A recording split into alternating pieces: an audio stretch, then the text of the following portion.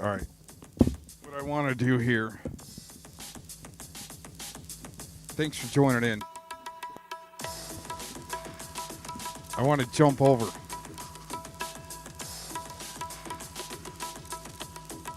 There's another dude that's... Wow, what's going on here? Oh, wow.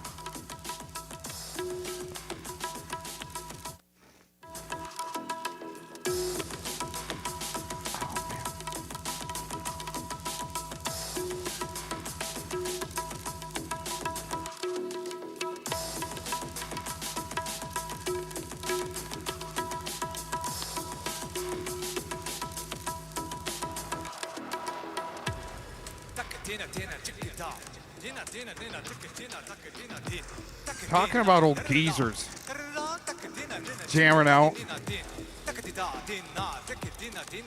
Well, not really old geezers, but here, we're going to jump over to this guy. This guy's still live, I bet you. Is he still live? I hope he is. Oh, what's going on?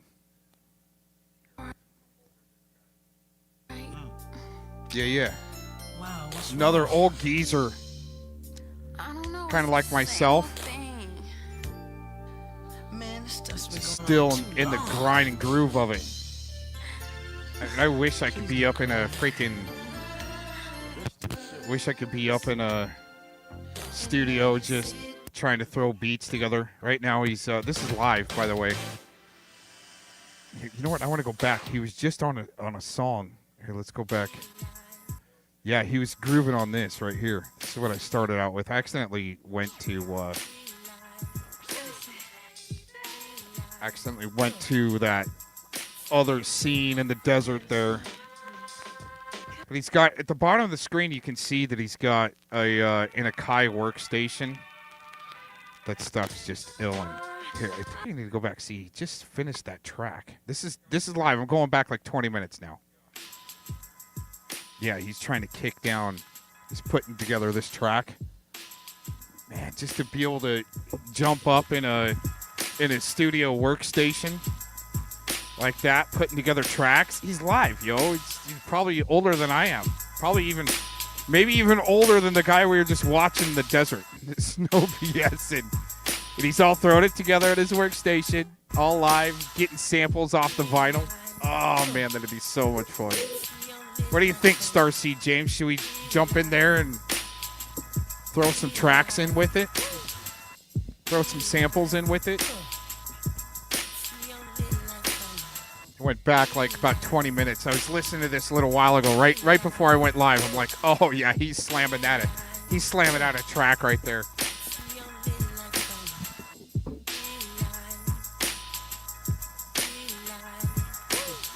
We'll add some in. We'll help him add in some stuff. I was just gonna say that people in chat are talking about drugs. I'm actually very proud of the drugs I did in the past. Oh man.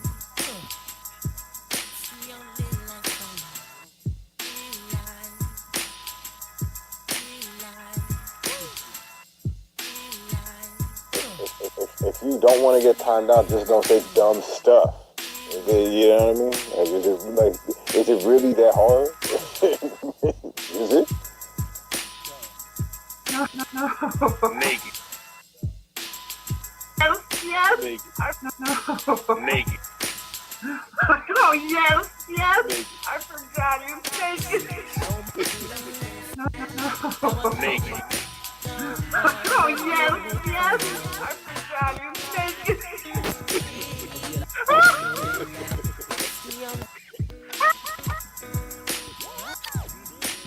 He's starting to pull up some samples on his turntable there. Trying to find that sample off of a freaking sample record. What to add in. And I just, oh, dude, I'm jelly. I'll admit it, I'm jelly. I get jelly.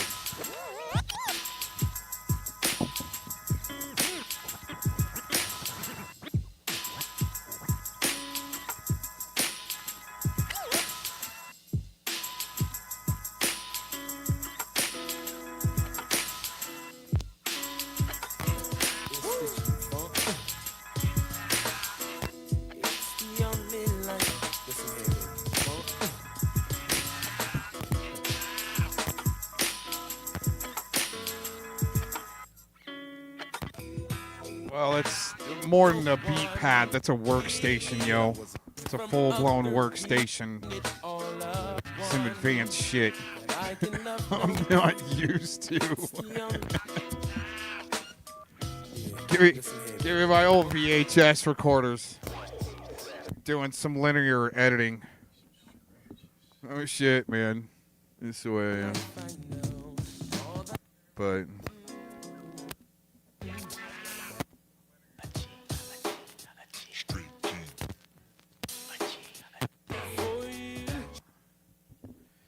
I didn't go back far enough, I guess.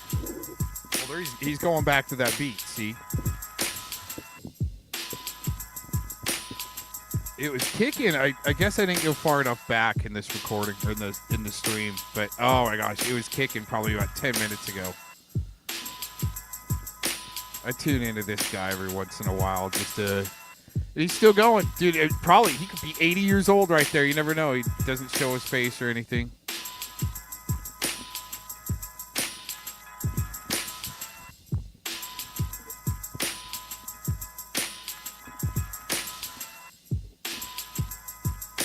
So he's kind of too far away from the camera, I guess. Oh man, he's just every day, just about every day he goes live. I'm not gonna tell. Hey, is that LARP Busters in my chat? What are you doing, spurging out? You're not still butthurt about the stuff I was doing to you back in 2017, are you? I hope not. Maybe that's why he's all flipping out in my chat. I can just see it's LARP Buster. I can't see what he's saying. I just see his little icon there.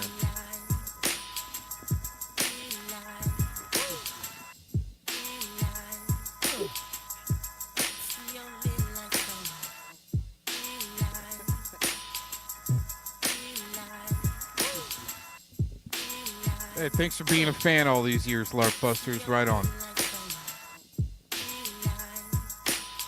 Trying to keep that flame alive.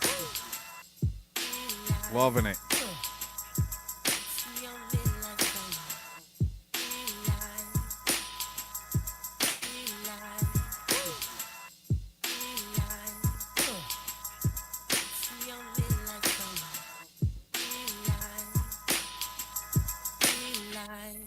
I had a whole something to go over earlier.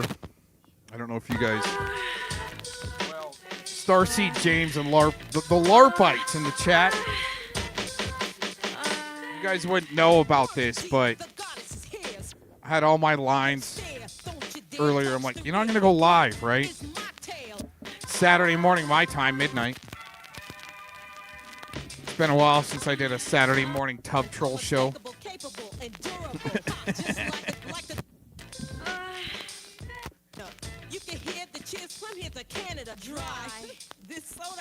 I had all my lines lined up that I was going to bring up and talk about. Now I don't remember any of them. It might date how old I'm getting. Well, I'm in retirement mode. I'm not supposed to be remembering lines anymore, what to feed you guys. Here, should we go over to this other one?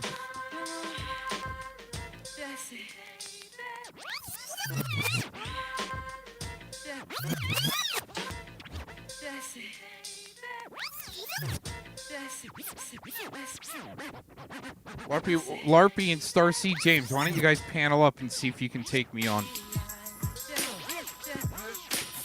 I know how much you guys like to run your mouth holes on panels. But you won't panel up here. You'll panel up on Southwest Jeff's panel, their LARP Busters, but you won't panel up here. And you call me a Fed, but like, you know, you'll suck up to Glaze and Dean. She doesn't narc anybody out, but you'll go up on panel with her. But I've got the clips of her narking, doing the narking. But you're gonna call me a Fed. Got it.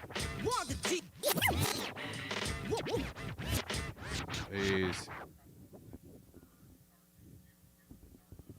I don't know what your deal is. Should I just drop the join link?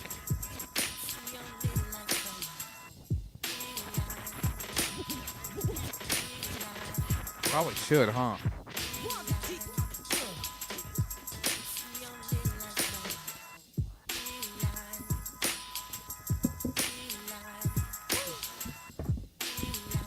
Yeah, you'll panel up with them, but you won't panel up with me. But you'll panel up when there's like 6 already trying to dogpile Mr. Cox, and then you'll jump in with the mob and start stabbing. Golly, man, it's got to be a shitty existence there.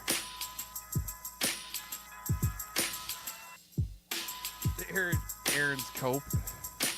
Now you're starting to sound like FCC there, LARP Busters. How come you name yourself LARP Busters, but you haven't like busted out one single LARP? Right? Oh my gosh, Shelly, isn't that just... Oh my gosh.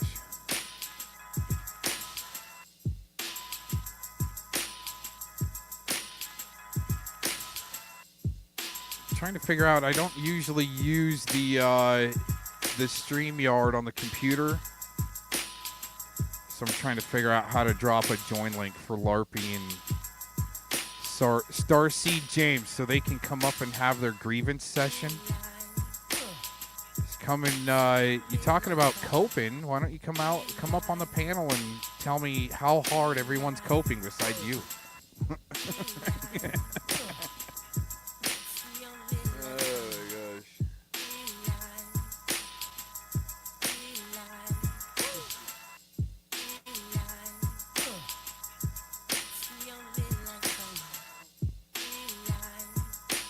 Well, of course you're just chilling.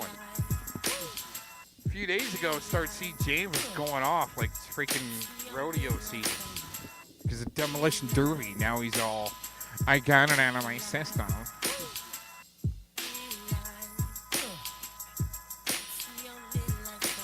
Yeah, see, this is good.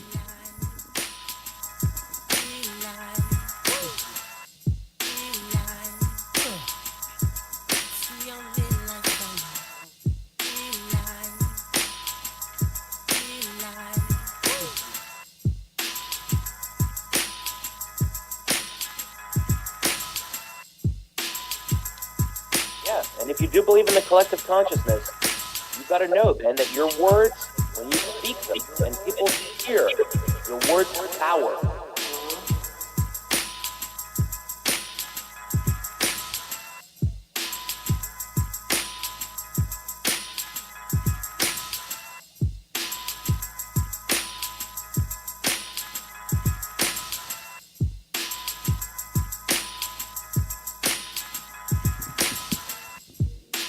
See, the thing is, Larpy and Starseed, and some of y'all are going to hear this later that are level 2 super fans.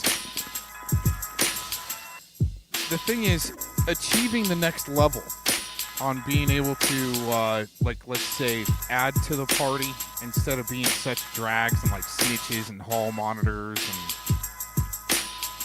having to,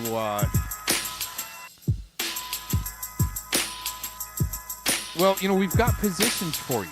You can be with Blaze and Dean on the decorations committee for prom. That's always fun, right? Because you really can't get dates, so you might as well participate some way and try to take control like the narcopaths you are on just prom and be part of the decorations committee so you can feel important like Felomon. Oh, Larpy. Larpy, remember the days you were just thinking you and Felomon were just the greatest team? Back in the day, right? I'm sorry I hurt your feelings back in the day. I don't know what I did exactly, but I mean, all the bullshit you've been able to come up with. I mean, it's been fun throughout all these years and all, but you know, you should shoot higher. I think what's the title of our stream here? Oh yeah, the Resistance got lost in the popularity contest. No wonder Larpy and Starseed James are here. You guys' popularity contest, you kind of lost it. You lost it. You lost your resistance and your oomph and the wind in your sails. Unfortunately, now you're stuck in my chat for some reason.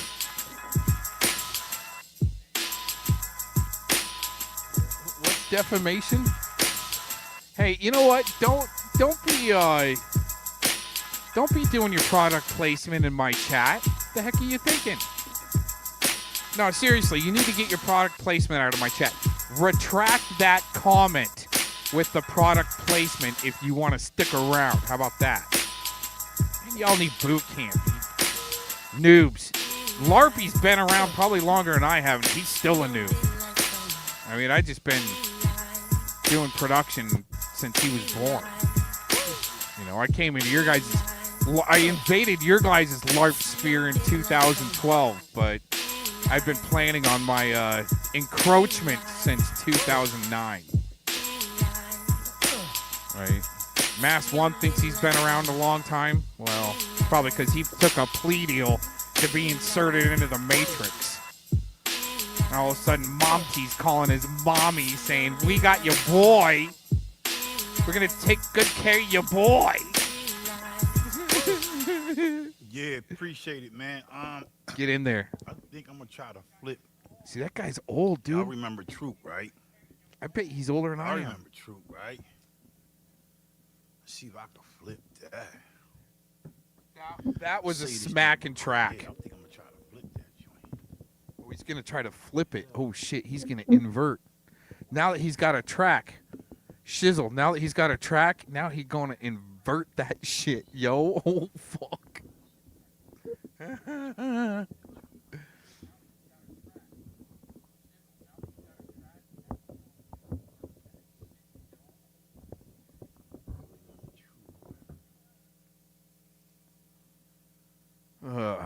Oh, the good old days. The silence in the studio in between setting up a new segment. Oh my gosh. Yeah, we're gonna try to flip that Troop, man. Oh, get in there. Yeah, that was my shit. I was on the dance floor on that motherfucker. Boy. Yeah. Shit, that bitch came on. Shit. Remember the Troop sweatsuits? I had all the Troop sweatsuits. Remember the Troop sweatsuits? The clothing brand Troop. Y'all remember them joints?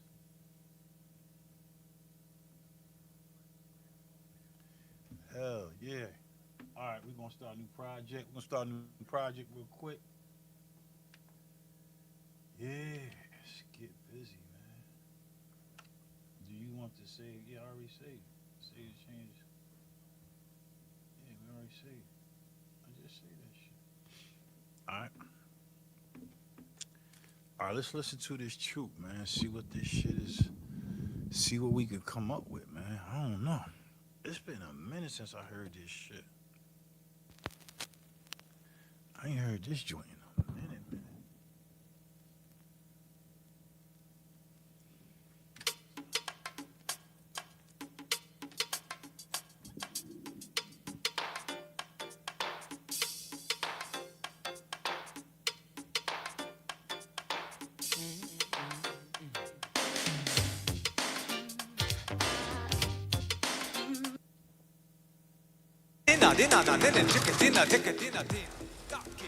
I think I'm going to come back to that. That might be a little too old school for me.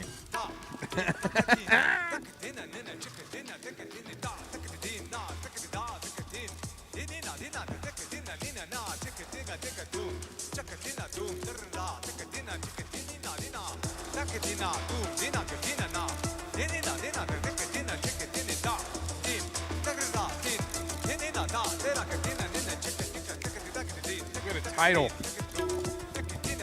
The Resistance got lost in the popularity contest. And that's kind of what's happening with the unwrenched unfriendlies in the chat. You guys are wrapped up in your popularity contest. It's real unfortunate.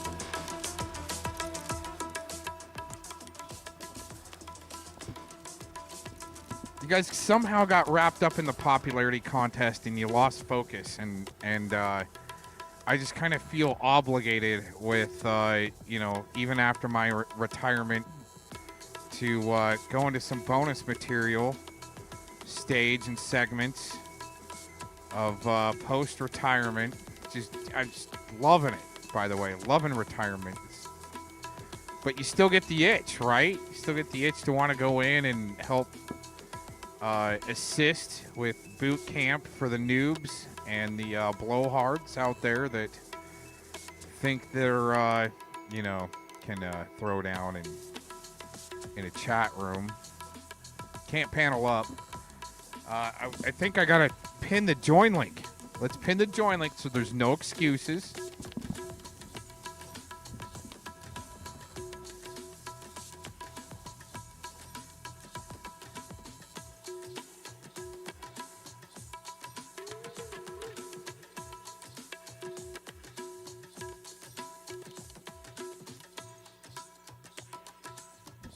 Start C. James, the reason why I feel like I need to continue on with boot camp are comments like this where you've got deep-rooted fantasy and you treat them all like shit. No, I mean, my wrenches, I think I treat my wrenches pretty good. That, only a few of you there. I appreciate through, you know, whether you're a new wrench or an older wrench, since we're having a wrench war.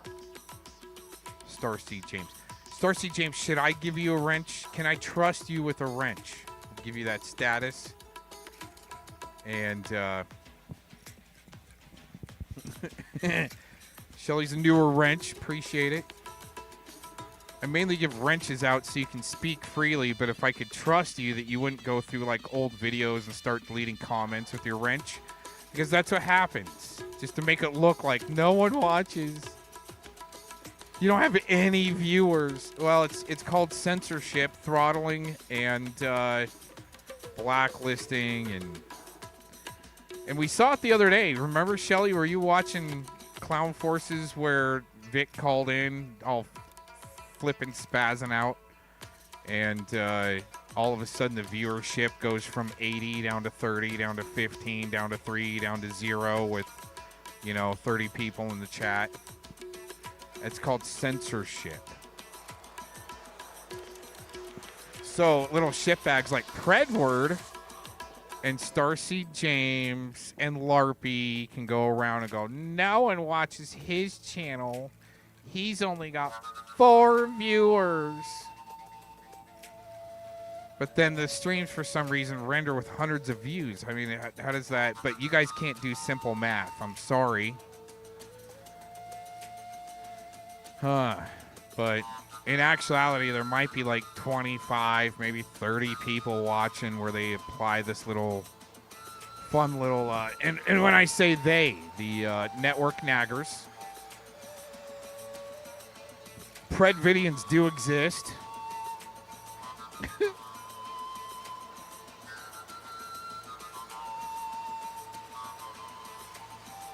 Predvidians are real. Anybody interested out there that has listened to this channel before that denies that there are no Predvidians out there. They are very thick. What is he doing, dude? I haven't seen one of those before, yo.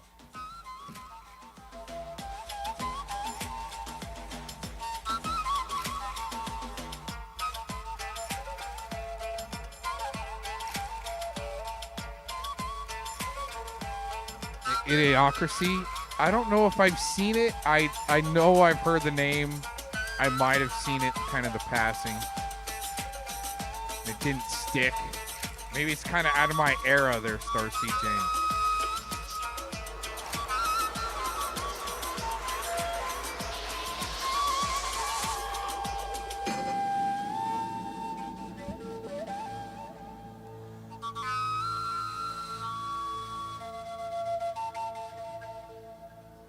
Just to date myself, my favorites were Every Which Way But Loose. And the movie, remember the movie from early 90s, Nothing But Trouble, with the big cast? It was about that big cast back in the VHS days. Some of you might not have been there. But you think you were. You can run the world. I don't know, man. If you weren't part of the VHS days, okay, you're not going to be able to run the world.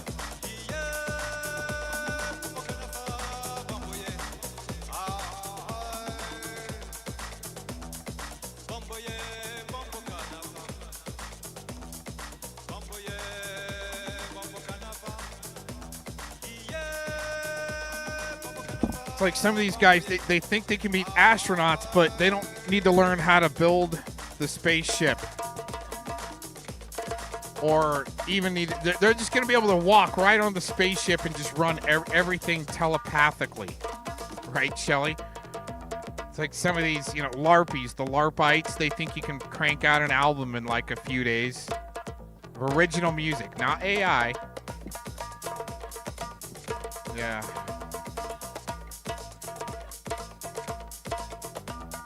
Man, you know what? Right now, I could just... Even if Telly wanted to panel up, man, he would get tore up. Like always. I mean, I made Mass 1 rage quit, like, his own stream within, like, 10 minutes, like, a few days ago, I think. maybe 4 or 5 days ago now. I was only there for 10 minutes, Mass One. What happened? And then all of a sudden you just rage quit and ended your own stream.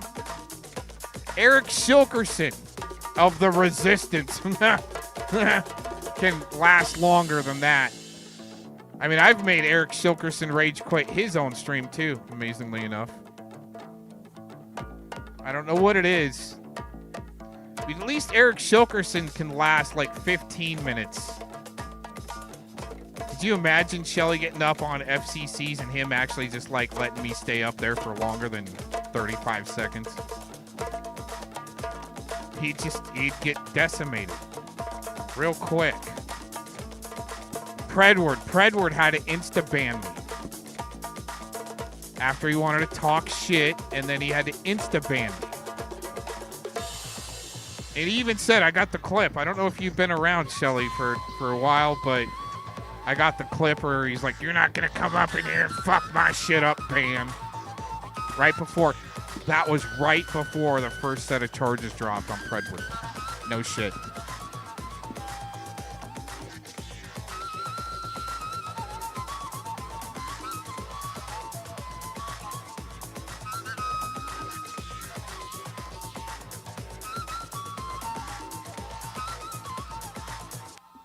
I don't know. I mean, you guys wanted to have a LARP show with the premise of who can get who to rage quit the fastest.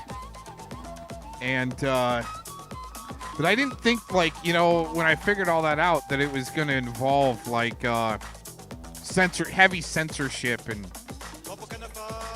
Silicon Valley tactic of, you know, LARPites and Edvidians and sick fucks to try to make you rage quit their platform.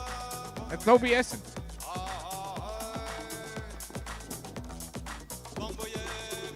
Just it's a sad state of affairs trying to come online and hold a boot camp for those that think they're part of the resistance but ended up just being part of a popularity contest in a chat room with who's got a wrench and keeping track of that, right, Fellowmon? Oh, he's got a wrench there in that chat room. Oh, that's not good. It's not good. That's not good.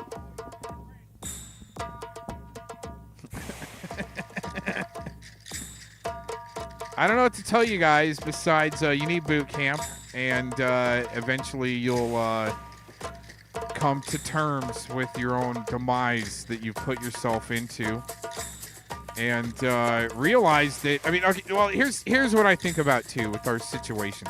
Okay, all you LARPites out there and follow me mons, clones, cronies, is it really is, I mean, as much as we might argue, okay, and want to throw down and, you know, roll up on each other, you know, if there were an invasion here in the United States, like, I mean, I'm sure that, you know, like somebody like myself and Mass One would be in a foxhole together, just tearing the shit out of them, right? And then after the war or the battle, then we'd probably knife each other. But until then, you know, it's about protecting your own. But yeah, falling for the grand psyop of division of the online world and people that think they've got talent, but all they got is, you know, slick comments in a chat room. It's a sad state of affairs. That's why I feel obligated to come back, even after retirement, give you guys some bonus material in the form of boot camp still. I mean, I wish I could kind of pass the torch on to somebody, you know, that wants to take over boot camp and keep it going.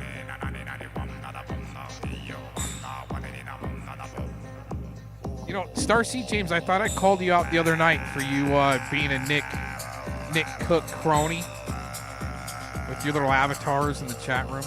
It's not good. It just means you're the one that's spurging and still hasn't clicked my join link because you got just so much to say. I really do wish you would. I really do wish that Starseed James would click the join link and give his grievance. He's got a serious grievance. And I would that impressed me, right? I'd probably give him a few extra bonus points in for extra credit in boot camp. I mean, but could you imagine, Starseed James, you're just kind of starting out, I think. But Larpy and Felomon, they've been going through boot camp since like 2017, 2018, yo. You don't want to end up like that. Boot camp should be like 2 months and you're good. That's to wean you off the video games, get you off the tit, right? Taking down Preds left and right that are, trying to make us enslaved through the government, shit like that, right? Make some dirty judges rage quit. Get some dirty trafficking cops to rage quit. And be effective with your sock account. It's possible. It's happened. I can say we've been able to do it. Me and the dog.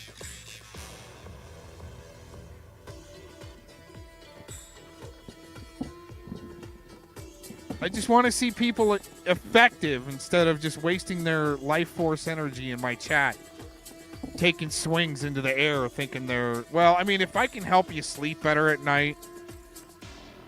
One of my super fans, a level 3 super fan, OJM, and he was glued. So one night I went live like this. It's been rare since I've been, live like this in the middle of the night.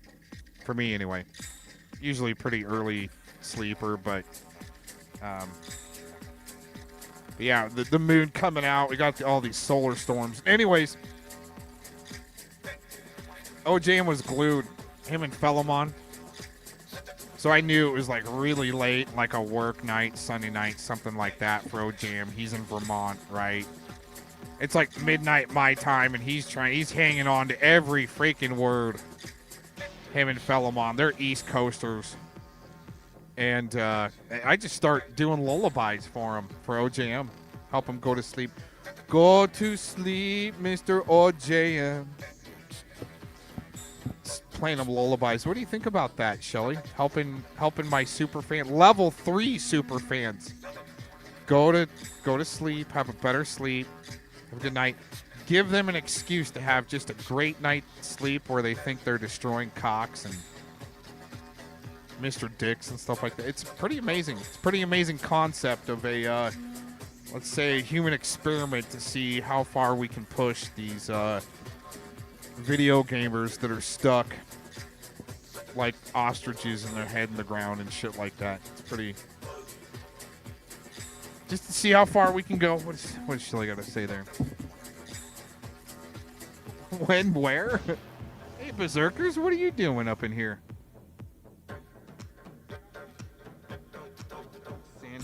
Birchmore? Okay, cool. Yeah, make it happen.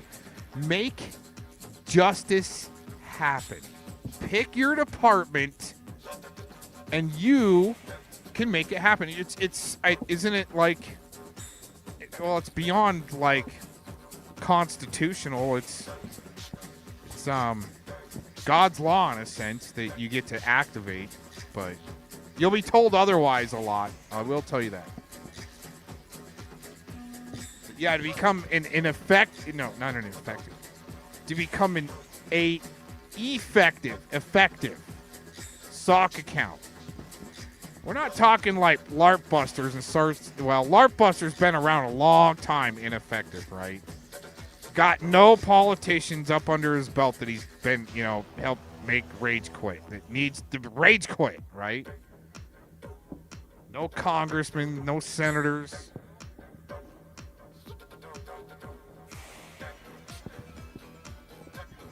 Real unfortunate.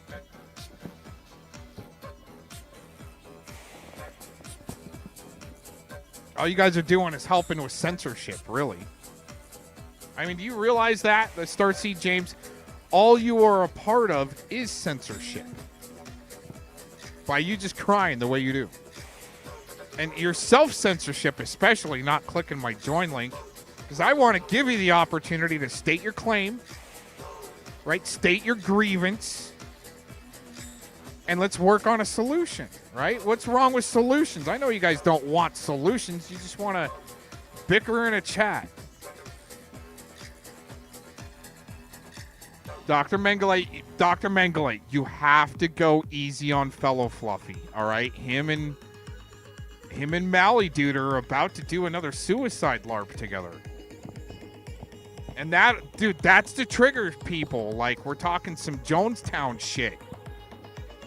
They're gonna freaking melt down together. When you press fellow Fluffy like that, Dr. Mengele, right here. Seriously, when you press fellow Fluffy like that, it presses Mally Duder. And they're going to, like Vic, do a suicide LARP and try to blame it on us. It's not good. You gotta go easy on the felly. You can go as hard as you want on me. I mean, you went really hard on me about, the rodent stuff, right? But I knew different. You guys didn't, and you're doing what you're supposed to do, and that's good. That's good. Dr. Mengele was going hard in the paint on that stuff. That's good. That's what I wanted. Right? Dr. Mengele, we kind of got it going, and then fellow Fluffy took over, and Glazin Dean took over on keeping that rodent piece of shit, Fort Collins lifetime registered sex offender, helping keeping him on blast. It worked.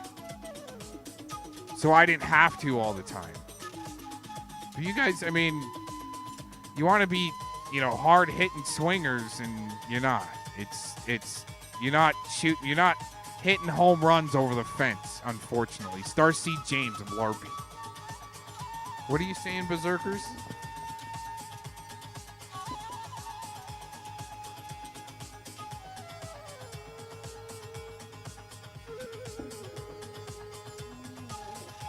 Well, it's not nice when you're Mally Duder and you just do a suicide LARP on your stream one night and then end it out and then come back after you did have some people, call in for a welfare check, and then you come back live later just saying, I just wanted to see if anybody loved me or anybody really cared. She was watching Joe's Apartment, remember? The guy laying in the middle of the street in New York acting dead. He's like, I've been here for 1,000 days and no one's checked on me, and you did.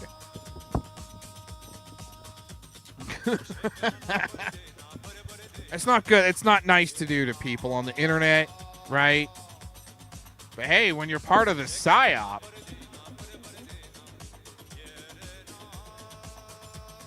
you're going to piss more people off than people really actually caring. Just saying. On the internet.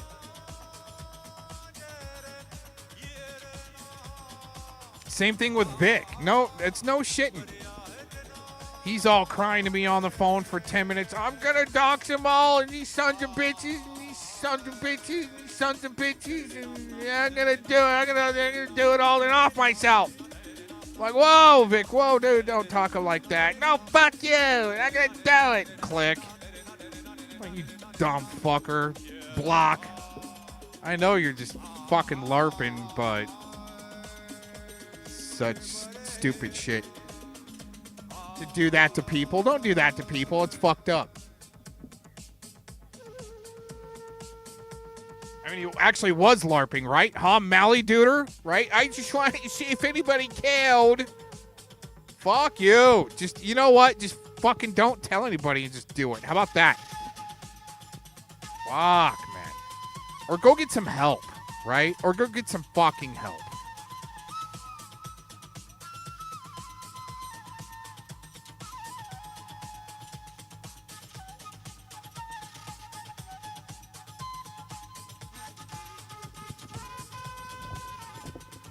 Yeah, these guys are just... Why are they invested? It doesn't look organic to me. That's the thing. That's what I've been studying. All of this LARPing and the initiation, it's more than a cry for help. It's a fucking psychological operation. But behind that Mally Duder, Dr. Mengele knows. It's one big fucking Department of Homeland Security LARP to raise awareness.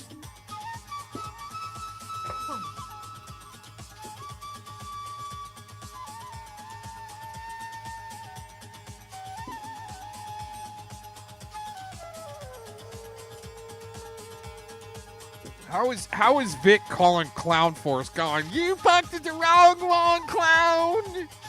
How is that a cry for help? Now, I will tell you, people are like in the chat rooms the last few days because of that Jack Smith. Is it Jack Smith? It was in the congressional meeting a couple of days ago. I knew there was going to be I predicted a meltdown in that congressional meeting. But people are all up in the chats the last few days. I can't wait for the asylums to open back up. What are you guys thinking? No, you want the crazy motherfuckers just held up in the chat room. But if the asylums were freaking, all back open and all these fucking weirdos in the chat room or the asylums, Shelly, we wouldn't have anybody to troll. That's 100%.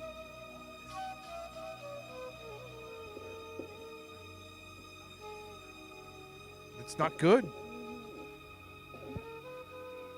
Oh, no, you don't want asylums open.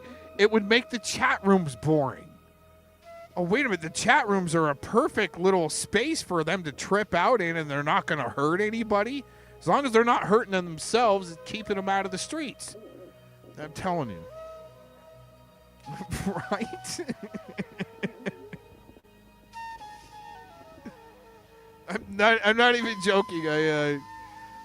I can't tell you who I sent it to, but I sent this message the other day. I'm like, holy shit, this Jack Smith congressional meeting is perfect. All of the chat rooms are just filled.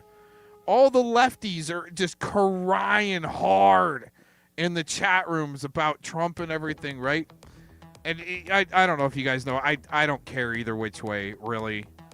They're all fucking frauds to me, man. But anyways, no, they're all crying hard. All these lefties are crying hard. Uh-oh, he's breaking out something there on the screen. The heck is that thing? All the lefties are crying hard in the chat room. Hey, better that they're crying in the chat rooms than out on the streets spreading their puke. It's like NTF going back to the vomit. Glaze and Dean going back to the vomit. But we're victims. No, you go back to the vomit, making yourself even a more victim. It's horrible.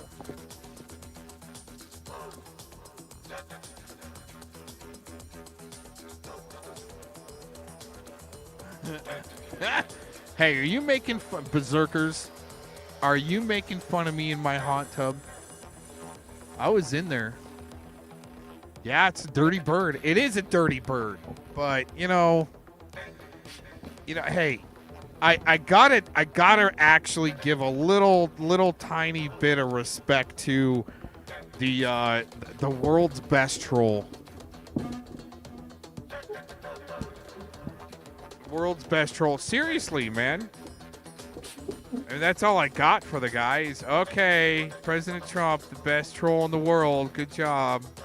Now what?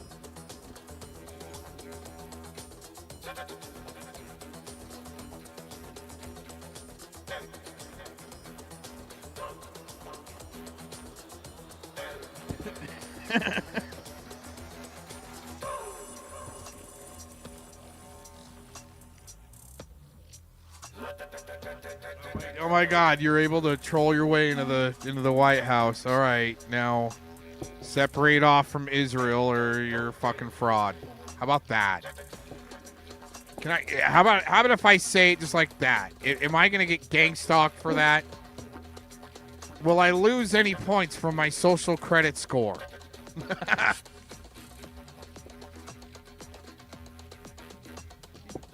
No way. Every white man needs a hot tub.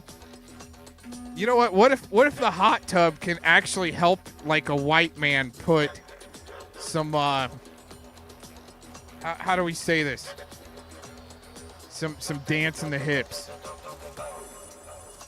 I think that's our problem. Too many white men can't dance. They got too much cracker in their hips. Too much saltine cracker in their hips. I need to say it that way. Like Scotty Cuccarati getting knocked out 13 times. 3 wins in his MMA career because he can't fucking dance. He's a perfect. I've found these characters to show you how bad we need a boot camp post high school. We need them, they need weaned off the tit. They need weaned off the tit, weaned off the video games, boot camp, mandatory, but don't make it like the actual military mandatory boot camp. It's still a boot camp, but it's like you're getting some college credit. Right? Not a mandatory that you go enlisted after that. It's just you get weaned off the tit and you learn how to be a man.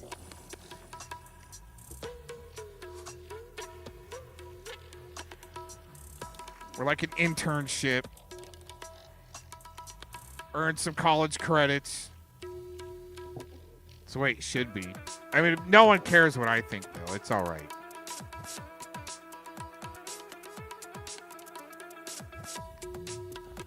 Where is Tully at? You think he's morning drinking right now? Or is he at a gay parade after hours party with Matt Zaccarino? I'm telling you, I would tear up Telly right now. He would just be crying for the next week.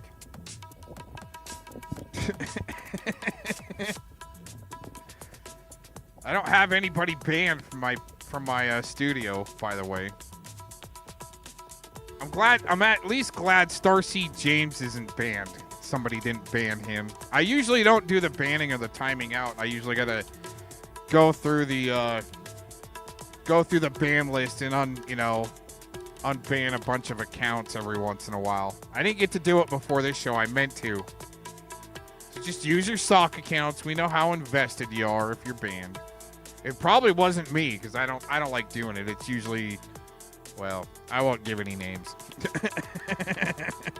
There's a couple of it, but I appreciate it too. You know, when the loop-de-loopers are freaking just quit spamming up my chat with your freaking stupid loop or panel up. How about that? Right? It's so bad. Like the resistance, you know, the Sentinels of spoof, the actual resistance, they're just busted down to spamming a chat like Spamton now. It's bad. It's state of affairs. But I mean, when I can't say when me and the dog were actually busting out the Sentinels of spoof, just, you know, over the target on him, right? He's all giving his allegiance to the NWO through some type of a creed he was reciting on his streams. I'm like, dude, you don't seem like you're really busting out the NWO. It seems more like with that Illuminati creed that you're reciting, you're giving your allegiance there, Eric Shilkerson. His only fruit on the tree is getting fired by Pete Santilli when Pete Santilli was in federal prison.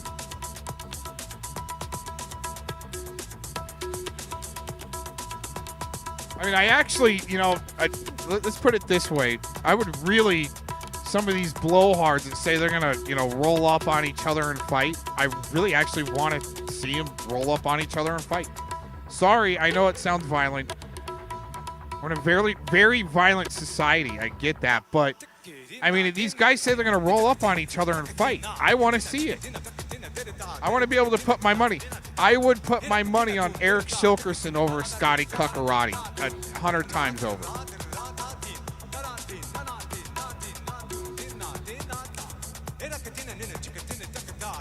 On Urban Disciples versus Scotty Cuccarati, Urban Disciple. James D. See, Scotty Cuccarati's got a big fat lineup of people that he's supposed to fight. MMA, he's been knocked out 13 times, 3 wins. It's not good. It's probably can't even fight anymore. He's had so many head injuries. But I kind of just want to bet on him. I mean, they say they're gonna fight, then do it. So I can, and let's do some sports betting.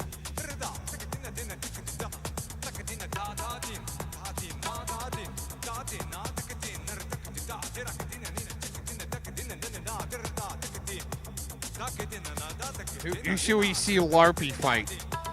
You know what? Larpy and Starseed James. You guys, the Larpites. You guys are, about as bag as, puss bag as it comes. Light featherweight. Light featherweight. I mean, I'd put $5 on that fight, I'd probably put $5 on a both. They're going to knock each other out. Actually, they probably wouldn't knock each other out in the ring. They'd probably start crying and both rage quit, and then it's a loss, so you might still win if you bet. I don't know.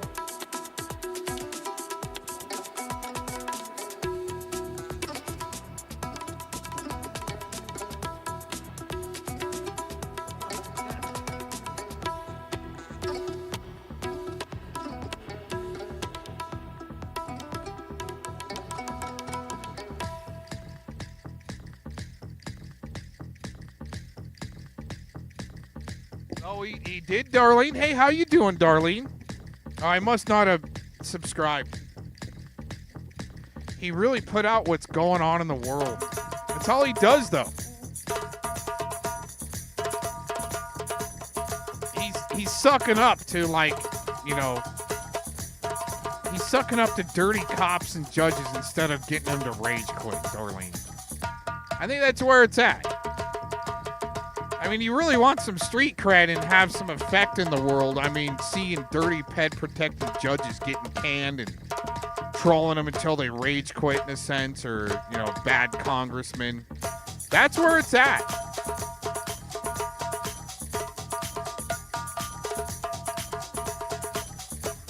But I'm serious. He gives almost like the vibe that he's trying to, when he used to start out his show, that he's given allegiance. Giving allegiance to the NWO. He's not really doing anything. And in that makes you accept the suck. Makes they're just telling you what they're doing. Anyways.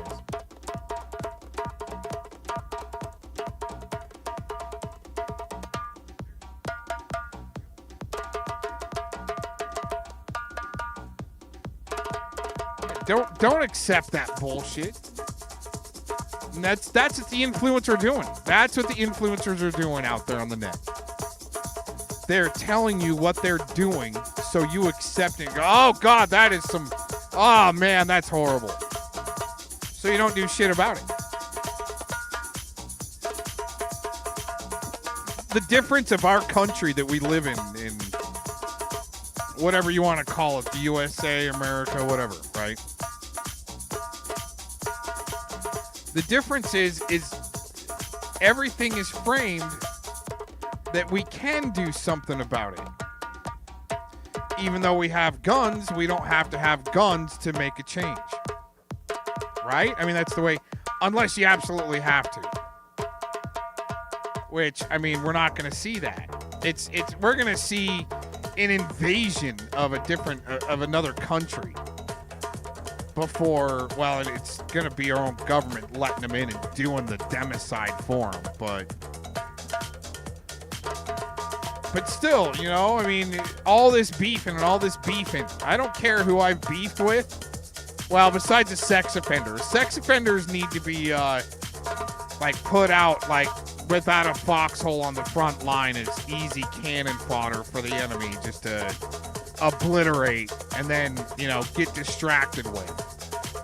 Anybody else besides, the sex offenders, okay? If we were to be invaded, we would tear them up.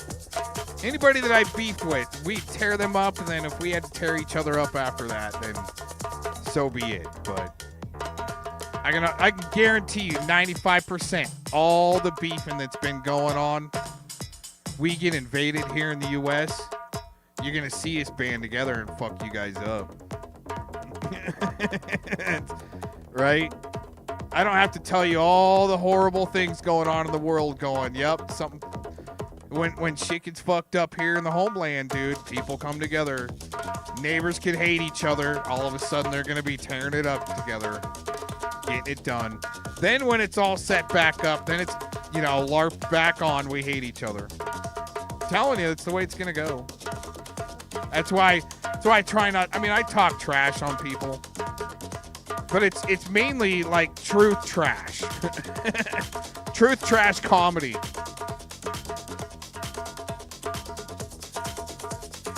Oh my gosh.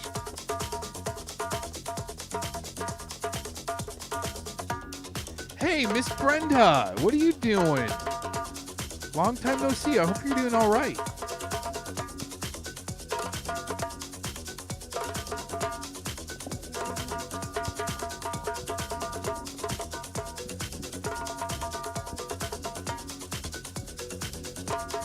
I've seen it though. I've seen it. Shit pops off, and people that hate each other or whatever, bad neighbors, whatever, shit pops off. You're going to come together to help each other out.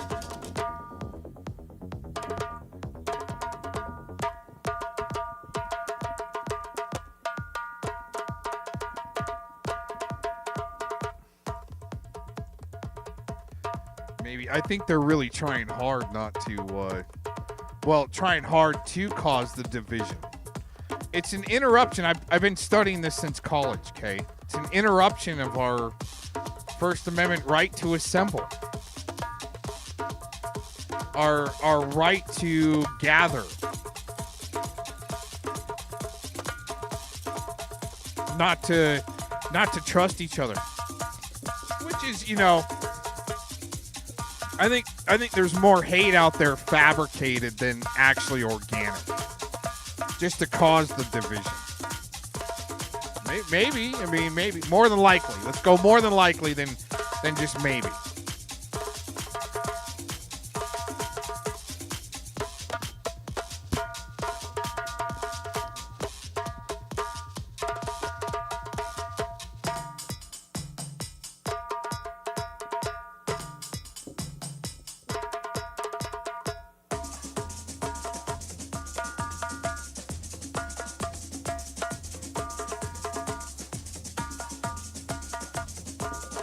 Berserkers, you got a Aboriginal original, huh?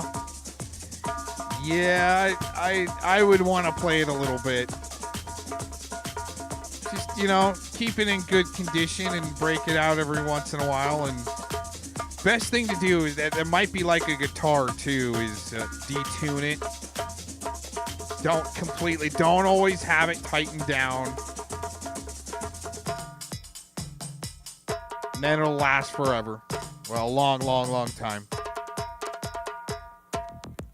But I mean, I'm the same way with musical instruments too, man. I mean, why have a bunch of cool cars in your garage if you're just gonna look at them and not drive them, right? At least go and start them up every once in a while and hear it rev.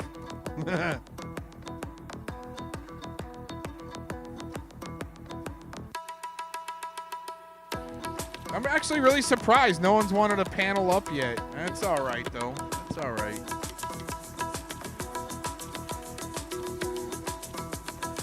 Yeah, way too much overreach.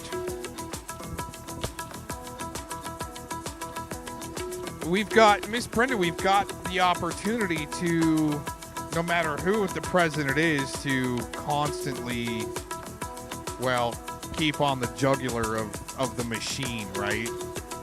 That's the way I look at it. Slow down the conveyor belt or throw the monkey wrench in to where it makes it stop until they can fix it. Slow them down a little bit. And we all got our own department to do that. It's like there's so much going on that you can just pick your department and run with it. But that doesn't mean that, you know, my department or Miss Brenda's department or, you know, I'm not even saying there really is departments, but I'm just saying you pick your department and you stick with it.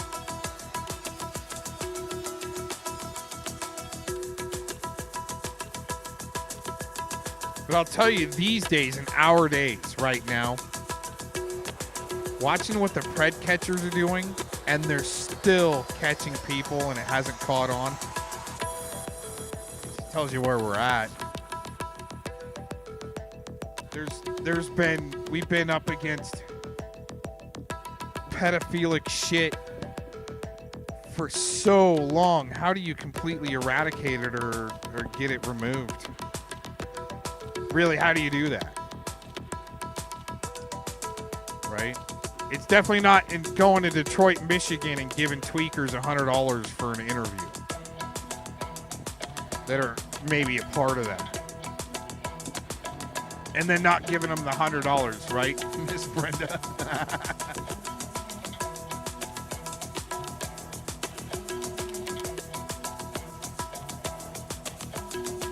Oh, yeah. Yeah. I've been watching these, they showed up in the algorithm. These cat and dog videos where the cat's driving like an off-road Baja, doing like 100 miles an hour on the Baja with a husky like either riding shotgun or in the back, and it's just wailing. You know how huskies like wail and yell. It was some pretty fun stuff. It's good little series they got going there. Cats all freaking spazzing out trying to keep the car on the road. It's funny. It's funny stuff. You always got, especially in the YT platform, right? I know I'm kind of internet wide, but you always can rely on the cat and dog videos on the YT platform, right? Right? And the drama sells. That hip hop producer we were listening to earlier, he only had like 10 people watching. Music doesn't sell these days. Drama sells these days. And it's all a hype to keep you out of knowing your capacity as a civilian. It's quite unfortunate. That's why we're doing boot camp, right? Right, Shelly? Miss Brenda? That's why we're doing boot camp. Gotta keep the wheels of liberty greased, right? Every once in a while, get the old cobwebs blown out of your podium, right?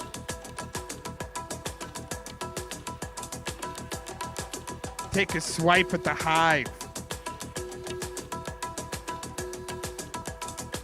Telling you, the more the level 2 and 3 super fans want to try to swipe at me, the more I want to retaliate.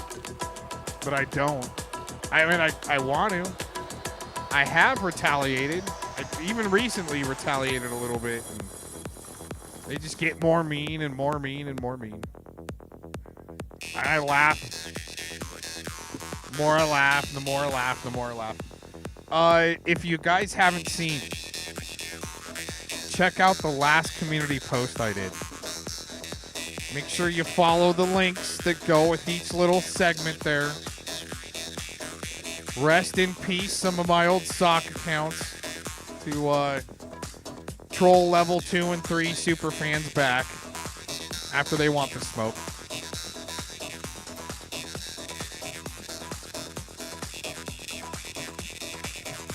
And you know what? That's just an introductory package of like the first squad that I've lost. and the last community post I did. Go to the community post section. Go look at it. Hey, if you're going to play any clip, that first dedication to the Felomon Bin Narkin channel, no BSing, play that short. After you read the dedication, the eulogy to the Felomon Bin Narkin channel, then hit that link below it on the community post section. Well worth it. Well worth it. If you're going to do anything, immediately, I highly suggest it immediately. Stop listening to me and click that short on my community post section under the eulogy for the Felomon Bin Narkin channel. You're going to love it.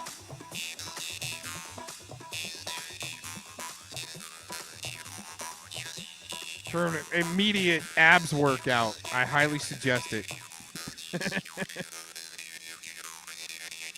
All right. right, we're playing Mouthhole Wars.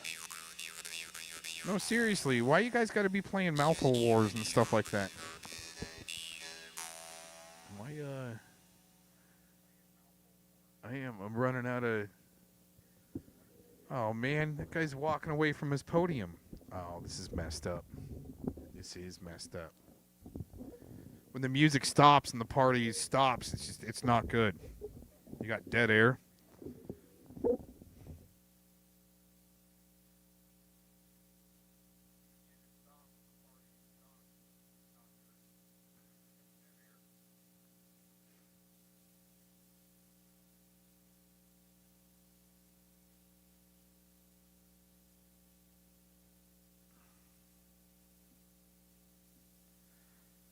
Go to the old backup.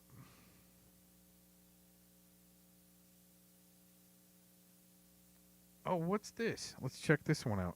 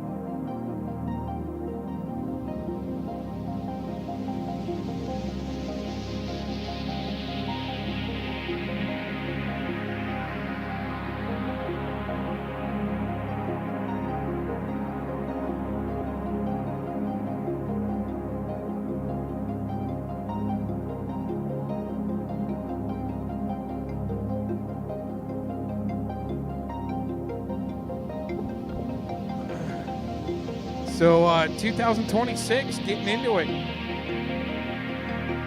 Getting close to being done with January. We're all still here. The great meltdown hasn't happened. But has the House of Cards fallen?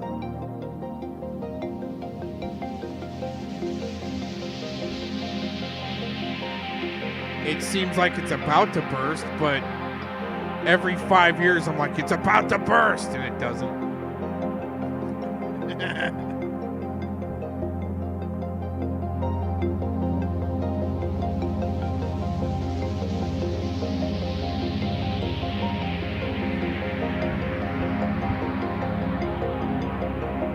Now what do we do? Besides, you know, for me, it's I'm gonna go fishing. All right, shit's not melting down, cool. But I will tell you this.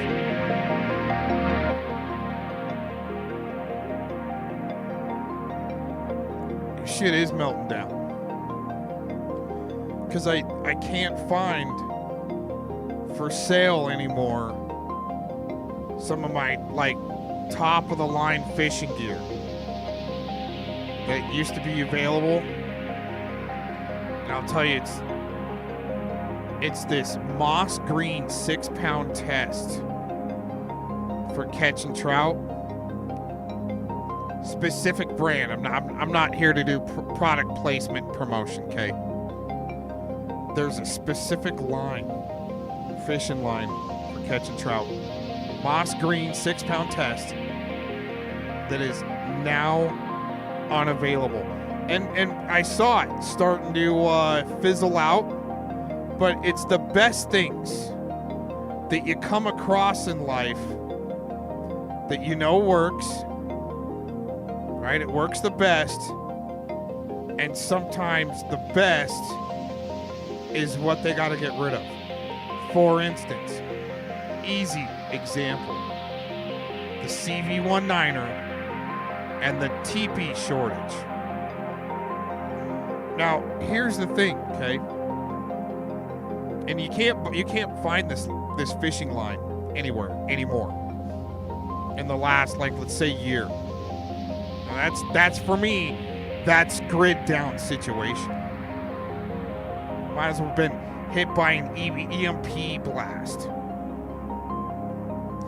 That's some serious shit, right?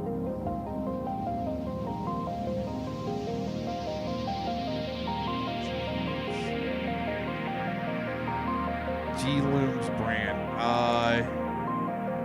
I think you're trying to code that. And I don't know what that brand is. But anyways, so check it out.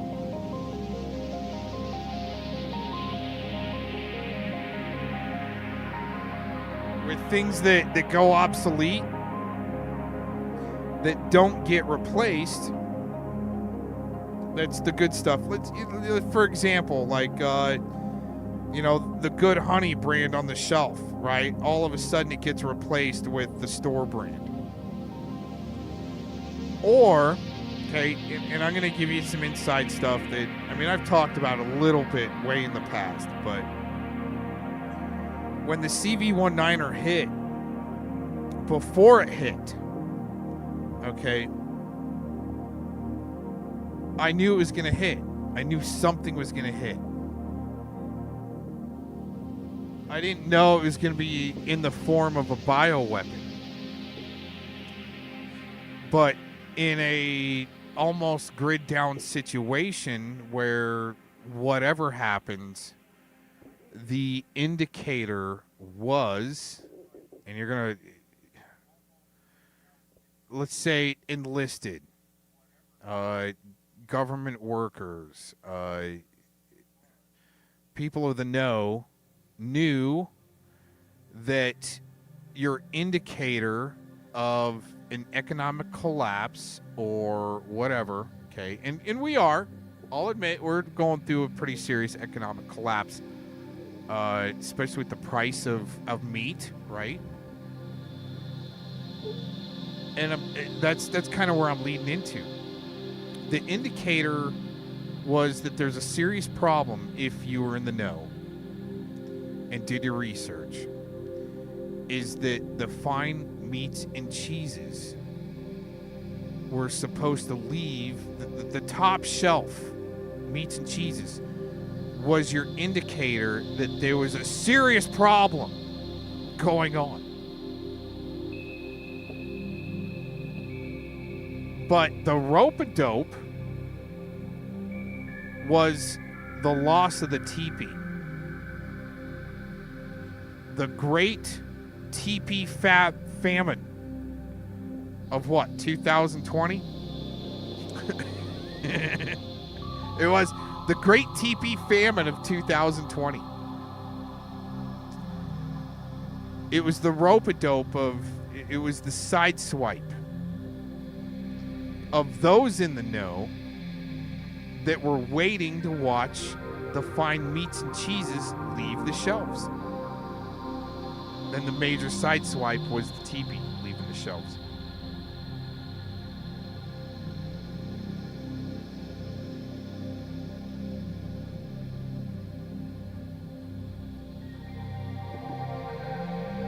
Yeah, I see what you're saying there, and I'm going to pin that comment.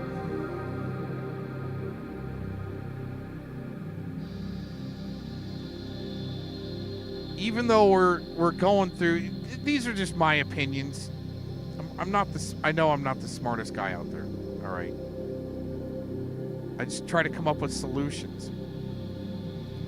Even though there's a technological advancement going on, and the chemicals and everything, and things getting more advanced, I think we still made it through worse. I think throughout our history, imagine being, the horse and buggy era where you're trying to fight typhoid. Is that how you say it? Typhoid, or right? Some serious, gnarly action where you've got no respirators, is that they call them? Respirators? Not respirators, but ventilators, right? Whether a good advancement, a technological advancement or not, some might disagree that the ventilator crisis during the CV-19er days in 2020 was fabricated.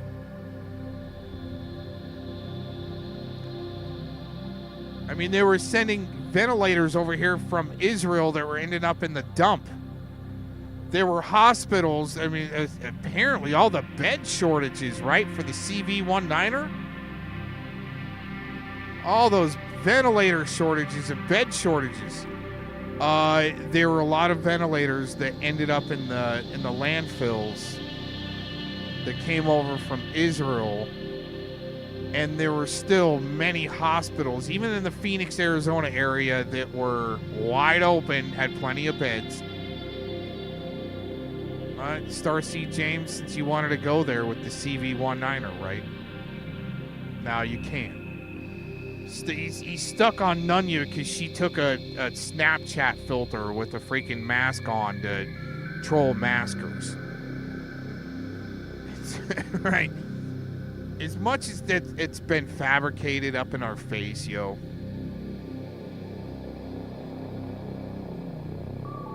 There's always another part of the story and different parts of the solutions that they've even tried to make illegal. That's what I looked into.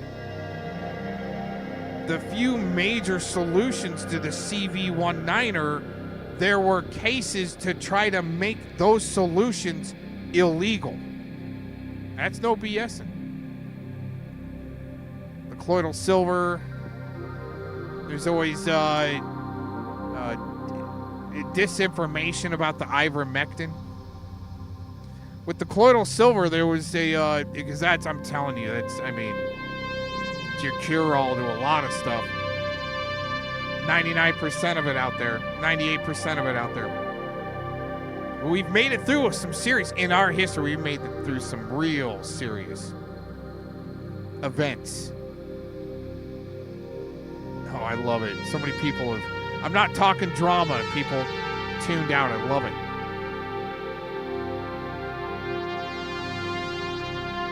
We've made it through some real serious events in our history, and it's like, so, I know this one is big.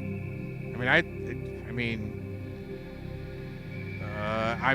lost a few people. One of my friends that was younger than myself that thought he was invincible and ended up passing away from the CV-19.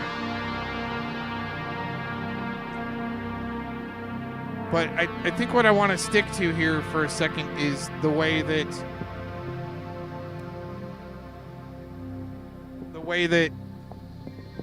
there was a court case, and who was it? I think it was Jim Baker, the televangelist. Mr. Jones tries to, here's where the shillery comes in.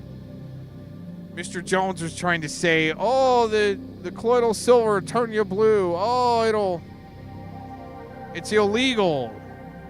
Jim Baker got prosecuted for trying to tell his congregation to use the colloidal silver. It'll cure the COVID, right? Well, maybe it was set up. And this is what we've seen. Miss Brenda, you're gonna resonate with this. That's what we've seen as far as COINTELPRO, the play fighter, to make laws. So the televangelist, Jim Baker, tells his congregation the colloidal silver is the cure-all for the COVID. But he was right. But he didn't tell his congregation that you had to use it in a nebulizer to get it up your schnoz. He was telling his congregation all you had to do was drink it. No. So it was to help, once again, crush that cure-all. Make it stigmatize it. So shills could go around in chat rooms and go, oh man, Jim Baker got prosecuted for telling his congregation the colloidal silver cure the CV19er, right? They didn't go the extra mile. They didn't realize, or it was a setup.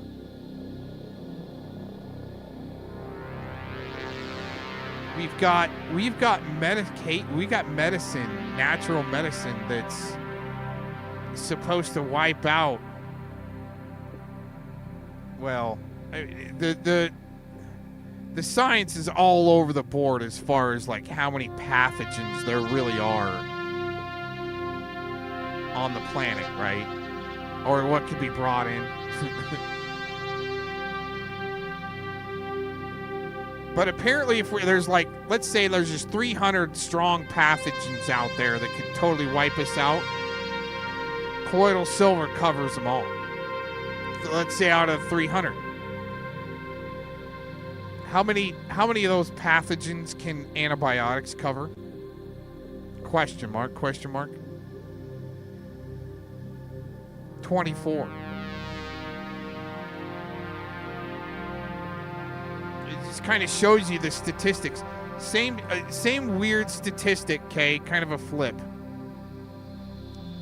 In the pred catching community and like let's say the cop watching community, 30% of the participants are either sickos, sex offenders, rapists, murderers that haven't been prosecuted, weirdos. 30%. Any community that you choose to participate in on the internet, 30% of the participants there are infiltrates. I didn't think it was that high. Well, okay, so with the inhale absorption, why did they do the swab up the schnoz for the CV19er test to get to that membrane, right? That might be where it's permeating if that's where they're testing. And Jim Baker's telling his congregation all you got to do is drink it, not about putting it in a nebulizer and getting it up the schnoz.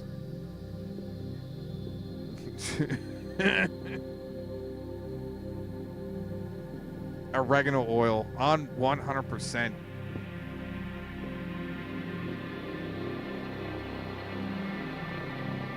Oh, I'm sorry to hear that about the Lyme disease. Yeah, that's another one I think the colloidal gold or silver would have been able to knock out. But the thing is, you've got to some of the super bugs. I would consider Lyme disease like almost like a super bug. If there was a way to get to it as soon as you know you've got it. But that's the thing about Western medicine, you know, technologically advanced medicine is, well, through the pharmaceutical industry anyway, is especially with veterans, you're not going to get any treatment until you already got the big C. They're not going to go, oh, you were part of this and that and stationed here and there, and oh, you're going to catch the big C. Let's work on that now. No, you got to, the Veterans Association administration, you've got to catch the big C first, then they'll help you out. No preventative maintenance. But that, if you're, well, like with Lyme disease or the big C or something, you catch it as soon as you know, or susceptible through your lineage, genealogy, you catch it and do the preventative, you're going to live a little bit longer. Let's put it that way. Or maybe even knock it out of your family lineage so it's not passed on to your children or your grandchildren. Anyway.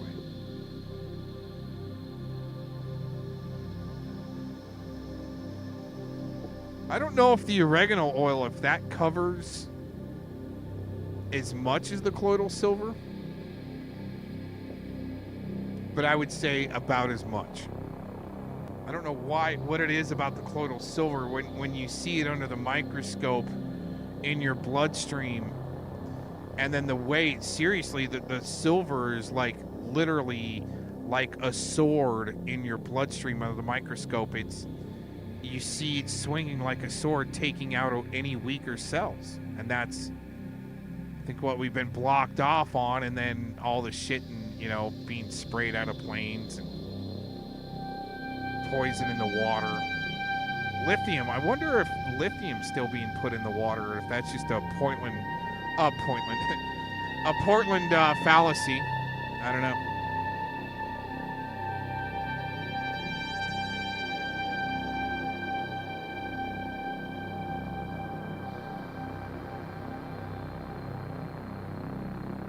I've been all over the board tonight. It's all right.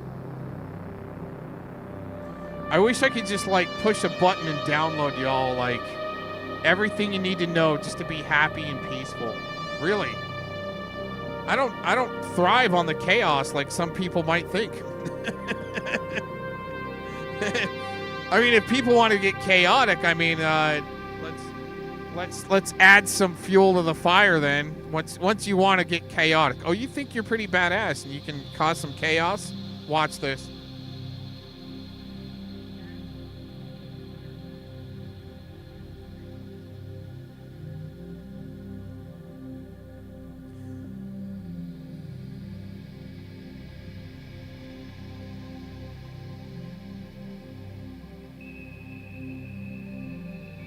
I think most of my online experience from a long time ago was always to help preserve our, well, I can't say I think. It was more to preserve our right to assemble, to exchange ideas, no matter what walk of life you came from. Now, to be able to do that, exchange ideas and solutions without wanting to tear each other's jugular out, that's the test. That's that's the right. How can you do that? I just try to apply comedy to it, even though I'm not a very good comedian. It's just, I know, I get it, I know. I'm actually a failed comedian because I didn't try stand-up. I should have, but I'm a failed comedian because I didn't.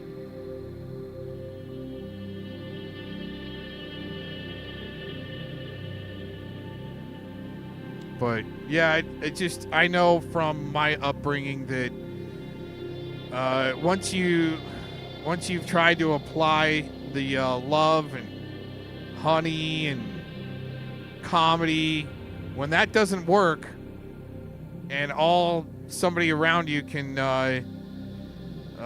thrive on is chaos, well, let's add some chaos then. I mean, might have better ideas than you about that, but I mean, I'd much rather still just go fishing. But hey, what am I gonna do when we run out of the freaking Moss Green 6-pound test that's the best line out there and it's not being sold anymore?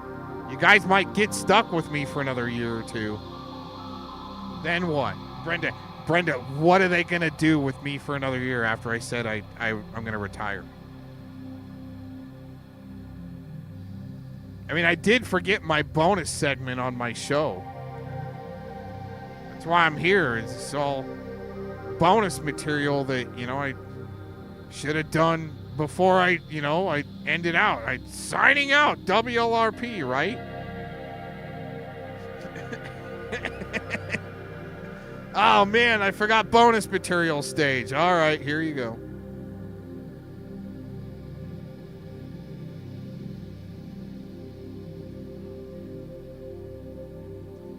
Well, Brenda, you weren't so much about the arbiter of the drama, besides the drama wanting to be the arbiter of the way. It's controlling Preds that got no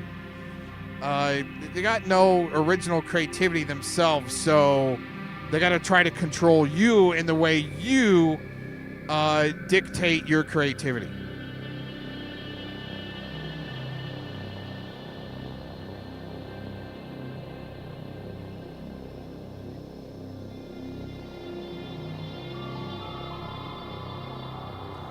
And then when you're trying to be controlled like a pred, well, be controlled by Preds to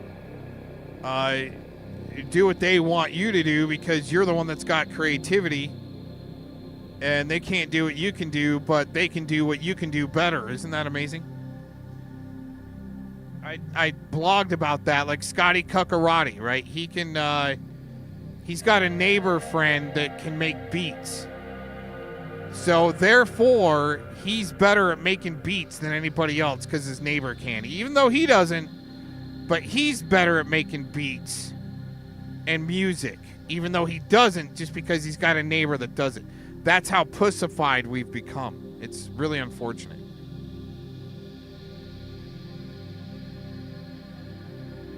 I'd rather watch paint dry. Yeah, I know, but you know, Brenda, though, the thing is, I've always wanted to make a LARP show or a drama show. I mean, Dallas. Remember the days at Dallas? The daytime television show? The soap operas are gone. I mean, I'm an award-winning documentarian for making a... Well, I mean, it was a fictional screenplay based still upon non-fiction, but kind of like Lavoy Finicum's book. It's fiction, but that ain't non-fiction. Or wait a minute. That's fiction, but that ain't fiction.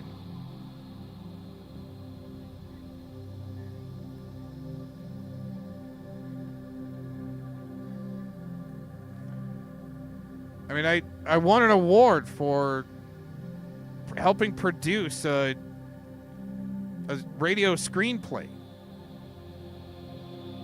And, I mean, I wanted a drama show. I told a bunch of people they were going to make the news, and we were over the target, me and the dog, back in 2016, to smoke out the bigger, well, the bigger shit show that was going to influence the way we exchanged ideas and the freedom of assembly. To dictate who hung out with who because of the wrench status. You know, my girlfriend really wants me to almost, my girlfriend really wants me to make an audio book of that. And that's what I did. That's how I won my award. It was helping produce an audio radio drama play. International Radio Award. I'm not trying to brag, it's just what happened. Like I said in the replay, I will hold accountability. I will do that. That shit just, it's natural. It's natural.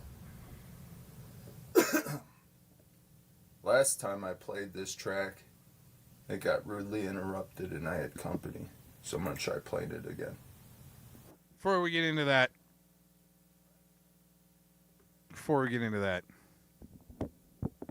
yeah, making a drama show, it was fun, right? But it was still based upon what other people said. There was the only truth that was there is that there were words spoken, and lots of fantasy. I mean, it's pretty weird having some fucking weirdo that infiltrated you to later on say that he's gonna come and, you know, off me and then off himself. Have an arsonist say that he's gonna come light my house on fire. And that part of the drama LARP show and the doxing, all the fucking doxing. It's just... It's not the part of the drama LARP show that I wanted, you know. I mean, I thought that we were just going to, you know, take a few low blows at each other, but going in real life and the swattings and getting swatted myself. And I will call it a swatting. We'll call that one a swatting. Because that was very malicious. Just because I'm talking stupid in character in a hot tub in 2016 and 17.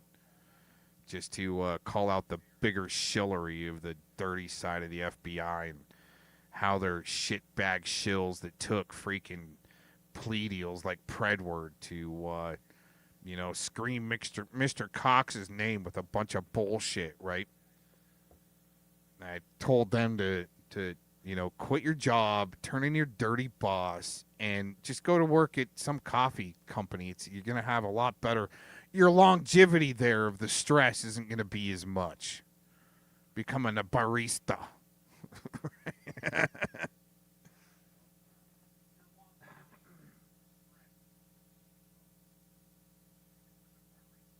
Right?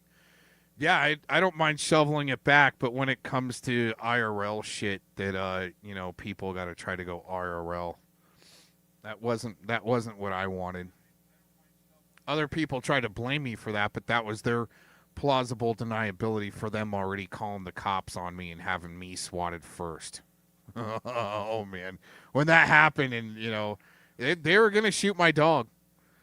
The SWAT team that came in, they were going to shoot my dog, and I stopped that shit in its tracks. It's fucked up, man. But all over just talking about a rancher that got shot in the back just so, lab-grown beef can come in. And they didn't realize that. They still don't realize that. The Shilleries, all the Shillery that happened on the other side to shut down our freedom of expression and exchange of ideas and opinions and debating. All those assholes that tried to shut that down had no idea that when that rancher got shot in the back, that it was going to come out to implement imprinted meat. That's no bullshitting. But what I would suggest is actually read that book of Lavoy Finicum. It's the name of it's only by blood and suffering. Only by blood and suffering is the name of it. Lavoy Finicum. I really do. I really do want to actually maybe get a hold of Jeanette Finicum and see if she doesn't mind if I do an audio. I would just much rather have a different voice. I don't want to do it in my voice. Much have somebody else read it and just produce out the audio version because no one else has done it.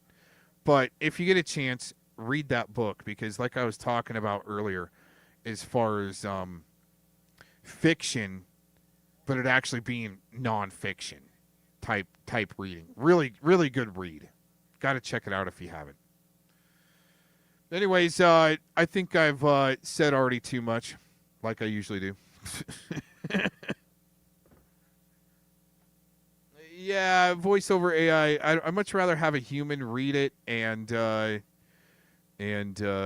able to, go that route than use AI.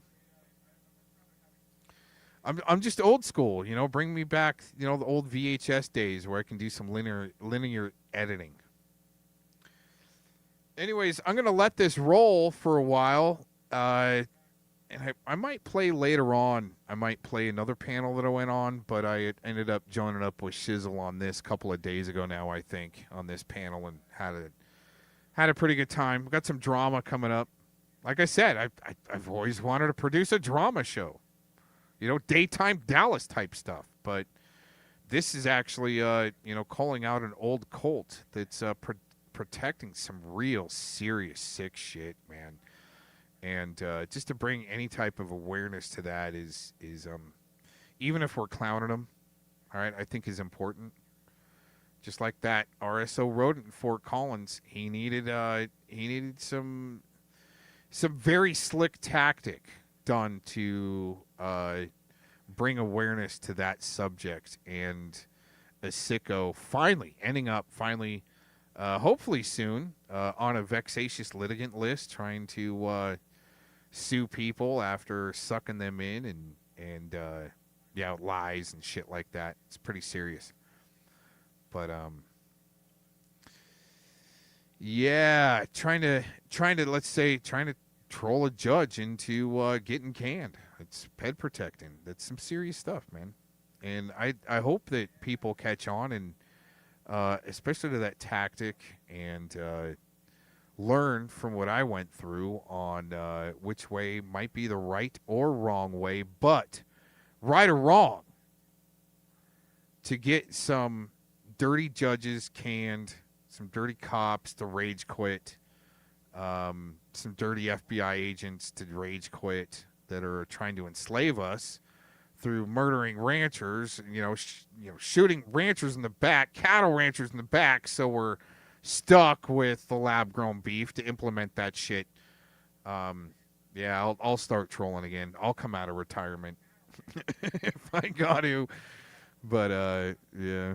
Hey, at least we're not doing like an NV Cap Ryan and a Predward trying to write a manual on how to pred catch and limiting the capacity of the civilian side on what you should and shouldn't do on working a pred to bust them out. Right, Brenda? Right? I mean, the tactic, they're sick fucks. They'll just walk right into you. What are you going to do to get them to incriminate themselves, right? To get them arrested. But anyways, yeah, I'll troll the shit out of them until that point is determined.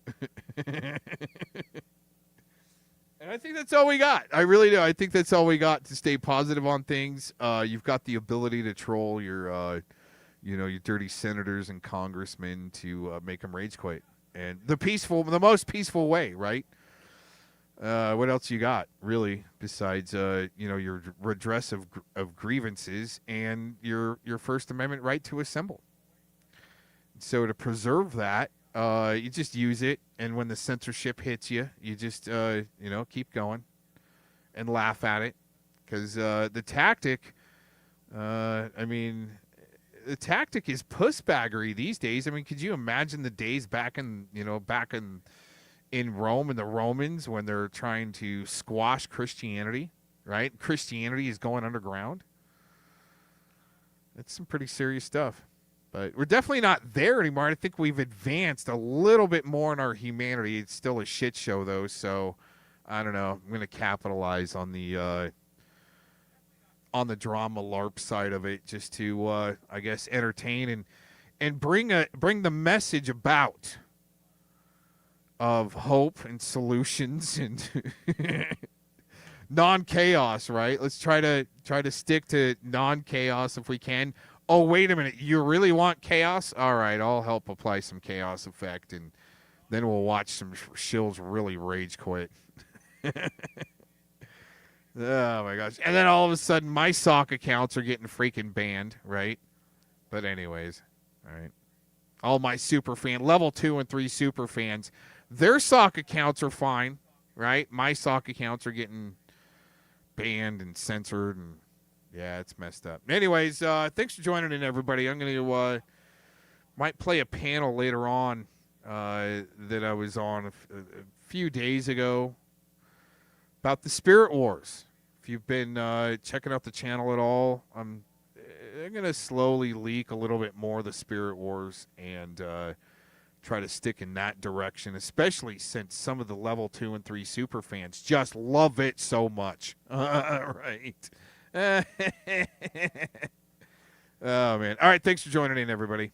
Have a good night, and might be around in the chat for a little while.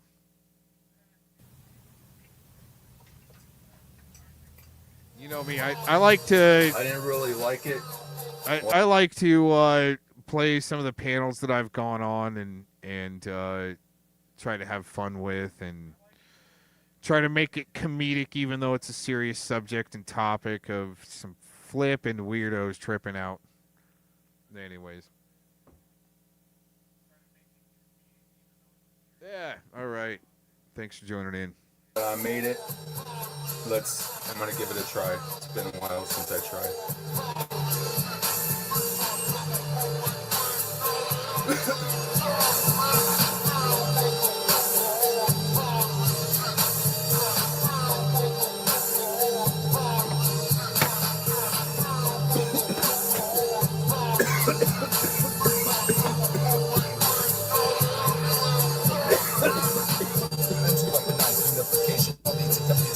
Pacification, shift left, and then demoralize the situation. Establishment could have strategized, amplified, large nations. shizzle ignite, anarchy, cookbook, gonna traumatize agents and presentation, anarchy like red eyes, fuck your monetization, hoping for individual resignation, pointing fingers, chemical exposure, got you headed for the medical stations, hold the representation, police killing the poor disguised by racism, systematic closure, concrete, safe haven for the pussified, it's a jungle, stormtrooping, group looping, always down the run, I'm selling out, fingers pointed, scripted for you to be muzzled, levitation over your name brand, recruitment scouted, path paved out, if you want to solve the puzzle, I decide, fuck, do without will, looking kind of trouble, free will like blood spill, shadow flex, don't call me humble, witness mind rot in the peer review, pigs roam the block, with the back of crews, shit solo away from the flock, this ain't the fucking blues, give me some demand what I got, put on another loop-de-loop.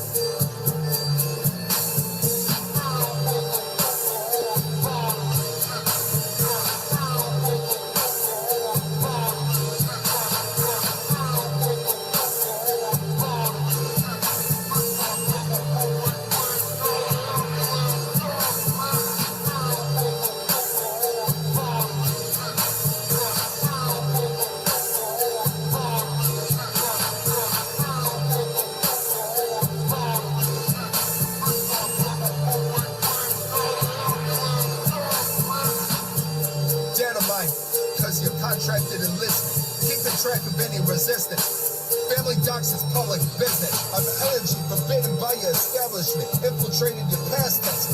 Mandela asked me what's happening. I linger in your present of birth, proved to be a compliant sheep. Analytics, high-minded, peer review belief. Four-corner block border, so call the police. Invite critics, sideswipe, fuck career view, don't blink. Chaos in order, ignite the mortar, claim defeat.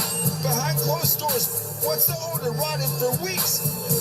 Infiltrate crews like a drug. Fucking choosing. Now burn all your money. Hook up your man because it's funny. You better fucking run before it gets bloody. Put you through a test like a dummy. After that, aftermath, anarchy, mesmerized by Christ. Mentally crucified until you're left to die. Physically sideswipe, depopulate, hate yourself, blame your own kind. Fear-driven, so vaccinate. Question the Holocaust, so now divide. Documents, age, and resonate. Pick sides and debate. Take the script to read your line. Fucking slave, hard take, run to family whole life. With all the habitual genocide.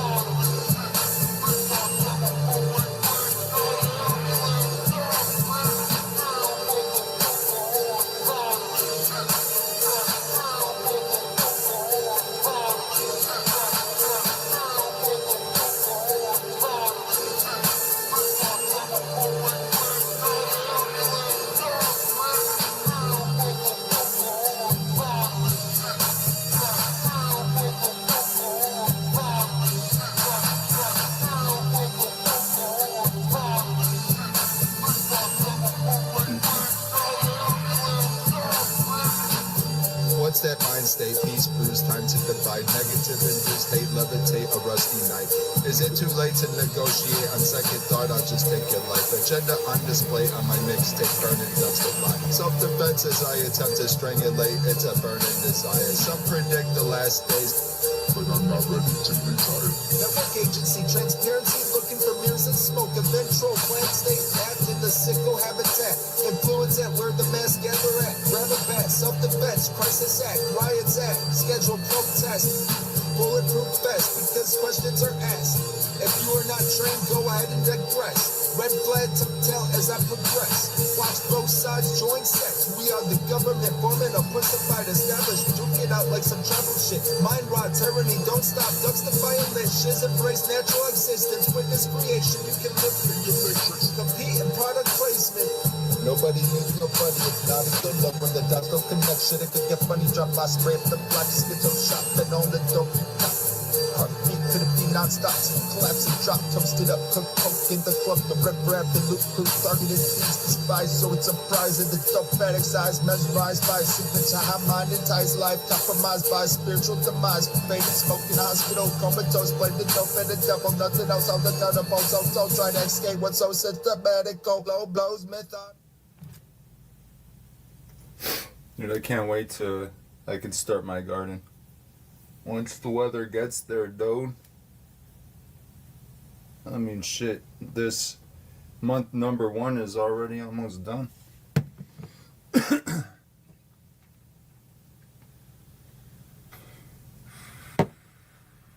I'm gonna have a lot of spinach and a lot of kale and a mix of other shit.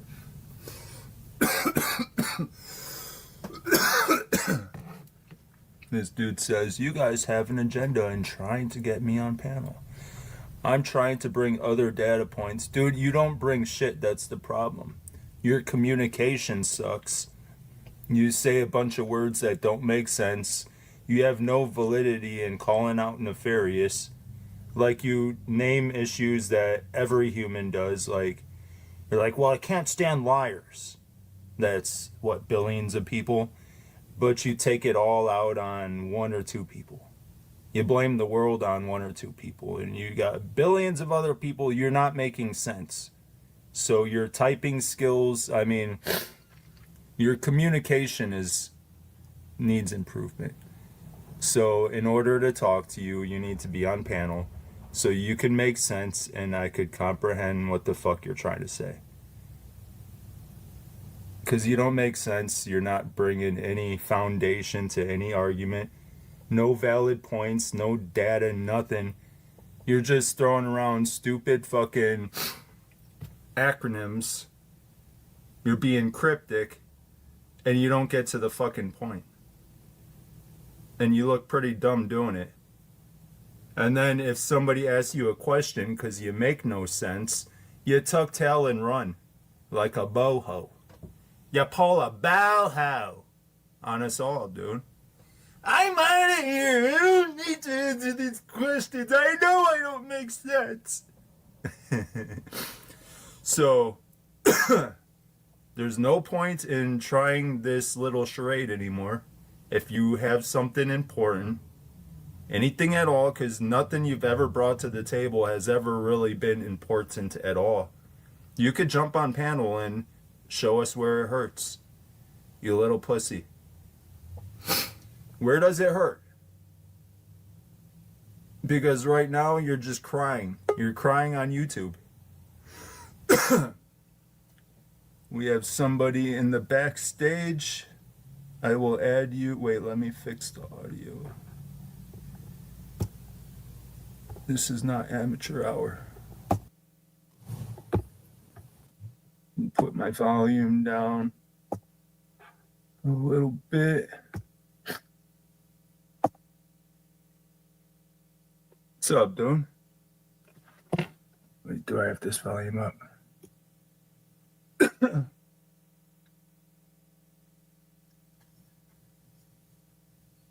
Let me get my headset on.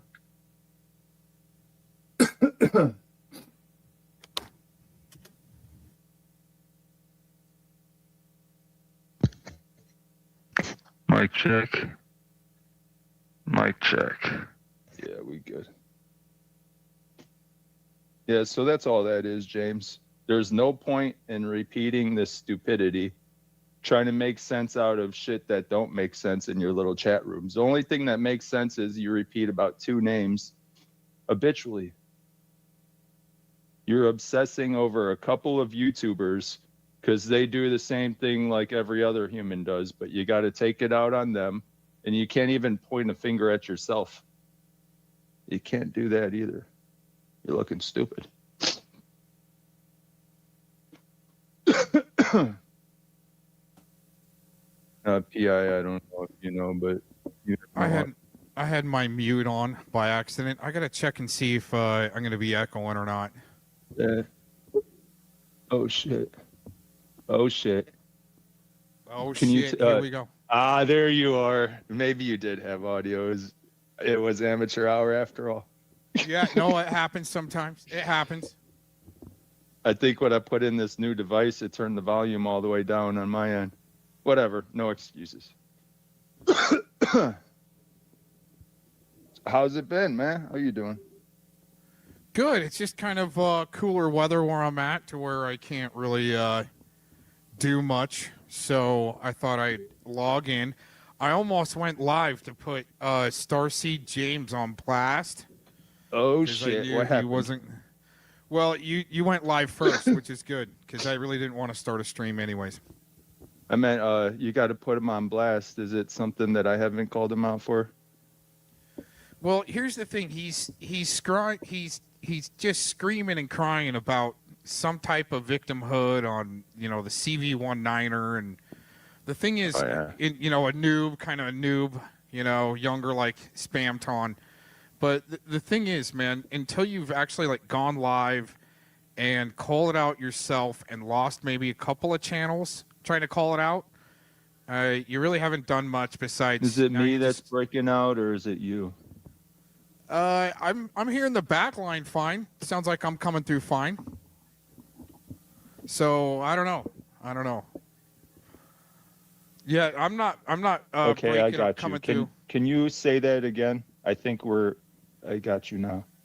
All right. So as far as like Fuck. somebody like actually, I Starseed don't. James being a noob, okay, and if you haven't lost a couple of channels or gone live, but you're trying to tell people you need to call it out, well, how do you know it hasn't already been called out? See, and that's the thing. I freaking have lost like my main channel on the CV19er subject. Okay, there, Hames. How I'm you back. doing for a mic I check? think I hear you now. Yeah, you should be all right. I can hear you just fine. Think I can hear you on the actual stream. Sound good, Shizzle.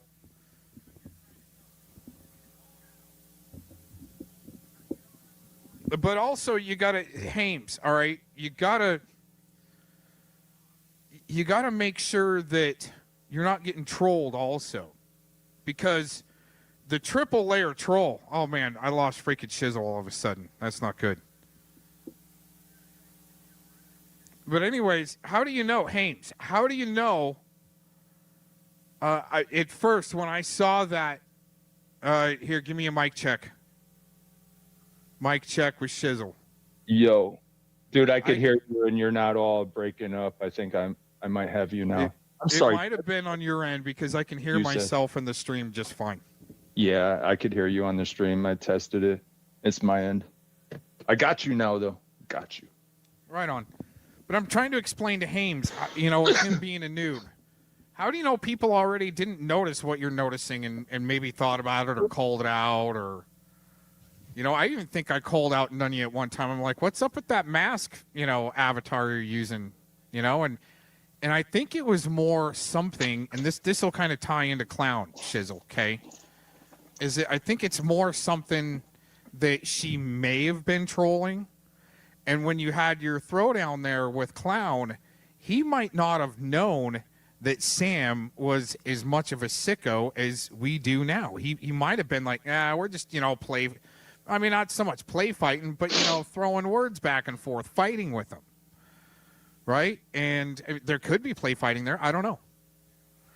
But the thing is, I think, and I think we kind of got here with Nunya too, I don't think they're really that knowledgeable on how fucking weird these people really were.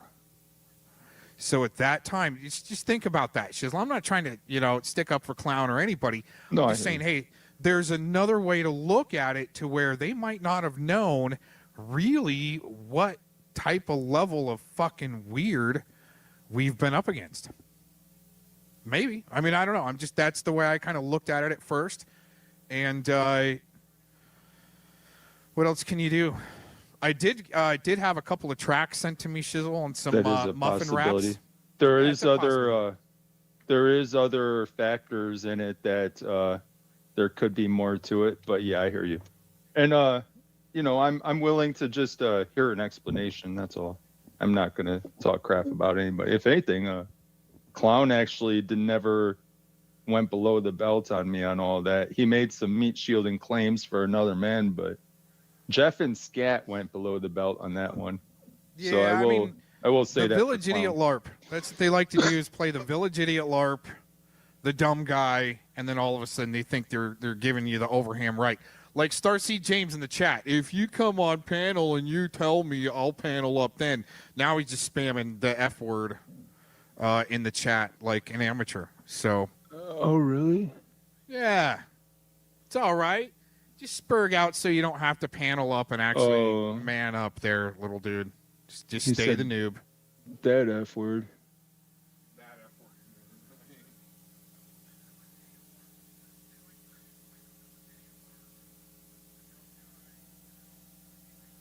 Yeah, I mean, I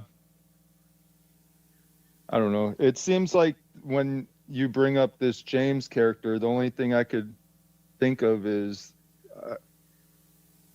probably within the last week and a half, this dude be coming into my channel chat and obsessing over a Nunya and obsessing over this Gomez character. You know, the way I look at it is another Habitually. Another finding bench warmers character and position just being played out. Yeah. I mean, that's really the only thing I could. And then, like, when I ask him, what have these people done? And the best thing he could say is, well, they've lied. It's like, well, billions of people have lied. You know, I was going through You your should stream. Call out your relatives, dude. I mean, fuck. I was going through your stream from yesterday and this morning. Actually, I was looking at all It's that in the interesting. chat room. Yeah. Yeah, it's interesting. Very interesting. Isn't it? Yep. Yes. Yeah. The constant flow of bench warmers and noobs. So you already witnessed part of the obsession that I speak of. You know, I made it about three-quarters, almost about halfway through. Your stream from yesterday. Saw it was going down. The rage quit, but still there later, an hour later. Well, this dude, that ain't the first time. He brings up two names, and it's the same two names as he did yesterday. He's been doing it for about a week now, and he still hasn't shown us where it hurts. Like, why are you crying, dude? What's really going on? It just looks like a bench warmer position where you got Cry to Mama in the chat. That's constantly the constant bench warmer. Ever an MVP. Yep. I mean. And the most dude valuable still player. weaponizes sickos. He likes to weaponize a Dowd, so he's just like, yeah, yo mama. Some pretty interesting action. The continual. I think it's a lot of gaslighting too to see if I'll just panel up. Also, I mean I could be wrong, but it does seem like Starseed James has hit level 2 superfan status.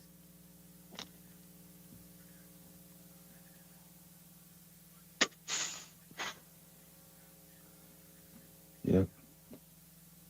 We don't Not much need you can Mad do about Max on this scene. We got Dad of Mine and James. Yeah, just another ankle biting, just dog on the porch when the mailman comes up to put mail through the slot. Oh wait, there's Yo Mama and James right here. I have one serious question for both of you guys. Where does it hurt? Where does it hurt?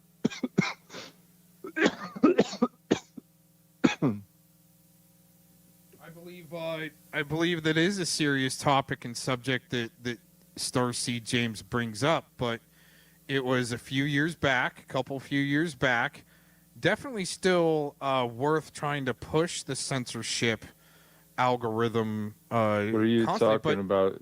The more he weaponized sicko? Well, not only that, but the CV19er as far as being a subject there and I mean pushing it to the point of the algorithm kicking in and taking down your channel and shit like that. But I just don't think people should be making demands from the chat, not paneling up, without you maybe losing a channel or two from covering the subject when it was really important to cover it. Now you're just trying to mop up on scraps that's nothing burgers. But anyway. My only gripe on his whole point is he had to put all the blame on Anunya because the world wore masks. What's the narrative, Starseed James? What's the narrative? You got to call out billions and more people, man. I mean, I saw what you were doing there yesterday too with him, and it's just I mean, it's easy work. These guys are easy work, dude. They're lightweights, especially Scotty Cuccarati, man, and his weaponization of sickos and fucking weirdos, and he can't even call out the dude that he was working with in a dojo. He can't. I want fucking Starseed James to go to all these grocery stores and gas stations and hold a sign and be like, these fuckers made us mask up, fucking assholes, or something, you know, troll them. But he's going to directly put all the blame on Nunya. I can't wrap my mind around that. Like, where's the logic in that? Well, and here's the thing is I will give up, you know that I'll like kind of give up personal information and kind of dox myself a little bit. Yeah. And especially to, help preserve the anonymity of even Starseed James, right? I don't want to know who he is, right? Even that douchebag, right? But here's the thing, Kay, and you're going to totally, like, you can blast me, you can, call me whatever you want after I tell you this, okay? All right.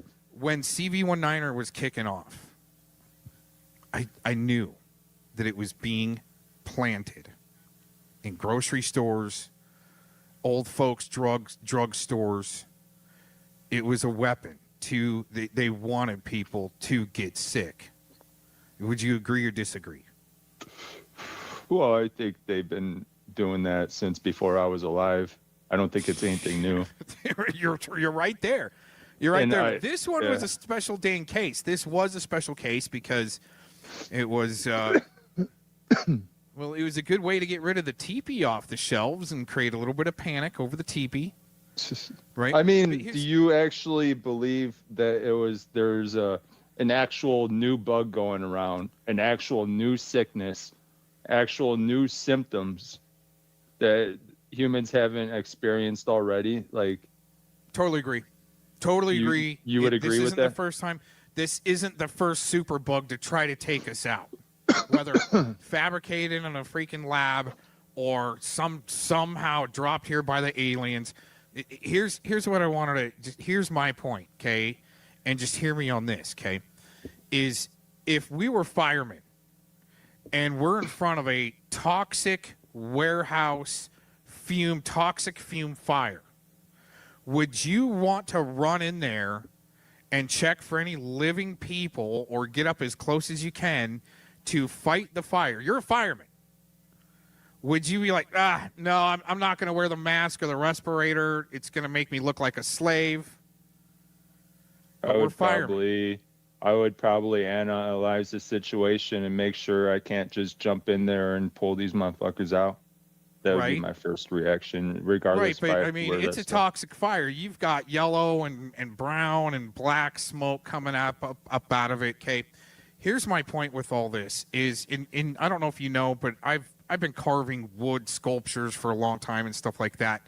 I've worn a mask doing that, and even though it doesn't fucking work, it doesn't cut the dust all the way.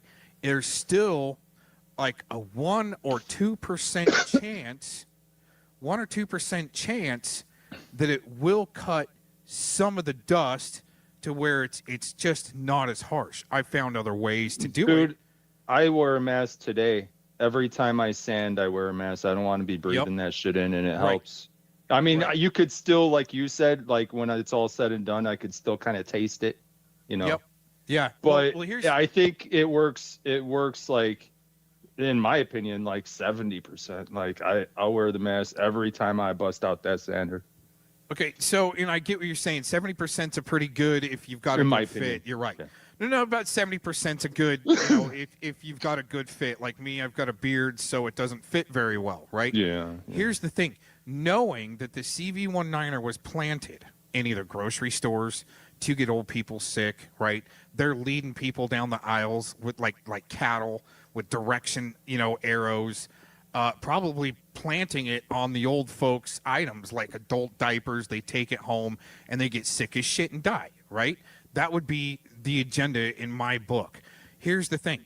Even though I know that the mask isn't going to work, I only have a 1% or 2% chance if I know it's been planted and I go in with a mask knowing it's only going to cut 1 or 2%, I'll take those chances, and you guys can say, oh, he's a mask-wearing slave. No, I don't give a shit. I will take that 1 or 2% chance to not get it, even though it's a Well, can I give you some advice? Can I give you Well, some but advice hold, if you're hold going your to thought proceed before like you that? do that. Here, hold your thought before you do that. But you're not going to see me going down the freeway in the middle of the desert where there's nobody at wearing a mask in a car. You see the difference there? I know it's there and being planted. So I'm going to take that 1 or 2% chance and go, I'm just going to wear this damn mask in the freaking grocery store. But it's not because I'm doing it because you're being told to. I know it's a bioweapon, and I'm going to cut that edge of that 1 or 2%. See what I'm saying? Go ahead. In my opinion, I wouldn't be wearing those fucking things that, that you buy at the store. Like, maybe have a handkerchief or something, or have your own little thing that you could wash. But I would only wear the motherfucker like, 30, 40 minutes tops. Yeah. Then put on a new one, because especially if you're around a bunch of people and you're talking and all that spit, sometimes maybe some food stuck to your teeth go up on that shit. And then your fucking breath is keeping it in the danger zone as far as temperature goes. And if what we're taught in school about bacteria and germs is true, that shit's just growing right there, right in your your mouth and your nose, and a perfect fucking passageway to just get right up in your system. If there's any fear porn, I would probably wear it, and just common sense, man. 30 minutes tops, put on a new one. 30 minutes after that, put on a new one. Yeah, And for me, have I a was bunch only of dipping backups. in. That's my only advice. For me, I was only dipping into the grocery store during that time for like 20 minutes tops and throwing that thing on the way out. You know what I'm saying? But if you know what you're walking into and it's a weapon, I mean, you're not going to go in unshielded. So if it only helps you out, like the 1% or 2% chance of you not contracting it. Now, people can say it's fake and all that other bullshit. No, there was something there with that being a bioweapon. So therefore, you know that it's a bioweapon. You're not going to go in naked on it. But as far as what Starseed James is trying to say, that Nunya was pushing the mask, you're not equating in that 1 or 2% chance that she was also trolling you because she knows that it was all bullshit too. You don't know that. I don't know that for sure, but that's what I kind of assumed after. I think I even poked at her a little bit at that time.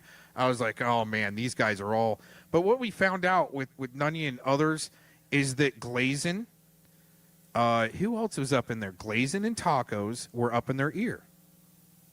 They had to try to recruit and influence people that were influential because, I mean, I don't. It doesn't matter to me what Shizzle might think about Nunya or whatever. I'm not going to try to change his mind. Just like I didn't try to change his mind like Dacone. I just provided as much evidence as I could and let people make their own decision.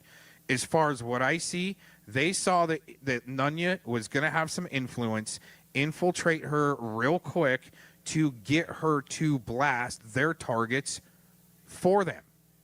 Oh, by the way, I don't have any issues with Nunya. We resolved them. And yeah. I mean, it takes a while for people to kind of see through some things, and who knows? I mean, who knows? We could still all be, getting worked by COINTELPRO that's working with Matt Zaccarino, right? Just like you did play with Clown, right? All of a sudden he got pissed. But my first initial with Clown and that Sam Clinton situation, Matt Zaccarino, is that he didn't realize exactly what we're up against. Not even the people seeing what Predward was able to pull off. They're just going to go, I talked to somebody today that was not convinced that we're up against a state actor type network, big networks, where they're basically, my opinion, they're being inserted into the matrix after they take a flippin' plea deal. So it's like, same with the rodent. He's always said something about it's a military grade psyop. It might be. But I talked to somebody today where it's like I I often don't think even, that it comes higher up in the pyramid, and I do think it's an agenda. What did you said you talked to somebody today? I cut talked you to off. somebody today where they're just like, there's no way it's state actor stuff. These guys are just stupid. And I was just like, that's the perfect cover, though. These guys are just cannon fodder for a cult or an agenda or a government operation or whatever. It's just Or the all funny the thing above. is I could play with the word state actor Oh my and gosh. flip it onto the term, not the word. The word state actor, and I could flip it onto billions of people. So, Yeah, because it's we're being all groomed to programmed- that shit. Yeah. being programmed to wear that mask by influencers. But I'm telling you, if you think Nunya is the only influencer out there to do it, or you're only blasting her because she's part of the pred catching community, she doesn't complain. She doesn't claim to be a pred catcher, but she sure is damn good bait for freaking idiots like Starseed James, Vic, many others. That for some reason I tried to ask Starseed James, dude, is Nunya your only target? Can't answer. Right? So why? Oh, why I is- got an answer. Go ahead. He says that she does not deserve to be in the pred catching community because he holds the standards and he's the gatekeeper for the pred catching community. You know- he didn't you say know who that else- exactly, but if you really listen to the detail in his words, that's what he meant. You know who else was trying to gatekeep like that? Their Hames was Predward and NVCap Ryan were trying to write a book on the standards for pred catching. Huh. That's no shit. You don't remember that? I didn't listen to or watch Edward at all. So, Okay, I didn't so- talk to him for like a year or two before I heard that nefarious shit. Then Right, I found right. his channel. Was like, what, dude? Like, a long time no see. What the fuck have you been up to? So I So wasn't his- following him. I didn't know he was a pred catcher up Okay, until so after well, he really everybody wasn't. showed paperwork and shit. He really wasn't. But the thing was, is drama, when yeah. he went to jail, and his charges, his first round of charges were already dropped, he goes to jail. And his claim was that he was going to go in there and spend his time writing this pred catcher manual on what the standard should be. But No, you know I what he don't did think I've instead? seen that. No, you know what he did instead? He was sitting there with 10 freaking 15 different people on the phone conspiring on recorded lines. He even brought me up and they dropped all the jailhouse phone calls on his ass. He wasn't sitting there writing a pred catcher freaking manual. He was snitching for less time and to get off and make it look good. 21 days for meth possession and paraphernalia. And the whole time he's conspiring on the recorded lines. And like then a some type fucking of idiot. immunity with that Florida trip too. Maybe, possibly. Well, there's a reason why he was falling asleep with his pants and boots on. Boots to cover it up. His ankle monitor. More than likely. I'm saying 99.9%. That's why he was going through meth withdrawals In and Florida. puking in Florida. Pants and boots. On a couch, not taking off his boots, not showering. And then all of a sudden Mr. Rubber Titties gets Maybe it was like arrested. January or February. Do you remember the date?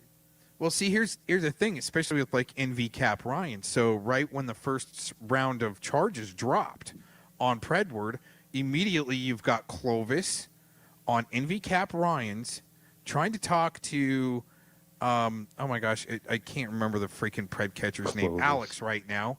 Right. And she's doing damage control for Predward. And just the other day, Scotty is proclaiming, oh no, as soon as Clovis found out, she dropped him immediately. No, she didn't. The clip is out there that she said that she would use her inheritance to back Edward and anybody he wanted to sue for slandering him on this CP suspect drop. But that's the thing, though. For these assholes to cover like they are, all of a sudden Scotty's saying, "You gang stalked Kim." Oh, you dumb motherfucker, right? Or That's he's some- trying to go on Jeff's panel right after Jeff boots me and say that Shizzle's fucking gonna drive to his house and harass his wife. I mean, that's like almost the same type of. Dude, where it's at right now, though, is Dowd and Glazin in a channel strike war, full blown, I and don't it's get it. hilarious. They're Can you striking elaborate? each other's. Daniel Dowd and Glazin Dean are in a full blown channel striking war where they are striking each other for bullying and harassment. And she is striking. She was going through, and I even unsubscribed from her channel. I'm like, all right, I'm just gonna go do a check. What's Do we going know on? that they're really doing? Are they showing screenshots of? Yes. No, in real time, striking each other for bullying harassment. Glazin was striking Daniel Dowd last night every 3 minutes in his live stream for bullying harassment. Because, you know, what was funny is Dowd was actually doxing, like, her house and shit like that. Right? And she's flipping the fuck out, striking his channel for bullying harassment when she's done the same shit, showing my house on Southwest Jeff's channel. You see how, like, it's just, dude, all you got to do is kick back. You set them up, right, to, you know, is the bait, basically, is a decoy. And then all of a sudden, they're doxing the shit out of you. And then they're striking somebody else for striking you know, for doxing them. And then you just kick back and watch them freaking take each other out. Dude, she's like one of those people that, oh, it's all fun and games till it happens to you. Then you got to Oh, my fucking God. cry us all a river. Oh, and dude, act if you all were to play fucking that, like, you don't deserve it. dude, if You're you a were to play that, victim. it's hilarious. These two preds striking each other, striking the shit out of each other. Daniel Dowd was showing on his stream, mirroring her. He mirrored her, striking her. Then she mirrors him later, striking him. It's a full-blown war, dude. But people that have done a lot of the harassment to begin with, now they're striking each other for the same shit. It's hilarious. I don't know what to make out of that. I always Just- assumed they were in the I'm same just trying camp, to tell you. but yeah. Well, yeah, no, exactly. But, you know, it might look good on, you know, them taking each other out and then their characters end. There you go. They created enough chaos. They're ineffective, though, really, and their characters go away. They've done too much. Who It knows? would probably do humanity a favor by taking those characters away from the public, in my opinion. They're both one step away from a freaking padded room and a straitjacket. No shit. Yeah. And trans boys with rubber titties. Oh my gosh! I Yeah, love seeing that they really like the way they did damage control on that was. I mean, it was nothing I've seen before, but it was still a really good attempt and downplay it the way FCC downplayed it to Scotty. Even I got that right. It's just amazing to watch them, but. I'm just telling you, just kick back, keep doing what you're doing, and watch them just fucking flail around, man. Dude, you know what takes the cake, though? Not counting Scat clearing Predward. But you remember Blazin cleared JT Colfax? God, I got that clip, dude. It's, I mean, but That it's, takes the cake for me on, like, some cold case shit that, how do you clear that? well, it's still okay. So who knows? Kind of the same scenario. Maybe Glazin doesn't realize how slimy that side is, unless she's just that slimy. So you don't know. We weren't there. You don't know what somebody's trying to think, but oh man, you gotta. I'm telling you, you gotta watch Glazin and Daniel Dowd in their strike war. It's hilarious. And much do like it's just desserts. They're just obliterating each other. Finally, it's like Does she even, or does he or she or whatever it is, Transboy 11 even call out Daniel appropriately to Shizzle Satisfactory? Do you think? Because I haven't heard any of this shit. I didn't know they even talked to each other, but I'm not surprised. No, they're not really even talking to each other. They're mirroring each other's streams, blasting each other, and then striking each other for bullying, harassment. So she don't even call him out. Is it just like dox wars? She kind of did. Yeah. You're more right about that. And more of a dox war, and then he says it's like speculation. But the thing is, for like Dowd and Predward to say you're just harassing me, that's not what happened. Bitch, you still, dude, there's some type of a plea deal there to get a lesser charge to where they're both not still in fucking prison. Let's set the record straight. I've never seen anybody harass either one of them.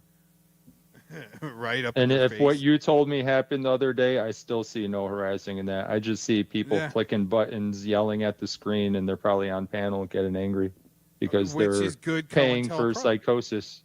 No, that's great COINTELPRO to beef up the clicks and views over fabricated play fights. They're on the same People team. love that shit. That's how you recruit new squids. Abso-fucking-lutely. Then all of a sudden you get Tooth Fairy. Whatever. Whatever. Right? As the other side of the COINTELPRO coin there, right? Oh my god.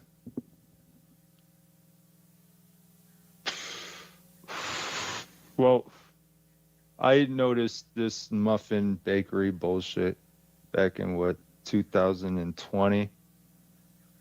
And I could say, what is it, 2026? Been on YouTube for about 8 years. I've noticed about 6 of them years that these scripts will never change. And you could play shit from these same people, 5 years ago, and it's the same thing. I've actually got a track. It's the same.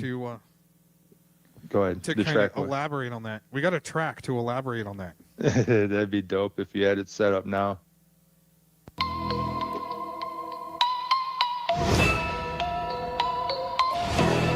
In the dark with a comment stain, that's the muffin gang pulling every string.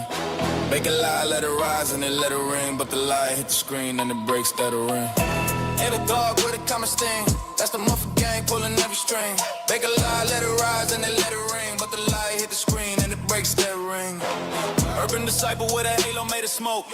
Preaching truth while he edits every quote. Scotty Cuckarodi cutthroat with the frames. Please a second out of kind, just call it proof, no shame. Angela G with the grin and the subtle little jab. Telly on the line, feeding scripts to the chat. Crafty cat, scratch track, perm poison in the mix. Mabadree steady spelling rumors like a list. Yeah, yo, mama loud. Throwing mud for the thrill. Spit fire, sending no garden gates of the hill. All clocked in, all paid in attention and fear. Muffin man in the back like, bring him over here. They don't argue the facts, they attack your name. Turn a spark to a fire, then they fan that flame. Laugh track, cruelty, thumbnails drenched in blame. Same play, new day, just a recycle game.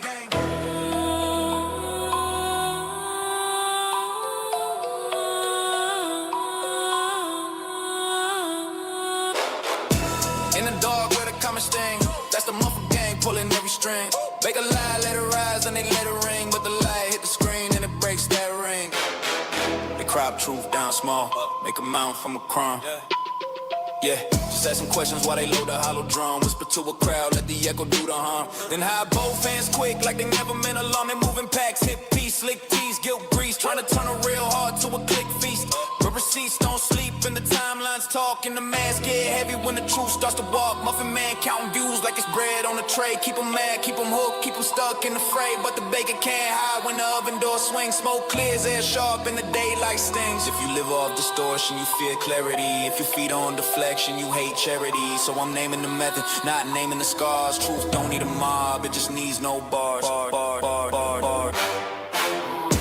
In the dark where the common sting, that's the muffin gang pulling every string. Make a lie, let it rise, and they let it ring, but the light hit the screen, now it's silent, silent.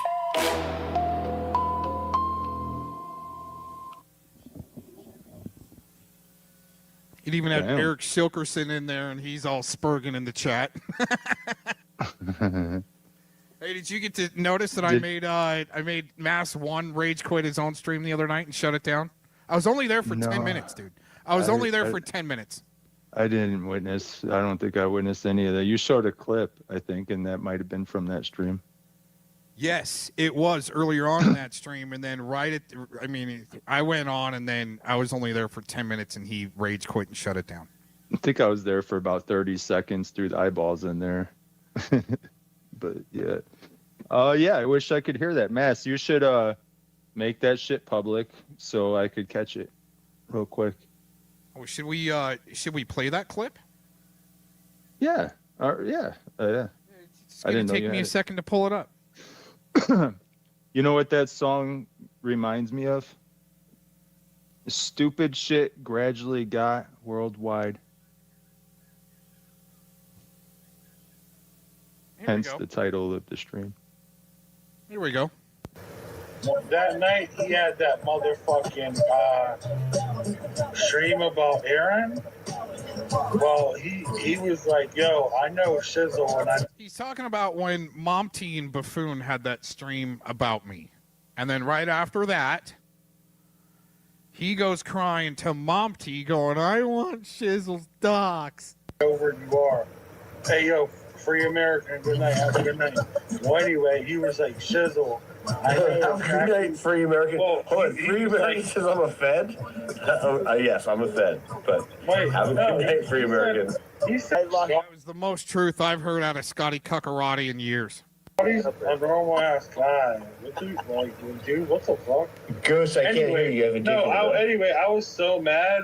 I asked Monograph where the Shizzle live and shit. I really did. A tent? I don't know if you can dodge a tent. No. He said he knew. No, he knows where Shizzle is to an inch of where he sits. I was so mad, bro. He knows where I asked Monty where Shizzle lives, dude. Like, I know where the fuck Shizzle is. I don't even think Shizzle lives in a tent. He probably. Isn't that a good flex, though? I know where you live, man.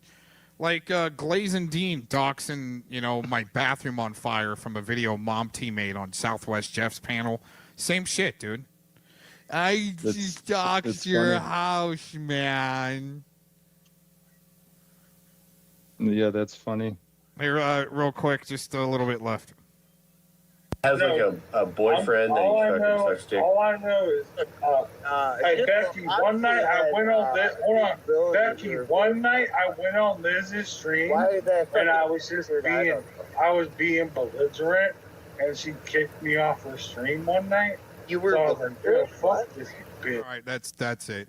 But yeah, he went and snitched on Mom T, and that's what I brought up to him when I went on panel. I'm like, did you cry about other people being snitches and shit when you're the biggest fucking snitch and you hang out with them and shit like that, going and crying to Mom T? You didn't have a clip of that, though, do you? Well, I mean, it was just earlier on this freaking stream. I just wanted to go up and troll him, and I didn't know he was going to rage quit, like, more quick than Eric Shilkerson. I mean, Eric Shilkerson at least lasted like 15, 20 minutes on two of my panels before I could get him to rage quit. He rage quit his own stream in like 10 minutes with Scotty there.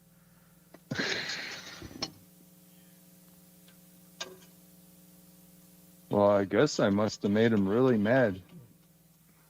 I don't know. Well, it's more about being annoying to them, and you won't go away. So it's like, why do I need to go? Why does Shizzle need to shut up? Why be doxxed and shit like that? I have a question though. They're the ones that all came crying to me.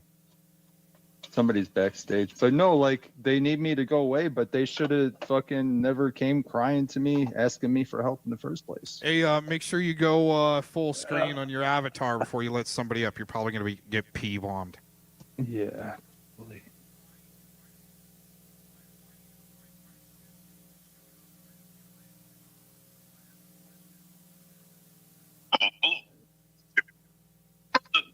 Barack Obama. I'd just like to say, there's an armed robber in the house, armed robber in the house, armed robber in the house, armed robber in the house. Sponge Rob is in the house, Sponge Rob is in the house, Sponge Rob is in the house. Hey. Yeah, you failed, bro. You were too slow. Did he try to get you? I mean, I didn't see anything, but I don't. There. What did that say? Armed robbers in the house. Is that what it said? I couldn't hear. So I think that they just played that because they were too slow and dipped out. Oh yeah, maybe. Or maybe they just can't do tracks like this from really good artists.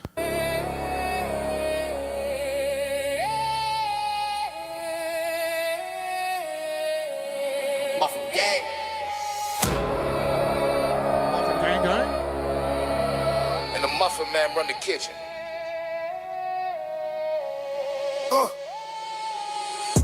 Muffin gang mixing up narration, sugar cold lies, call it fabrication. Clip it, flip it, push allegation. Try to turn a name into defamation. Having that takes fake verification. Crumbs for the crowd, mass circulation. But truth don't fold for no inflation. I don't buy the glaze, I need validation. Muffin man a leader, he beat whips better. Algorithm baker make the headlines fatter. He frosts up the talk, make the smell look flatter. But when facts pull up, all that fluff gets shattered. Mass one, fail rapper, stale verse expiration. Red hat soul beef causing new creation. Man, how can such a fresh track know that Mass One is so damn stale? Urban disciple, quote twist, lost translation. Turn a sermon into clickbait temptation. Scotty Cuckaruddy, cookie cutter presentation. Same tough talk, different mass, same rotation. Spit fire, sending no smoke screen demonstration. Pull a fire alarm, then dodge explanation. Yeah, your mama jokes turn sharp, whole crowd vibration. Laugh track cover for a dirty accusation. Tony, it's time to wake up, hit notification. Stop sleepwalking through a scripted manipulation. They want street rules in a comment section, but that's not war, just misdirection. If you can't prove it, that's not correction. That's a lawsuit, shaped projection. Muffin gang mixing up narration, sugar cold lies, call it fabrication. Clip it, flip it, push allegation. Try to turn a name into defamation. Poor dirt farmer throws shade from the grain. Says I'm just planting seeds, but it grows in the stain. He sells hard truth, but it's rumor in the chain. Bake fee into the feed, watch it spread like a flame. Glenda got gossip, sticky glaze talk. Just asking questions, then she bay walks, raise walks. Mr. Jones got photos, selected receipt stack. Cuts out the context, then he calls it a fact pack. Muffin gang moving, quiet coordination. Whisper campaign and public detonation. They don't need proof, just loud reputation. Till the truth steps in with documentation. I'm not here to slander, I'm here for separation. Facts on the table, no exaggeration. If it's not verified, I'm changing the conversation. Keep your muffin lies, I'm done with defamation. In this kitchen, rumor is cheap, truth costs time. And if you can't back it up, don't speak on mine. Muffin gang mixing up narration, sugar cold lies, call it fabrication. Clip it, flip it, push allegation. Try to turn a name and then defamation. Crumbs for the crowd, mass circulation. But truth don't fold for no inflation. No glaze, no gains, full validation. YouTube streets, but I'm done with defamation.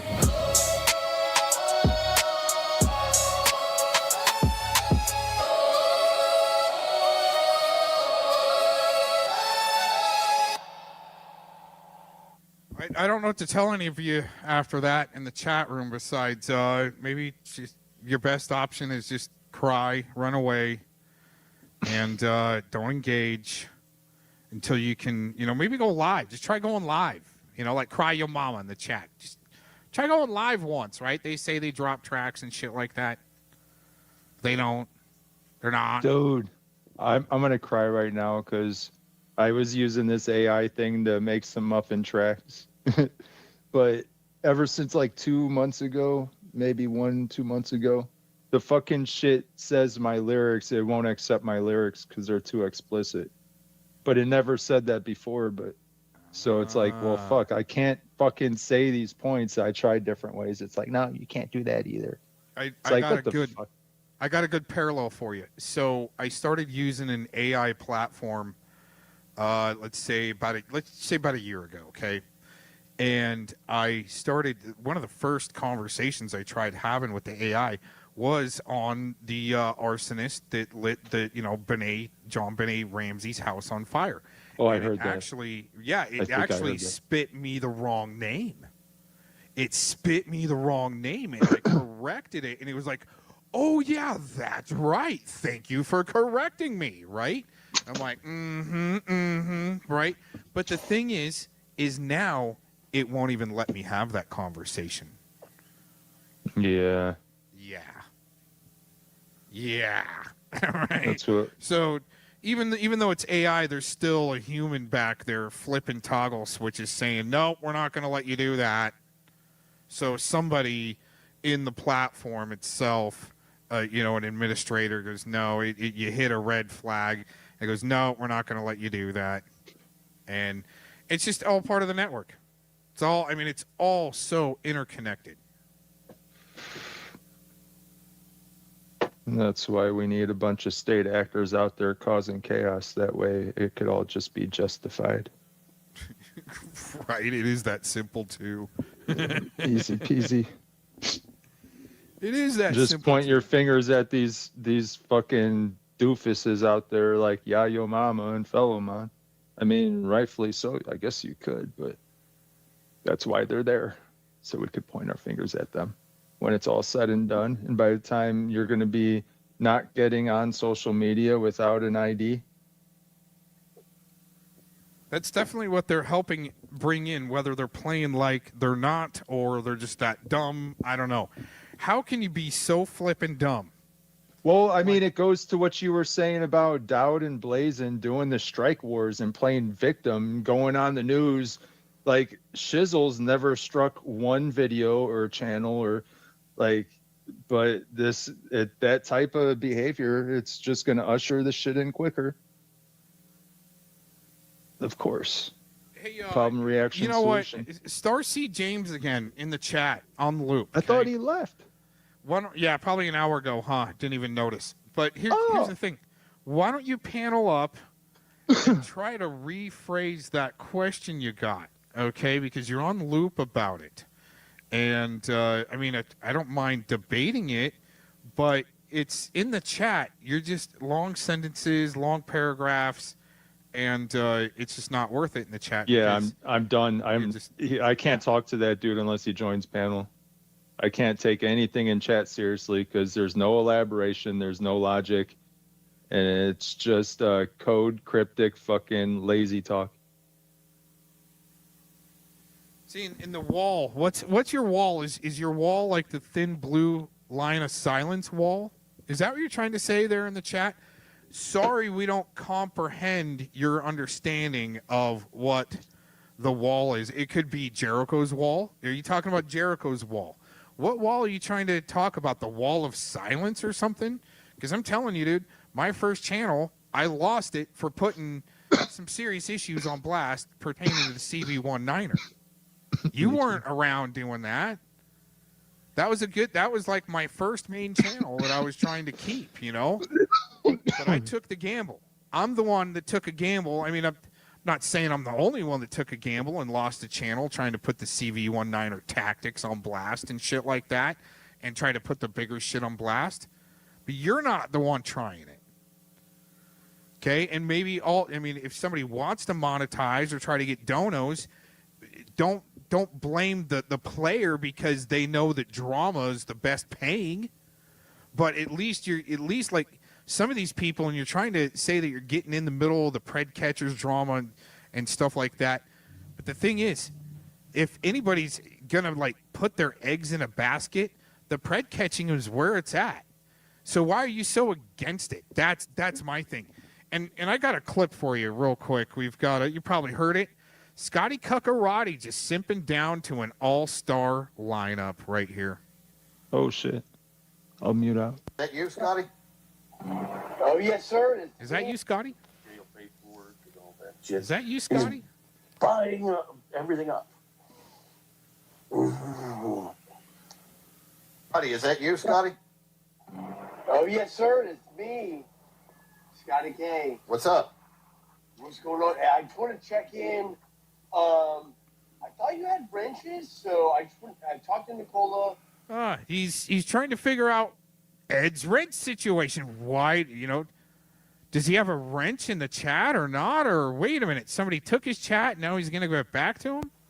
Plus, you have an all-star panel here. I would love to We're making All-star panel with JT Colfax and Jen A. AIDS jokes, Holocaust jokes. So this is right up my alley. I didn't know it was like this. Yeah. But Well, come on. Jen A. I would like to Jen A. talk about Vic and some things. I don't know if I'm allowed to speak freely, but I just want to know what He's simping down. Is it okay, Pledwood, if I talk free on your channel?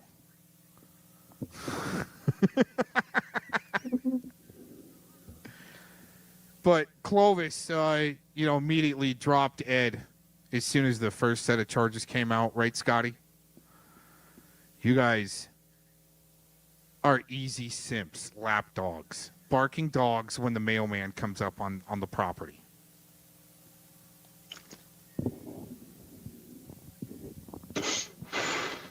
It reminds me of a stream Bellomont had. It was before, I believe, I have the timestamp for it. I'll find it later, but I believe it was like right before this one that he jumped on right here that you played. Same chronicle order. And I jumped on Felomon's channel and it was Scant, Felomon, and Nicola. And I noticed that they were obsessing over a Shizzle and a Gomez. And then I was like, well, what about this Edward guy? This shit was like kind of brand new to me. Like I didn't know anything about it up until that point, kind of. And I was like, did you question any of them? And they're like, no. Yeah. Or did you question Predward? And they're like, no. Each one of them said, no, I did not. And then they admitted that they're trolling a Shizzle and a Gomez because they go after liars. But they won't question a Predward. Interesting. But that was the same stream that Felomon, right at the beginning of it, he said he got stalked as well. I don't know. Just interesting. They choose to go after some type of targets for fictional lies, but they don't question people that they think is what did he say? A big panel or whatever he used for the term of how important that panel was. An all-star. He said an all-star panel. That's some all-star shit right there, right? Got it.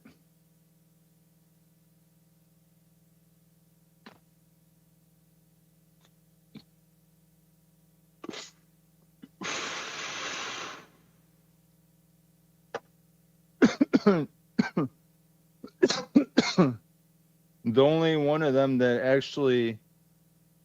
really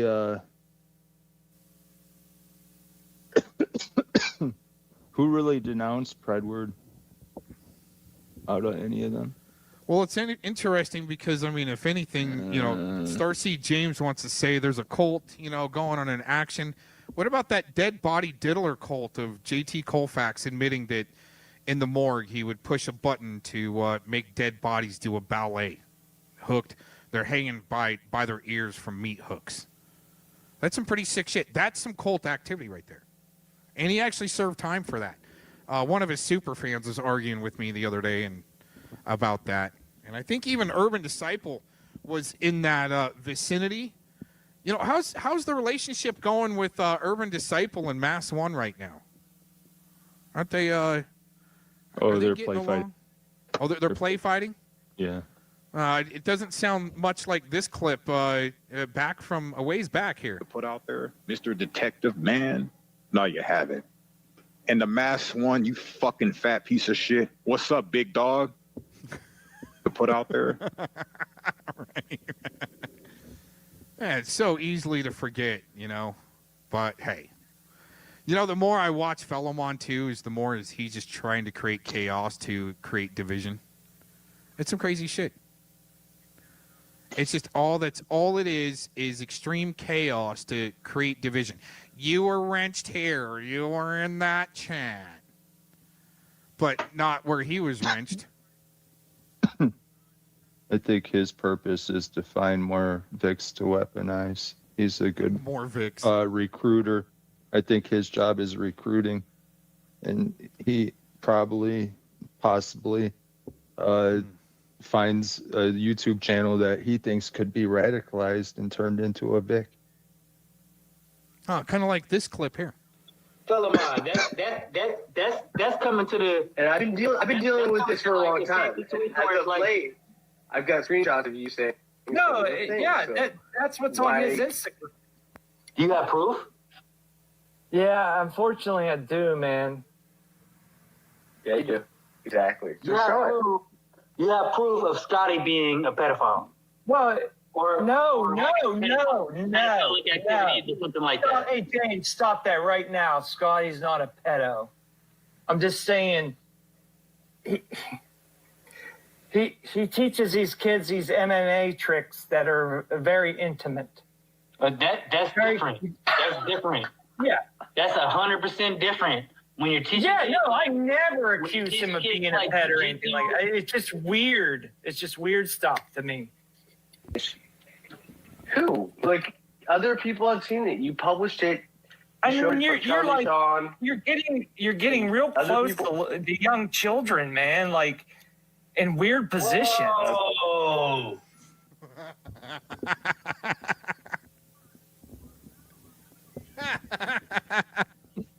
I hear he had Bellman had photos. Well, it was Scotty uploading it himself, and that is some predatory activity where you just put it right up in people's face. It doesn't look good. Doesn't look good. Especially the way Philemon sucked up to him. They were attacking people together. He had Scotty had Predward on, Vic on, and now he's trying to get the RSO Rodent on. And they've done, all three of them, is just sit there and lie about me. So what is that saying? That 3 times the pattern. It's not good. Especially, why didn't he put all this effort into destroying Mark Connors? He didn't try to get Mark Connors on his panel and fight with him, or go on his panels and try to fight with him. Well, you know what? He told me that he helped get Mark Connors fired. Him and a group of SJWs that were working for the place with these people. That Mark Connors, that story they all grouped up and conspired to snitch on this Connors guy to the bosses. That's his story, his testimony. It keeps on changing. That story right there. That story is 2.5 years old from when he told me about 2.5 years ago. It keeps on changing. Then it changed that his coworker got him fired. Then all of a sudden I've got his words recording saying that Mark Connors' girlfriend and her kids would come watch him at matches, and she even taught those kids. But he wasn't doing it. Nothing to do with Mark Connors at all. Nothing at all. But the girlfriend and the kids were being taught by Scotty, of this sick fuck.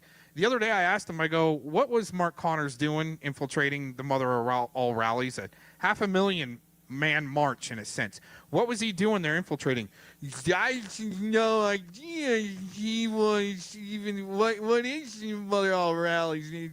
And a Brady Viley, what's that?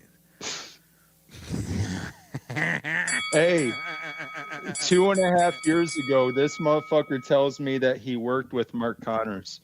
And then about 2 months ago, maybe 1 month ago, I don't know where he was. He went on the Urban Disciples panel, right?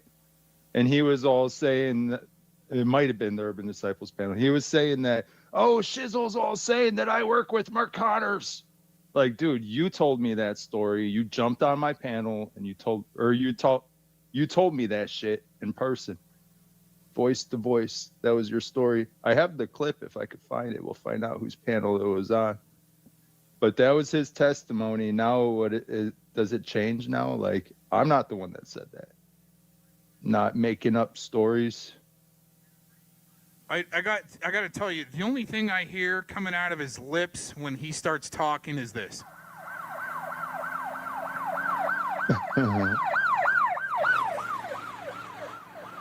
Call the cops. But Mass One don't hang out with snitches. So with that logic, if I tell you something and you'd be like, oh yeah, Shizzle said this, I have no right to get mad at you, right? Unless like we were talking in private. I was like, dude, can you keep this a secret? You know, this is all-time secret. Please don't tell anybody. I just don't get it because do they think that people aren't going to capture their words? It was funny the other night. Mr. Jones was watching a Fellowmon video actually of him putting Scotty and somebody else on blast. It was Scotty, James D, and there was somebody else there. Probably Mighty Buffoon. I don't know. I think there was 3 of them on camera and stuff like that. It was so funny. Mr. Jones was in James D's channel in the chat room saying, I bet you Cox is having a coxgasm over recording this. I wasn't recording. Guess who was, though? Fellowmon. Oh, man. Anyways. This is not a LARP. I bet you Fellowmon records a lot. I bet you he records a lot. He probably stashes it all on YouTube. You know, yeah, many different unlisted, channels. Private. Many Maybe different even channels, private even channels with like, you know, with my likeness in a sense, or trying to, you know, be a Gomez character or something like that. But when I make a fellow Bin Narkin channel, that just got taken down recently. Oh, and he's the one screaming censorship, everybody. Censorship. Didn't you say that happened like a week or 2 ago? Yeah. Yeah. Yeah, I mean, I don't know how long actually it had been down for. I just noticed it about a week or 2 ago. I'm like, damn, that channel got taken down. Damn, Fellowmon, you little bitch. What up, baby fist? Yep. You'll have that. That's the name of that channel though, that has like a chime, and it's based off of Logic. Well, what's interesting is I was actually going through his community post a couple of days ago, and about 3 weeks ago, maybe around the time when that channel was taken down, he had to plagiarize something about maybe a Gomez Bin Narkin, something like that, after he gets the Fellowmon Bin Narkin channel taken down. Fellowmon, if you're here right now, name one person that needs to be narked on. Just name who you want to be narked out. Who deserves to be narked out, Fellowmon? That's I'm giving the you gang. a platform. That's the serious level of criminal level gang. The others.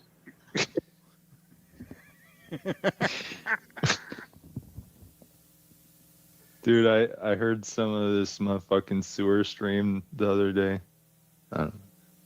Actually, I'm not even gonna say anything.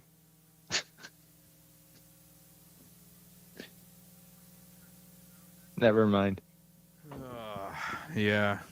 I think I just got one thing left to say. We were live. We were live. That's a good alibi. Good alibi. All you have to do is start a live stream, then it wasn't me. And if it was on the live stream, all you gotta do is book burn that shit.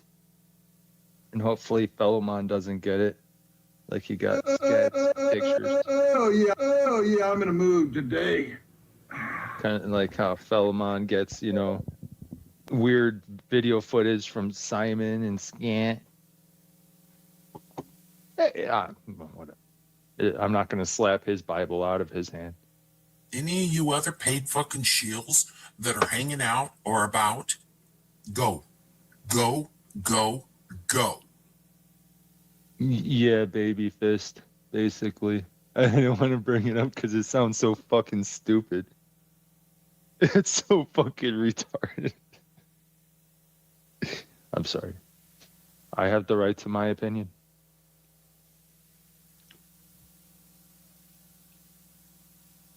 But hey, I'll just sit back and watch.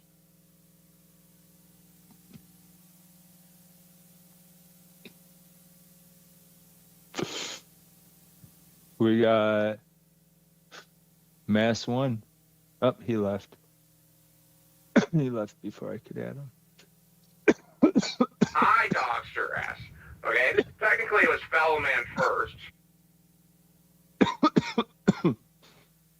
Well, hey, I would agree with him. Technically, it was Feldman. Feldman doxed her ass, so she's already been doxed. Now you could see all the people with cruel intent, the way they follow suit, be like, oh, you're one of those sick fucks too. Trying to desperately reach for real life. Ho ho! Shizzle, have you heard this this interview with JT Colfax? Listen to what this MFer says here. These were giant, and all the bodies were hanging by their ears, and then they had like dry cleaning plastic over them with little scribbles written on it. Oh my God! Jesus. Is that the normal way to store that? But like my partner, he would be out in the warmer. It's freezing in there, absolutely freezing. He'd be out in the warmer part, but it's still damn cold, filling out paperwork and all that. Because usually I did all the paperwork, but here I would always go in there. And once we dumped our cargo, as we called it, I would go in there and keep pressing the button that made them spin around like he would be like, "Will you stop that?" It's like a ballet. Just playing little music. My God, if you could have a line out the door to pay for it around Halloween, you'd make a fortune. Yeah. Oh, wow. That during the LA period, I took photos of some of these. Took photos of some of the dead bodies there. He did get convicted of that. There, Michelle, the super fan. One more. I really like this one right here. Oh, hey, we got to ask you the question that we ask all of our guests right off the bat. Did you do it? What? Did you do? Did you do? You know. No, I didn't. Of course not. Okay. Go on. Just gotta I was in Vancouver. Vancouver. Oh, wow. A little hesitation there. I don't like how they didn't ask the actual question, which makes everything else irrelevant, which sucks really bad. Just kind of blow it off. Is some comedy bit. Let's listen to that. The way they were laughing at the fucking body part, it was the hosts or the interviewers. Yep. Go ahead, play it. Yeah. No, you're right. Yeah, let's catch this in full one more time. What? Did you do? Did you do? You know. No, I didn't. Of course not. Okay. Go on. Just gotta I was in Vancouver. Vancouver. Oh, wow. Well, he was in Canada, Bobby. All right. I lived in Canada, where Saskatchewan for a time. Mm-hmm. Oh, hey. Yeah. I went to vacation in Canada one time, just to get it off the subject real quick. Yeah, how was the bus ride there for the train? Yeah, I mean, what exits did you get off at? How is it to lose a whole state in your alibi in the route? One more time. Oh, hey, we got to ask you the question that we ask all of our guests right off the bat. Did you do it? What? Did you do? Did you do? You know. No, I didn't. Fucked it up, man. Okay. Fucking it up. I was in Vancouver. Vancouver. Oh, wow. Well, he was in Canada, Bobby. All right. I lived in Canada, where Saskatchewan for a time. Mm-hmm. Oh, hey, we got to ask you the question. Wow, interesting. He couldn't remember if it was Vancouver or Portland or there for a second. Yeah, Oregon. Yeah. Vancouver, Washington, maybe? There's a Vancouver, Washington.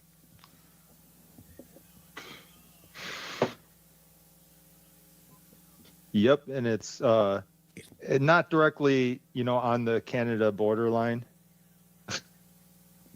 Yeah, Oregon. You missed the whole state there in your alibi, bud.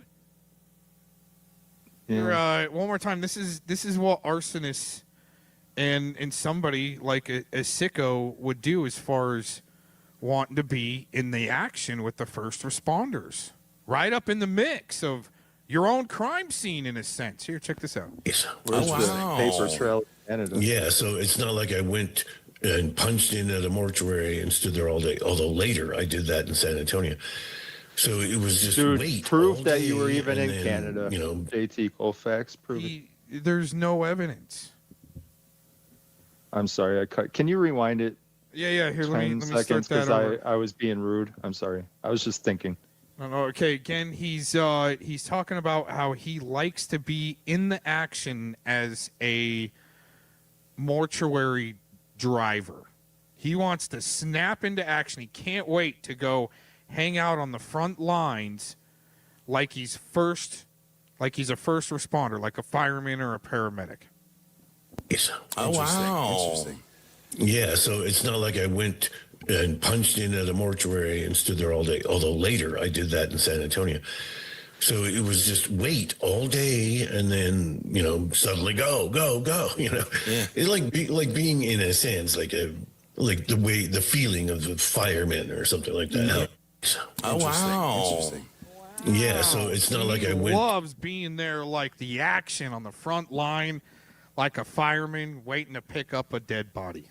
So he could take it back to the morgue, put it up on meat hooks, push a button to where it twirls it around in a nice little ballet.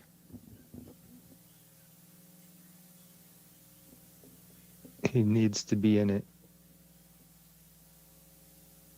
Which is, it might be, a lie, but.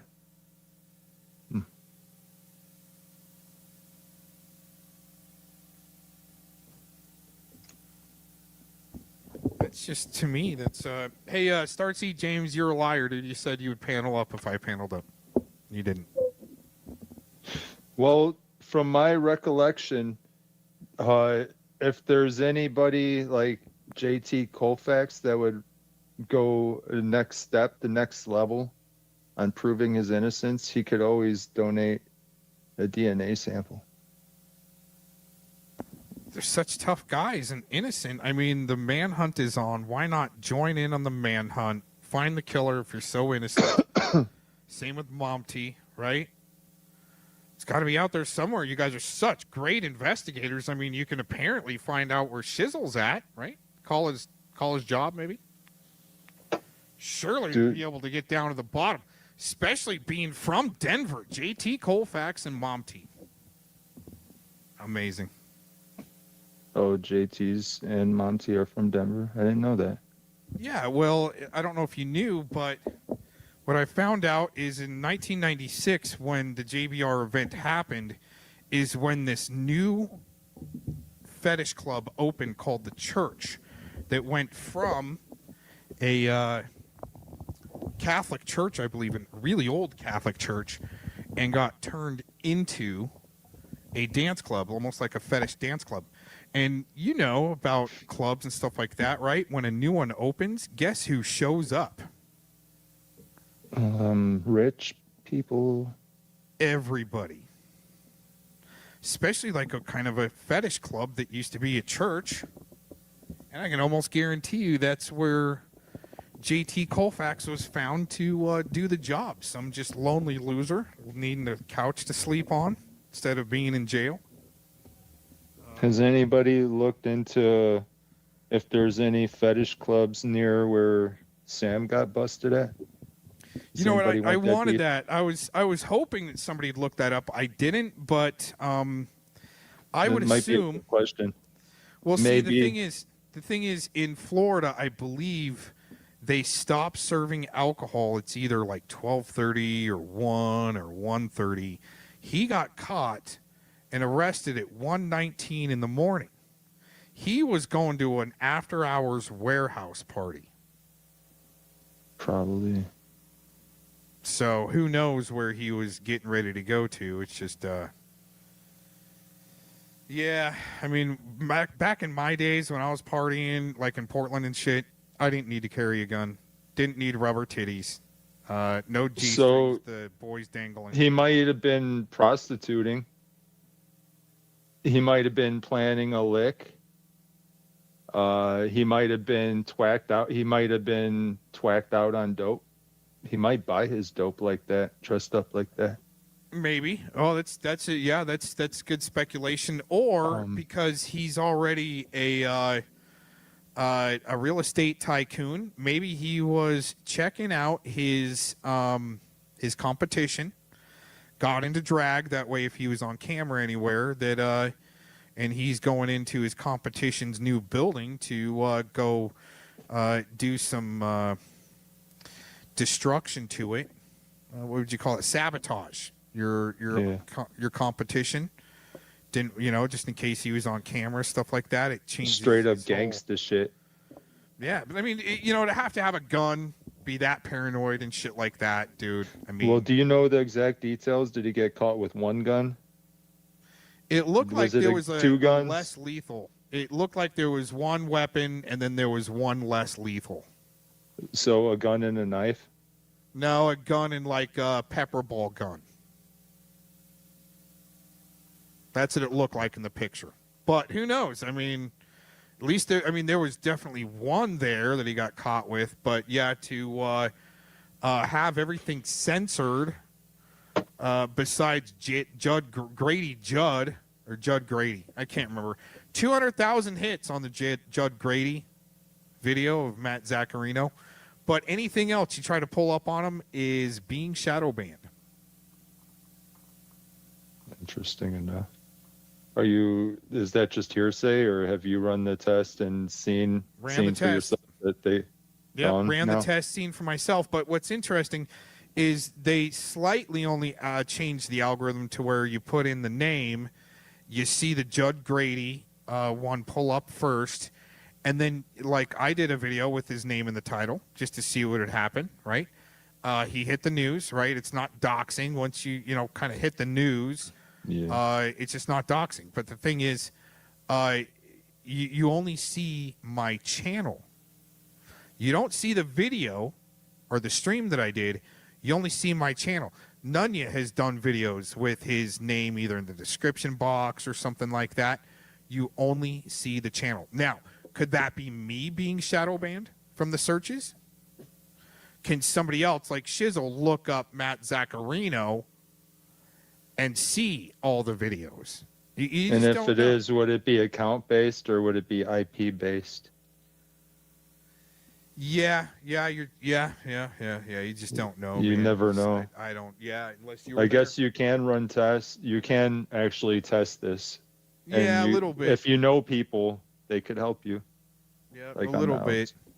Now they got the thing where you can just look up somebody's activity, so Fellowmon can sit there in real time and see what I'm dropping, like links, and then all of a sudden find the hive of where everybody's at and just fit right in, just go and snake your way right in.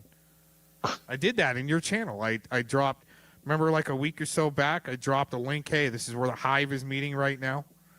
Yeah. Right? All of a sudden, Fellowmon's over there right away. Trying to be relevant. Dude, and it's like I said, like 5-6 years ago, it was the same shit. They had their gatherings, their infiltrations, and their recruitment, and they just never stopped. I don't know if I've played this clip of Irvin. It looks like 40 seconds. He's one of them. Come on. Oh, The opposite. And he just looks silly when they say, you'll see what I'm saying. Just, Aaron, just shut up sometimes. Just let it play. You already got this evidence. You don't even need to say anything. And you definitely didn't need to say anything about Urban Cypher Wow.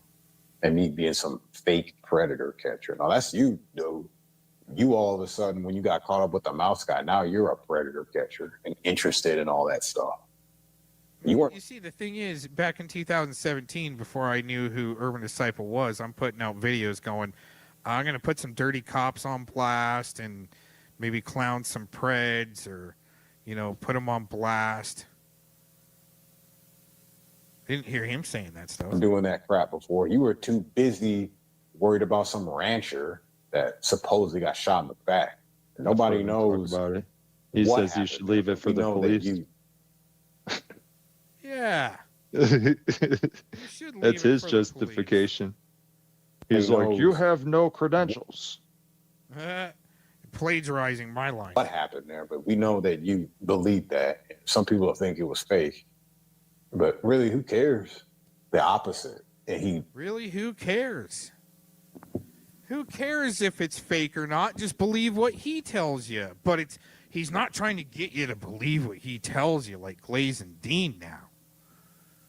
he's just showing you something else. No, it's framed different. It's casting shade where he can at any possible gaslighting point he can come up with to twist shit around in the network's what would you say? Network's favor. Because of the sheep. Yeah. Why are you guys so interested in capturing sheep anyway? Why are you fucking around with sheep? Selling, Right? that's like selling your soul at having that shit. Yeah. Man. I don't know how else to put it. A follower like that, you got what? Like, I've counted like 31 people. I'm sure there's a lot more.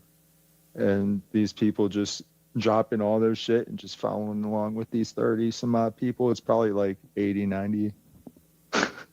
Did I tell you the statistic came out? 30% of, like, let's say, the pred catching community infiltrate Preds. Yeah, by Preds.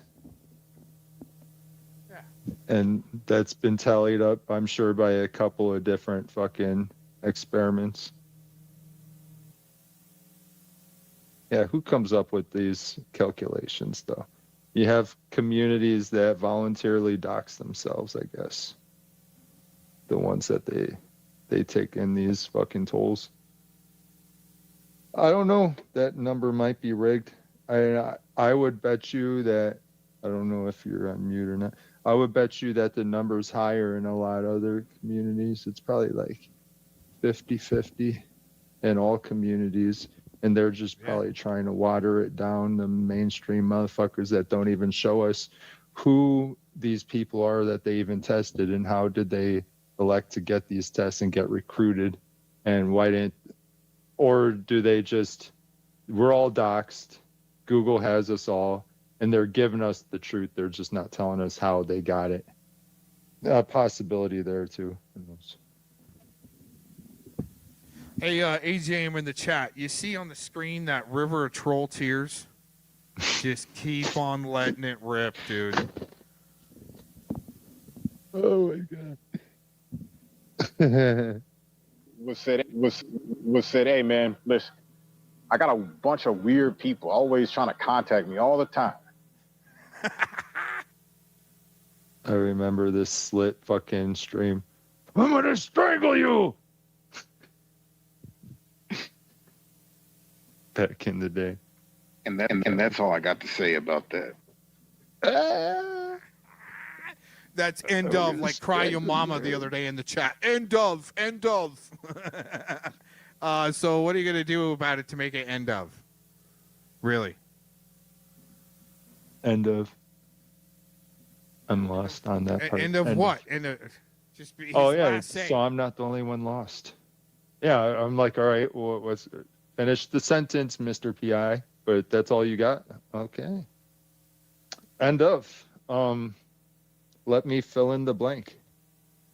It is not the end of the stream yet. All right. Fuck, I failed.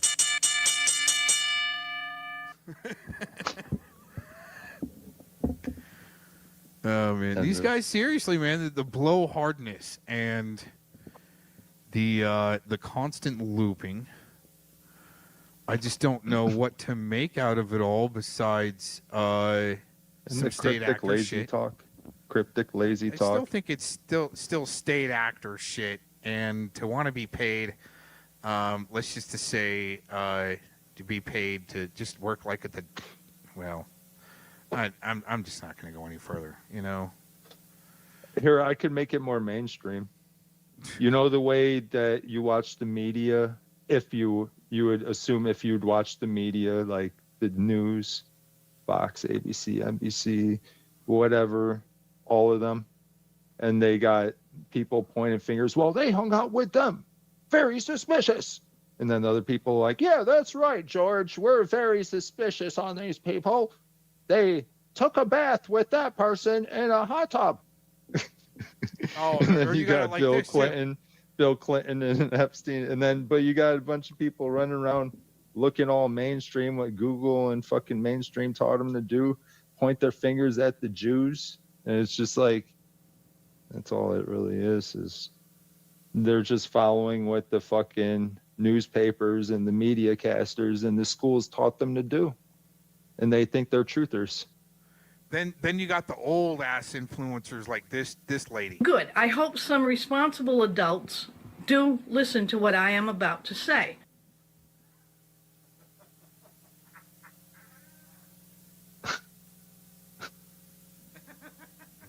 I'm offended, Babyface. Why didn't you fucking ask me? You got to fucking bypass the host and ask a fucking AVC. Whatever, dude. Because he knows I really won't answer him, because there was a while back there where he thought that he was trying to get like one over on me and just talking stupid, and he thinks that I forgot all of, about all that bullshit. But look who is here now, right there, Babyface and all your little crew, and Starseed James, new bench warmer, fresh little Aquino soldier taken off the shelf. It's just, I mean, they've been doing the same loop for, many years. I mean, some of these guys have been here 2014 era, Hey, if you were working that hard on one project for 6, 7, 8 years, 9 years, whatever, wouldn't you probably appreciate like pulling the homies off to the side, be like, let's play a board game or something. Let's relax for a second. Fucking play chess or something. Sit back, have a cigarette. Ain't that right, Mr. Slit? Play a board game. I think we should sing songs together. Right? Sing some songs together with Irvin. Yeah, maybe have some fruit out there and have some dipping sauce for him. He just loves the Reading Rainbow. Oh, shit.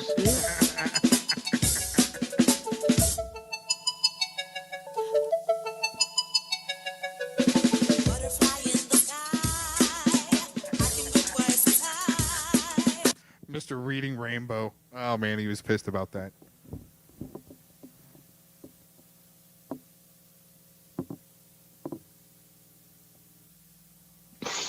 I was hoping you'd let it play for a few more seconds, but...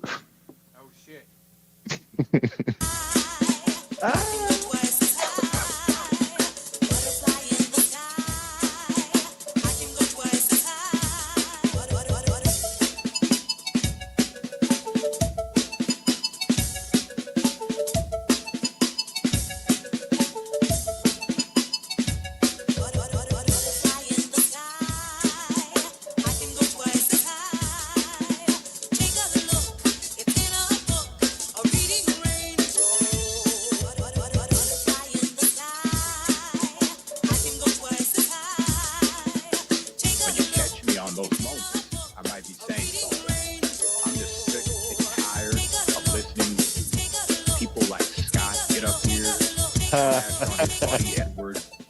Edward stares. While he stares at the computer screen, buttering up to all these chicks, all these old ladies. Because he's got a granny fetish, granny clam fetish. Saving face, trying to look like the good guy. You don't look like a good guy dissing on a bad guy. No. Instead of doing all this research on Aaron Cox and myself and Shizzle, you should have been doing research on your boy Freddie. You didn't take the time out to do that, and I wonder why. But neither did he. You're just so into it, right? Neither did he. Cut him up into little bitty pieces, baby size, bite size. He was just playing you. He was infiltrating. He admitted that. Doing a psyop. Yeah. That's some sick shit to be fucking around with, Mr. Slick.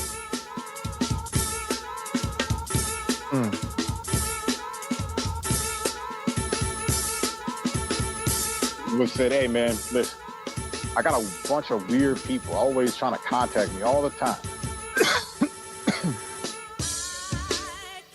Speaking of cowards, where's Aaron Cox? Where's his little piece of shit channel at? Where's he? I think he's had enough of me. I think he regrets putting my legal name on his videos and fucking with me. I think he regrets it now. I really. Uh-oh, he put you in hiding mode. Ah! because when I say stuff, Oh I wait, own it's it. 2026, isn't it? Oh, my Period. bad. With facts. Credible facts and credible data.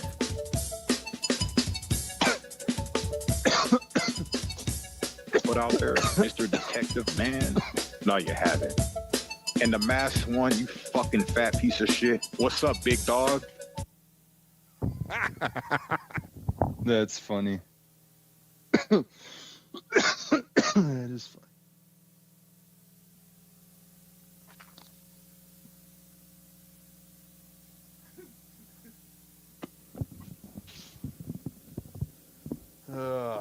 Yeah, I don't know what it is, man. Whether you know what? Maybe it is gang activity. But it's not a group of friends, it's a gang. Well, how about this? I don't know. Maybe we could play with the word gang, and maybe I could find ways to think of possibly disagree with it. Just a possibility. Maybe it's more so scripts being rinsed and repeat by multiple people, and they drill it into other people and they pass it along. And there could be a gang in there, but a lot of other people that I would say are like in the network, pass it along network scripts, might not even have a clue on what's really going on, and they're just fucking the squid that's easily radicalized and recruited. And maybe a network, I could probably feel more comfortable saying than gang, because there are gangs within the network,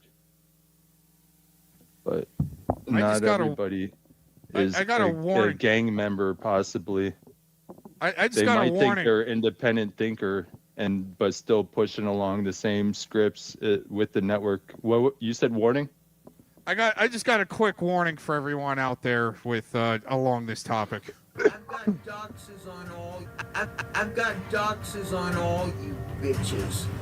Oh shit! Oh, fuck. How come that voice didn't sound familiar? Did it slow down or something? Maybe. Let me see. Oh, it was. It was. Here, let's just go back to regular speed on that. We'll do it one more time. I've got doxes on all you bitches. I've got doxes on all you bitches. Oh, I think I know whose voice that is. Maybe. You know, some of that shit was hilarious just to capture back in the day, you know, of them just. That was some real serious business, you know, the Renee thing and with Scotty, you know. All going. Yeah, I thought meeting up that in was Hamptons with Denise. Was that Denise? her. No, that was Cosette. One more time. I've got Oh. doxes on all you bitches. I've never Kinda heard low. Cosette talk.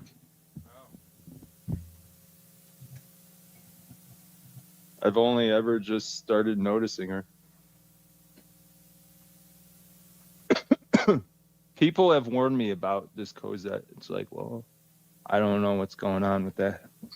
Well, I still think that it's just like right now, like Glazin Dean is up in the ear of this Liz lady trying to light her up, to weaponize, right? Oh, yeah. Fill her in on who the targets are. And Cosette was one of those people where, you know, she was just, people are trying to use her to either make videos or talk bad about somebody. She wasn't really able to, as much as she thinks she was in the deep dive, right? It still wasn't the deep dive to where, you know, she would be effective with the information she had. She just became a weapon for somebody else. In my opinion, anyway. Had her lit up real good. Could be wrong. I could be wrong. I mean, I don't know. Can't get her to panel up to, you know, even, you know, go into why she thought that I sent, the Proud Boys to her house. Which I have got no contacts to any affiliations like that. But it could be a Rico gang. And so they met. And he did not hire them.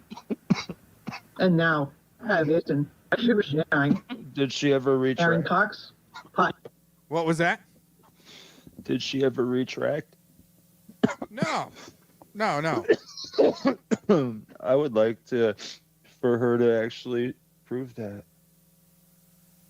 Well, and I think, like I said, again, somebody was just lighting her up and telling her they had the proof when they didn't have the proof, or whatever she was trying to put together there was based off of, false allegations and shit like that. And, but who knows? Who knows? Who knows? Who cares? It was a while back. And I'm just glad that I didn't have any more police interaction than I actually did, because I put the fucking brakes on it right at the beginning, too. So as soon as I got swatted, I put the brakes on that shit. So, anyways, fuck them, dude.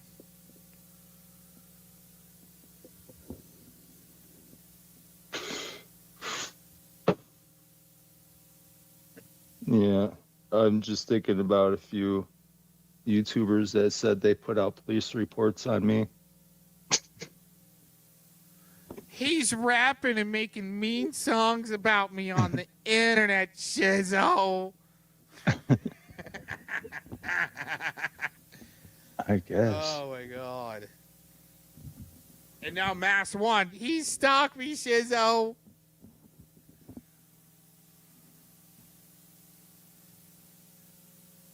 At least Mass One doesn't fucking threaten to snitch on people.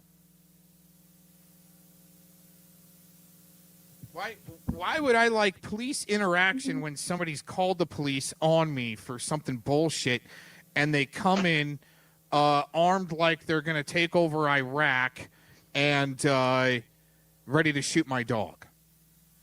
How is that me liking the police interaction? You know what my favorite interaction with them is? When I'm like walking or riding my bike and they pass you and ain't nothing. Maybe like you throw up the peace sign or something and they'll do it back. And then everybody minds their own business and goes on their own way. Oh, that's a police interaction right there. They're almost looking for people to try to have a consensual conversation with, even if it's eye contact, to see if you got the balls to throw them up deuces back at them, or give them a head nod, hey, how you doing? It's just tactic. It's just bullshit. It's fucked up and it's stupid, because I really do think there is a bigger screeched turf war for the power of policing between many cults and factions and, even the Freemasons. Oh, Starseed James, you don't even know the difference between a Mason and a Freemason, unfortunately. Oh, really? Yeah, these blowhards, dude, they think they're over the target on shit, but it really is for the power of policing and the screeched turf war that's happening for that to establish the one world order. You might want to start putting that blue wall of thin blue silence there, Starseed James. Your wall that you talk about. Why don't you start there and learn what the difference is between a Mason and a Freemason? Oh my gosh. Well, the only person that's truly going to defend you is you. And you are truly capable of defending the innocent as well. And I think everybody should carry that knowledge. Well, yeah, especially That's with just the censorship. my heartful opinion. Especially with the censorship thing. And I hear what you're saying about the censorship thing. I didn't let it slow me down. I screamed censorship. Yeah, these motherfuckers are taking down my channels left and right. Look what the Felomon Bin Narkin channel happened, right? No, dude. All right, check it. There's people like Fellow Bitch that they call themselves Felomon Censored. And they say they'll point out a topic like the Jews. They'll be like, I can't talk about it. We're not talking about it. Nope, I'm not allowed. I'm censored. Then there's people like you where if you might spell it a little different, but you still get your point out. See, that's my opinion. Starseed James. Starseed James is just doing the same bullshit LARP he's been doing since 2016. He's just a new little bench warmer to go in for the LARPites. It's no bullshitting. You guys are trying to spread around I'm some type of a Fed or agent or something like that for a long time. And all I do is say, nope, don't work for anybody. Got no contracts. Don't want to work for anybody. right? I just want to hear good music mainly, right? But yeah, these guys in the same fucking loop since 2016. Starseed James, you're not onto anything new as far as trying to weaponize your stupid words in the chat. Just to what? Win over the sheep again? Hey, Starseed, when did you find my channel? What year? And what year did you find PI for Hire's channel? Dude, he's literally like a year-old noob. I'm curious. I'm new here. I am too. He's since a I year retired. old, but I'm only like a couple months into this shit. So Yeah, since January show me 1st where it for me. hurts. James, show me where it hurts. I am a January 1st noob retiree. Yep. I mean, it's double-digit days though, so catch a little flow. Catching a little flow to this shit. We're in the double digits, soon to be triple. Give us some time. Write another rhyme.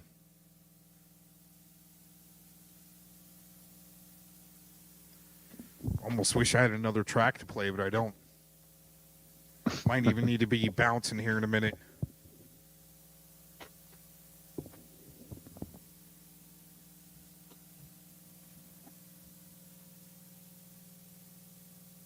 I think it's weird these two downplay their relationship, but then Gomez is on Shizzles for hours at a time and even moved his soundboard in, and Shizzle didn't say anything. Downplay their relationship. Well, I don't really have a relationship with, I don't even know this guy. This is an open panel, and a bunch of people I don't fucking know. They could, click the link and speak their mind on a public platform where all of you people are here. We're all here right now. I've been for years and years and years and years clicking random panel links just to either tell some stupid jokes or troll or talk about music or talk about the government being fucked up and what to do about it. And gone through a lot of channels doing that too, right? Gone through a lot of channels. How many channels you guys even been? moved your fucking soundboard in, and Shizzle didn't say anything, says James. Yeah, I got my soundboard in from the tour bus and got it in my closet right now. You know what? I'm going to say something. I'm going to fucking say something right now. James, where does it hurt? Just point. Where does it hurt?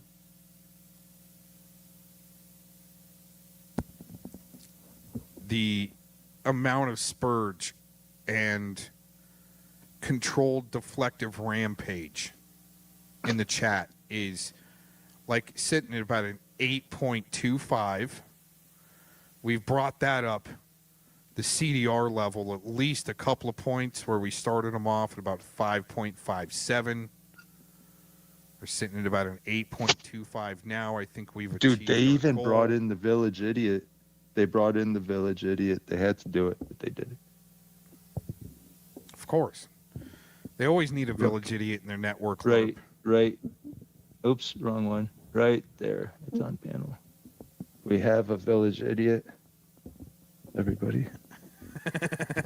Now we need to elaborate, not only show the evidence, but show the evidence on repeat. You got to put it on repeat about a 20 times loop. He's begging for the loop. He needs, because probably memory issues or something. So just put it on repeat about 20 times once you see these Village Idiots. Rinse, repeat, rinse, repeat, rinse, repeat, rinse, repeat. Maybe put some fucking hypnotic, fucking mind-altering fucking design in the background so you could get this dude hypnotized.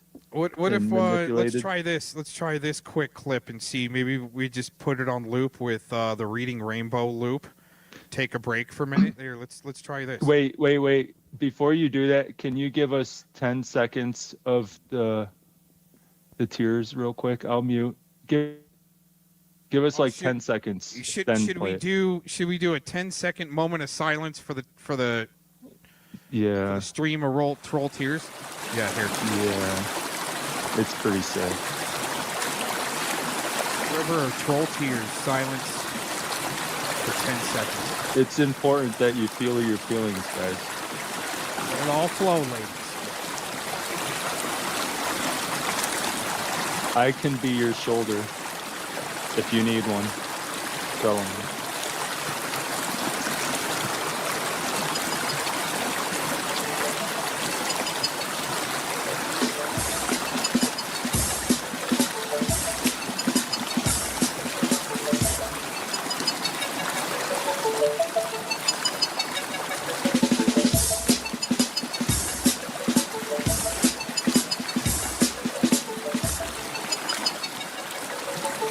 Because if you think Kelly can argue American law as censoring, right?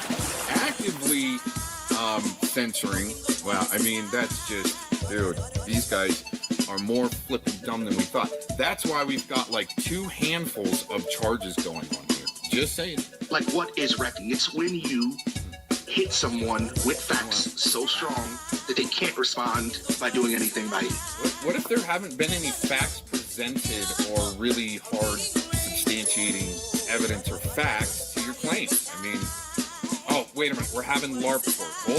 Hold on, let's just rewind a little bit, let them go, we're having LARP court. Is legal knowledge is like on a different level. But like, what is wrecking? It's when you hit someone with facts so strong that they can't respond by doing anything by you, other than yelling. Because if you think Kelly can argue American law That shit's too hilarious. Should I just seriously, Shizzle, should I just seriously just like put that on loop and we'll go for a break? I could always, make a meal real quick. And just I can seriously just let that loop, I think. Let's see if I got a perma loop. I do. I have a perma loop of the Reading Rainbow, and we just need somebody to loop 2.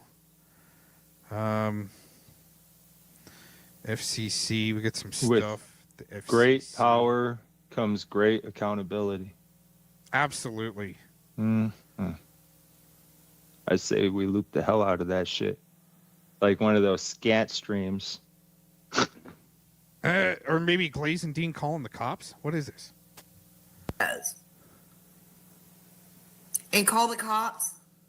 She's the biggest cop caller. And Aaron, I'm a cop caller. Oh, go figure. Right, Aaron. Aaron who called the cops because he thought someone was coming to his house. Aaron who LARPed that his house was on fire to get attention. And I'm Sugarshine's handler. For fuck's sake. All because you wanted to beat her up and you were abusive to her. So I'm her handler. Because I spoke out against abuse. Huh? Oh, wow. All because there's a picture of you up in her Dollar General or Dollar Store or whatever the hell it's called. Where they're called cops on site if you walk in. Right, Aaron? Was it really you, though? Actually, it was Vic that apparently made the wall in that dollar store, and I didn't even like shopping there. Glazing. Amazing, huh? We need a better one. I remember on one of my streams, he left comments saying that he was going to visit that dollar store. And then she fucking replied back to him on her account and said that he's creeping her out and shit. So I wonder if it was that time frame, now that you say something.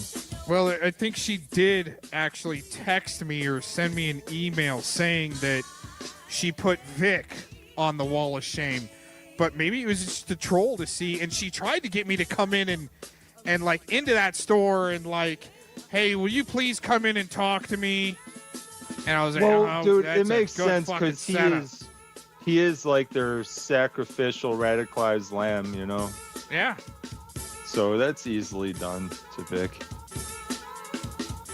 Dang, dude. They could even make him look like a fag. That's what they try to do. Hey, Right, should we do Tacos? this loop? Here, let's do this loop. I'm going to take a break. I'll be back in, 7-8 minutes? You should make it longer, dude. All you right. should make it like 20. All right, we'll just let this loop. Okay. All right.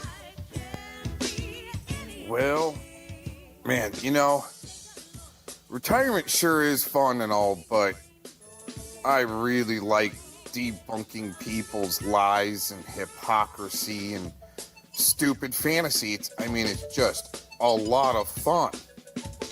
Especially Glazin. She's so easy to roll and troll.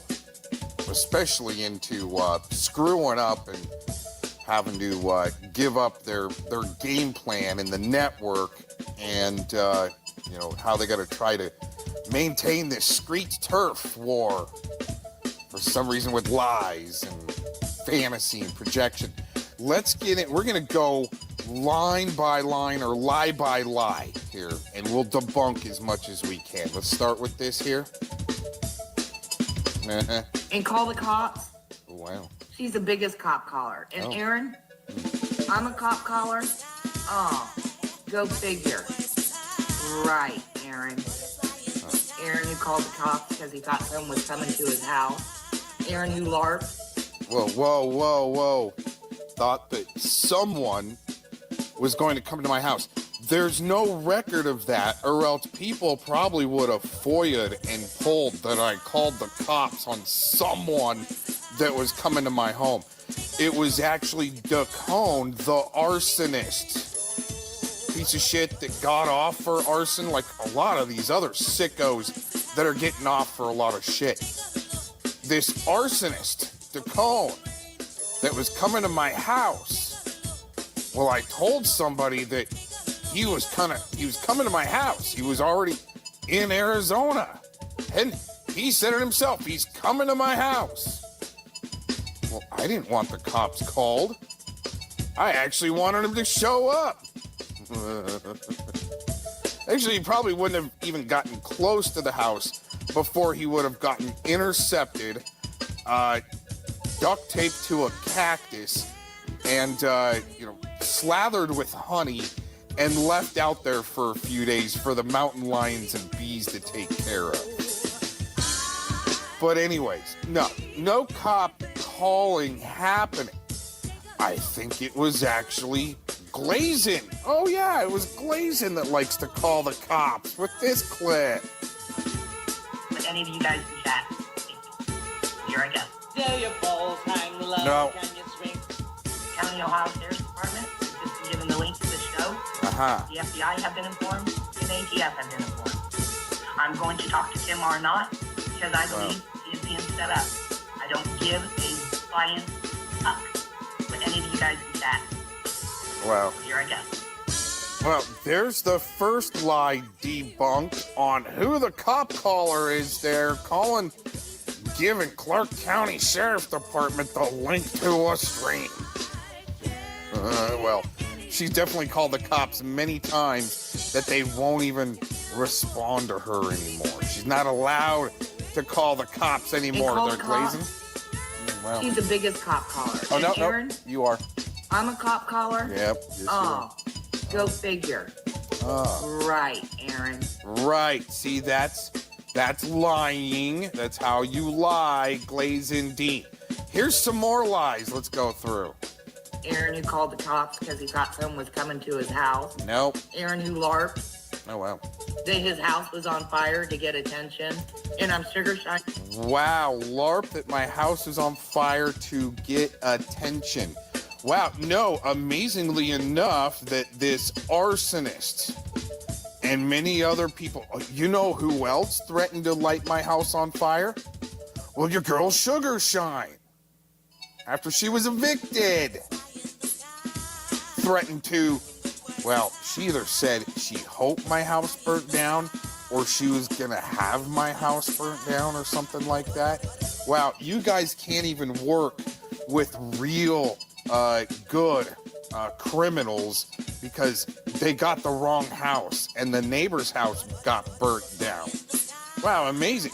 Just like JD, his neighbor's house, for some reason, gets lit on fire. Wow, way to downplay that Glazin Dean. Let's hear that one more time. Aaron who called the cops because he thought someone was coming to his house. Aaron who LARPed. That his house was on fire to get attention. And I'm Sugar Shine's handler. For fuck's sake. No, I never said that you were Sugar Shine's handler. I said that you were her cheerleader. The same way Daniel Dowd is Sugar Shine's cheerleader. Sugar Shine was Dowd's handler. Never said that. I wonder if she's projecting, and she is Sugar Shine's handler. Or maybe Sugar Shine was her handler. Amazingly enough, that Dowd and Blazin' Dean here is peddling the same bullshit from Sugar Shine. And peddling the same bullshit is Daniel Dowd there, Glazin' Dean, Because you wanted to beat her up. Wow. And you were abusive to her. Oh, wow. Wow, amazingly enough, there's some more bullshit. I don't hit women. I'm not abusive to women. I don't beat women up. I have had to push some super fans away from me out of my personal space. Amazingly enough, no, I don't need to beat women up. Wow, Glazin' Dean. Man, you know what? I really do feel like... You know what? I think Glazin' just came across a bunch of money. If I was a grifting piece of shit, I'd probably try to sue her for all this. That his house was on fire to get attention. And I'm Sugar Shine's handler. For fuck's sake. All because you wanted to beat her up. Wow. And you were abusive to her. Whoa. So I'm her handler. Because I spoke out again. Jeez, well, there's some projection going on there. We've got the messages of Sugar Shine. I can't remember exactly if she said she was gonna have my house burnt down by some truckers, or she wishes that it burnt down. It was something very along those lines. It's abuse. All because there's a picture of you up in her Dollar General or Dollar Store, or whatever the hell it's called.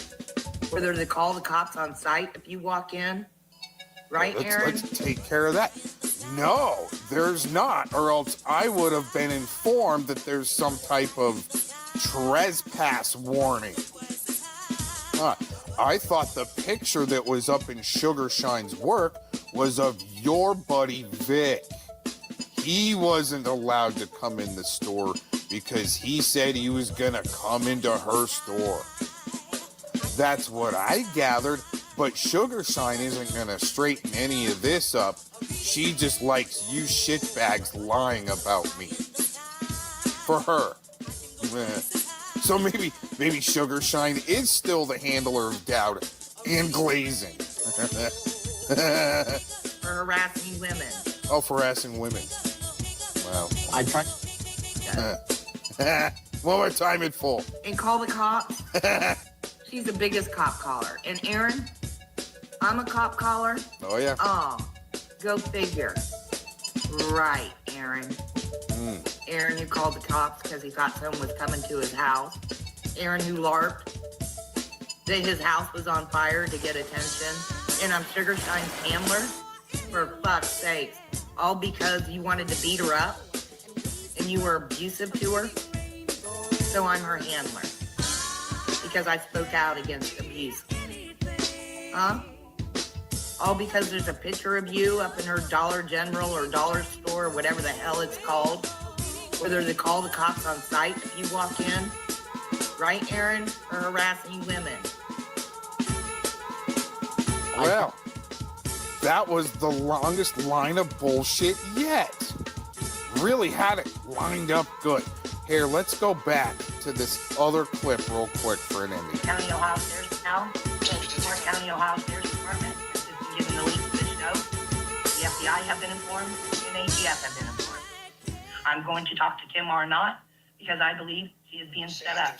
I don't give a flying fuck what any. You're saying that I should get mad when people don't say anything? They're trying to like convert you, and you can't see that. I see a lot of people try to do that. I see people that it seems like they're trying to convert me into like drama. What's really wrong with killing TikTokers? Some people, it feels like they're like, oh, let's talk about YouTube. People that it seems like they're trying to convert me into like drama. What's really wrong with killing TikTokers? Some people, it feels like they're like, oh, let's talk about YouTube drama now. It's like, fuck that. Do you have a problem with killing someone? It depends. Would you be okay to kill a TikToker?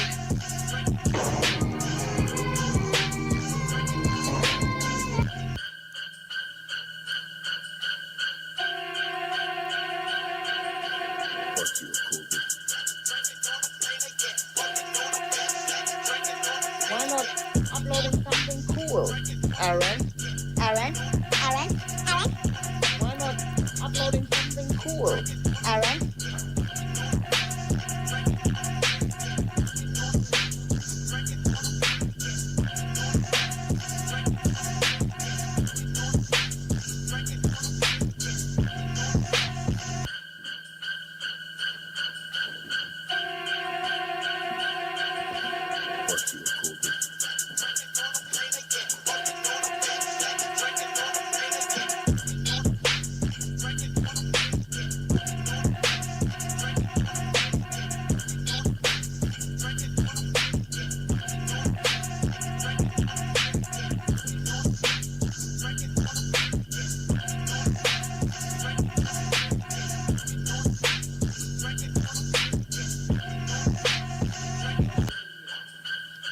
It's done. I have an easier time forgiving you.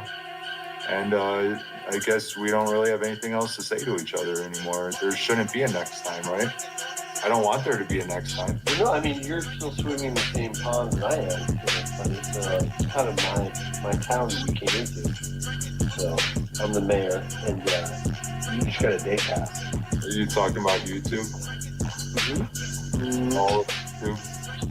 This is your... Not all of YouTube, just this area where you interjected yourself. This is my channel. Right, but you now come into my now your channel? This is your... my jurisdiction. You're on my county. I'm the sheriff. Are you joking? Yeah, I'm joking, of course. Okay. You think I'm really a cop? I just can't seem to get his information correct. I have never stated that I'm part of any intelligence network in my life, not one time. So I don't know where you're getting these little weird fantasies from. Maybe you heard it online, maybe you, whatever. Okay, here, let me reiterate again what I said. I said that I've worked for the likes of Martin Marietta, Raytheon, the FBI as a subcontractor intelligence. That is all true. It's not a lie. GTE also. Experian was another one. It's not like I'm working for them. I was a private contractor. Okay, Snoogums? So if you're gonna write something down, get it right. You can't even get basic information correct. What is wrong with you? And I've been virtue signaling my way out of it ever since.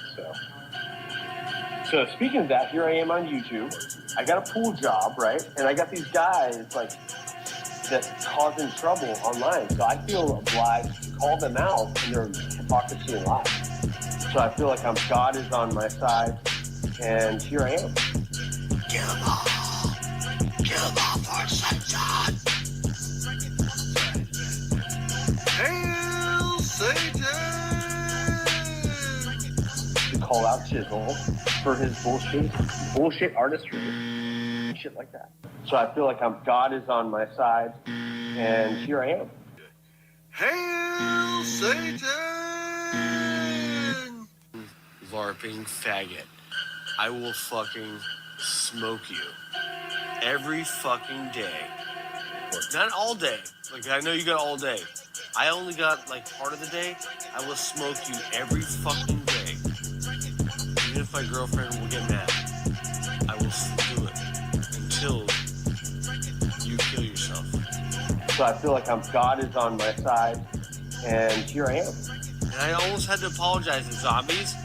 When I thought about it, I'm like, I told zombies I'd stop suicide trolling, and other people too. But like, no, Aaron, the world would be better if you fucking killed yourself. So I feel like God is on my side, and here I am. Hail Satan! Shizzle test the dome if the G code so Shizzle grab the scope, coffee code, cryptic by node, stumble into this rabbit hole. Shizzle ignore the toe, no hope. The resistance is a joke. Jib jab pharmaceuticals with the bloody nose. It's a war zone, so low blow, accept the vote. Shizzle trickle down sacred path in existence. Moonlight ripple, hatred and habitat, inflict an eventual cripple, break bread, grab a bat, counting dividends, ain't tripping in a mental prison, left at that end. Your religion left my mark on a subconscious manifestation. Some play darts with certain medications. Grab the cord, out of body levitations. Got some smart remarks towards your indoctrinations. Calling out your nation, heart racing, but I ain't playing. Shizzle burn your corporation along with your lark impersonation. Groom you to slave training, hive mind for the pussified tribulation. Rewind, got a left and right situation. Hypnotized minds, battle cry formation. Snake symbolized operation, medical station. Resist misery, inflicts, put in your resignation. Talk your shit, fucking prick, systematic degradation. Put a check on the shit list, call the pigs the resistance, scene of fiction. Social justice infiltrated with gang shit. Disassembled government anarchist, calling out your establishment like a terrorist. Emo go slit your wrist. I'm a futuristic, predict crews and cultists. Repeat rinse, take your medications. Fuck you, cool dude.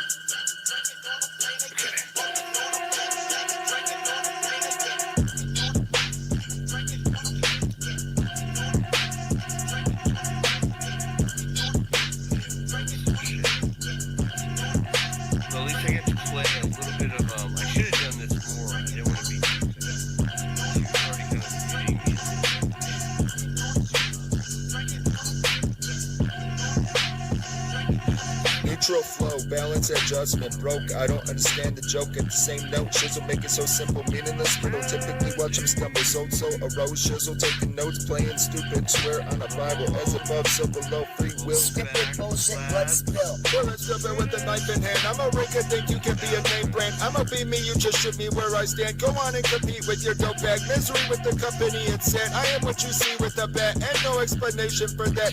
Casting spells with the alphabet. Haven't sent help at land. Play on illuminated seance. Don't forget while you sink in the tribal depths. I don't know how many warrants I have. Evidence and dope stashed in their glad bag. Call the popos, perhaps they brought the body bags. Caught them in slow-mo, quick draw and collapse.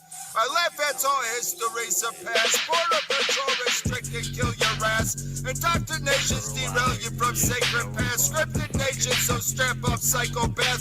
Drama, but I call it interact. Religious sacrificial bloodbath. So it gets imaginational. Throw logic out the window. You didn't know. Now is a scripted moment to be rational. War zone asking for a loan. Me versus the world all alone. Mic check, voice gets checked in tone. Religious set, store debts or a free down low.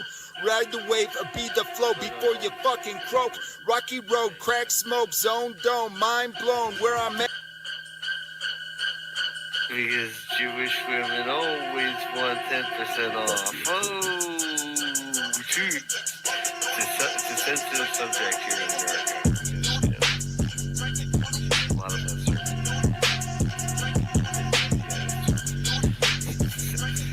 That's why I hate doctors. I don't trust circumcision.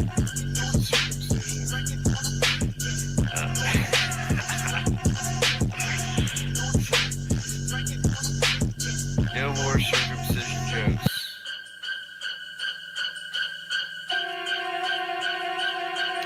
No more. So, still, Andrew, I think that's biased. She didn't do a great job enough, so Aaron was mad. That was the best here in Vegas.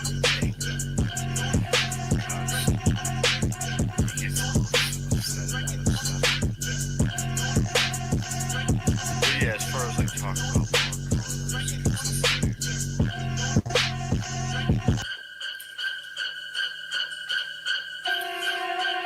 Because I like to play with my food, I guess. So to speak.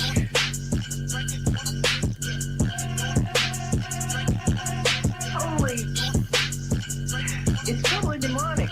And I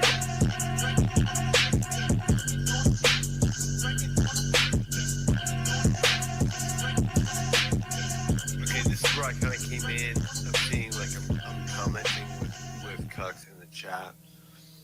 And she caught wind that there was trouble brewing and dropped the link. So I felt obliged to take it. I shouldn't have, but I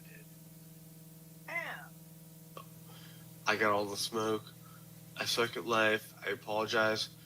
And Nicola, I didn't think about Nicola, I don't think. So I love you, Nicola, especially. Nicola, take no prisoners. Kill them all for Satan. So I feel like God is on my side, and here I am.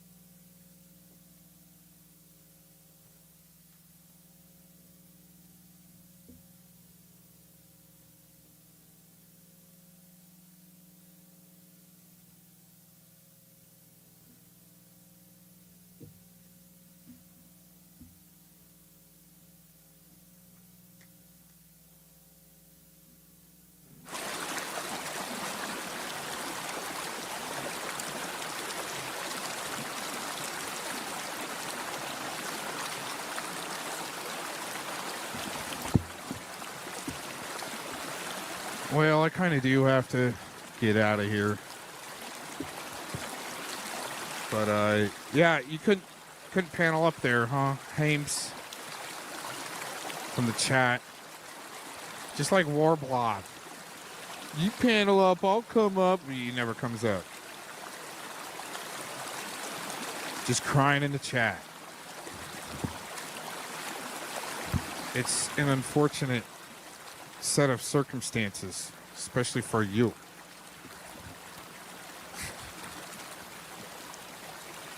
I've always been pretty open. I'll answer questions, just don't come at me sideways with questions. Some stupid shit.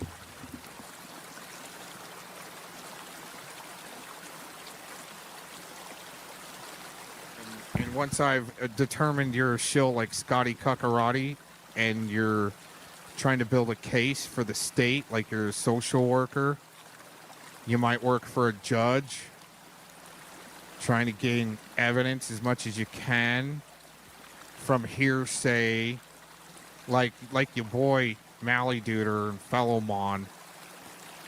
You're trying to build that case for the state. I might not answer questions then.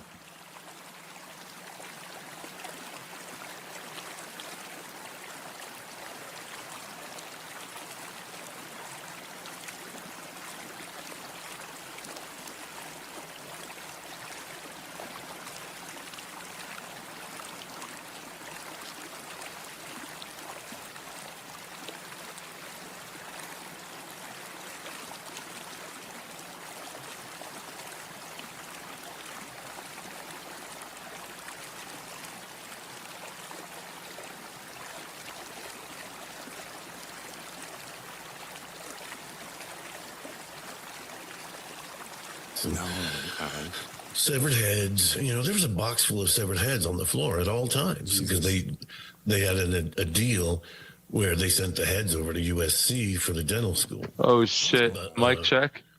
Yo. So I took all those pictures, but I I never thought you were changed ignoring me. Was I silent this whole time? Yeah, dude. Oh no, I was talking to you guys for like fucking. For a while. Holy shit! For like 20, I thought you were. Yeah, I thought you were just on minutes. extended break, dude. Oh my god! I thought you were Fire, ignoring too. me. I thought it was. I bet you was fire too. That happens. Like you got the best punchlines and shit, and all of a sudden you're muted. Dude, I fucking was. I had a full-on conversation with you guys and people in the chat. What the? Fucking happens, dude. Holy It happens, fuck, man. dude. That's hilarious. Oh man! Holy shit! You guys didn't hear me at all. I didn't come in at the beginning. No, I thought you were just on extended break. I was like, hey, man, I'm out of here. Oh man, maybe I am smoking too much weed. Dude, I have this can do fucking. that. I just don't think you can do that, dude. I want another hit. But I have this headset, and you pull down the microphone, and the microphone was completely tucked up, man. So just hitting the unmute on the screen wasn't enough. I forgot to pull down the microphone. And then I just happened to look on the corner of my eye, like something's missing there. Like, what the fuck? No. Damn, dude, me and you guys were going deep. You were spitting fire. That's when it happens, dude. I don't even There's remember. something- I'm so mad now. I don't even remember what the fuck the whole thing. No, was. it works. That's how it works, dude. It's like almost, it's like a mind block all of a sudden. You're spitting the hardest, hardest hitting shit, and then you're muted, and then you're like, oh fuck! It just kind of like takes the wind out of your cells. I've had it happen, dude. It happens. I'm just gonna take a couple hits real quick and forget about it. Forget about it. Let's listen to this JT Colfax while he's doing this interview. That name like 25 years ago, just filled with prostitutes. Just gazongas hanging out on the street, screaming, drinking, knifings and stuff like that. And it's still very grungy. So he has a rough street. So why did you take to that for the pen name? because I wanted to be a writer, and I did start writing and getting paid for it, like for newspaper articles, especially like for the gay press and stuff like that. Oh, okay. Yeah. So I chose that just because it's like share, Yeah. Colfax. It is Colfax. Do you think the do you think the writer of the ransom note for the JBR event is like a writer? To slam out 3 pages in the basement in like a couple of hours. Always wanted to be a writer. Is that what he To said? be a writer. Yeah. Hmm. No, he was. I mean, he is. He's a great propaganda writer. Right, calling people registered sex offenders and helping deflect for Predward. Hanging out And with sources Scotty say, Cuccarati. like, I've seen it, but I'm just not good at this shit. But sources say, and you might even know what I speak of, but that the handwriting from this JT feller, whatever his real name is, I forget, or I don't know, but doesn't matches matter. some type of ransom note Sure does. of a Ramsey ransom. But I'm not the analyst. I don't have credentials, but I bet you if I start studying this shit and practicing, maybe I could probably come to a estimation as well. It's interesting because one of my college books from learning criminology was a handwriting analysis book. I still have in my possession.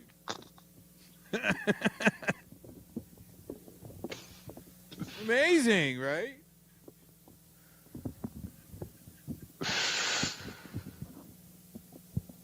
A little bit more. Yeah, I like that. And I just had to choose something else because I intended to write really dark crime things and stuff like that. And there is a writer. Like ransom notes?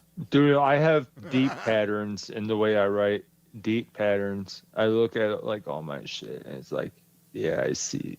Like, dude, once you leave that paper trail, like your shit could be analyzed like a motherfucker and determined. I'm sure there's people good enough, better than AI, Like with their like eye. how they're analyzing your lyrics and your beats.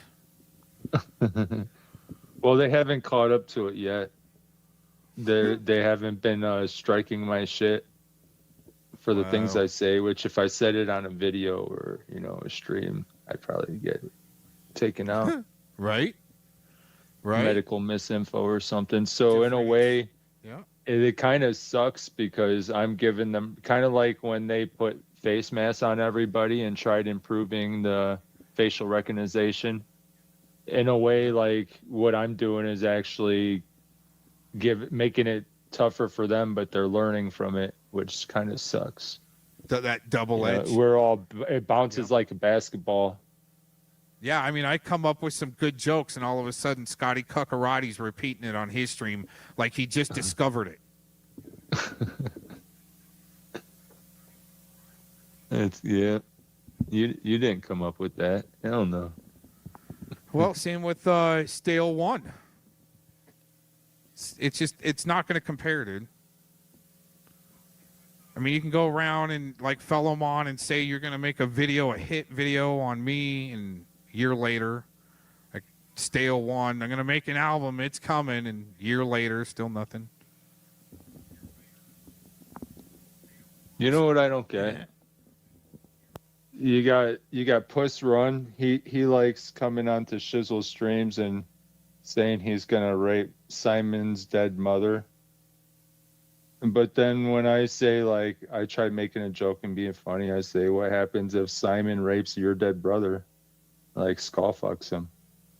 And like nobody was laughing, but there was a bunch of laughs and good time when he said it.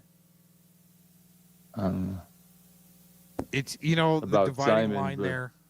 The dividing line comes down to dangling balls in between a G-string and rubber titties. And then just watch them all flail from there. I guess that's pretty pathetic, though. I guess, yeah. I'm looking for individualism. Like, but then you got to go through the network, I guess. I mean, it sounds stupid, but it No, is you what it is. gotta call Mom T for When- Shizzle's docs. And when one big guy gets exposed, and their next big guy gets exposed, it's just like those handlers might be panicking, other people might be looking for his opportunity for promotion, and it's just your average day in the office. Ponzi scheme. International Ponzi scheme hired gang stalkers and shit to launder money. And then there's that possibility. I'm thinking, what was that shit called? The Black Pearl. The What if Black something Pearl like- of Texas. Yep. What No if one's- something like that had something to do with some type of shit? And then the people one of the people I know that was involved with, I don't know, but I hear of, and he's a guy that goes by Predward on YouTube. I think that's what The he calls Black himself. Pearl. The Black Pearl. What they will not talk about is the $70,000 a year for 4 years the Black Pearl was making. Right around the time, this Pred catcher movement was being infiltrated. And Predward's going to call the cops on Tommy. Take him down. Even getting donos from Kim, Kim Arnott, deceased Kim Arnott. Dude, what did Tommy ever? I'm not even like a huge fan of Tommy, even though I do appreciate what he does, his art. But what has he ever done to Predward? For any of these people? Well, like it was Pussbot? more what they were. What has it he was- done to Pussbot and Predward? It's more about his actions, Tommy's actions to other people, like in real life. So let's say that all the allegations and the charges and everything that they can bring up on Tommy, whether nefarious, illegal, been convicted for, okay, he's still catching. He just did a live catch today where the predator was put in cuffs and taken away in a car, in a police car. So, I mean, he's had police interaction just about every day. You would think that if a police department didn't like him in Colorado, they would have nabbed him, picked him up. And with all the calls and the Predwards getting involved, I mean, every day literally every day he's having police interaction. You would think one of these departments would want to pick him up because they don't like him. Most of them don't like him. Some of them are like, we got to help this guy. They have to. Some of them get it, and some of them are. But I think it's a great thing for Colorado. They need that. Colorado needs to be shaken at the foundation. And I think that's what it's going to take. Him there every day. But really, so, I mean, okay, yeah, he did some bad shit, let's say. So he's still Pussbot, stop him. Pussbot and fucking the Predward say that, well, if you look at his criminal history, that means he shouldn't be a Pred catcher, is what they're saying. Am I correct? Or yeah, from what I gather? Yep. Okay. Huh. He's a fraud. They're saying he's a fraud, right? Interesting. So let's say, just like all these other guys, maybe just like Predward, okay? Tommy gets tied up in something, gets arrested. No one knows. He gets inserted in the Matrix as this Tommy Fellows character catching Preds to work off his plea deal or something, or his sweet deal he got, right? So fucking what? He's still doing what he's doing. Snitch or not, fed or not, doesn't matter to me, because even if he is a fed, taxpayer dollars well spent. you know, there is a difference between, there's a thin red line between snitches. There's the snitches that lie about snitching, and then there's the ones that are straightforward, like, yeah, I snitched. Oh, interesting. I just heard it called snitch jacketing. Snitch I jacketing. don't know. I don't know what that means. a snitch is going to call somebody else a snitch to cover for their snitching, like Mass One would do. Probably. You're the biggest snitch, Gomez, on the YouTube streets.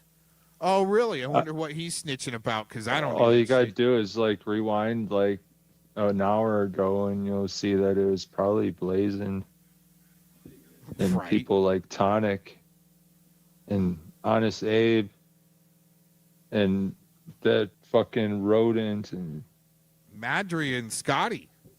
Last even time I went on Scotty's. I won't go there. Actually. Last I time was I gonna went on say, Scotty's, rest in Madry was building the case. She's, I'm gonna pull the trigger on having you served, Cox. Oh, and Slovids wanted to sue me. I guess I forgot what for. I guess that's how bad it was. Horrible, just horrible. After they And that's screamed rare so for much. me to forget somebody wants to sue me. What? And I forgot they- why. It was Yeah, so no, fucking stupid. It is. I mean, yeah, the pattern of who's threatened to sue me, I'm like, must be over the target.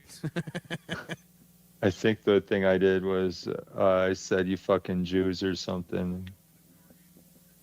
Then I made a comment on one of my other accounts saying like, what's the topic? Then he's like saying something about suing me, dude, like for harassment. Okay, I think that's what it was. It's all coming to me. I could be wrong. Just puss bag central to me, man. I mean, that whole LARP with Vic going to his courthouse. He's gonna file charges. He's got a judge up under his wing. Now it was just one big LARP. I knew it was one big LARP when it was going down. So Dude, why even do it? Fucking Tony fucking Starna the man. I remember fucking that dude would like call fucking, he would call cops on his fucking live stream, dude. Did you see that? It's the same as What's Truth and that stripper just screaming the most horrible shit, but having some type of red line snitch immunity. Same with Glenda. Same with Glenda. I don't know. It's like, what the fuck maybe did somebody they told do? me a little bit about that. Well, it's that writer again, the Trevor Aronson writer for The Intercept and the Mother Jones magazine that talked about that snitch. Well, not talked about, he wrote in depth about it. It's got videos and everything of that snitch in Denver driving around a hearse loaded with guns trying to set people up for that are civil rights activists, trying to get him to do a hit on the DA or the Attorney General of Colorado. And it didn't work. I told you that before. It didn't work. The first guy that they actually tried to set up was like totally trolling him back.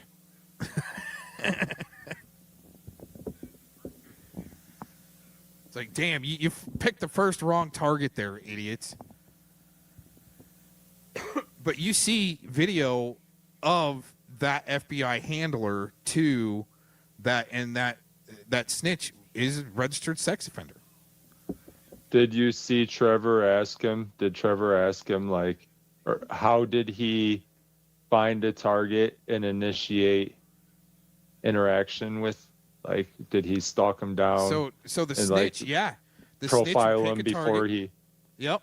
Or maybe the FBI told him, hey, go check that guy out and go become his buddy.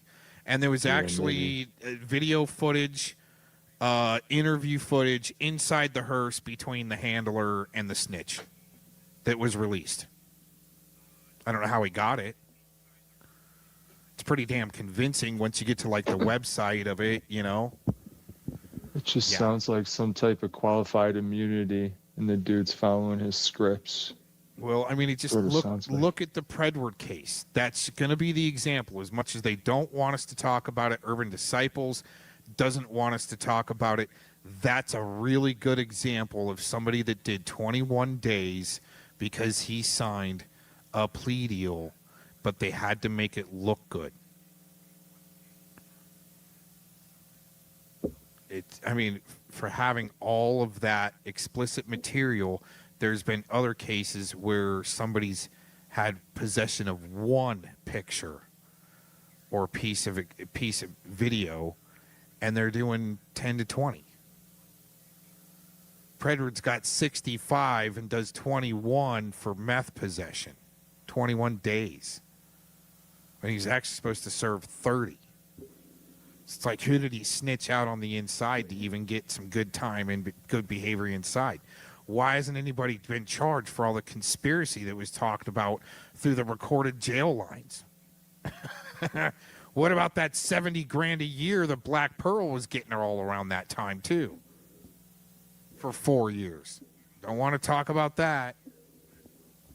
What do we have left now? Now we have something left, a possibility that maybe some pred could use the law to his advantage for some type of claims, small claims. You know what? They thought they could do that until the rodent goes on to a vexatious litigant list. And a ped protecting judge getting canned. There's your precedent. Yeah. Thanks, Bird. Birds, and they get so pissed when I say, yep, Bird wins. He's basically an international hero. Huh, Madria? She's so pissed about that. Trying to infiltrate. Dude, the way these people just try to infiltrate, go get a fucking life, dude.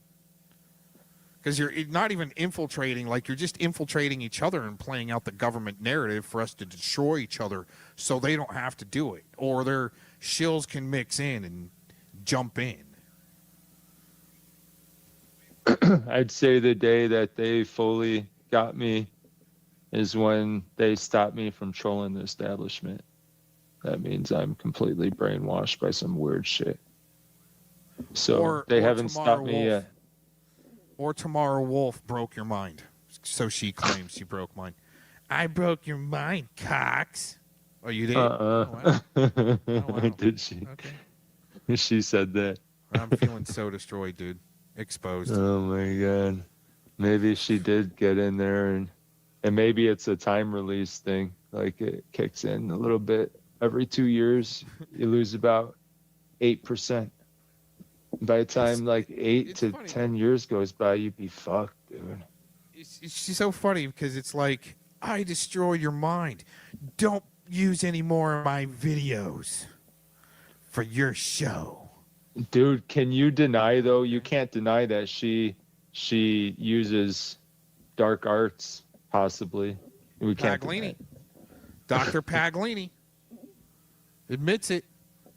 Studying up under, and the dark art like that is like, everyone, we don't care about that. If people are calling Cox the P word, he's not the P word, but it's still the power of suggestion. Right. Yeah, just let them have their popcorn. They're not hurting anybody. What we need to focus on is these people that, when, you know, the obsession is real.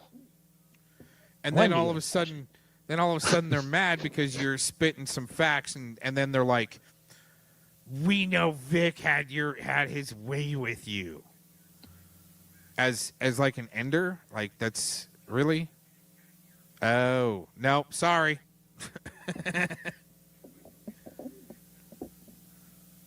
Yeah, like that's supposed to hurt or something? The fuck is that? That's weak shit. But hey, more will come out on that. More's coming out on that, supposedly. I'm being told soon. It's coming soon, right? More's coming out on Vic, and it'll hit. Well, maybe Vic and Tacos have to have another private arrangement again. She does have his contact information, by the way. Yeah, so does Glazin. Isn't that interesting? But Tacos and Glazin are Glazin too. Oh, using shit. the same sicko, but they're not on the same team. No. Huh? Glazin throws around the same rhetoric as Daniel Dowd that was spewed by Sugarshine. But they're not on the same team, everybody. I mean, I don't know. I mean, it just seems as though when you got a cow farm and they're all shouting the same thing, that's bullshit. It just doesn't look good. I don't know if you added, but Tacos be pushing that script too, that this woman's in danger. This dollar place lady is in danger. She's got to throw it in there, the power bottom. But have you ever seen the movie Rounders with Matt Damon? It's like a movie about playing Texas Hold'em. No. Oh, you should check that out. There's a scene in there maybe where, with my dad, maybe. Yeah, it's a great one to catch up on and watch again. There's a part in there where Matt Damon is playing this Russian KGB boss in a sense in cards, and the KGB guy thinks that he's owned Matt Damon, like literally thinks he owns him. Like you hear, like the Garbage Woman, right? Oh, we owned you, right? Yeah. But the Russian guy gets owned in the end, really. It's just he's playing him the whole time. Matt Damon's playing him the whole time for a bigger setup. And yeah, they think they're winning little battles. And that's how, like, the Garbage Woman and Warbot sleep better at night, thinking they're owning people and destroying and winning, and when they're really not. But I mean, I'm not going to destroy their fantasy. I don't want to be the one to destroy their fantasy and interrupt their sleep. They can think whatever they want.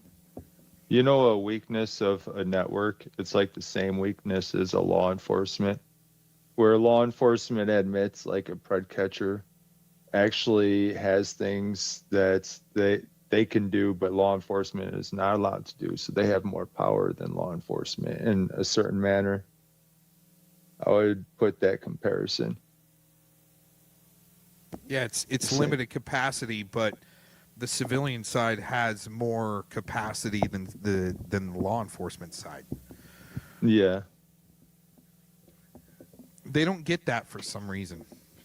They don't want to get that. Or they're trying to help hide that. But you just never know, man. I think that'd be the latter.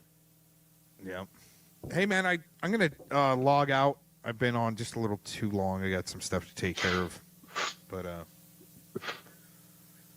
yeah. If you need to log out, or if you want to keep going, I could roll this JT Colfax interview here and let it play and then shut it down. I'll just log out when I'm done, or if you want to just take over and I'm going to bail, that's totally cool.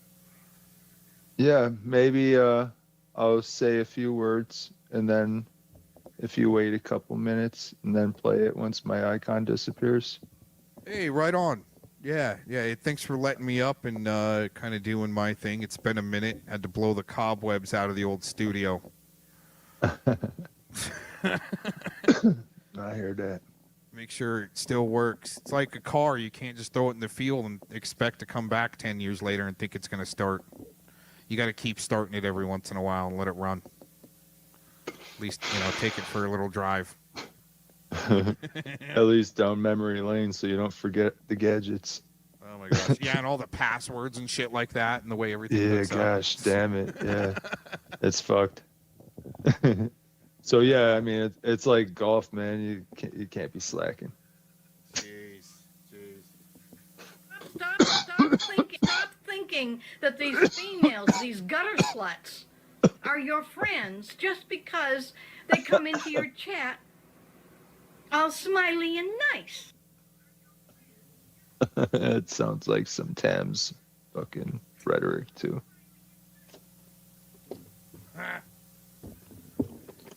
Don't trust anybody. Well, I mean, you're the same way, dude. Don't trust anybody, but respect everybody. But they're like, it's about who's got your wrench and in your chat.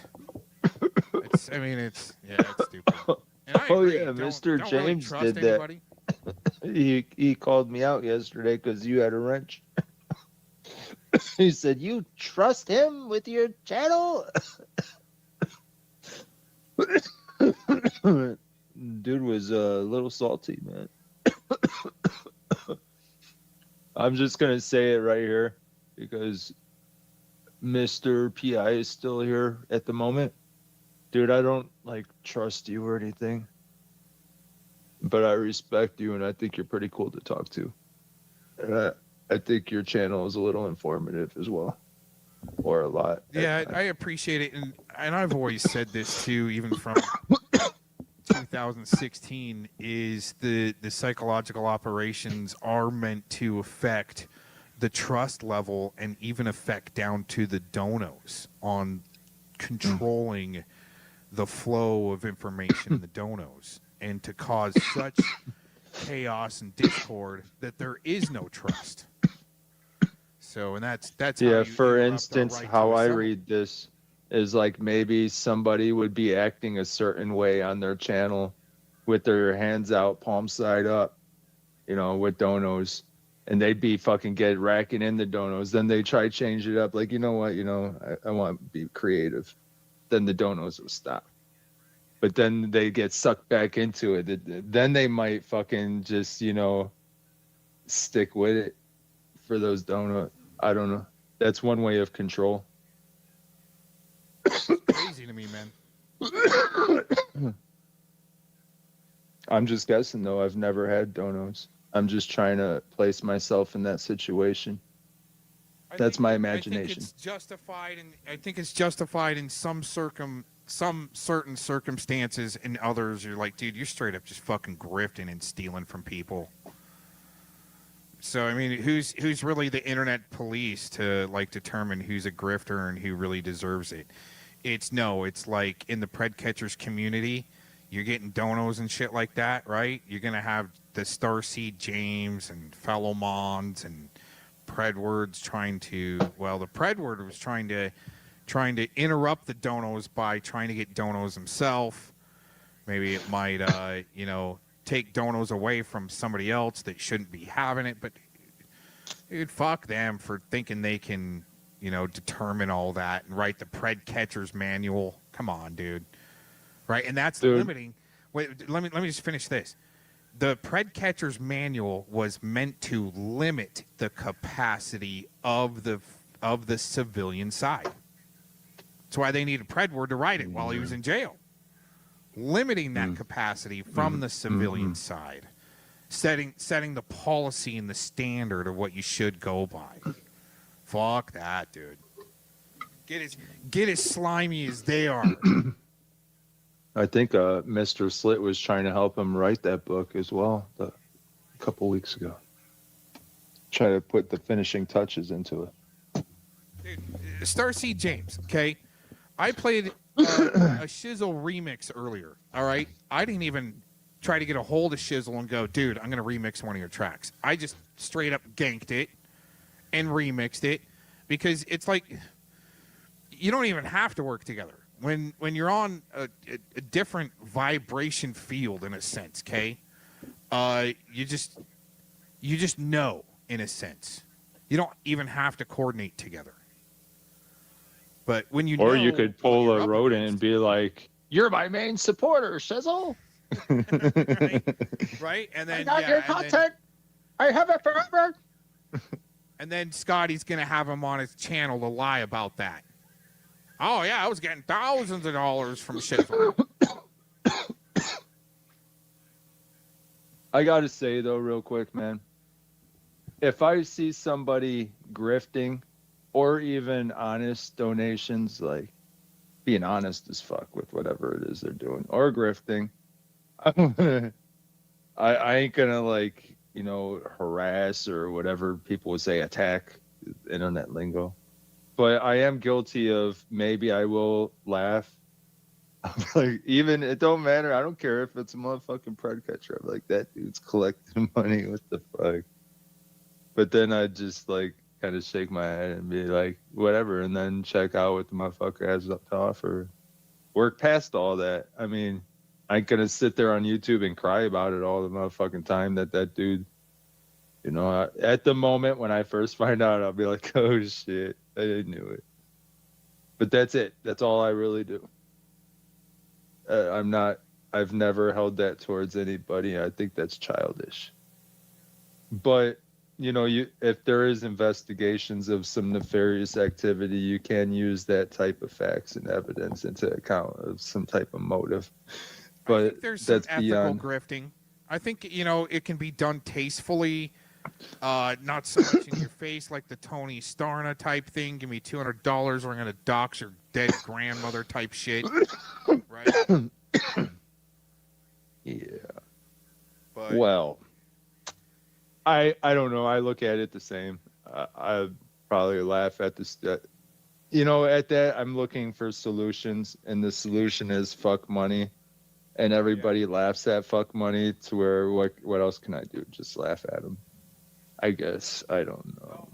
I totally get that. I totally get that. I would rather somebody else give me a solution on grifting and donations and why there's even people on the street when there's other people that feel entitled to more and they credentially deserve more because that's what the system says. The system that's not human. I mean, okay.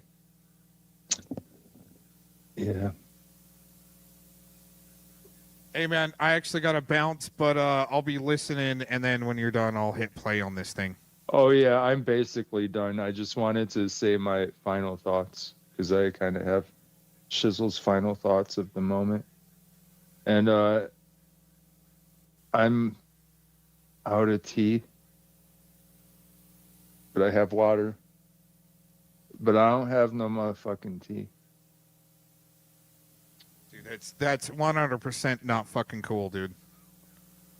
I know how important that shit is. All right, shut up.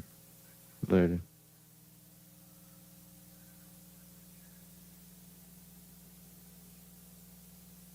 Under my real name, who had like 30 books out, and he wrote things that were made into movies like After Dark, My Sweet, and stuff like that. It's like a whole Michael Keaton, Michael Douglas type situation. You got to get on IMDb. You got to put your own name in there. Kovacs. So, moving on to the Washington Post article that was done about you in 1995. This is a whole, year and a half-ish before the actual John Bonet murder.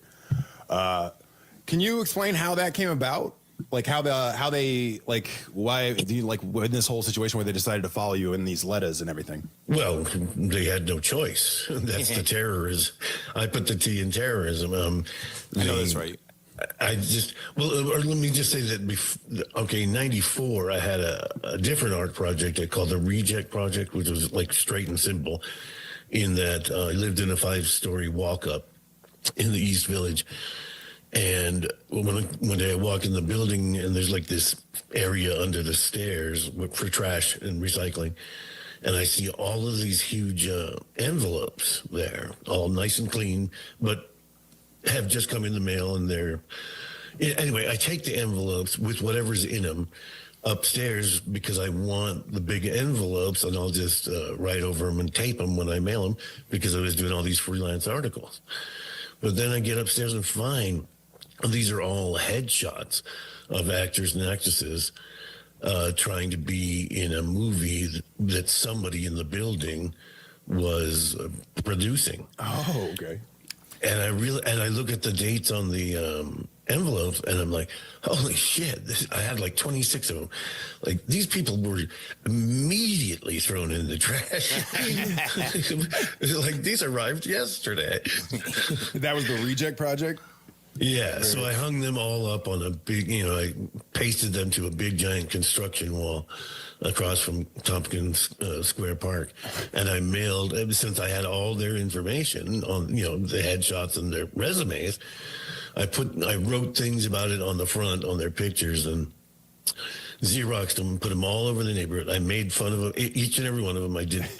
I was very, very cruel, but I kind of was doing that in a way that I thought like one of them would be able to use it. Yeah, that's or true. That years later, somebody's sitting on the Tonight Show and go, "Well, it all started with." So did you ever hear any kickback from it, or?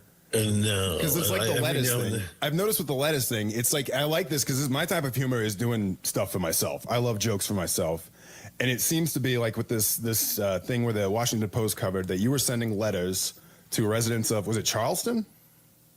Clarksburg, West thank you. Virginia. Yeah, Clarksburg, West Virginia, and they were like salacious letters, but you're not seeing them open these letters, and so it's like this is more. Are these more jokes for yourself? It's just what I wanted to do because it didn't go good for me growing up being gay. So I used to run away and hustle and stuff like that. Mm-hmm. So I had some anger and bitterness and all that. And so I did it this way, instead of, flouncy in your face parades or whatever. Mm-hmm. I wanted to become like a ghost in Clarksburg, and it worked. Recently, I was contacted by a very religious guy who grew up there, and he was a teenager, and his buddies just laughed and laughed about these letters popping up all over town. There was a particular old man that got one, and he was mentioned in one of the articles or something, and they just laughed at it. He's the kind of guy like, don't hang in front of my store. Yeah. And so they just thought it was so funny that old Mr. whatever got these letters. I think that's a very therapeutic way about handling your homosexuality. I mean, it's like they say, at the end of every dick is a shot of poison. Is that what they say? Yeah, that's what they say. I'm actually inspired to be my own pen name artist. I think I'm going to go by the name of Maurice Big Dick when I'm going to start writing books myself. It's really subtle, but I think it's really clever. No, that's taken already. Oh, damn it! No. But let me clarify with the reject thing. That went really big. It was on the front page of New York papers, and it was in the Washington Post. And then the next year with Clarksburg, it was in papers all over the world and on the AP wires like 3 or 4 times, and then all these individual. That's right. Okay. So that's why you're saying that he had to cover it. Yeah, it was like Sunday issues of the Washington Post, the Philadelphia Inquirer, like over 1 million readers. And this is when papers mattered, Yeah, it was a phenomenon. And the reason I bring up the publicity of that is so it was like, 2 years in a row I hit that. And in fact, one time, that reject thing, Wall Street Journal called and wanted to do something else I was doing. And then they had to call me back and say they can't do it because they've done me already within 3 months. Oh my God. Sounds like my ex.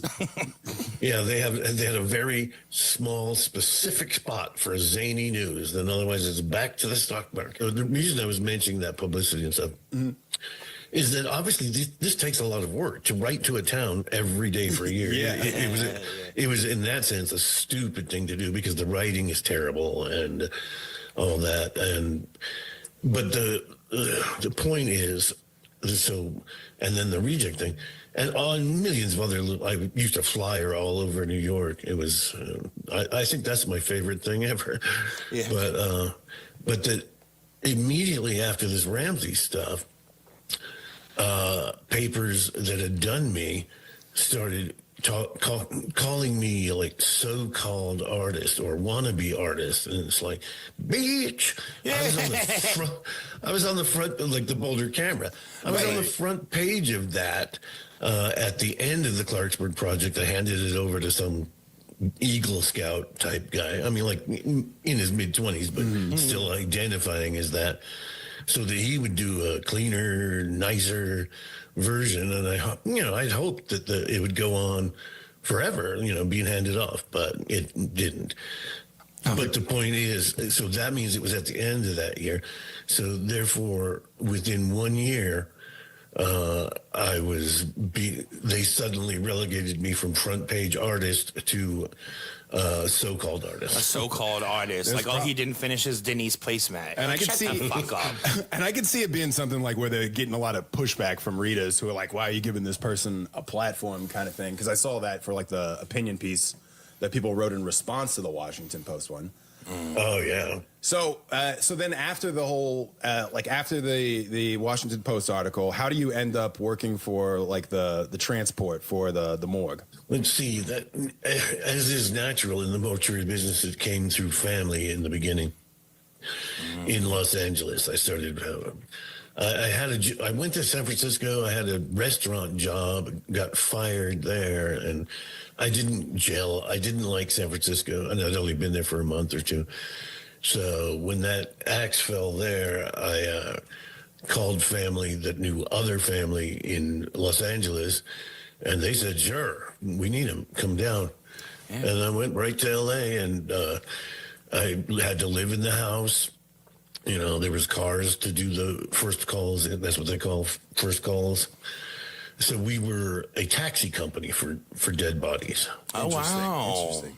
Yeah, so it's not like I went and punched in at a mortuary and stood there all day. Although later I did that in San Antonio. So it was just wait all day, and then, you know, suddenly go, you know. Yeah. It's like being, in a sense, like the feeling of the firemen or something like that. Yeah. Right. Just getting a call and responding. Were the corpses sexier in Los Angeles than in San Francisco? I mean, they're just very visual, image conscious. I didn't work there in San Francisco. I worked in San Antonio and Denver later. Okay, let me just say that in LA, my first thing, I was so amazed at what I was seeing, and I was seeing some amazing things. Like I was having to, like UCLA, they had to close down their body donation program from all the disgraces that happened there. Jesus. But in there was a giant freezer, and all the bodies were hanging by their ears, and then they had like dry cleaning plastic over them with little scribbles written on it. Oh my God! Jesus, is that the normal way to store that? But like my partner, he would be out in the warmer. It's freezing in there, absolutely freezing. He'd be out in the warmer part, but it's still damn cold, filling out paperwork and all that. Because usually I did all the paperwork, but here I would always go in there, and once we dumped our cargo, as we called it, I would go in there and keep pressing the button that made them spin around like he would be like, will you stop that? It's like a ballet. Just playing little music. My God, if you could have a line out the door to pay for it around Halloween, you'd make a fortune. Yeah. Oh, wow. That during the LA period, I took photos of some of these amazing things, including those bodies on the hooks and severed heads. You know, there was a box full of severed heads on the floor at all times because they had a deal where they sent the heads over to USC for the dental school. So I took all those pictures, but I never changed the atmosphere. I never moved anything, touched anything. I just flashed on it, any particular dead body. Might not be the one I brought, dance with the one you came with. I'd be like, no, this is a much better corpse over here. This one's turning green. Oh my God. It's just like a morbid curiosity. It's all right. So I wanted to establish that I did that in more of a stunned, like, I cannot believe what I'm seeing. And I'd Xerox them and send them to friends and all that. Man trying to make sense of his environment. Yeah. Yeah. Then in San Antonio, I don't remember really doing that. And I can't remember any photos from there. There may have been, I don't know. But then years went by. I went to the Army and all this. Years went by. And, I thought the whole mortuary thing was out of my life forever. Yeah. And I missed it, and I still do, I mean, I'd love to hang up on you guys and go rushing out on the first call right now. But so when I'm much older and I've already done those projects and everything that got some publicity and everything. Mm-hmm. And I'm thinking, like, here I have access to this dark, deathly world again. This is your chance. Don't blow, whatever that means. So I then started the thing of changing the nature of the pictures, as in, like, you wait all day. And in the van outside that they give you, you get hired, they give you the keys and you go home in a vehicle, You're in charge of this immediately, because if they don't give it to you, you're useless. And so there would always be sheets out there, extra sheets, because when you come get a body at a hospital or a nursing home, the standard policy is you take the sheet they're laying on, wrap them in that, pull it over onto your gurney, and then you throw a clean sheet down on the bed, a clean folded sheet, and there could be like a head nurse standing there to make sure you do that. And sometimes they're not. So you can build up some because you always want more stuff in your van in case, you know. Got it. But I would start painting on those, make them like those old 60s sleeping bags with like the groovy writing all over it and stuff like that. And then put them back in the van. And then, you know, when I have a chance, throw them on a corpse and stuff like that. Right.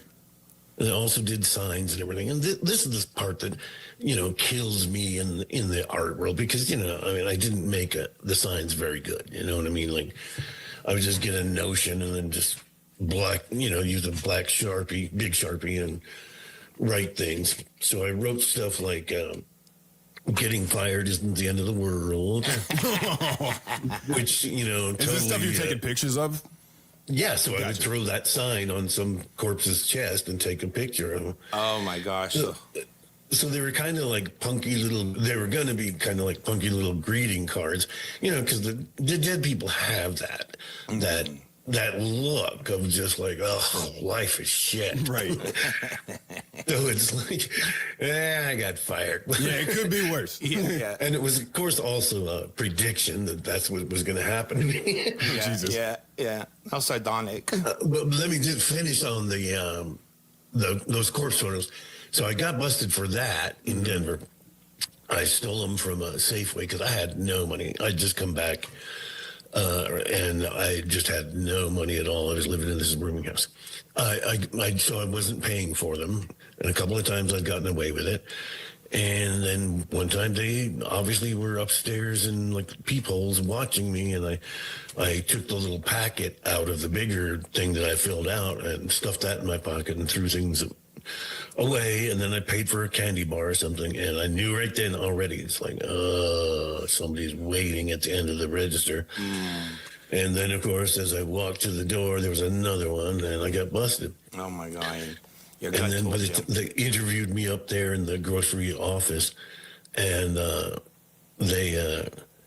when they brought me out, the parking lot was just crammed with cop cars. Just for some stealing? Because they looked at them. Oh, because the photos were getting developed. Yes. So, okay, I got you. So wait, the photo incident happened before the morgue logs? Yes. Oh, okay, I understand. That's why I keep returning to that. I understand. I get it now. So, me too. So I mean, just to finish that part up is that, when it come out, if it had just been about the shoplifting, I would just have had a cop car take me away. Which is still really weird for $9 worth of developing, but that store was besieged with crime. So interesting. Obviously, they were working on it.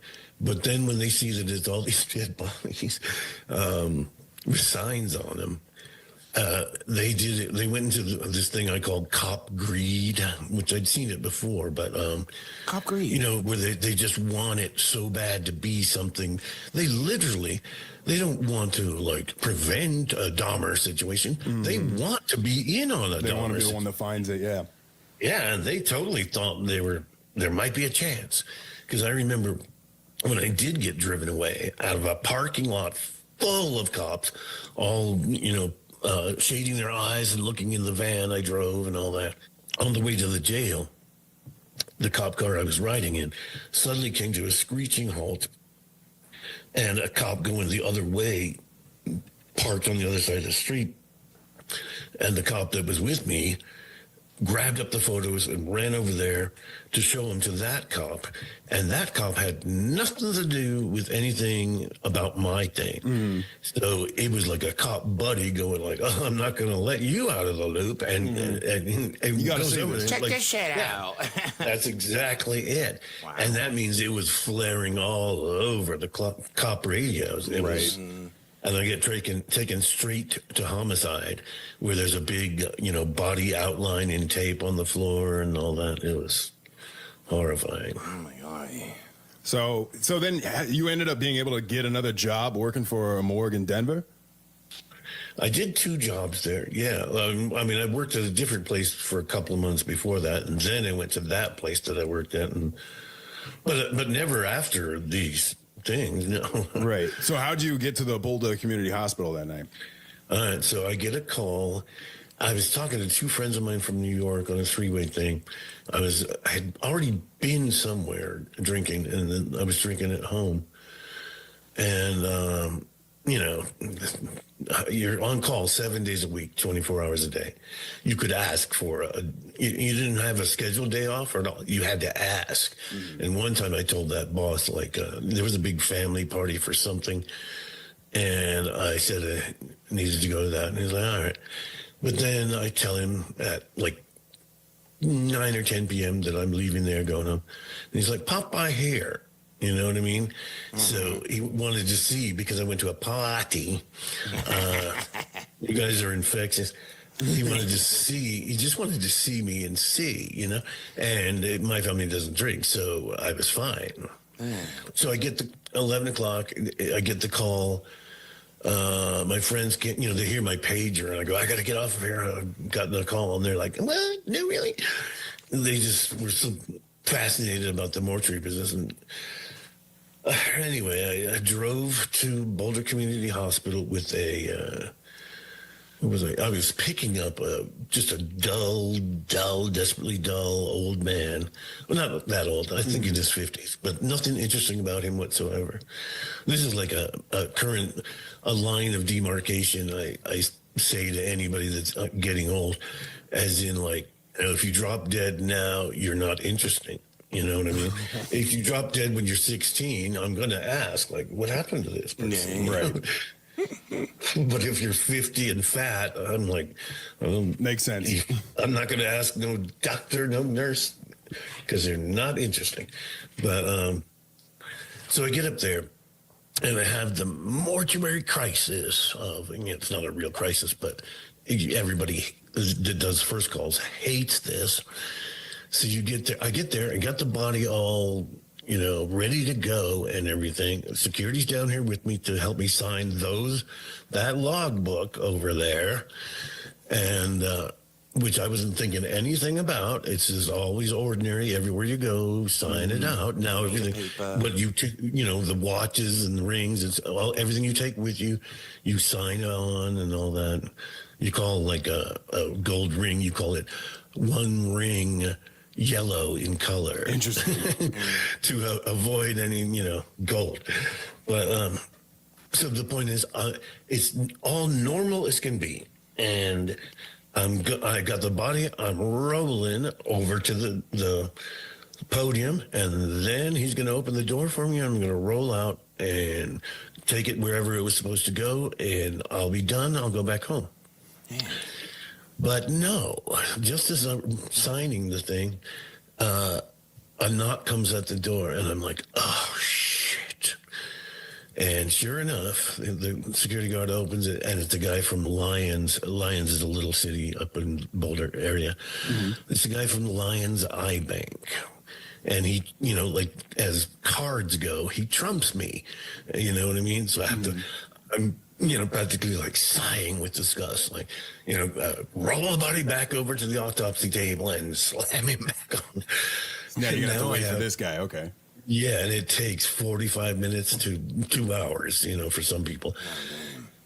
So I went, if I left the morgue room, I would be locked out. So I put, I rolled up a magazine or something. Mm-hmm. And then I just went walking around, and the lights weren't on or anything. There's always some auxiliary light from the exit signs or something. Mm-hmm. Roaming. And it takes me about half an hour before it occurs to me, wait a minute. This is where that JonBenet came from. Right. Oh my God. They always wanted to go obsessed and all that, but I don't know whether they had cameras or not, but it's look, it takes me that long to figure it. However, once I do realize that, my little clickety-clackety business shoes went right back to the morgue, take the magazine down, get in, and I go, let's see, Christmas. Put the pages back to there. And it's almost like a big surprise when I see JonBenet Ramsey and, logged in, what day, what time. Then the facing page has where she went. She went to Christ Mortuary in Boulder. I'd been there in the course of business too. Right. Yeah, Christ Mortuary. And then there's 3 autopsy tables, but there's no door. There's a big door, like a double, what would be like a room for a double door, or a little more even, in fact. And there's no way to close anything. There is no door. So, and he's at the most inconvenient one for this operation, soldering away at those eyes. And when I keep trying to look at him and make sure like he has his back to me, because sometimes he doesn't, he's on the other side. Right. So, and I try to take pictures of them with a cardboard camera, as was what I always did, because it's easy to conceal. Okay. So I take the pictures, and I, of course, in those days, it was a cardboard camera. You can't look and see how they came out, but I know they suck. So then it occurs to me, and I just reach up. It's a great big book, like a big Bible or something. And so I just grab the part where they both come to the binding and just slowly go inch by inch, being very quiet, and then just put them in my pocket, and a whole new world. JT, you're crazy. I love it. Oh my Lord. And so did they say anything of note, like the logs? No, not really. You know what I mean? It was nothing, nothing that everybody didn't know at that, like her age, her birthday or something. Just, when she was logged in and when she was logged out and where she went. So then, so after that, are you still facing those other charges at that time? Yeah, but on that too, I should say that I feel like the most remarkable thing about those morgue logs was that, they're just lines, on facing lines, as in the left side is all logging into the morgue, and the right side is disposition of where it went.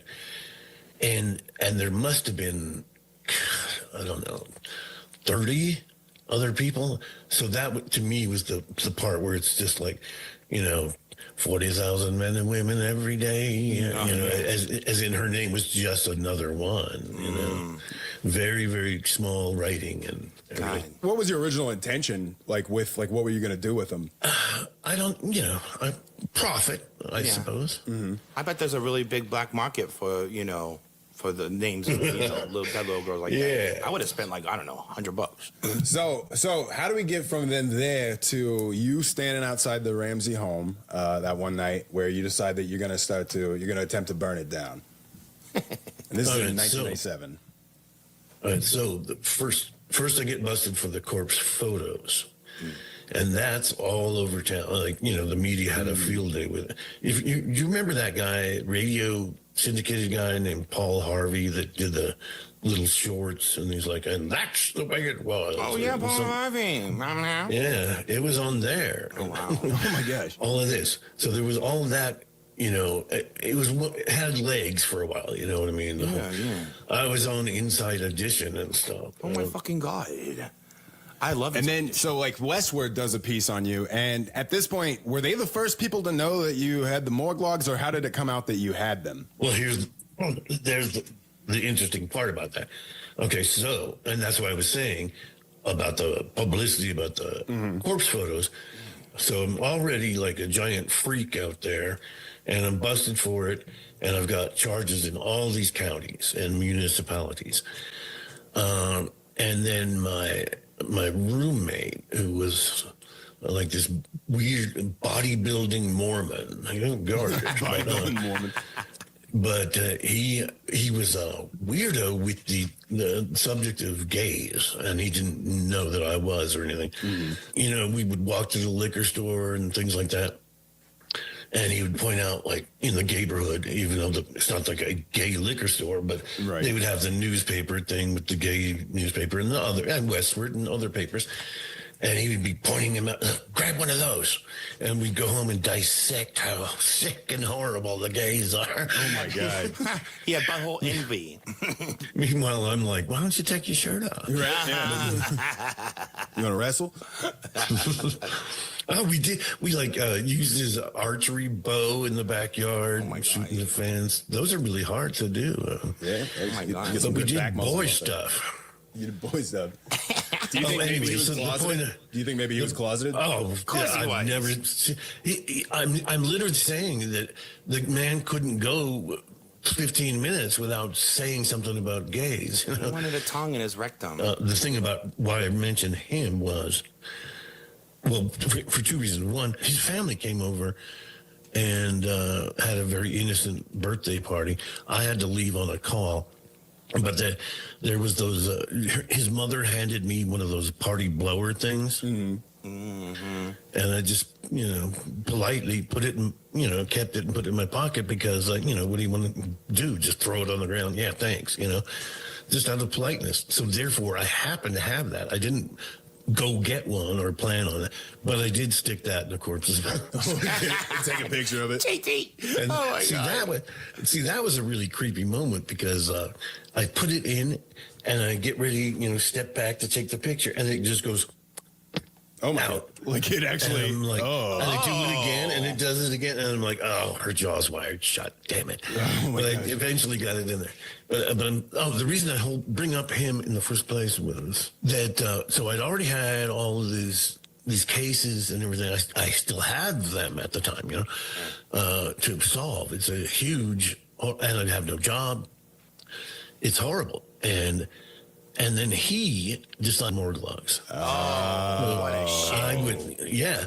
And people did love to, they cut down on the art, made it more like attention seeker. When it's like, I would not have thrown myself on the fires of that at that time in my life, Yeah, that makes sense. He caused me massive damage. And when people like to say I injected myself into the case. No, I got injected by a bodybuilding Mormon. Who love reading gay magazines from liquor stores. So the Westward article, I want to get to. We had your bodybuilding Mormon friend sold you out, and then how did the Westward article come about? I think I just walked over there and talked to her. I talked to her through the window of her office. I'd been in Westward 1,000 times for art projects. Oh, okay. She knew me very well. And then so they do that article about you. Were you facing any charges for the morgue logs thing at that current point? No. I mean, well, so the corpse thing was all one big explosion. Right. And I had taken the morgue logs during that period, but nobody knew it. So that's why I bring up the gay bodybuilding Mormon who decided that to add to my troubles to throw that in. So that made me a weirdo with corpses flung into the Ramsey case. So then how do you end up outside the home to, because it seems like this was like a month after the Westward article, it looks like, is when you were arrested for trying to burn the house down. What was the mindset there? What was going on? That is the exact minute I ran out of money. Gotcha. I was staying at the YMCA, and I just couldn't pay anymore. So I think I had about $10 when I come and sit outside the YMCA and wonder, what am I going to do now? And I think I took a newspaper out of the trash and saw that the Ramsey detectives were going to do a final sweep of the house that weekend. Oh, okay. I'm not sure what day I did this on, but it must have been a weekday. And I decided, I just wanted to go to jail and get my problems over in an easy way. And I was also, I hate talking about being depressed I'm too old to, people understand it now more, You have coworkers. I don't work anymore, but a few years ago, all these young people that, depressed and all that. And it's like, yeah, but I'm 60. Why am I mopping the floor? Right.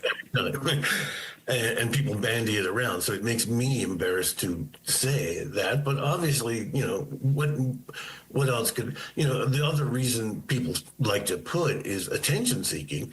But it means, to me, it's like all those 2 years of pronging the national media. Yeah, you've already had the attention.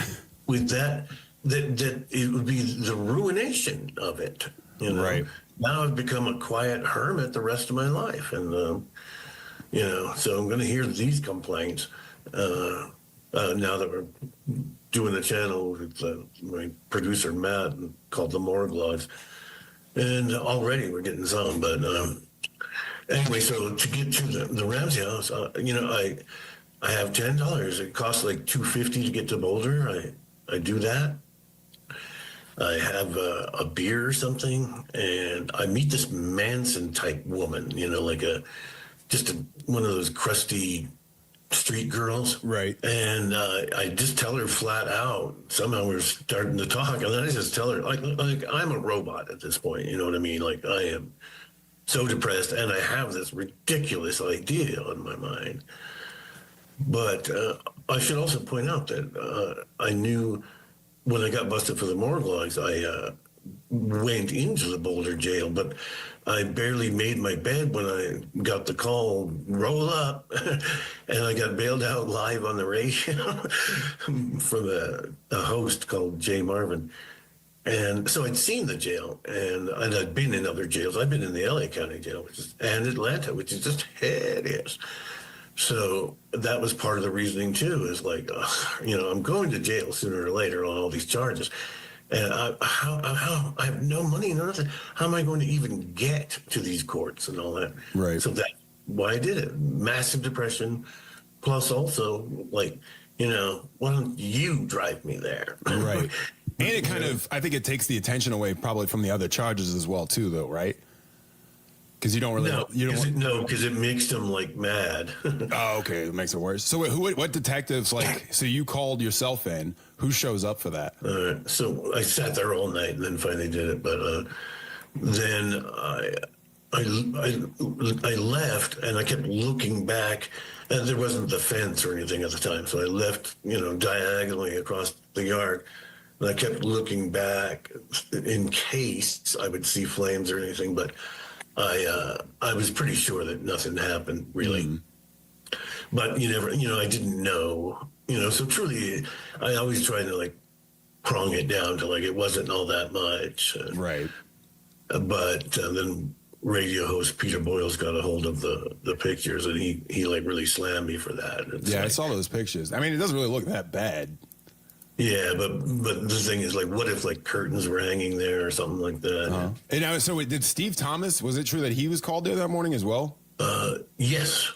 And also, of course, they came to the YMCA to get me for the Morgue Logs.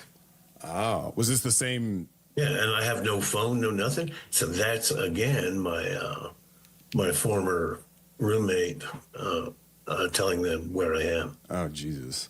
So that's the thing. So, like, the scene, like, they show up and they investigate it. You get booked into jail, I'm assuming. When did you meet Lou Smith? Now, that I'd been in jail for a long, long time.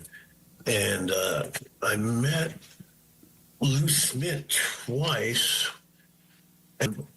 surrounding my plea deal, which was like 7 or 9 months into being in jail. Mm-hmm. When I actually did plead guilty, it was a long, interesting hammering out. I was really quite brave on insisting on things on that. So, yeah, 2 years is that's a long time. Yeah, but I told my lousy lawyer, like, look, if they're going to cut, the range could have been like 8 to 16 years in prison. Jesus. So I told my lawyer, like, if they insist on any kind of prison at all, I'm going to consider it hopeless, and I'm going to subpoena John and Patsy Ramsey. And he looked at me like, oh, geez. Because he knows I could do it. Right. They are. You want a plea deal or what? Well, he went back to some hidden room where they probably can see me anyway. Mm-hmm. Fucking lawyer. I swear to God, he worked for them. Right. But he came back and went, I think they're buying it. And that's what we did. We did 2 years. And then another big insistence thing was that like the corpses, everything that I'd had got probation, even though I'm in jail. Mm-hmm. And so that everything that my probation ran while I was in jail. So when I finally did get out, I only had like 3-4 months of probation left. Nice. And I heard, so while I saw the account of when you worked in the kitchen jail, you baked a cake and that you wrote in frosting on it, Patsy did it. Yes. I ended up off the kitchen crew and buffing a hallway, a white hallway that was like something out of 2001 Space Odyssey. Oh my gosh. Just all day, all by myself. Nobody in there. Occasionally a guard comes through to get from one door to another, but it's like 100 feet long. Was that just because you baked the cake? Yeah. That's hilarious. Yeah, all these things. I did all kinds of things. Yeah, I saw that you were writing letters in prison that were, detailing that life, and along with Ramsey stuff that they were posting to the Boulder News Forum. You also met some interesting people in there, I guess, in regards to, can you talk a little bit about this, like the rock star and the party that was supposedly going on the night of JonBenet's murder? Yeah, the rock star was Al Laughlin from the band The Samples. Mm-hmm. That once they were big enough to sell out Red Rocks, which... hell yeah. Which seats 9,000 people. I love Red Rocks. I've always wanted to go. I haven't been, but... No, it's fantastic. But he stole all the band's equipment and sold it for heroin money. So that's why he was in there. And he told me about a party that happened right down the street or around the corner from the Ramsey's house. All this big raging party. And he's telling me, just me, talking. And then 2 other times during our stay, or, he ended up leaving and I'm staying there, but somebody else comes in the pod who he knows, and they end up sitting with us and pick right up with every little detail about it. So I know that it's not, some people, because I wrote about this stuff online and everything, some people would try to fill me with bullshit, inmates do that, Right. But these people would pick right up with, there's party at MJ's house and all separate people all knew about the same party. Yeah, and they came out in the morning and saw the crime, the police and crime tape and all that. And, they've been drugged up all night long. They still got drugs on them. They're like, it's not what you want to see when you come out of your party at 6 a.m. Now, was this whole Pam Paw saga where your former partner that was involved with the website stuff, I guess supposedly called and recorded Pam Paw, was that during your time in prison? Yeah, in jail. And he had been there, and then he got out. He and I used to work on a work program in there there's a product called Cowgirl, like cosmetics, like lip gloss and things like that. Mm-hmm. And we had a job in there. They would bring the product in, and we would put the actual logo stickers on the bottles. Okay. About 8 of us at a table. And I used to write shit like Patsy did it on the label, so that when a woman would use that down, I was always hoping that she would then be able to see, like, there's something on there. And then, right. But then he got out and he started I would write to him every day and put the letters up. So, and there was a clearinghouse called Mrs. Brady's Earls, which was massively important in the beginning through all the formative years of the case, the first 5, and plugged these every day. And the Ramsey detectives were reading it. All kinds of people were reading it. And what was the point? Pam Paw. Oh, Pam Paw. Then, see, he went too far. He was constantly contacting people in my name and everything. And it was awful. And so he recorded her, Pam Paw? Yeah. And in the recording, supposedly, I guess it's kind of suggests where she wants him and you to go to the governor with some of these inmates that you guys have met as suspects. Is that correct? Yeah. Do you want to hear about a couple of those? Yeah, absolutely. All right. One was just a nut that I met in jail. I hung out with him a lot, named Nick Lowe. And he liked to be, I guess that paper labeled him the Boulder burglar, and he loved that. He had 86 counts of burglary. And I started this weird campaign of writing. You had a free letter a day, writing to all kinds of places around Boulder or Colorado and just saying weird things. Mm-hmm. And he took up on copying me on that. And I hated it.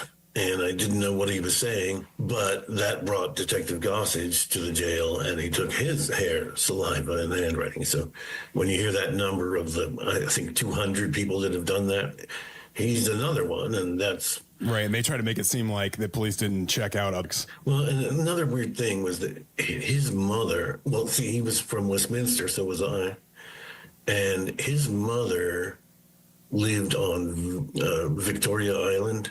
Okay. Near Vancouver, and I was in Vancouver at the time, so I guess they had to do it, but then the far more important one was a guy named Dean. I'll just leave it at that for him, because I say Nick Lowe because he loved trying to make noise out of being the Boulder burglars. So. Gotcha. Okay.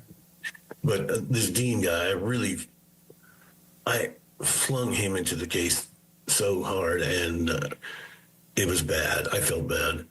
But when he first got there, walking by a table and hearing me and Lance and others talking about the Ramsey case, and he just joined us. Like, you guys talking about that Ramsey thing? And which would happen a lot in the Boulder.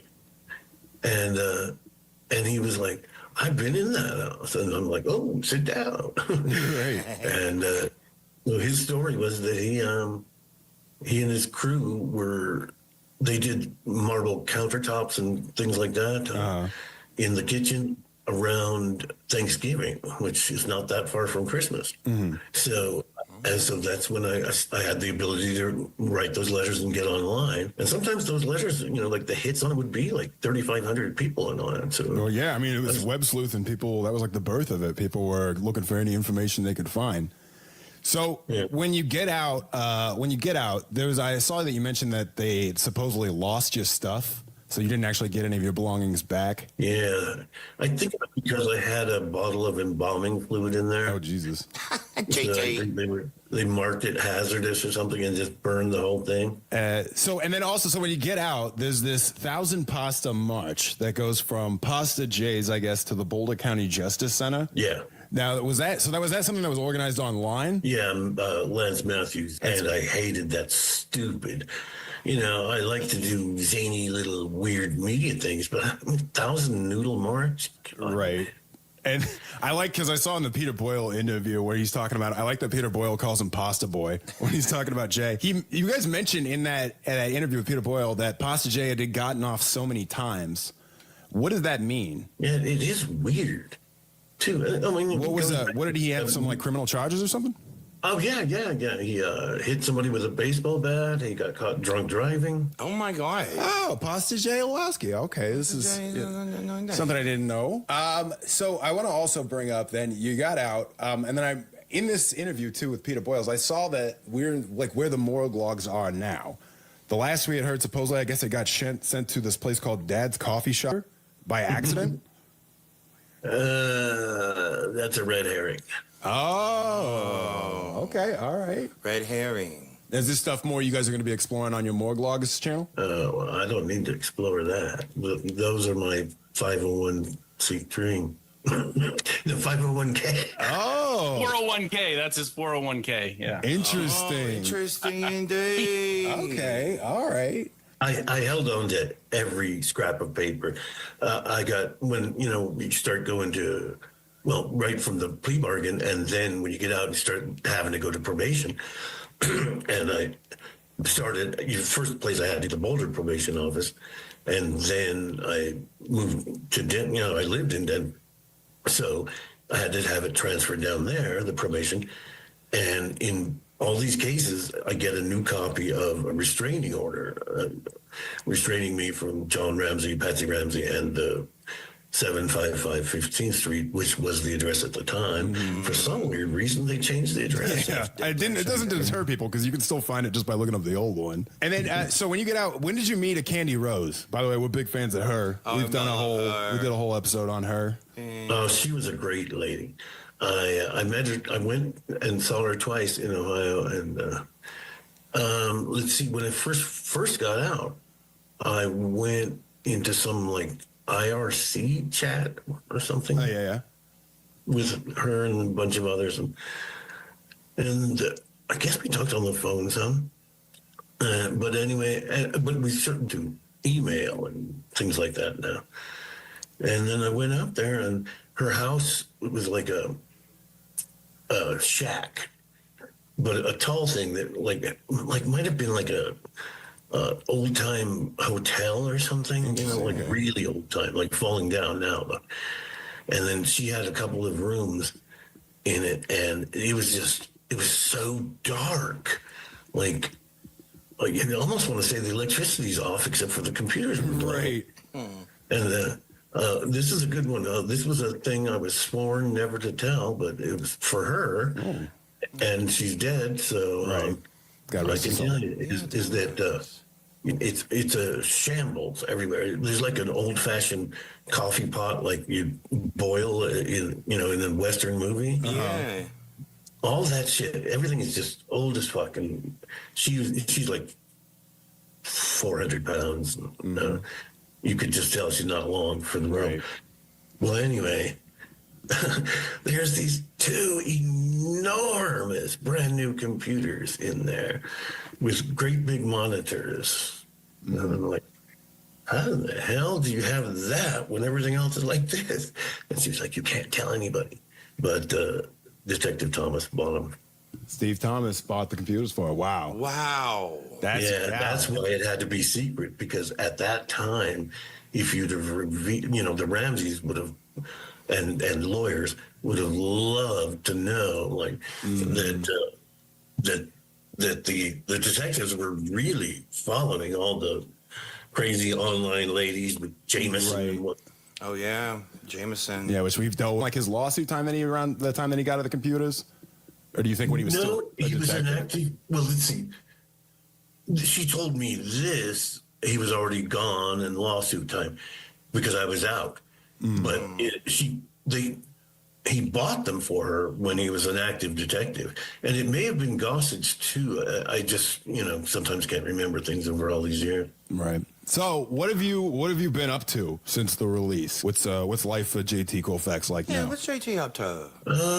Really nothing. I've just laid down and been a hermit the rest of my life. I saw you apologize to John at CrimeCon, right? Oh, there's a good one. No, I did not. You didn't apologize? Did you you just told him that you were the one? Yeah, I gotta say, I was like really meek and like autistically hitting the back of my head, and it's really hard to tell somebody like, do you remember that fire at your house? Right. So I had to really grease my way up to it.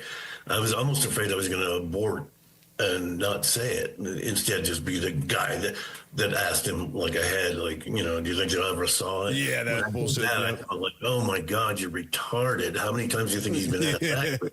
What do you think? I needed an icebreaker. Right.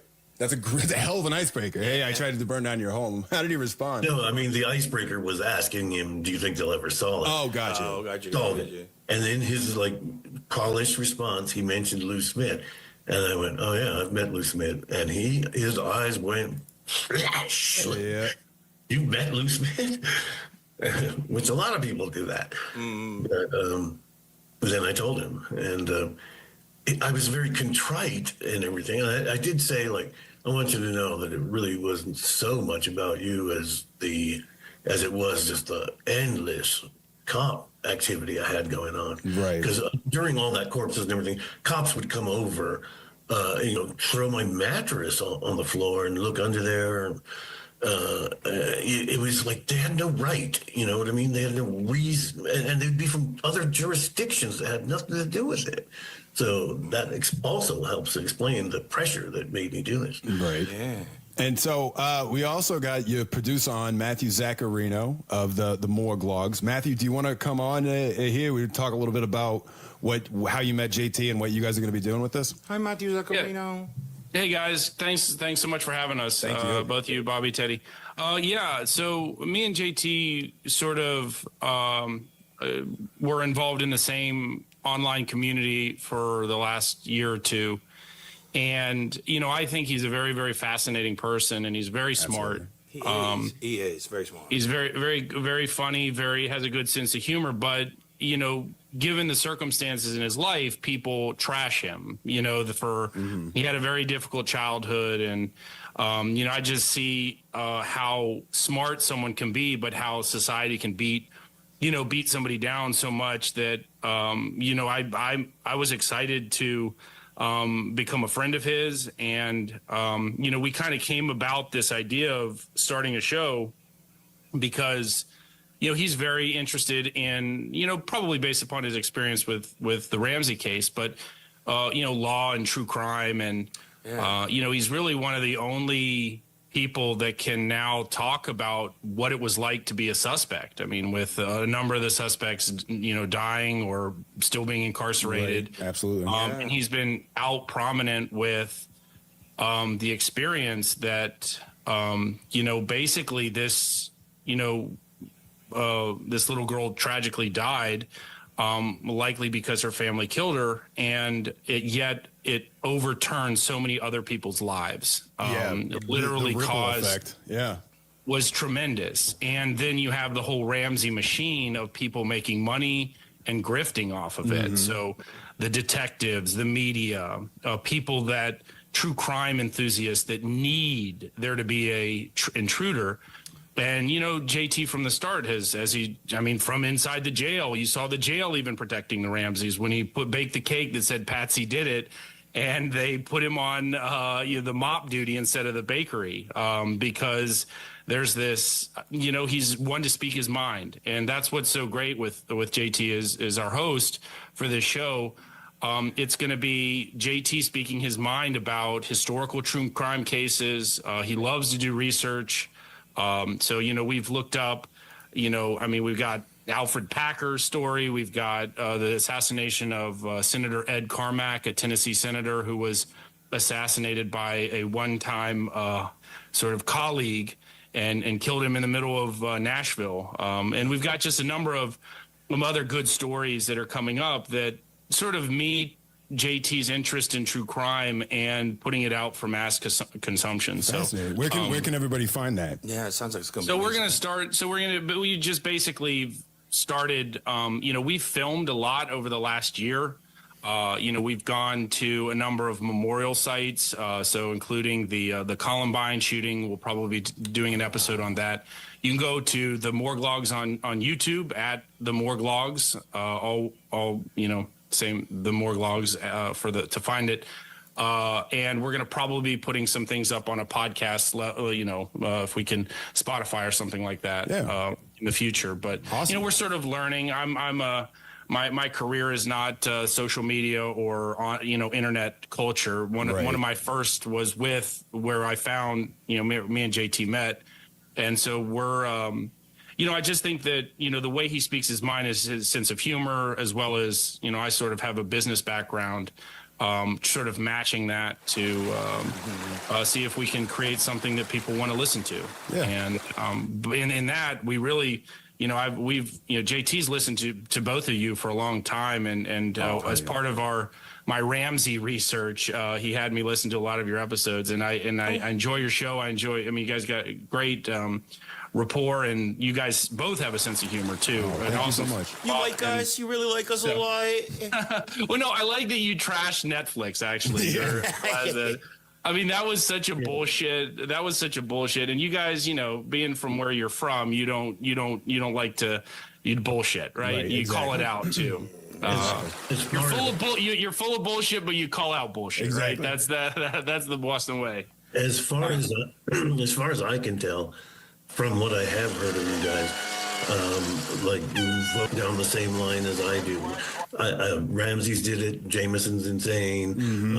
All of these things. Yeah, absolutely. Well, awesome. Well, thank you guys again so much for coming on. It's been an absolute honor and a pleasure, and I can't wait to check out your podcast.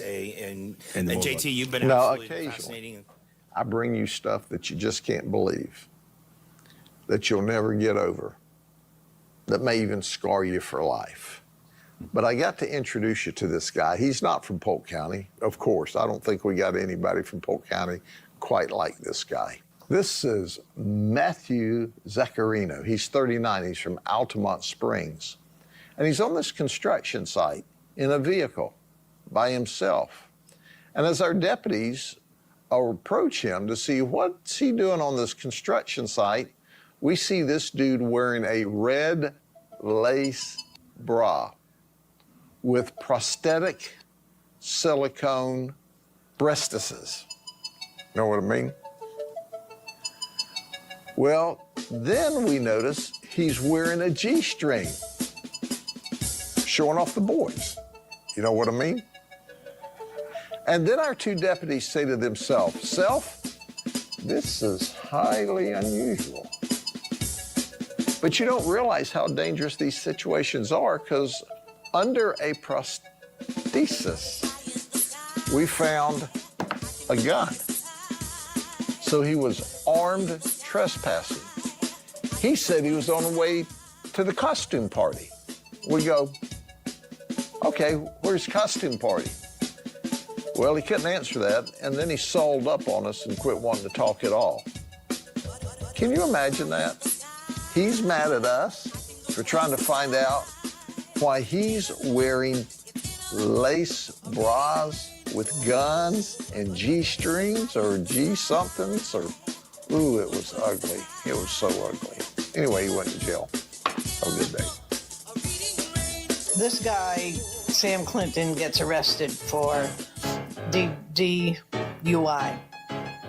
And he's put up his self-defense. This is not a very bright guy, okay?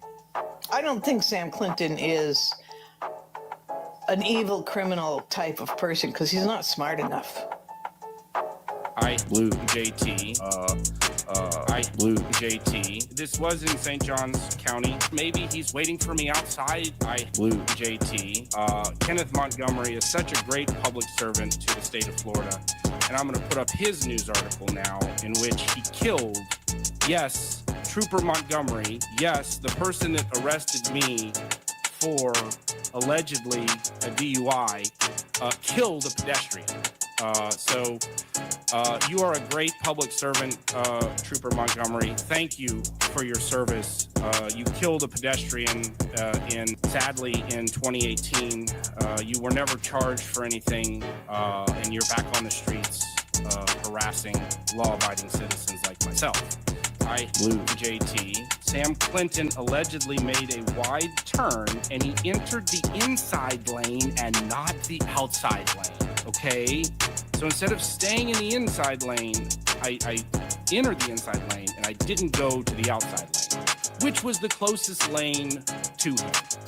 I observed Sam Clinton weaving in his lane of travel. Yes, that's right. Trooper Montgomery caught me weaving, allegedly, in my own lane of travel. And as he crossed the lane marker as he traveled westbound, allegedly. I observed Sam Clinton allegedly drive through the red light at Cordova Street and King Street without stopping allegedly as he turned to travel westbound on King Street. I again observed Sam Clinton allegedly weaving in his own lane of travel. Yes, I was weaving in my own lane of travel, allegedly, and crossed the lane markers. I observed Sam Clinton allegedly straddling the lane markers. I activated my emergency lights and conducted a traffic stop in the parking lot. I blew JT. As I approached Sam Clinton, I detected the strong odor of an alcoholic beverage coming from within the vehicle. He also alleges to have detected the strong odor of marijuana coming from within the vehicle. Sam Clinton's eyes allegedly were watery and bloodshot. Sam Clinton's face allegedly was flushed. Sam Clinton's speech allegedly was mumbled at times. Sam Clinton denied drinking any alcoholic beverages. I blew JT. I blew JT. I blew JT. I blew JT. It's too distracting. And like, I'm not one to believe that the chat will inherit the earth. I think the chat is the scum of the earth. It was at this moment that he knew. He fucked up. That she was saying, and, I'm not there to defend myself, and she keeps at me. Same thing that Telly's been doing. And, you know, when everybody else is coming at me, they're making threats. Where was everybody else? When she's telling lies about me, Bobby Joe, where was you? You wasn't nowhere. You knew why she had my ID. You knew that. And you expect me to trust you. I'm sorry.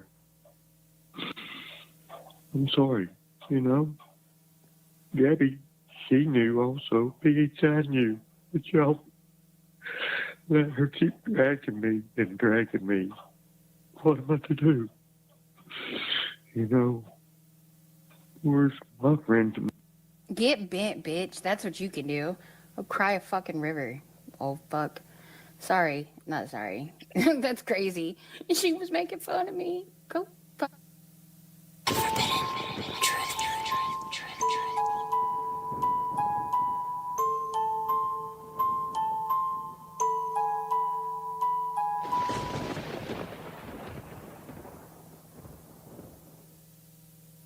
So, I'm J.G. Colfax. I'm a convicted corpse-abusing arsonist. I'm not up to the level of this channel of like ages and ages in prison or killing people, but I know them. So I did, my biggest stretch in life was 2.7 years in the Boulder County Jail. And for several days, I would see news reports with my face on it, my mug shot, and pictures of the Ramsey house, a video of it. And I wouldn't walk the 5 feet over. I mean, this is another thing where people always confuse it with I was doing this to make publicity. But I wouldn't walk 5 feet over to go out into the room to be able to hear it. Not once did I do that. And, you know, I mean, it's pretty rare when you're on TV for starting a famous murder house on fire and a bunch of corpse shit. So, you know, I mean, would I like to see him now? See those news reports now? Yes, I'd love to, but that was before everything was saved on the internet.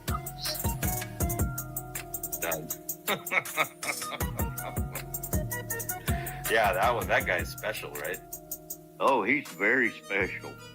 That one there, he goes back about 7, maybe 10 years. Threatening females, stalking them, and there's videos about it. Yeah. And one of them I have talked to, and, you know, it's very sickening what these people do. See, this is the thing. When I got back to Atlanta, I told Gomez, leave me alone. Don't text me. He gets all mad and tells lies, okay? But I didn't want to hang out over there at JD's no more. Why does he leave out the part where he threatened to commit suicide and even have the evidence of that? That's where I didn't want to have any more contact with him, but then he wants to get up on panels and lie. Like this. Then call me the liar. Anyways. Okay. So now, you know, if he's going to be hanging out with JD, you know he's going to be hanging out with Nanya because all of those people are the same types of people.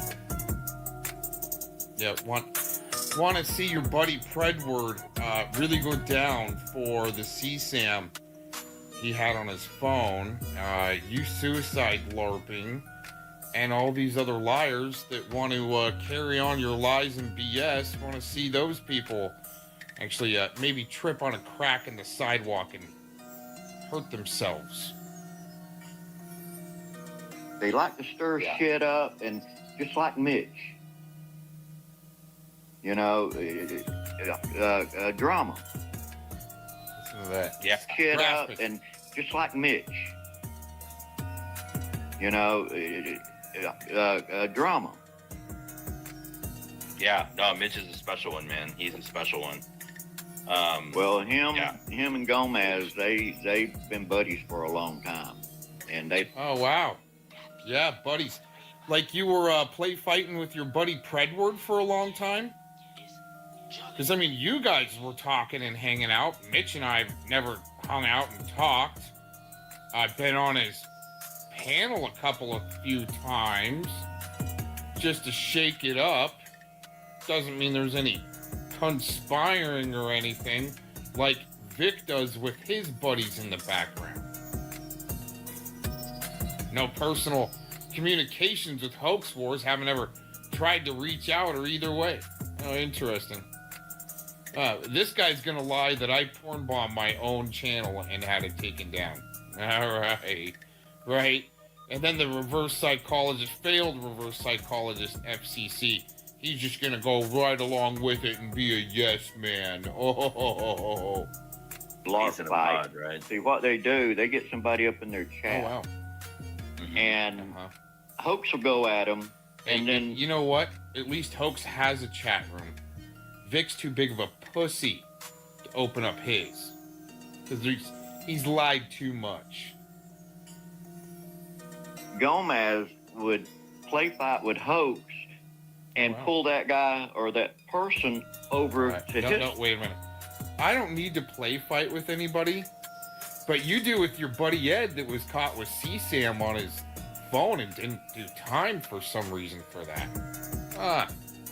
Side and date. Oh yeah, by the way, Jen A, she now supports fully, right now to this moment, Mr. Ed Stairs that had CSAM on his devices. Currently, right now. Wonder who else Jen A likes to support that's a sicko. I'm sure there's a few out there. Oh yeah, JT. Chovic, she supports him. Who else? Yeah, Jen A likes to support degenerates that also like to P-bomb channels. Right now, she loves it. Mine them. And once they get what they want, they both go after it. That's how they do. Yeah. It's like a pack of wolves. Yeah, and you guys are definitely the cleanup crew as far as the vultures and the crows. Cool. Yeah, the crazy people, man. Crazy people. I'll tell you that. You see, Gomez thinks I'm crazy people, huh? Coming from the failed double reverse psychologist that picked up his job possibly with YT off the back pages of some rag he found out in the, found next to the bathroom at a strip club. That's how he got his job. About taking a restraining order out on him. Keep on going, Gomez. Vicky. Keep going. Oh, he already said he was. He was going to the courthouse. He was going that day, and he streamed it. Oh. Shut up, you big fucking pussy fraud. Pattern artist. Fraud. Says you're an artist, but all you can do is draw a pattern. That's already sketched out for you, you damn plagiarist. Because all this stuff that I got on you goes way back. Oh, wait a minute. Listen to him crying, Mickey. Rodney Bowman crying over time. I know you're listening, buddy. Keep going. Because all this stuff that I got on you goes way back before I ever got into any of these groups. There's proof. There's proof of Miss Glittery stalkers saying this, that, and the other. She even said she tried to file charges against me. Where's all this shit at? Going by Miss Glittery stalkers and Fellowmon. Oh, it's gone so far back, 8 years. Haven't been talked to once by law enforcement. Oh, God. What a fucking fraud. Vic the fraud. Rodney Bowman, the map and pattern artist, plagiarist, fraud, liar, shill, influencer, infiltrate. Out there. Oh, yeah. He's a prick. And a slack-jawed, faggot, limp wrist little bitch. Should have been thrown down the well next to his brother. Before I ever got into any of these groups. There's proof out there. He's a predator. Just like Nana's a predator. JD's a predator. Well, you know, here's the thing with psychology. is it does kind of take a predator to recognize predatory behavior, but from there, when you're a bigger scumbag predator map, getting thirsty over young girls in restaurants, talking about their ass out loud, it might take somebody that's already kind of a predator or knows how to spot a predator. This ain't no fucking map or ped. Or bestiality, right? Into bestiality, like these fucks right here with their pigs and their javelinas, talking about sexual things with animals. Yeah, I've seen these types of pieces of shit before, especially the state actor FCC. Sure. Yeah, Mitch too, right? Oh, Yeah. Yeah. See, FCC is such a fucking wanking idiot of a failed psychologist helping lead the poor victim, Vic, as a witness against Mr. Cox because he won't shut up. Now, when people come at me and do shit to me, well, you know what? Fuck you, Vic, for threatening to commit suicide to multiple people. Because why? Huh? Why? Look at you, sound all tough now, but you're still the victim. Why won't these pieces of shit call this piece of shit out for suicide LARPing? Having to threaten to commit suicide. What are you covering for, Vic? What have you really done that you're covering for? Because you're covering for your suicide bullshit, trying to throw that on people for some reason, to multiple people. But here you are, all tough, but a victim. Yeah, can't wait till the courts see all that bullshit that you started. You wanted to say that you're gonna lay down your sword, but before you go, you're gonna dox a whole bunch of people, and then lay down your sword and then commit suicide. But everybody else came at Vic when they were trying to fucking help him because he was such a basket case piece of shit loser, basically living up under that trailer. Up under that trailer in the background. Loving it. JD's a predator. Yeah, Mitch too, right? Yeah. Yeah. Now, when people come at me and do shit to me, yeah, I'm going to fight back. You come at me with fighting words, I have every right to defend myself. Yep. You try to infiltrate up into people's homes, and then when you get caught, you threaten to commit suicide. I don't have to do anything. I'll just keep you on blast. He's the one that has to travel around and go up into people's homes just for a little peek. Then to be able to talk about you once he leaves, after he threatens to commit suicide. He's gonna lay down his sword. God, what a fucking fraud. When people, you know, got it wrong. Oh, Vic shouldn't be doing that. Well, don't be picking at me. Right. Why are you putting yourself out there to be picked at in the first place? You pick at me, yeah, I'm gonna retaliate. I might retaliate a little bit different than most. Right, and what he's talking about is abusing the courts. Trying to get people hemmed up. I wonder what he's covering for, like Predward would project right before his charges came out.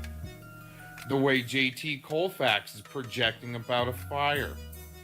Trying to put the murder of JonBenét Ramsey on her mom.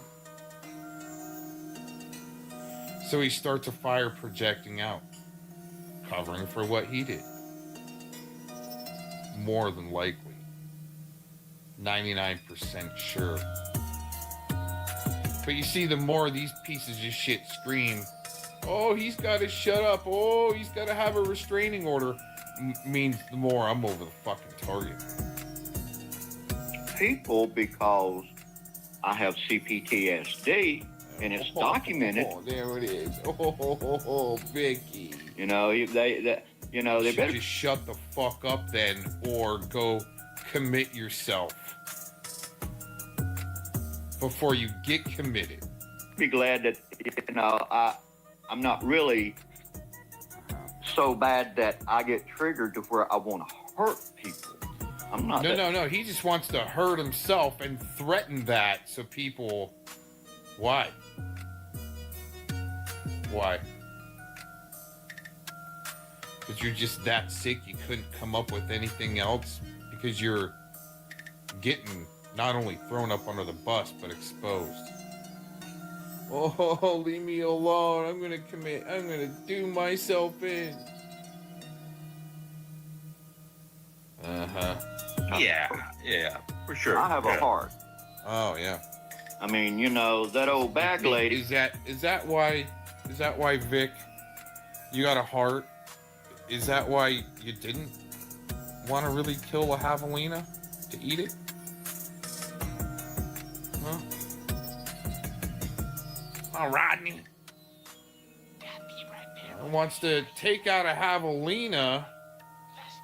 It didn't seem like he wanted to eat it. Wondering if he was wanting to shake around like JT Colfax did to JonBenet Ramsey as he was taking her out. Do some sexual things to a corpse. I mean, he is JT Colfax's friend. Just admit it. Do it.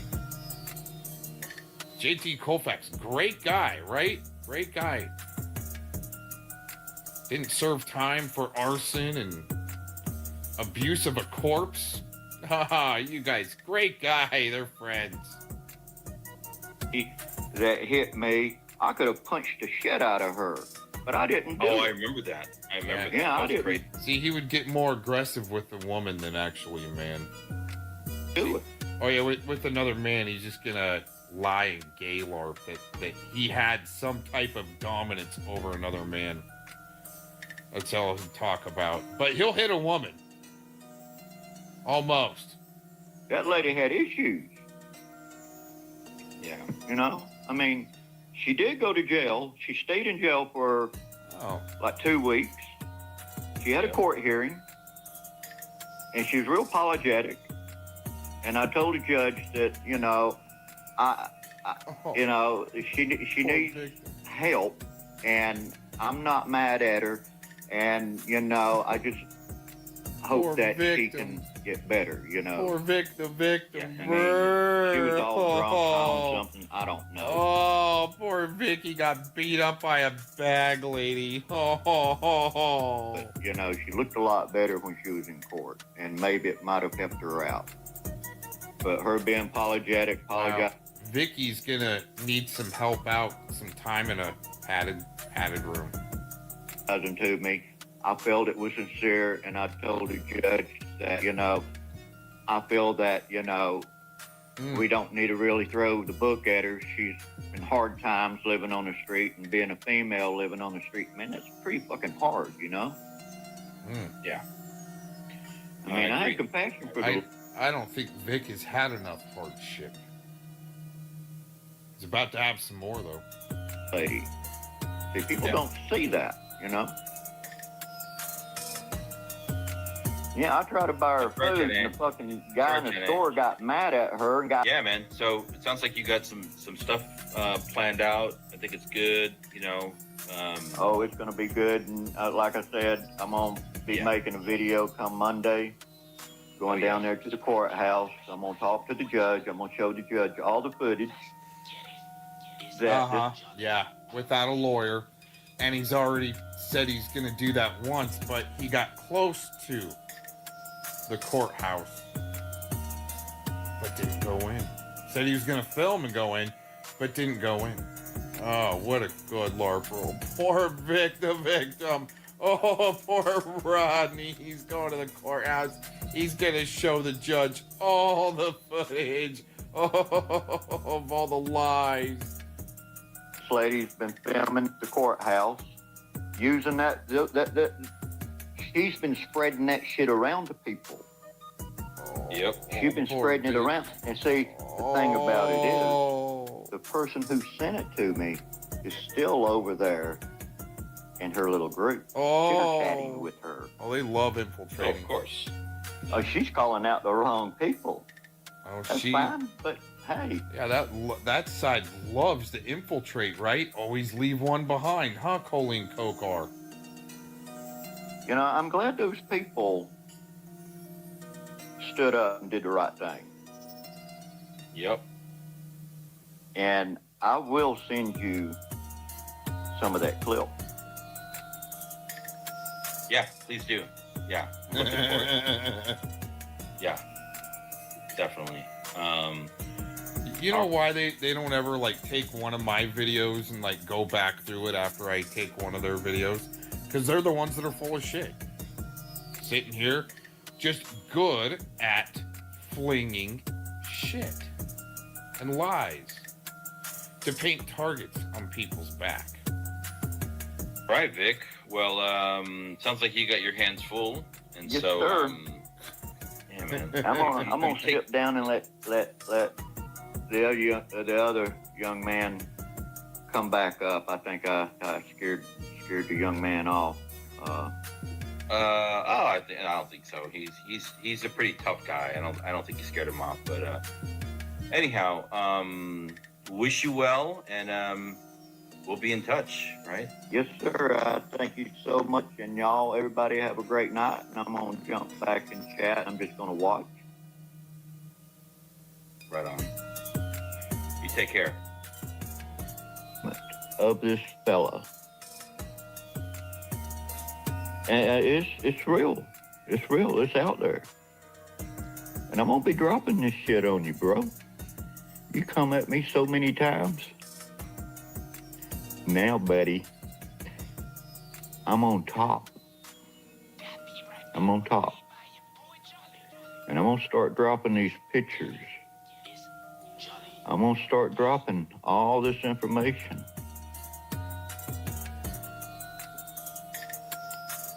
And I want to see how you act. See, you want to go out and start fucking with people. You want to go out and make threats to people.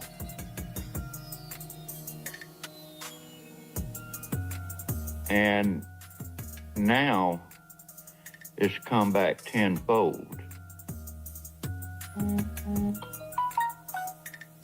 Because I have something that you're going to flip out when I post it. And I'm going to post it. I'm going to put it out there. I'm talking about pictures. Let me back it up. The person that we're talking about is John Davis. John Davis. Okay, there's court papers out there that he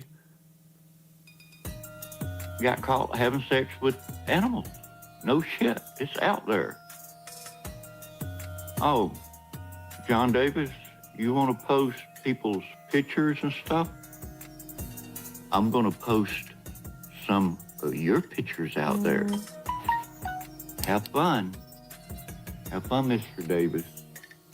Your day has came. Nanya, I ain't forgot about you. I got your information. And I'm gonna drop it also. You wanna fuck with people. You wanna call people up. Now it's y'all two's turn. Let's see who I can call up. Maybe I might just send registered letters to them. See, I've been saving all those videos. I've been saving them. And I'm going to use them. Gomez, fuck you, buddy. You lost your channel. Ha, ha, ha. It's a good day. You're going to lose more channels, Aaron Victor Cox. post some more porn.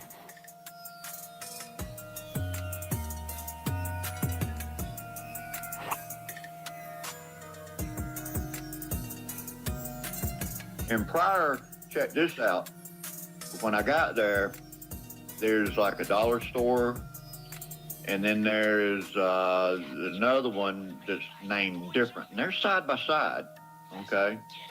And he's always going to this one over here. I said, no, let's go over here to this other one. I want to see what they got. Oh, I can't go over there. And then he explained to me why he can't go over there. That was a lady that was his roommate, and she was married to someone that Aaron didn't like. Aaron was fighting with the guy, and she got a divorce with that guy Aaron was fighting with, and he thought he got a queen. He someone he could put on a pedestal. Oh, he was so happy he won her over.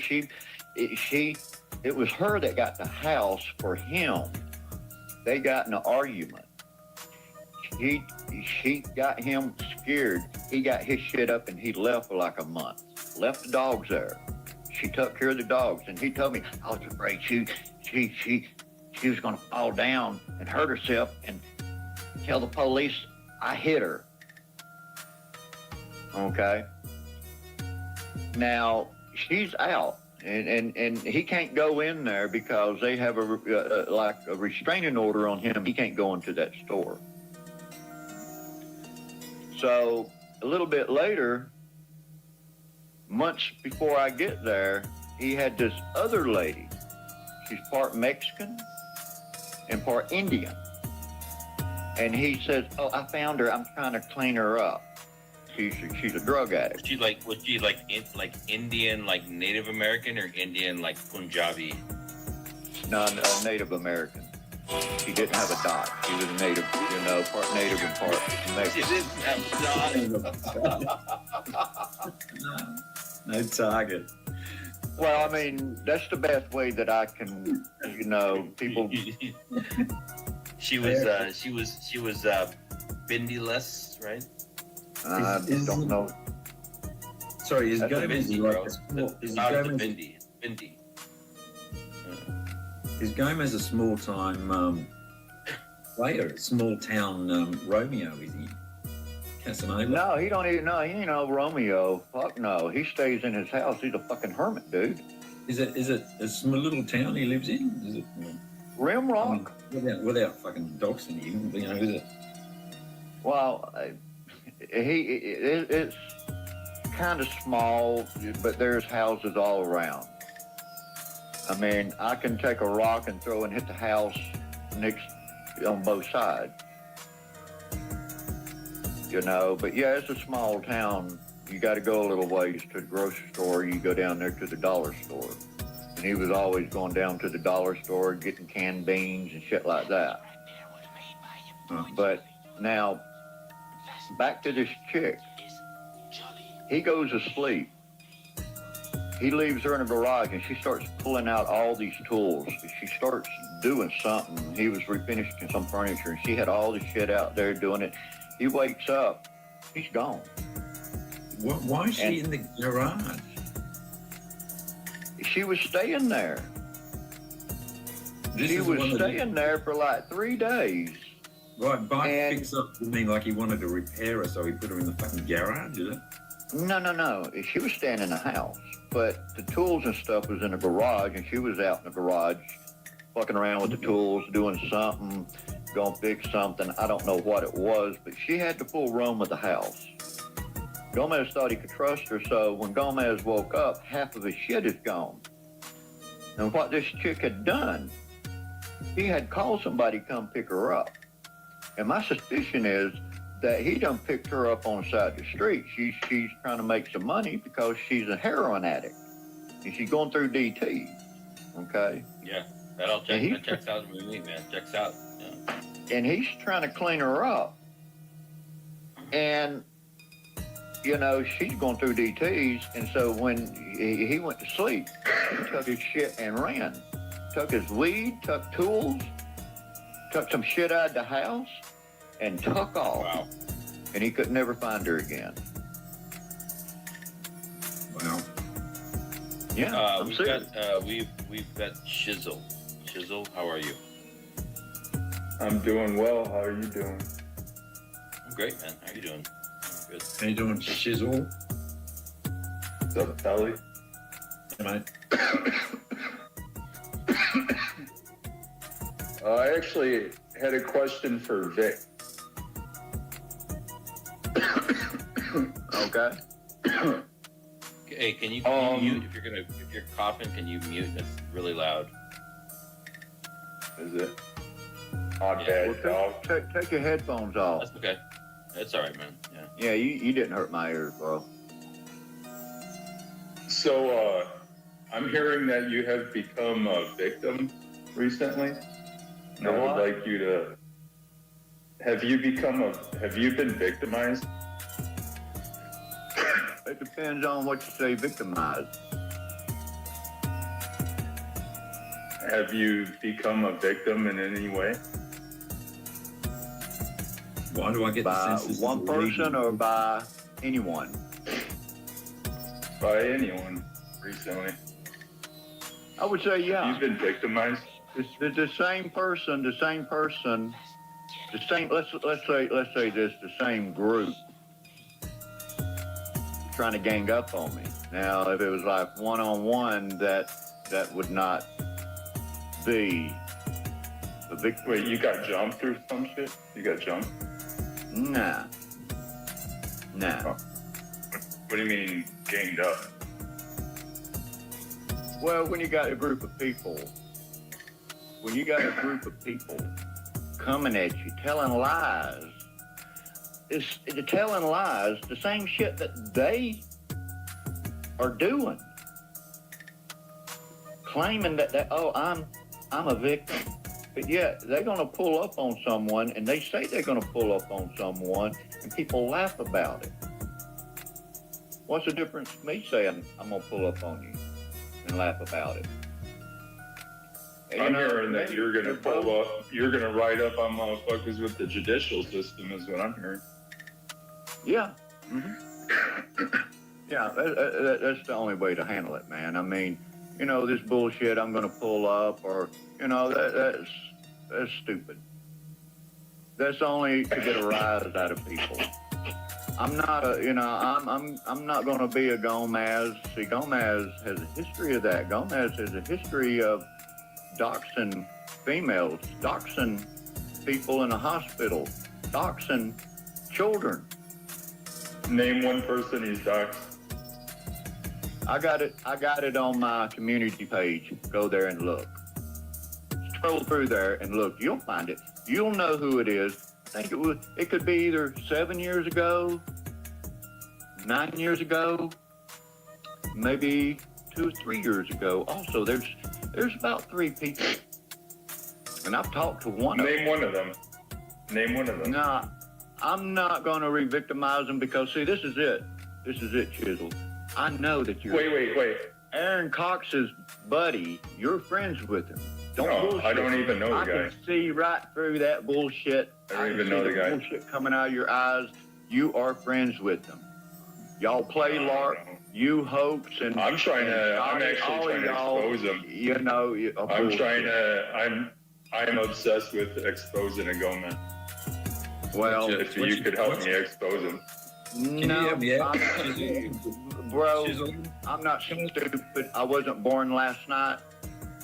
What's one of the lies? I know better than work. Hey, bro, you do your thing. So are you trying to sue people for slander? I don't mix. Are you trying to sue people for slander? My business with other people's business, huh? Are you trying to sue people for slander? Yeah. I can. Can you? Did you suffer money loss? Yeah. Oh. Yeah, I did. Really? And you could tie this so-called... You know what I'm going to do? Hey, when that shit comes out, you'll see. I'm not going to tell you anything because, see, I tell you, you go tell this one tells that one, and then we got these other people from the outside looking in on us right now listening. I'm not stupid. Well, I mean, I wouldn't know everything I know if you didn't open your fucking big ass mouth. Everything I know is from what you told me. Yeah. So your game plan is already out there. But What you're doing, you're not saying what you know, because behind the scenes, you're all up in their ass. Y'all play lark fighting to actually, take behind out the the scenes, I'm people. just a guy that doesn't know any of y'all motherfuckers. I'm just the guy behind the scenes. Look, man, I've talked to, I don't know. listen, man, I've talked to a lot of people on that side of the group. They told me all about y'all. They told me all about y'all. I already know, man. channel? Can I just ask? How did you find my channel? Through Gomez. Are you a How Gomez did I fan? find? No. FCC was at Scat's channel, and we had a conversation about pseudoscience, and I subbed to him after that. Channel? Yeah, but what's your Yeah. angle tonight? What's your angle tonight? Are you here to advocate for fucking Gomez, are you? No, I'm just here to ask Vic why he's talking about court cases. This is things that comes out of Vic's mouth, and he hasn't. So I don't know. He said a group of people. I don't know who he's talking about. Who's these people? If you ain't gonna say who, why don't you give us the name of these people that have slandered you? No? Yeah, I don't know whether he was talking about slander, mate. Yeah, I don't know where you got that from. I mean, what he was asked before, because I was No, confused. Vic said he was slandered by a group of people. That's where I got that from Vic. Well, just Are when you he guys was talking to listening? you. No, not really, mate. You were boring the fuck did up he when leave? you were fucking and shit. Yeah, he's gone, mate. What the fuck? How you doing, Big? Yeah, good, mate. Right. How are you? Right. That's right. I thought it was Ryan. Okay. Oh. No. Whatsoever. Yeah, we lost Vic. We lost Vic. And Just when I was asking him the good questions too. Yeah, mate. Then y'all had to fucking butt in. Y'all had to butt in and run defense. You were over the target. You were over the target, mate. Who knows where you were fucking going? No, that's just Shizzle, I'm not big on doxing, but would you care to share with us your current daily dose of lithium? How much are you taking now?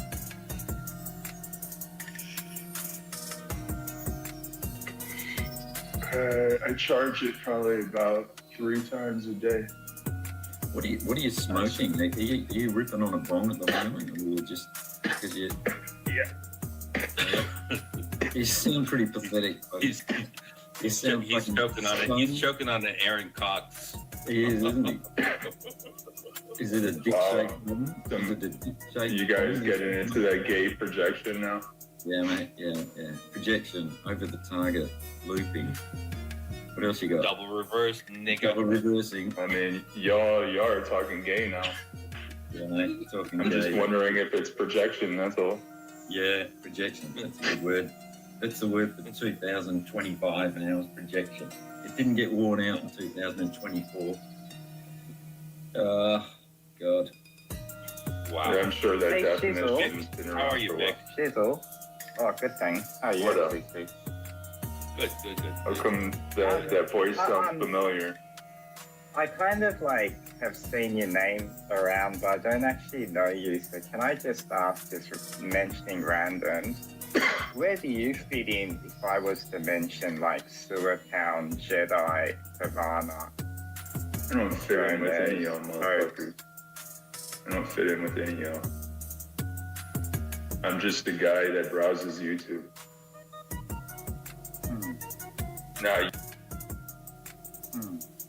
Now y'all playing that team, picking sides bullshit. I'm just the guy that clicks on YouTube sometimes and browses different channels.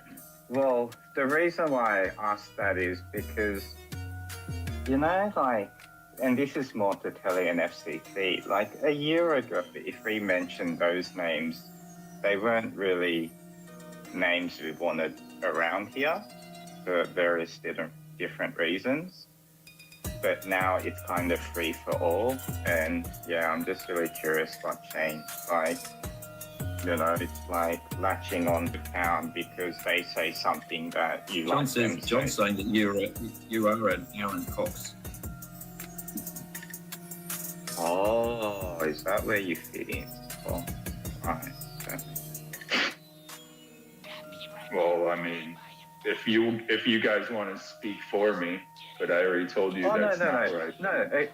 So Shizzle, it's not a matter of what side you're in, but you know, history kind of, you know, it kind of lets you know what you know and what you don't know, right?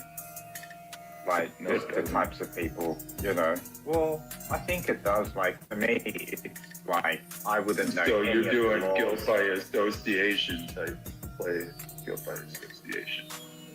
No, I'm not saying guilt by association. I'm just saying like understanding the laws, like half the shit like Liz or Hoax does outside this community. I don't understand shit because I don't understand those communities and stuff, right? And so I just, even if I try, I don't find it interesting to watch their things, you know.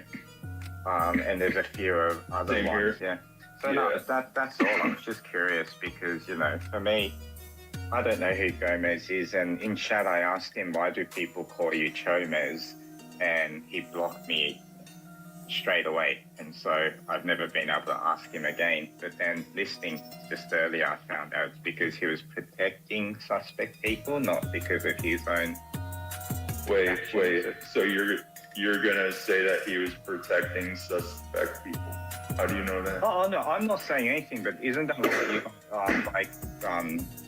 hang on, who was talking earlier? Vic, Kelly, and FCC was saying earlier. Like, how did the whole Chomez name come? Like, I don't know, and I'm curious. Because it rhymes with Gomez, and there's the network. It rhymes with Gomez, and the network reaches for the stars on anything that they could slander the guy with. But you're saying there's nothing Chomo related to. Not unless you could expose him, unless somebody could prove it, and it's never been proven that he's a Chomo. What is the network though?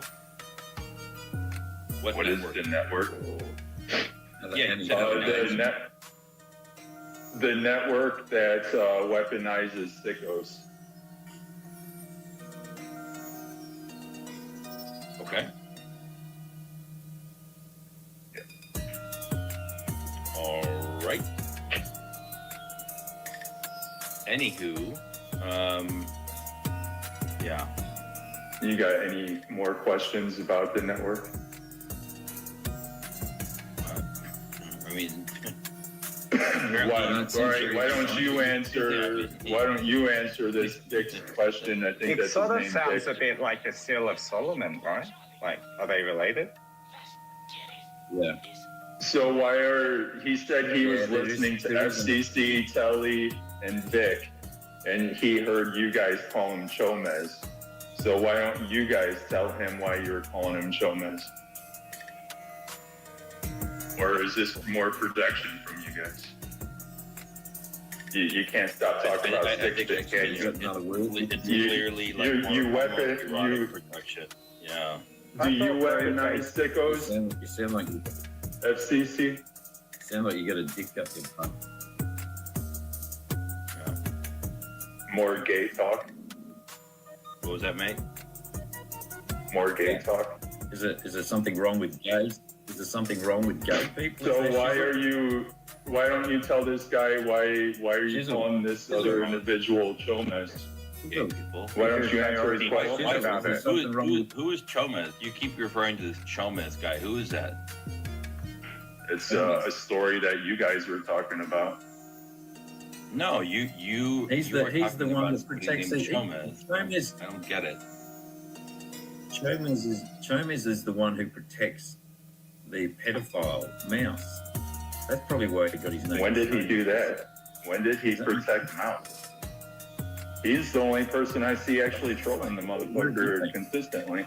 Oh, he does. He does. Do you troll? He does now. Do you troll Mouse? But he no, mate, Wait. When did he protect him? When did he protect him, and how? What tactics did he use to protect him? Yes. It's well documented. I want a date and I want the proof. That That way we I've could heard of him expose him. saying protecting mouse and standing up for them. Wait, are you I don't give a just fuck saying what you that? want, man. Why don't you paraphrase how he protected him? Yeah, maybe How I did he am just protect him? saying that. I just invented it just to annoy Wait, him. how did he admitted it protect him? himself. How did he He protect said it him? himself. No, he didn't. He admitted to buying the dude dog food. He admitted to buying the dude some dog food. No. Is that protecting somebody? How about you shut the fuck up? Yeah, he admitted to buying dog food. I'm fine. I'll mute up until this fuck we finish what he's talking about. We're talking about protection. So you're saying he was an attorney for Mouse. Is that what you're saying? He was Mouse's attorney and he was defending him? Who are you talking to? I'm talking to Tully. And what are you trying to communicate? Tully said that he protected Mouse, and he hasn't told us how, when. He hasn't given us the example. He hasn't showed us any proof. He just said he admitted to it. Nobody knows what the fuck you're talking about, dude. Are you gonna let me talk now? Yes. Chisel? Answer Thank the you. question. Okay, sir. It sounds like FCC ain't paying attention. How about you shut the fuck up and let people talk, mate? You know? He admitted it himself that he used to protect him, but he was doing it, he was undercover because he was trying to extract information from him. That's his story. So go and ask him that. That's how he's got the reputation. I've never heard him say, I've asked him, I've never heard him say he protected. Okay, you've heard it now. Oh, that's what Mitch and him was talking about recently, wasn't it? Like, he even clarified that recently, saying that that was his laugh, and that's why he posted a video, you know, which looked like he was protecting the guy, but the purpose of the video No. The video, actually, you got it wrong. The video made it look like he was supporting the guy. Yeah. He said, oh, I But supported the a reality pedophile. was that he wanted to get the fact Oh, I that that's what supported he in did. the past tense. That's not protected. That's the giving somebody dog food. Well, dickhead, if you let me finish, you can understand what I'm saying. If you cut people off, you don't actually understand what they're saying. So how do you know what you're responding to? You know, you're doing the same thing to Telly. You know, you Well, make up then your own clarify. mind. Just like, I no, just shut the heard fuck you. up. Now clarify. Shut the fuck Clarify. up. No, it's just like you're saying, oh, why don't these two guys All answer right, clarify. what, you know, What do I... No, fuck off. You're not even listening. We'll put him in the basement for a second. Go ahead. Oh no, it's not worth my time. I can't be bothered. It's okay. Like, it's wasted brain cells. Like, he has no IQ. Like, I already said that I was listening to you guys say that he was protecting two people, and he's there going, why don't you guys explain what he heard? I go, well, he doesn't. You guys don't need to explain because I already told him I heard it. Like, the guy's a fucking retard. I mean, you know, retards are funny, but when you're, it's frustrating. Yeah, it's kind of boring and annoying at some point. But Are you ready to be regular, Chisel? You ready to be a normal human being? All right. Wow. So dude. back to what we were saying. You sound really sick, dude. It's called dabs, marijuana. You got AIDS? AIDS? Dabs. So you said he admitted to protecting, but I heard him admitting to support. So you said he admitted to protecting, but I heard him admitting to supporting, which is two different things. Supported in past tense. Oh, So yeah. can you clarify where, at least paraphrase, how did he protect? Okay, so he supported a pedo. You think that that's better, do you? Well, I'll leave it at that. Well, he bought somebody dog food. We don't even know if he knew the info at that time.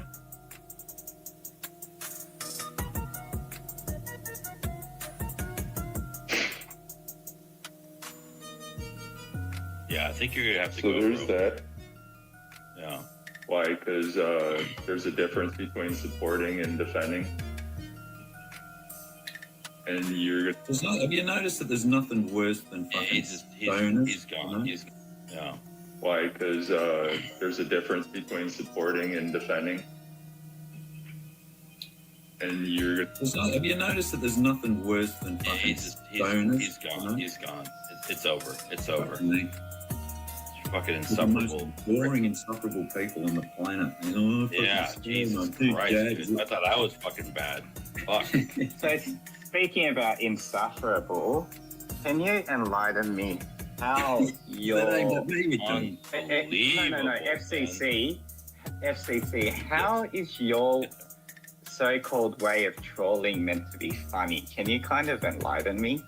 I find it frustrating as fuck listening to you do your thing, but you know, obviously some people find it funny, and I think you believe it's quite funny. Like, you tell someone they're autistic and then you start behaving as autistic as you can. You tell someone they're gay and then you start saying the most gayest shit. Like, it's whack. Like, I don't get it. What was your question? So what you did yesterday with Eon, like, I didn't actually find that funny. I found that quite retarded. Quite cringe, I think, is probably. Oh, you keep muting me. I just saw. You're a dick. Imagine muting You're people. you're not getting muted, bro. Nobody's getting muted. I will just continue to ask them over and over again, because for me, it takes up. But you're not answering their basic questions too. Like, so it's. I mean, I don't know what did they have for me. I don't remember what the questions were. It's like it was more feedback. What it did they was have for more me? like you keep derailing a conversation, and the moment you just say random shit to see if they respond or tell you to fuck off, and the moment they say something, you latch on and you just become a broken record asking the same thing. If you're not doing that, you're telling them they're gay, and then you start saying the most gayest shit, or you call them autistic and start behaving like a retard. Like, I don't think it's funny. You're saying I call people autistic and then I act like a retard? Fuck yeah, you do. Do you hear yourself, Vic? You know, being somewhat of a character in this community, people are gonna always judge you, right? And you know what you all failed to realize is, like, the person that I present here is not the person that I am in real life. None of us are, right? We get it, and I know you say this isn't real, but like, we're more talking about the character you are here. So we are talking about the character. Yeah, that's what I'm about to say. So, yeah, I mean, it totally like shifts and adjusts based on things that are happening, and also, like, you know, the amount of time I have to even like think about what's happening here. So I'm busy, man. I've got a fucking business to run. I've got a family, and I don't have. Sometimes I don't. You know, my participation here in this community is sometimes not so like well thought out, right? And I understand that can make people feel frustrated, right? But it is what it is, man. This is a hobby of mine, you know. And I'm being honest. This is like a beauty pageant answer. It's fucking perpetuating all this bullshit. And Wog, your name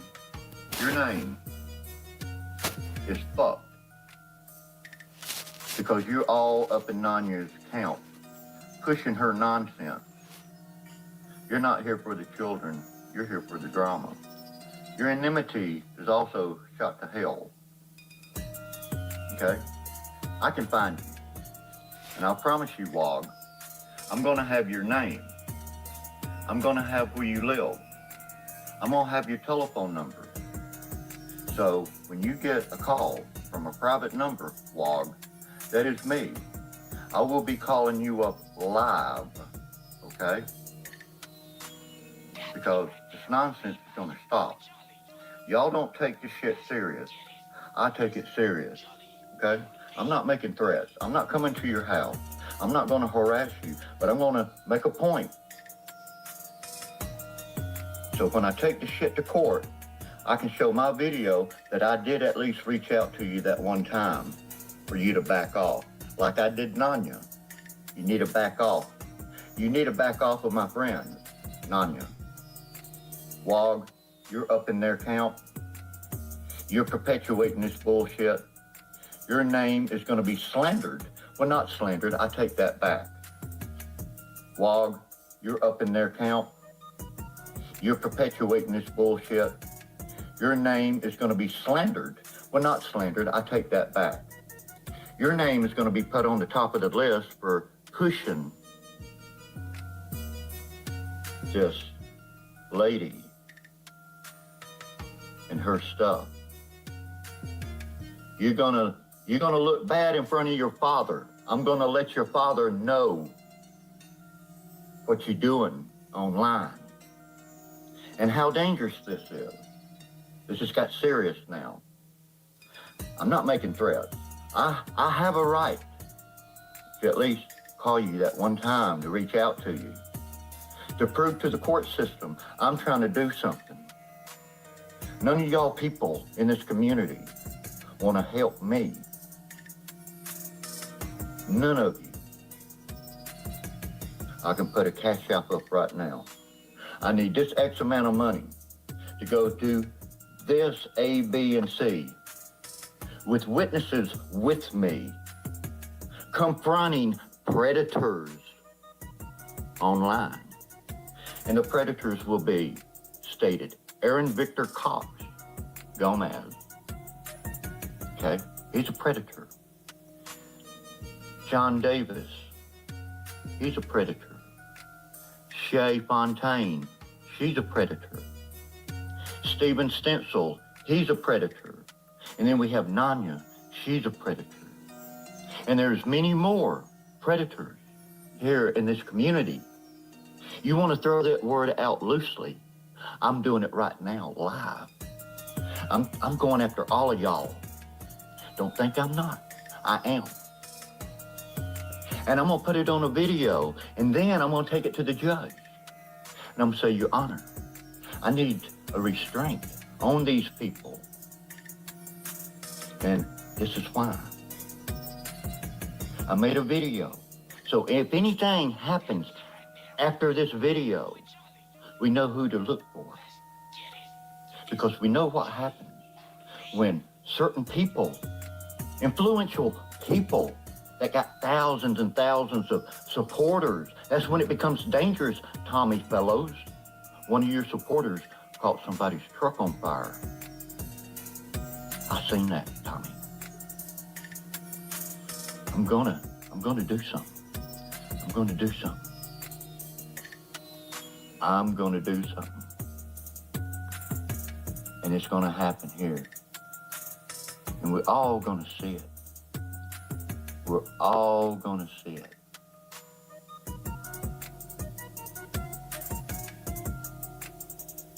And getting your jollies off, trolling people, making people snap. That's what you and Nanya, Clown, Aaron, Mitch, John Davis, Shay Fontaine, all of y'all like to watch everybody else in pain. And you sit back and you laugh and make jokes about it. You think it's funny. Now it's my turn. Now it's my turn.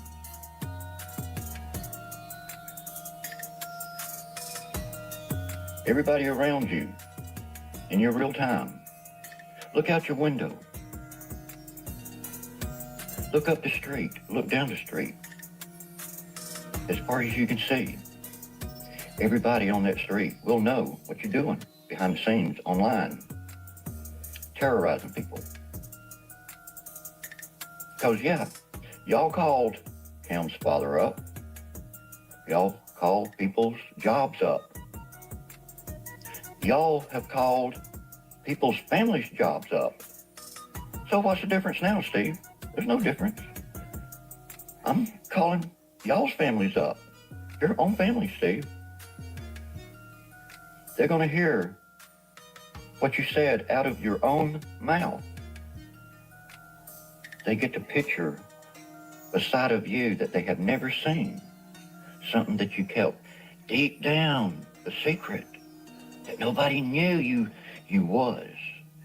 They will soon find out.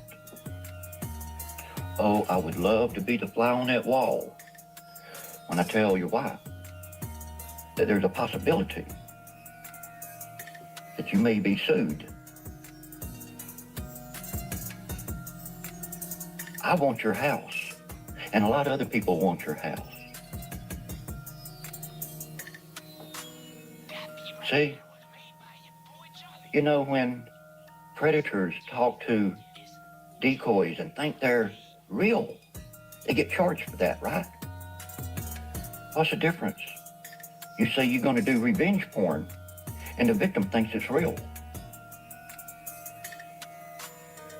You see what I'm saying? You see where I'm going with this? And I got proof of that now, Stephen. I got proof of that. So this is the deal, Stephen. You, John Davis, Shay Fontaine, also Aaron Cox, and Clown. If y'all don't want to remove the websites slandering people, you too will be next in line. Same with you, Nanya. But you don't have nothing. Now, Steve, if you don't want me to call your wife up and record that conversation, because I will call the office up, I will talk to everybody in that office and let everybody in that office know what their co-worker's husband's going, what he has done, the harm he has caused. They're going to look at your wife in a totally different way, and she's going to be furious with your action. So this is what I want you to do, Stephen. And this goes for you, John Davis, and Shay Fontaine. You need to take down all those slanderous websites you made about Cam. Take them down. Because if they don't come down, and I'm going to give you 1 week, if they don't come down, I will make a phone call to the office of where your wife works, and I will make you look like the biggest fool in Illinois. You will be illin in Illinois. Isn't that funny? If you think I'm kidding, try me. Try me. Because see, not only will everybody in her office know, I'm going to send it out to other law firms that knows your law firm and tell them that a lawyer's husband is online trolling people. Maybe one of those people say, hey, I'll take your case for free. You never know. See, I'm going to try to make a GoFundMe to get enough money to get a retainer fee to come after you, Steve. To come after you. And this way, we can litigate about it in an actual government building. Now, the damages you caused, we're going to put a price tag on that. But we're going to talk to the attorneys first. So see, what you're doing is intent, premeditated. I know that. You know that. Everybody else knows that. We'll all come after you. What about his premeditation to come after people's houses like mine and my truck and trying to get everything you got, Cox? That's premeditated BS. Fucking this artwork. You see that big old fish?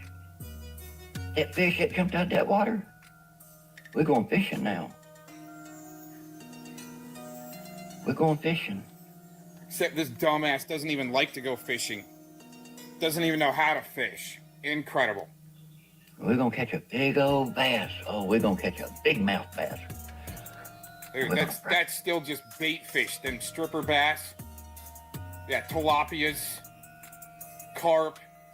Okay, that ain't no barracuda or whale. That joker up and we're gonna have us a fish fry. On your money. Because I promise you, you will remember me to the day you die. And I'm not making a threat. That's all premeditated blackmail, extortion. There was a few other things that I thought of. Abuse of the courts, conspiracy, especially with the GoFundMe out there, right? Interesting. No, I'm not killing nobody. I'm talking about natural death. Oh, wow, what happened to him wanting to come and take me out and then take himself out? We got the clips of that. Me for a lifetime. See, I'd rather be hated than be loved, because when you're loved, when you die, you forgot about. But when somebody hates you, they hate you for a lifetime. They never forget you. See, and he's been talking about God recently, but he doesn't get it that, I mean, yeah, it's not about the hate.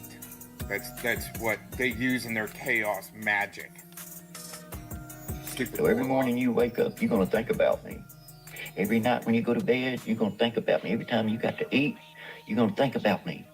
Every time you gotta go take a shit, you're gonna think it's gonna be great when he's sitting in jail. Yep, or an experimental padded cage. Yep, probably be thinking about you, poor guy. about me. Every time you go to work, you're gonna think about me. You're gonna think about me the whole day. What is Vic gonna do? What's Vic up to? Okay? What's Vic up to? And I'm gonna promise you this now, Stephen. You're not the only one I'm gonna come after like that. Nanya, once I do this to Steve, all these phone calls drop, honey, I'm gonna drive out there. Oh yeah, it also sounds like lawfare and domestic terrorism what he's participating in. See, there's people that's already reached out to me on Instagram, plus there's two on Facebook, not Facebook, but YouTube. They want some of my artwork, and they're willing to pay money. They know what I want to use this money for. They know I want to come after you. 5 people want me to make them picture of that fish. 5 people, and each of them says, look. Let's see. $150 times 5, maybe one a month. Yeah, that'll get you a fraction of a retainer. Okay. How much money do you need? I need $2,500. Start out with. They said I have no problem. How about, your picture? Would you be willing to take $250 per picture? Yes, I will do that. They said, okay, Vic, I trust you enough to... Some of that money laundering I've been talking about for your artwork, paying overinflated prices to launder some money on a piece that's only worth 100, maybe 150 bucks. Go ahead and send you the money. But when I do, I want you to save the receipt. It's lawfare, but they're trying to work out a way to be domestic terrorists legally. Know where the money's being spent. And that is to get an attorney. They will know everything. They will stay in the loop. What happened to that attorney you're going to get around the new year that was going to serve me within 30 days? Same with the rodent. Y'all got the same pattern. And I'm serious. That guy said he was going to serve me in 30 days, 90 days ago. About this, Steve. If you don't think I'm serious, keep playing around, boy. Because you're not going to like me when I get done with you.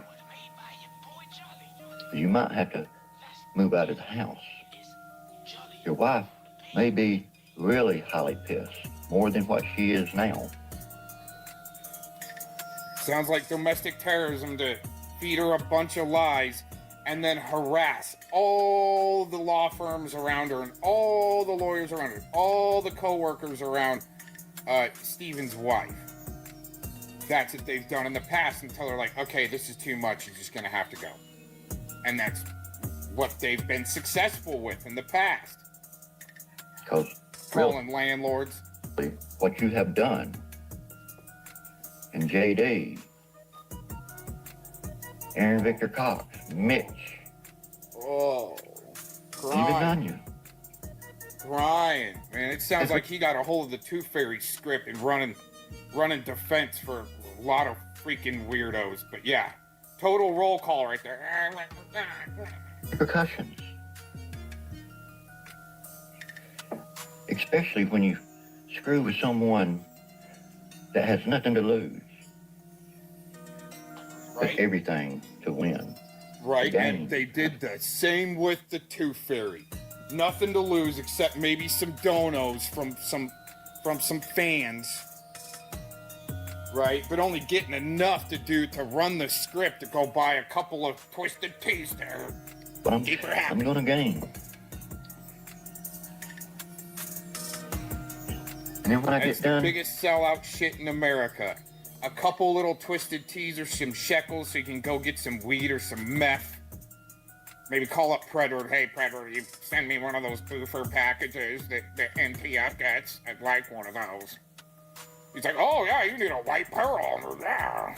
with you, Nanya, I'm going to go after you, JD. I'm going to do the same thing with you. All your family, friends are going to know. All your neighbors around you are going to know. I doubt your neighbors know that you shot somebody 10 times in the back. And the reason If you they shot get the whole story, they'd applaud him. them was that your wife was screwing the drug dealer. Hey, where was the rodent you when Lavoy Finicum got shot in the back?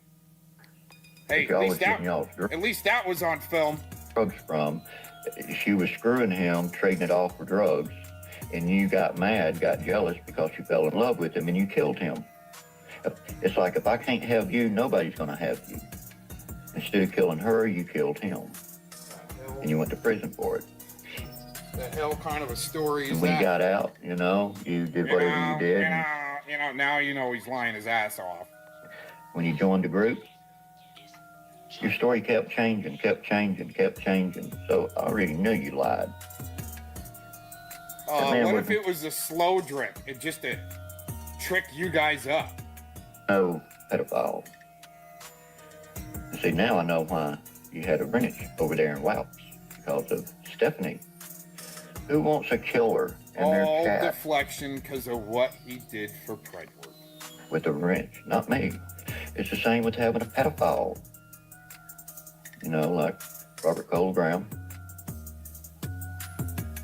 I mean, who wants to hang out with a pedophile? Other pedophiles.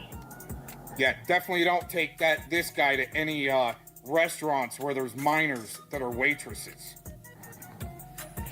And there's new people that has, let me rephrase it. New people on the market now. There's new people on the market that are fresh now.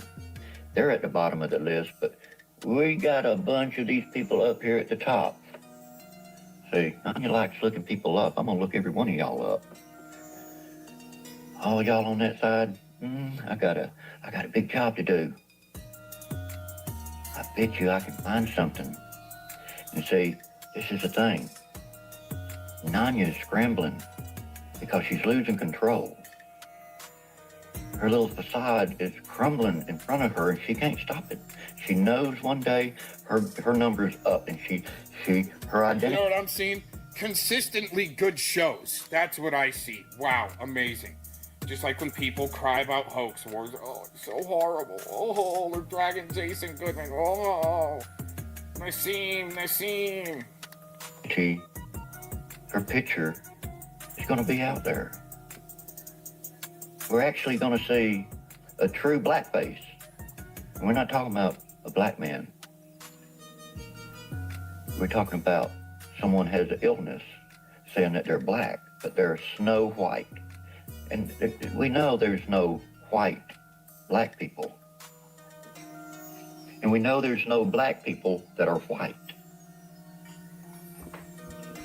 I have no problem with except on the internet. I mean, I can be a PI for hire and not actually have credentials to be a licensed PI for hire. But on the internet, I can LARP as one. Oh my God. You can LARP on the internet as anything you want. Man, I mean, I feel really bad for us straight men out here that, I mean, actually are being LARPed upon or purveyed upon to try to label, you know, a straight guy, a gay guy, and do this gay LARP and shit like that. That's all right, but when you start LARPing, maybe like you're black, I mean, I don't know, maybe she's, but who knows? I don't care. None of you wants to say she's black. I mean, okay, shows are great, keep them coming. It's like Hoax Wars. Where are they at? Keep them coming, dude. Need some streams to play that, you know, longer than 25 minutes to be able to, you know, turn on, work on the shop, get some projects done, don't have to change the channel type thing. Wouldn't that be nice, right? Somebody take over for once and do a day stream, right? Where no one's got to change the channel. Oh my gosh. Play some music a little bit, would you? Uh-oh, watch out. Black people. I like black people. Some of the greatest people that's lived. Okay? Guess who made the red lights?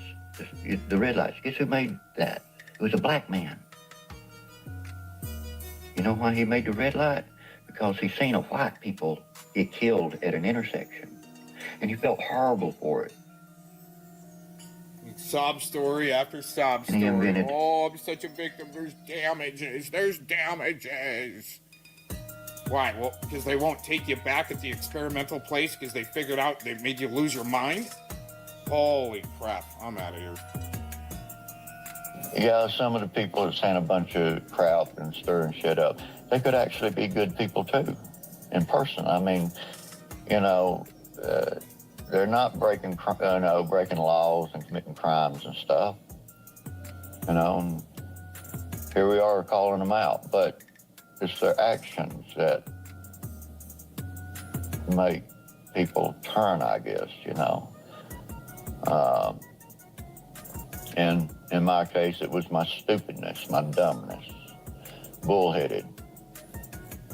And I got triggered, and, you know, that's my fault. I let it happen. And I run my mouth and said things that I should have never said. And, you know, lost friends along the way, and no good friends, you know. Did horrible, horrible things, you know. Made a LARP video. I regret that very much.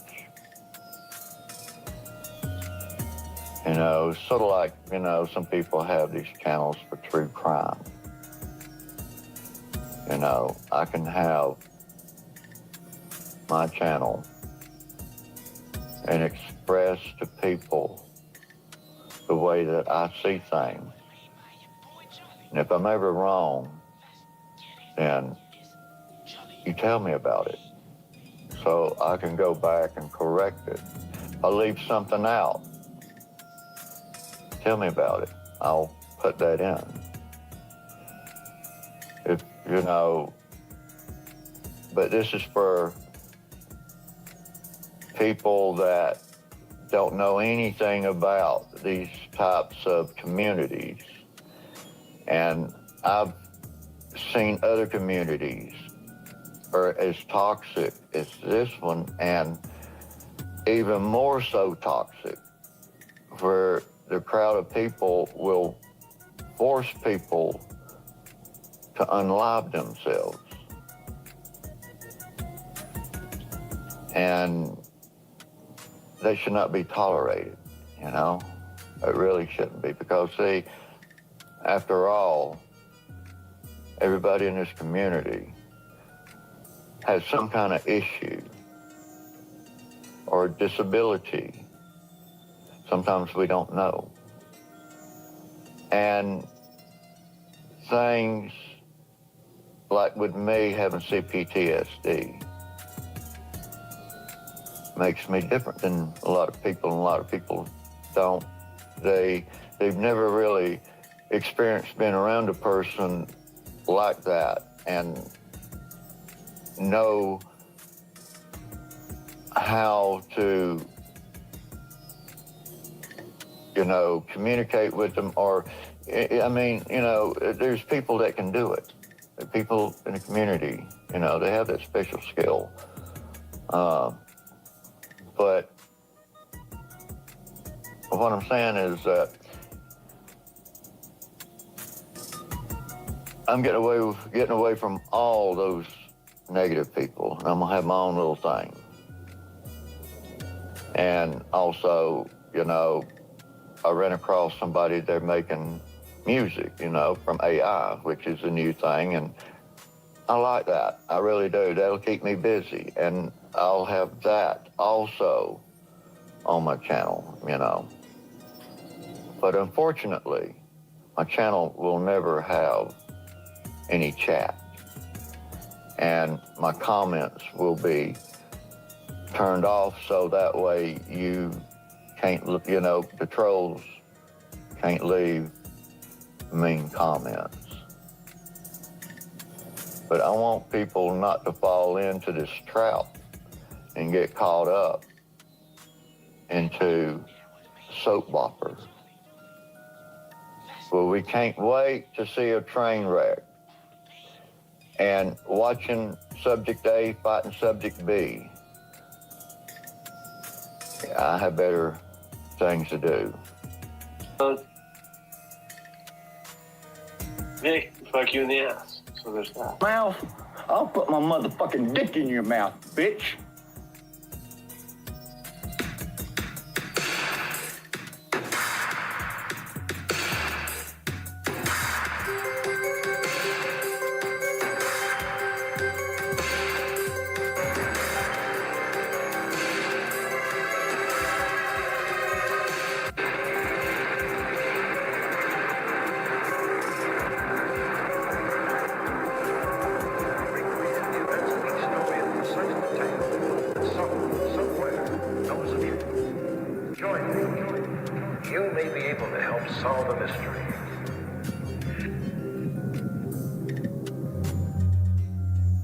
Welcome back to Unsolved Mysteries from JonBenét's Web Truths.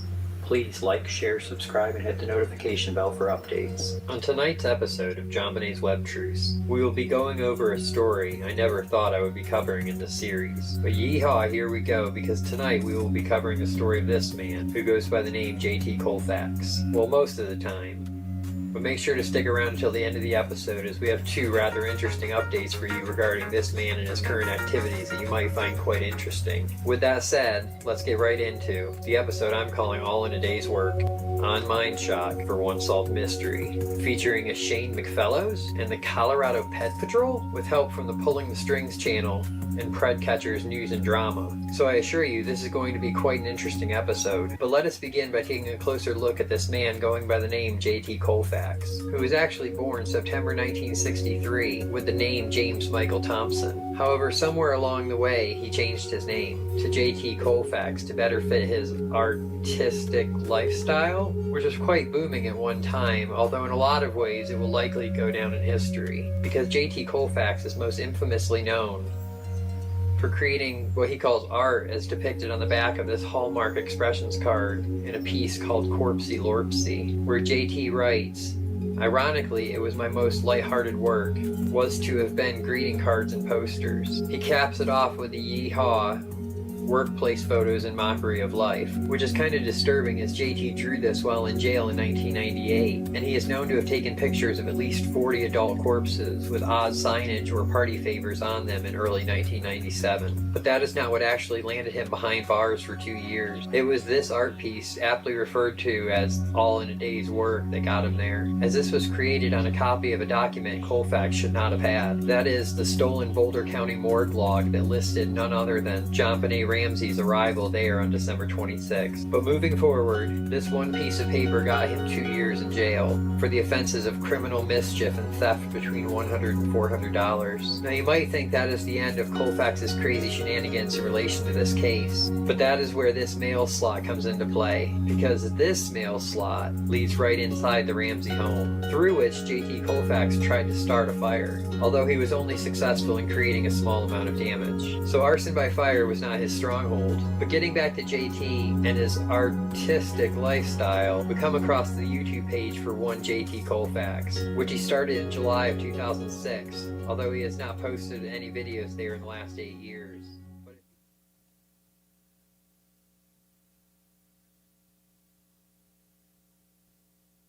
Of him another night, and I appreciate you coming on. We'll see if anyone else is back here waiting to come on. And it looks like we may have someone else. And we'll see here. Hello, are you there? Yes, sir. Welcome to Hello. the show. And what's your story on home invasion? Well, first of all, Dr. D, I just want to say that I've been following your channel for probably 2.5, maybe 3 months. Like what I hear and enjoy what you've been putting out. And from what I've gathered, that your targeting started in about 1993, you said? It went overt in 93. I mean, there was some stuff that there was going back into childhood that was pretty overt, but it's weird how you can kind of forget that stuff, and it's like a nightmare, and then it all kind of culminates again, and then, yeah, but you're right. That's absolutely right. Yeah, I was, I would say when my targetings first started is when I was enlisted, but I was also abducted when I was almost about 4.5, 5 years old. Wow. And I actually lived through that. I was abducted from my front yard and playing out in the front yard and severely beaten and then left for dead in a ditch. And God, I came to and was like walking down the road. I can remember was walking down the road, and then my family found me. I wasn't gone for that long, but that's just. I mean, some people say that they've been targeted, since birth.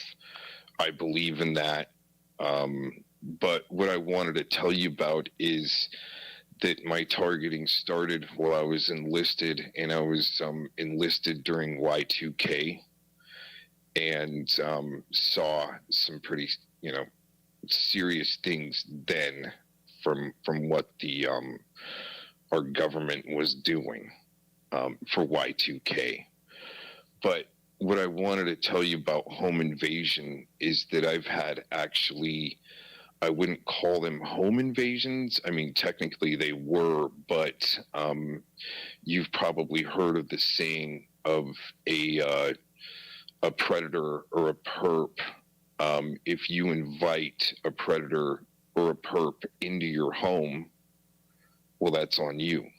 Oh, I see. That's interesting. That's an interesting. Yeah, that's a whole thing. I didn't expect that, but I would agree. That's a good one. That's a good angle. Right, but my saying back to that is I'm not the one that portrayed. Well, they portrayed themselves as not being a predator or a perp, but an ally. So if they're going to be a predator or a perp in the first place and want to come into your home as an ally or a friendly. They're infiltrating, yeah. Correct. So I've had 3 home invasions, but it was under the guise of helping. Right. People that needed help. and also with me being a disabled veteran, I have a hard time taking care of my own like my own premises.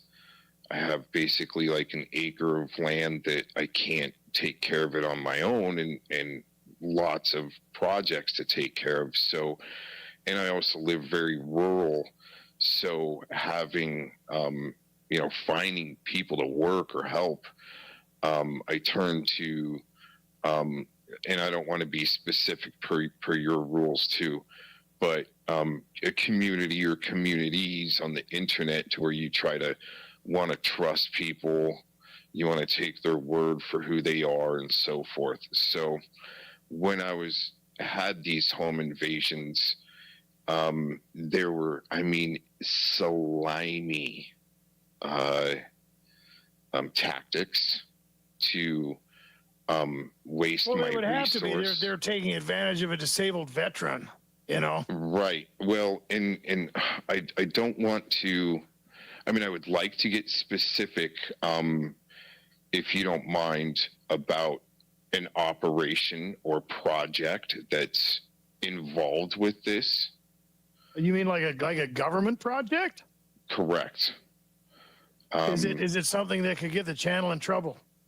I don't think so, and especially if I maybe say in my opinion, but the research shows, okay, and is so. proven. We'll just say that this is for educational and entertainment purposes only. Go ahead. Right. Operation Vigilant Eagle is part of and funded through Department of Homeland Security to basically gang stalk veterans that have said too much or saying too much on the internet. Oh my. And that goes pretty deep into neurolinguistic programming, Project Oasis. A lot of sellouts, shills, perps, preds. You can also look into, and I can say this name, I'm going to say this name, an author named Trevor Aronson, where he wrote about the things that I'm telling you about how these programs use sicker people. I don't have a criminal record, okay, but they're going to use rapists, murderers, sickos to try to set you up, to make you look worse than the person that is trying to set you up. And but yeah, the shady tactics that were used on the inside to waste resources, energy, try to keep you isolated, obviously isolated, divided, so forth. It's some, especially with the technology, I've had weapons, electronic weapons used on me, and even in for education purposes, even in the Veterans Association clinic. Wow. And it's basically like an LRAD when I've slept. So, and also, in my opinion, without being proven fully, even the Veterans Association has their own stalking, whoever the hell they are, whether Freemasons. Obviously, I don't know if I've heard you talk about Mormonism, how they've got their own basically hit squad or gang stalking crews. They're obviously affiliated. We do, yeah. Well, I've heard that from people. I've heard that from people on the inside, and yeah. But as far as me being able to prove it, I can't do that. Right. I will tell you that the Mormon Church in the state of Utah is just getting reamed. 75, I believe it's up to $75 billion right now on lawsuits and so forth for sex abuse and so forth. And they're just getting tore wide open. But I think what I didn't want to be very long, and I've been wanting to maybe contact you for a little while and maybe give you an interview, but absolutely, I gotta tell people out there, Jesus Christ, Holy Spirit, God is your protector, and as much as I've had things up in my face, God's got my back. Amen. And without that, I would be a flippin' mess. And yeah, your family's gonna isolate you. Your friends aren't gonna believe you. And the more you try to make people believe your story, it's the whole system, or in detail, we'll call it, right? The whole, the whole system is set up to make people that are trying to tell their story just look absolutely nuts. And before I take off, I'll just tell you guys one instance, an encounter from one of the perps that actually I was trying to help and let stay in my home to keep me busy from me being productive. I live rural, and we're on a septic system, and it's I don't know if you've ever lived on a septic system or anything, but this is I shouldn't say the S word. This is a dirty story. It's one of those situations. Yes. right. But here's the thing: is I just knew that with each perp, I was like, why are they trying to keep me busy besides me being productive in what I do? So one of the things was to clog up my septic system. Yeah, I was gonna say that's the first thing that popped into mind. They must have tried to clog it up with material or something. Too much TP.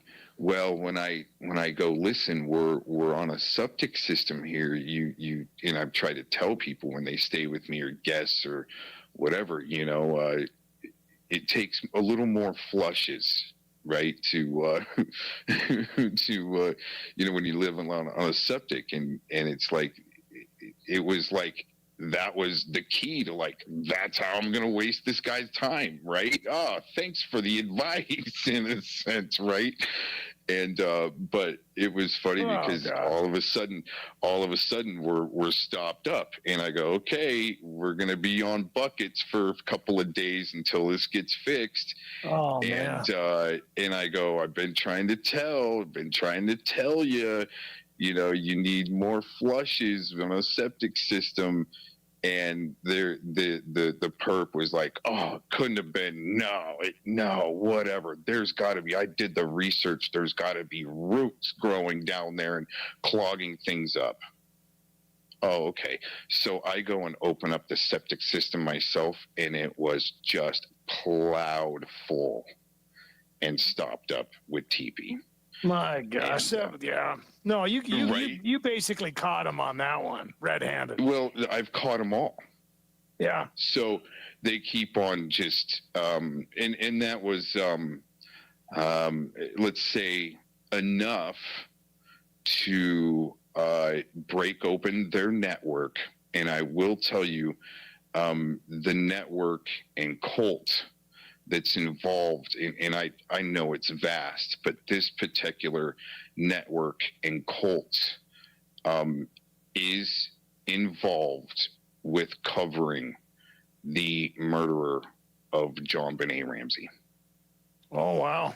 Okay. And that's how deep it goes. I didn't, like with your rules, I didn't want to give any names, but yeah, we got to be careful of that. But that's, right. That's wild. What I can tell you is that one of the perps, part of this cult, well, I'm going to tell you two, okay? I'm not going to give any names. One of them has already been a main suspect in the JBR event, licked the parents' house on fire, stole the coroner's report, served time. The alibi doesn't line up. Now, his business partner was just arrested. No, I can't say just, but was arrested the mid of December. He was also on Judge Grady. The news went international.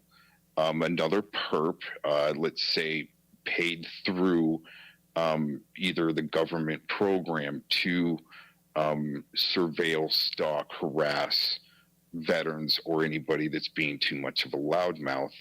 But this other perp, they do is they launder money through companies, communications companies, and this particular perp was arrested the middle of December, changing. He was approached by police in Florida, changing into drag in a he was trespassing in a construction, not a construction zone, but something, a building that was being built, very wealthy.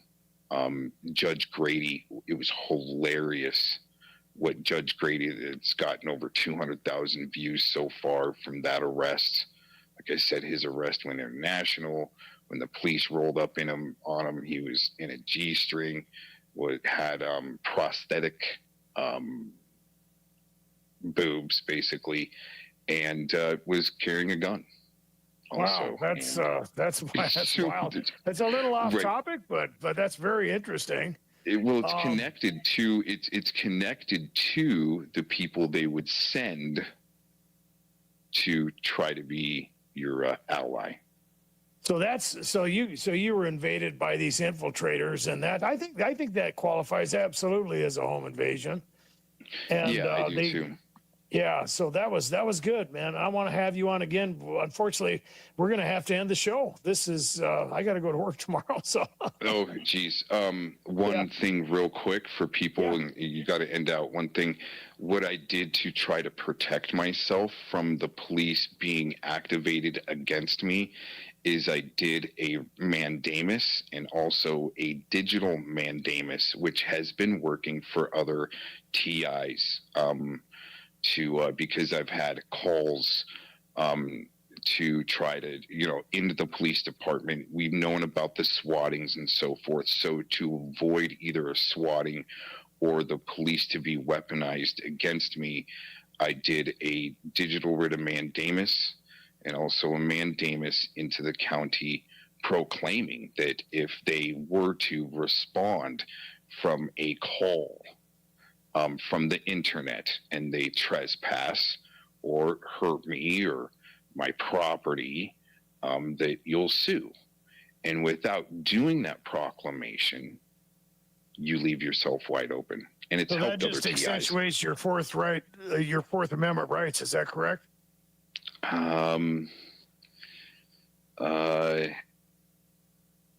Fourth, in a sense. And also your fifth, so you don't have to incriminate yourself even further, because I believe that's what the stalkers want you to do, is call into your police departments to sound crazy. Yeah. So well, that way you're further on the watch list.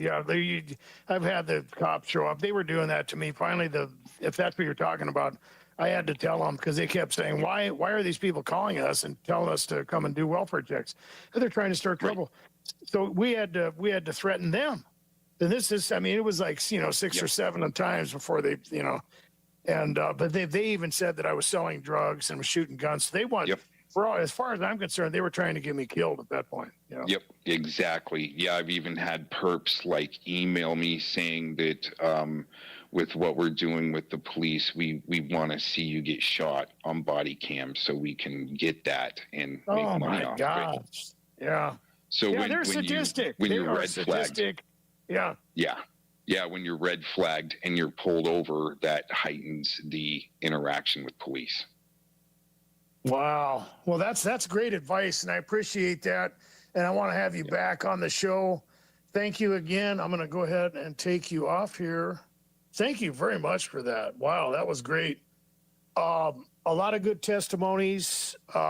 We laser focused in on the home invasion. We also got some other stuff along the way, and there's nothing wrong with that. It's a lot of stuff that targets deal with, and sometimes it's hard not to jump around because all these things are interconnected, and all the facets that we deal with as targeted individuals are eventually going to come out. We're going to keep doing these, and like I said before, the link to the interview is in the description, and there's also a channel support link.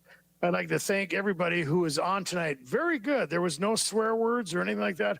Everyone was very observant of my rules and very respectful. And I'd like to thank all the guests, and I'd like to thank everybody who is out there listening and will listen. God bless. Be good to yourselves. Be safe.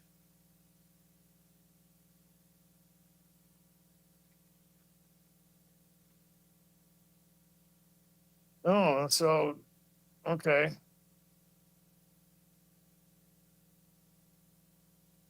Oh, Mrs. Matson Miles says, you will let Mr. Matson Miles represent. Oh, that's great. That makes a lot of sense. I respect that. I do. And that would be an honor. Okay. And here's a good comment from Setsap. I think I'm pronouncing that correctly. It can be dangerous when the individual doesn't know that they are being targeted. Oh, yeah. That's true. And we've talked about that plenty. It's like, it does suck to be, someone who's experiencing very aggressive, overt harassment, because it's just everywhere, especially the new targets, because it's like, you don't know what's going on. But at least you know what's going on. At least you're not sitting around wondering if you're losing your mind. For me, I knew I wasn't crazy. And a lot of targets out there know that they're not just hallucinating because it's so damn aggressive. I mean, it's in your face. They threaten you before they do it. They did me. I got threatened before the whole thing started. And I used to get threatened a lot. I just didn't even know. And a lot of targets, they've talked about that where they didn't even know. And then they think back. Because you got a lot of time to think. Usually as a target, you become isolated, you deal with this, you deal with that. And then you remember all the weird stuff because your brain will put that stuff together because it's desperately trying to organize these things. And that's the dilemma that they give you. Your brain is wired to make sense of this stuff, right? You touch a hot stove, don't do it again. And it's, for the people out there experiencing harassment, your brain, your survival mechanisms have been hijacked, and you're trying to compartmentalize this stuff, to put it together, to make sense of it. But it doesn't. It's like a song that just keeps going off into nowhere and doesn't return. I think I mentioned this before. I think it was called Gloomy Sunday, where they literally made it illegal to play that because it was causing people, supposedly, I might be, misinformed about that, but I watched a documentary about it where people would literally commit suicide because this song just goes off into nowhere. Usually you have the return, right? La, la, la, la, la, and it goes back. And this song just would go out into nowhere and just drive people nuts. And that's kind of the same thing that targets are dealing with because there's no closure. There seems to be no rhyme or reason. It completely violates the conceptual framework that you're raised with. And it's just nonstop, consistent, and relentless.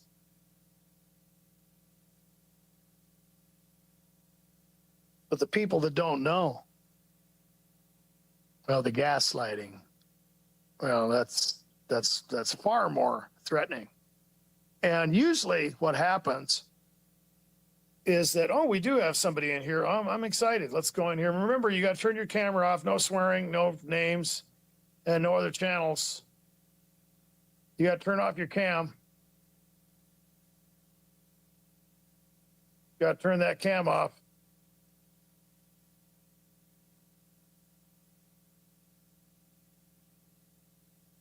Hey, Dr. D. Hello. Hey, I was on the other night with you for a minute. You were okay.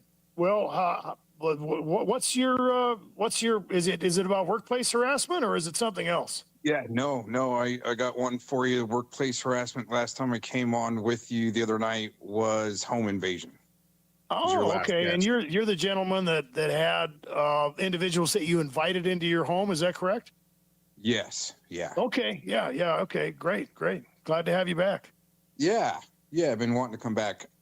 Workplace harassment. When I was enlisted, you had to make rank. You would have to get qualifications signed off. Go over to this department. It was especially. It was after work hours. You had to do it on your own time. You'd have to go over to this department and get with this chief and do this quick little course and get the qualifications signed off. And it was just like huge long lists of quals to be able to make rank. So had to go to this certain station, and they knew I was coming. It was after hours. And I get into their department area of where they got like I would say just like almost like a lounge room with the TV or place where they could cook. And I go in, they know I'm coming about 7-8 o'clock at night, and they're all sitting there watching porn. They knew I was religious. I was younger back then and religious. Now I'm a believer, but they knew I was religious, so they knew I was coming and sitting there, even with females, sitting there just watching pornography, knowing that it would make me just leave, and I did. So it was like they were purposely trying to keep me held back in rank, when I actually was working a lot to try to become a heli pilot. And the way is a lower ranking. The way they would keep me from doing the qualifications after hours is running jackhammers. The only one running the jackhammer type thing, right? Where you got 10 guys standing around watching you, making you down in the toxic pit. 10 guys standing around watching you. Like, hey, I'd like a respirator to get in this toxic pit to clean up all this toxic crap. And no, you just jump down there, go ahead and do it. We're going to watch you. Oh, they didn't even give you a respirator? Yeah, no, it was definitely things like that, even OSHA standard type stuff. Oh yeah, you gotta have that. Absolutely. Yeah, but it wasn't like that. And it was pretty serious, just because, I can agree, people that are religious are aggravating sometimes. I wasn't a religious young guy with like up in your face like things. They just knew that I was religious. I would just try to shut up and do my job. But so just I think I'm following you. So the way you explained it, you had to kind of get everything in order and make it known what you were going to do, and that's how they were able to set up that thing with the pornography. Is that correct? Yeah. Yep. Well, that's horrible. And that you did the right thing though. And it's a good example, because not only are people not supposed to do gang stalking or harass other individuals. I've talked about the laws of the universe. You're supposed to do unto others as you would have them do unto you. But they even went further, and they used that sexual immorality. Maybe they were even, trying to, because a lot of times they'll do that just to get those images in your mind. And so you just got right out of there. You didn't even have anything to do with it, though. That was good. Yeah, and I wasn't able to progress in rank because I needed those qualifications in that certain department, and I was like, I'm just not going to go back there. These guys are idiots. Yeah, that's unfortunate. That's a good example of workplace harassment, though. Yeah, well, and I think, and I'll tell you this too. I have a friend that was on the Dr. Phil show, and she's, it was a sporadic type thing, and it wasn't a very good episode. They actually turned on her where they're supposed to be her allies, and actually made a deal with her mom, and talking about charges that she got that she actually had dropped later type things. And she has some serious workplace harassment from that. She's recognizable. Once a coworker figures out who my friend is, they just flip out on her. But for me, looking at it, the way I look at it the most, Dr. D, is the spiritual gang stalking aspect, to where a perp is just getting their strings pulled to act or do a certain thing or a way right then and there that they might not even.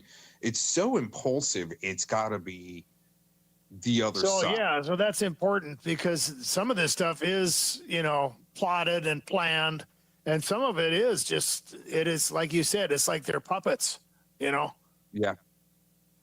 Yeah, and I couldn't imagine going through life like that, to where you're waiting to either get your dopamine fix or waiting as a puppet to get your string pulled to hurt somebody else.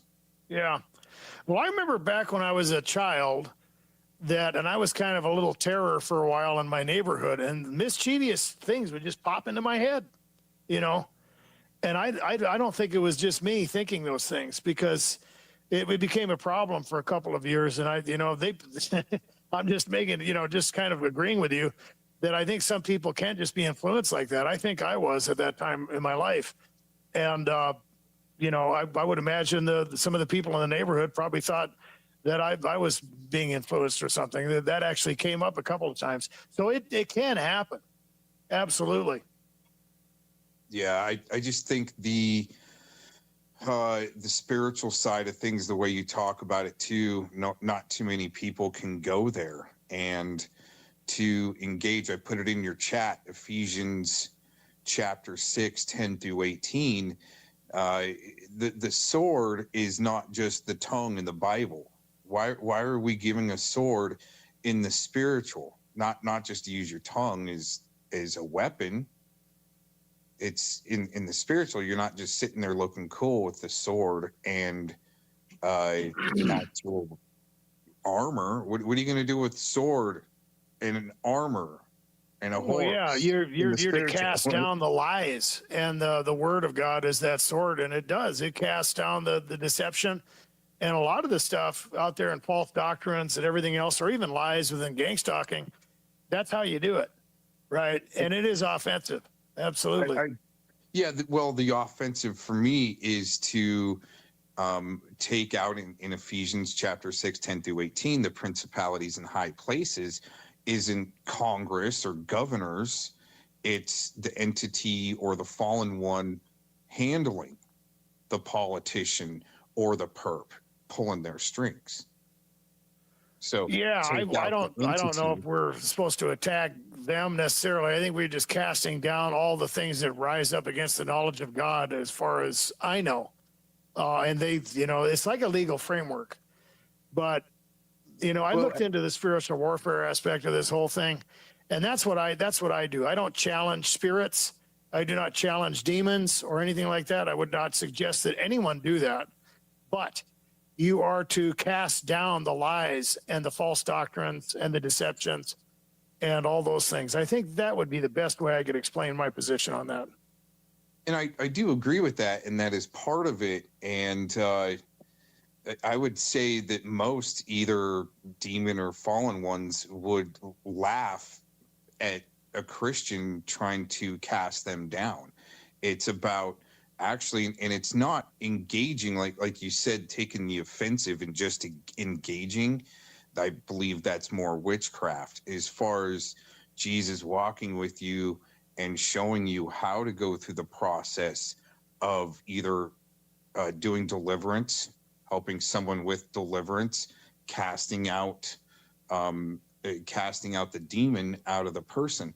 But what they didn't get, like back in the 70s, because the deliverance movement back in the 70s was, it was successful. Derek Prince, Win Worley, Basham, the Basham family, they were all about deliverance back in the 70s, 80s.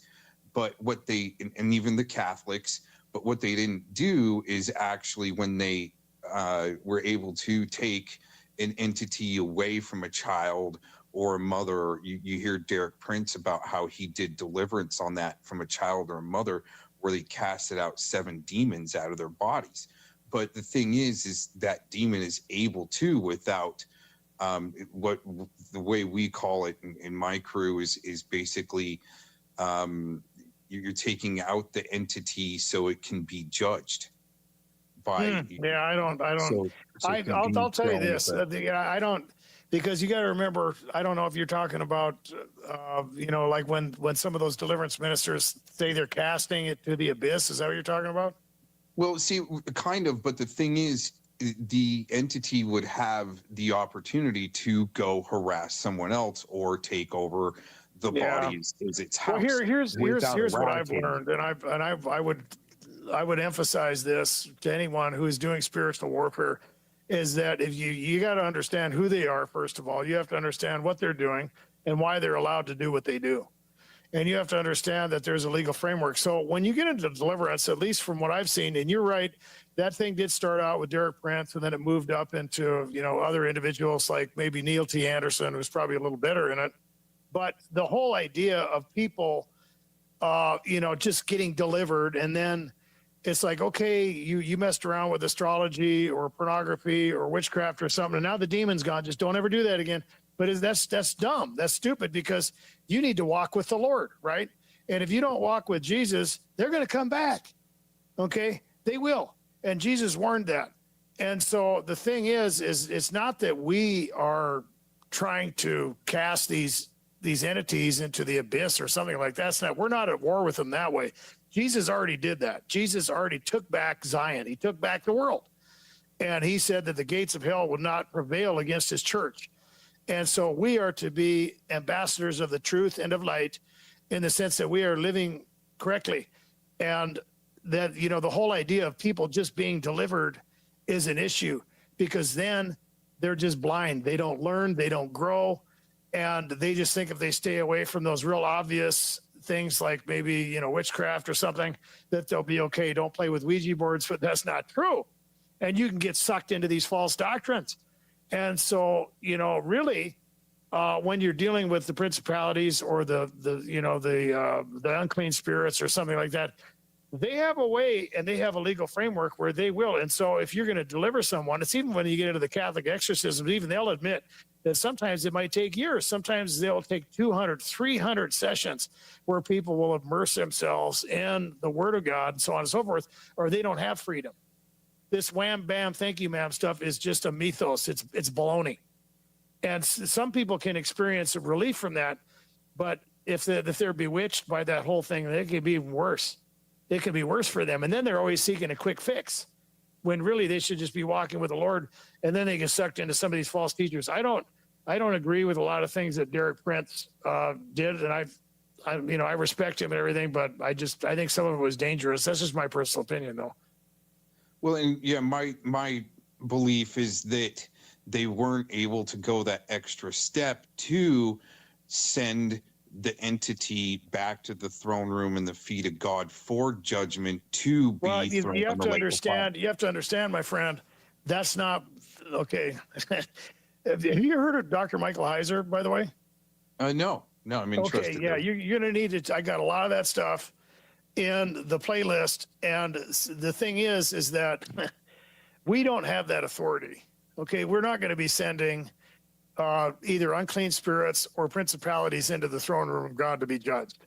Okay, and that's why when the principalities and powers, we use the example that Jesus had. So when he crossed over the Sea of Galilee and he was confronted by the demoniac or the Gadarene, you remember that, right? No, but keep going. Yeah. So what happened was they ran to him, right? And they said, "What do you want with us?" Why? Because it was prophesied. Okay. When Jesus sent out the 72, that was right after he said, "The gates of hell will not prevail against my church." That was right at the foot of Mount Hermon. That was right where the 200 watchers fell down. Okay. There's two things going on there. First, Jesus is the rock. It's not Peter. And secondly, they were at that big mountain, the rock. And Jesus was picking a fight. When he sent out the 72 or the 70, depending on whether you're looking at the Septuagint or the Masoretic, those, and that's where you get into these people who say we're going to trample on snakes and scorpions and all that stuff. That had to do with him fulfilling Psalm 82, which is taking back the nations. That's what Jesus did. He's the second Adam. So we lost it in the garden with Adam, and the legal framework was against us. And the kingdom of darkness basically had everything. He took away the keys of death, hell, and the grave. That's what he did. And so when he sent those 70 or the 72 out, in fact, they walked away later. They didn't even believe. They didn't even believe that, Jesus said, you got to drink my blood and eat my flesh, and they walked away. And so they but what did he do? He gave them authority. And he gave them authority to send a message telling them the kingdom of God's here, that Jesus was taking the world literally.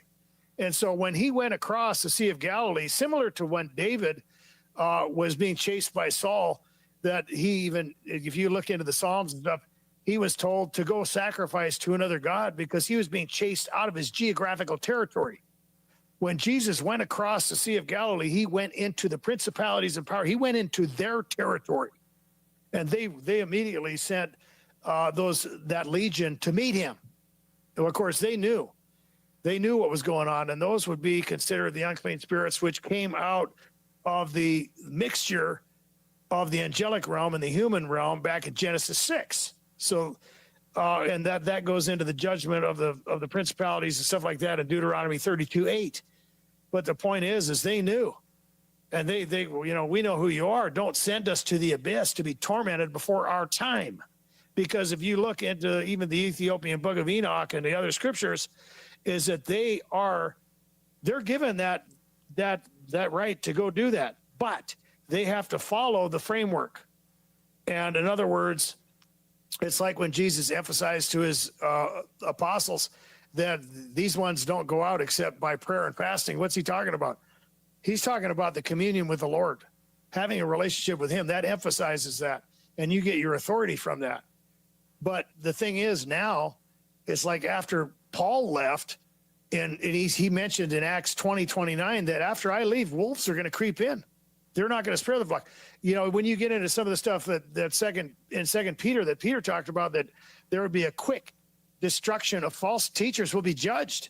But Jesus gave him that power. He said, if you can bind and loose, that's what he was talking about. But now it's not like that. Now you have false teachers running around and have ministries for 20, 30, 40, 50 years. And they get $150 million or $1 billion. It's ridiculous. And so the framework has changed a little bit.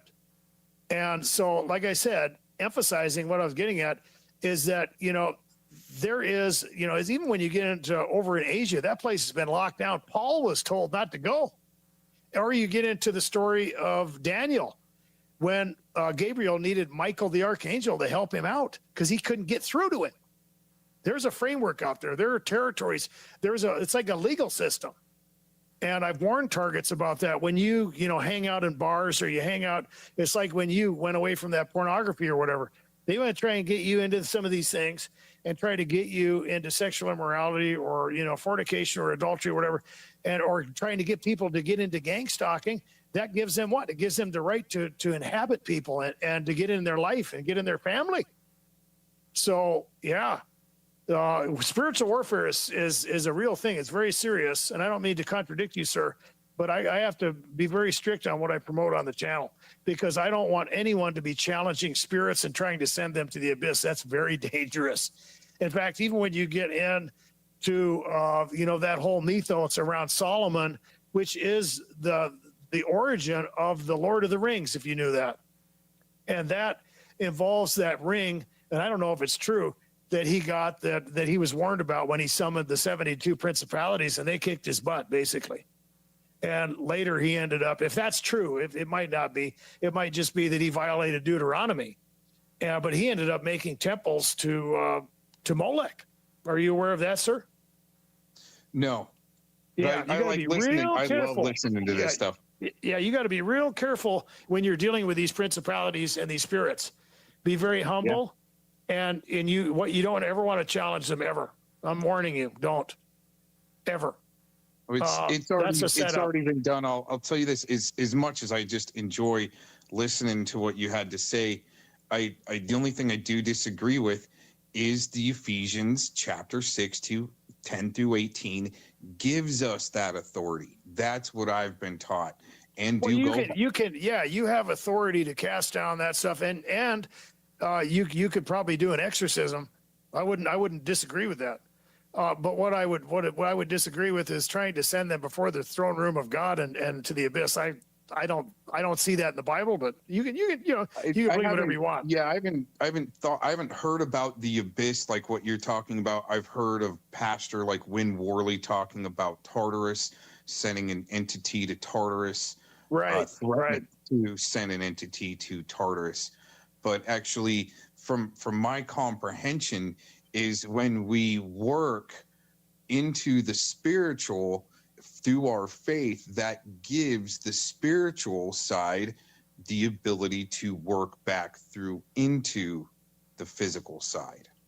So it's our right. faith. Well, the thing is, yeah, but yeah, I get what not you're saying. everybody. When you deliver Not someone, everybody. you're basically, I mean, because everyone is going to be processed, and so it's like when people try to conflate salvation with an event, and they get confused. It's like, well, some people were baptized, but then they walked away, and they believed in baptismal regeneration. Well, that's an issue now, because now you've conflated salvation with an event. So now you have people who are losing their salvation rather than their faith being tested. It's ridiculous. It's a straw man argument. Yeah. Well, and I absolutely agree. There should be a congregation. There needs to be people that even work the galleys and so forth. Let's say in the spiritual realm, we all have a department or job, and yes, not everyone's department and job is going to be removing fallen ones from this realm or world or earth or whatever you want to say. It's not everybody's job. You've got prosecutors and judges and so forth, where Jesus is the ultimate prosecutor in a sense, right? The accuser, I call him Lucifer, and right, but yet for me, it confirms the flood of Noah, removing the DNA, the bad DNA from what would you say, the earth or the world. The flood of Noah doing that, which was the fallen ones or Anunnaki, whatever, right? Removing them with their first physical death, and it's our job to assist in giving them their second spiritual death. I don't find that in the Bible at all. But like I said, I would recommend you look into Dr. Michael Heiser's stuff. In fact, I've got some of that stuff in the playlist. It's very dangerous, especially when you start blaspheming even the devil. Very dangerous. In fact, I think 2 Peter he warned about that these are dignitaries, and even Michael the archangel didn't dare do that. So I think you might be kind of on the fringe there, brother. You are right, because I follow a big group of people, 300,000 plus of fringe Christians, where they're not religious in a sense, but they are hardcore for Jesus, and don't really have churches. They don't spirit war. They are the congregation. They are the choir in a sense. But I've had incredible visions of fallen ones being taken off this planet by humans. And I have never seen that in the Bible. I would warn you on that one, but like I said, we can agree to disagree on that one. No. Well, I totally get it. I totally get what you're saying too. And I would just, start doing the research on where spiritual warfare was talked about in the Bible. And there's definitely different areas But again, I just go back to that Ephesians chapter 6, 10 through 18. That is our authority to take down principalities and strongholds, besides just with our tongue in the Bible. Okay, right. I like I said, we can agree to disagree on that one. Yeah. That's fine. Yeah. No, that's I just feel that without doing that, you're being laughed at by the other side. But once you show your strength in the spiritual, that's when things start changing, and you're liberating your family, and the spirits don't the fallen ones and the demons don't want to hang around and try to mess with you. Well, the reason, here's my emphasis, and like I said, there's a legal framework. The thing that's going to drive away spirits and principalities is when you're walking with the Lord. It's not when you're trying to get tough with them, because anybody can do that, Well, and that's not, it's kind of like the warning that I was talking about with Solomon. Is if you're aware of that story, he got this ring. That's where the original, Lord of the Rings thing came from, and they warned him about it, and he did the same thing that you're talking about. And so there was a spirit around that area that was preventing people from building the temple, because Solomon was in charge of doing that, right? If you know the story. And what he did was he used that ring to command the spirit to do all this stuff for him. And then he commanded the 72 principalities, which represent the nations. That was a fulfillment of Psalm 82, like I said, to come before him. But he was warned. You don't know what you're doing. You're just a human being. And of course, he was all cocky and he had the ring and everything. And it didn't end well. But he commanded that spirit to the abyss after he made it build the temple. And I think that was probably, if that's true, I'm not saying that story is true, it was not a good idea. Because even Jesus, like I said, we're to be, we're to, emulate Christ. Right. And he didn't even do that. And we're to be imitators of Christ. And when the spirits confronted him, like I said, in that geographical territory across the Sea of Galilee, they said, we've heard you're merciful. Please do not send us to Tartarus or the abyss. And he didn't do it. So you're going to have a logistical issue there. No, I totally agree with what you're saying. The way I look at it, though, is some of these characters took it upon themselves to do it because we know we can do it. But when you're led by Jesus into battle to eradicate, that's not witchcraft. Witchcraft is taking it upon yourself. I don't remember him ever telling any of the apostles or disciples to send any of these beings to the abyss. I don't remember. I don't remember that anywhere in Scripture at all. I think it's too because I believe that we're in an advanced spiritual battle now because of advanced technology. Even though there was technology 2,000, 3,000 years ago, we definitely are going through a more advanced technology where the mimicking of like the internet is it's there. To me, the frequencies like the EMF and so forth, the good frequencies like that even the Native Americans were getting from not wearing rubber soles, they're wearing moccasins and grounding out. Right now, everybody wears rubber soles and we're not able to ground out. The bad frequencies are taking over. That's all mimicking of what I just kind of call the Jesus net, right? You've got the Aethernet, the Ethernet, ethereal net or something, the ethereal realm or something like that. But all the good frequencies we're supposed to be getting from the EMF, like the 7.83 hertz, that's the natural EMF of the earth. We're spiking over 1,000 hertz on our EMF, where it's supposed to be 7.83.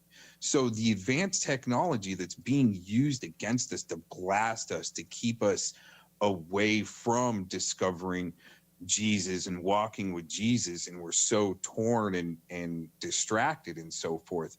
I think my point is that the mimic of this net, or what I would call the Jesus net, is the internet to cause discord, chaos, confusion, to cut that connection with Jesus. Yeah, well, you got to remember what happened at the Tower of Babel. They all got together, right? Yeah. So, yeah, we're looking at Mystery Babylon. You know what I mean? Yeah. Yeah.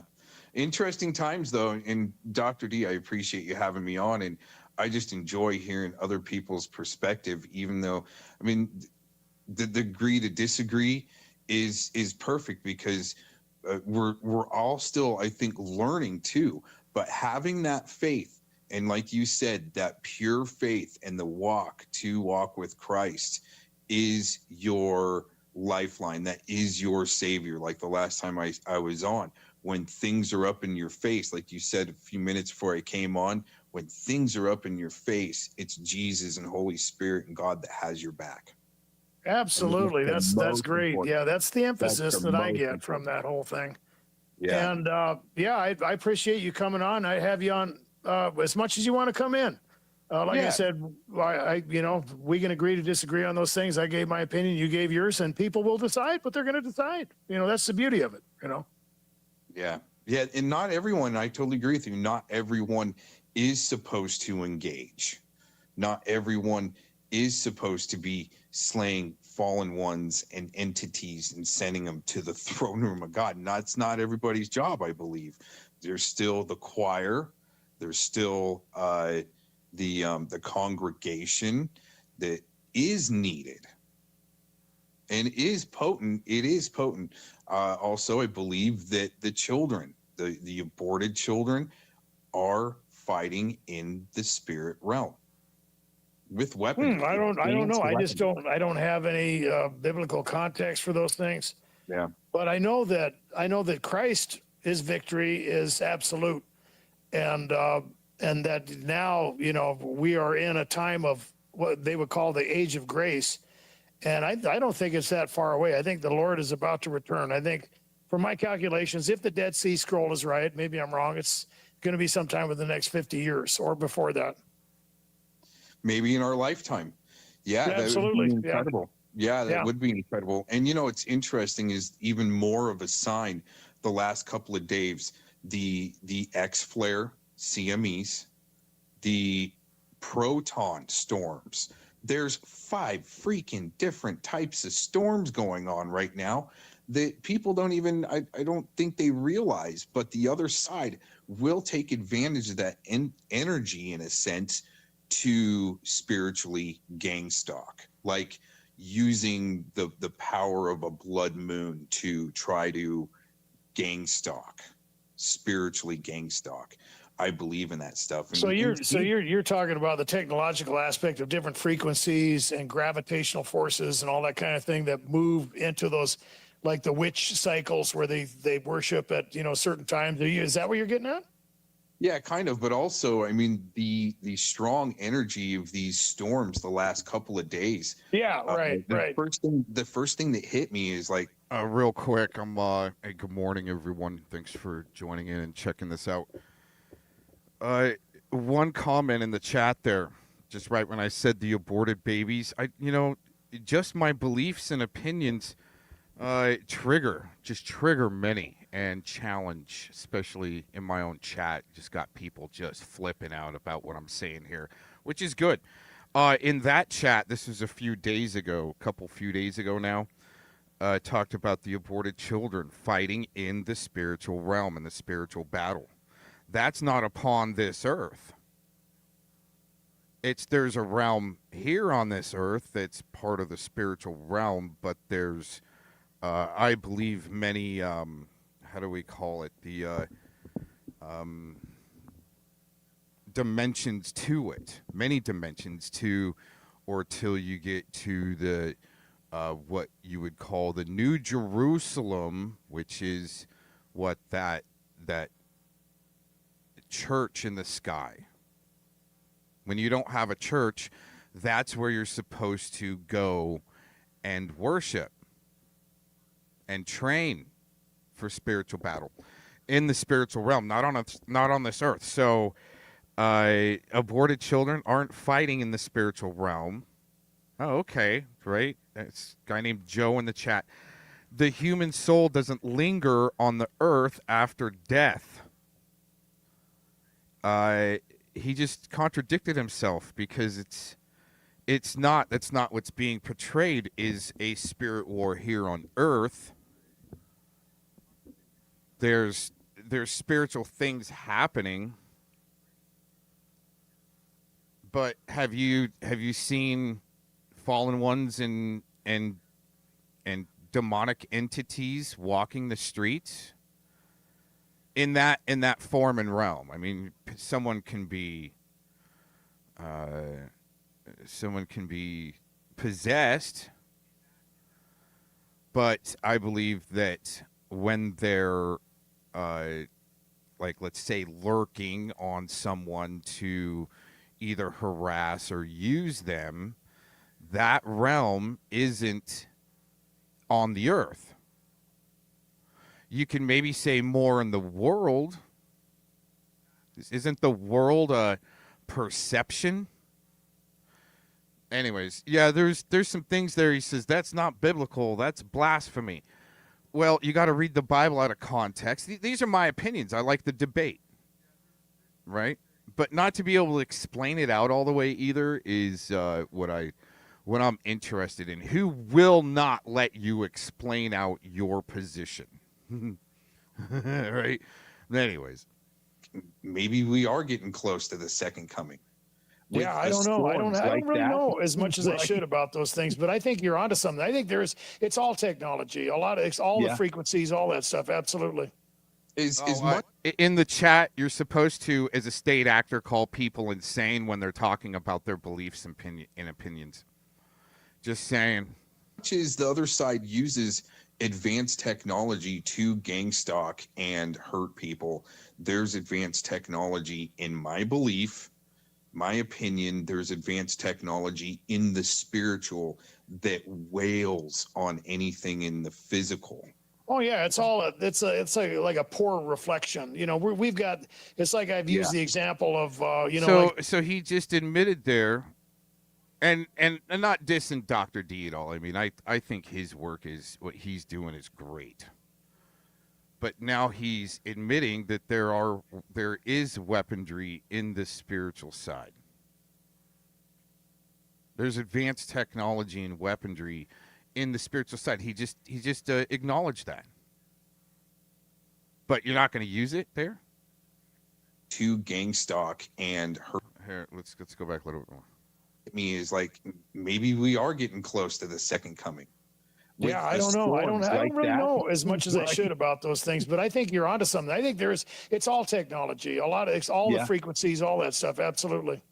As much as the other side uses advanced technology to gang stalk and hurt people, there's advanced technology, in my belief, my opinion, there's advanced technology in the spiritual that wails on anything in the physical. Oh yeah, it's like a poor reflection. You know, we've got, it's like I've used the example of like a game system. It's like the Atari versus the modern Xbox. You know. Yeah. Absolutely. I would totally agree with that. Yeah. Well, Amen. Hey, thanks a lot for your insight. You've got a lot of good research background there that people should just enjoy. Just listen to Dr. D. No, that was a good convo. I would suggest, and I always try to remind people, go into the playlist.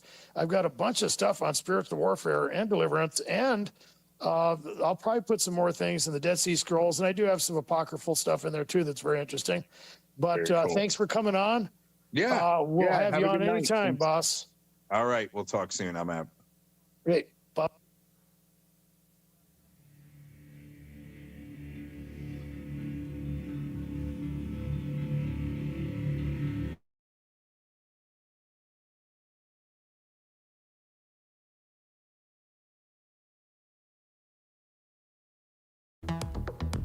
All right, let's go there. That's a good spot. I'm going to end out. Thanks for joining in. Thought I'd give a couple of last shout-outs and thoughts to some incredible people out there that's able to push through the veil and actually be effective. That's pretty cool. They're definitely out there, and let's just say, did their job. Keep it simple. Did their job in that other realm that needs so much work done in it. There were all these believers. All right. I'd have to say aren't at. Not the two earth and world grounded. Because I believe they read the Bible in too much in context. The perfect walk with Christ and the pursuit thereof your whole lifetime needs to be established first before you can move on to the second part. Now, some people shouldn't do that, and I totally get that. Especially, maybe how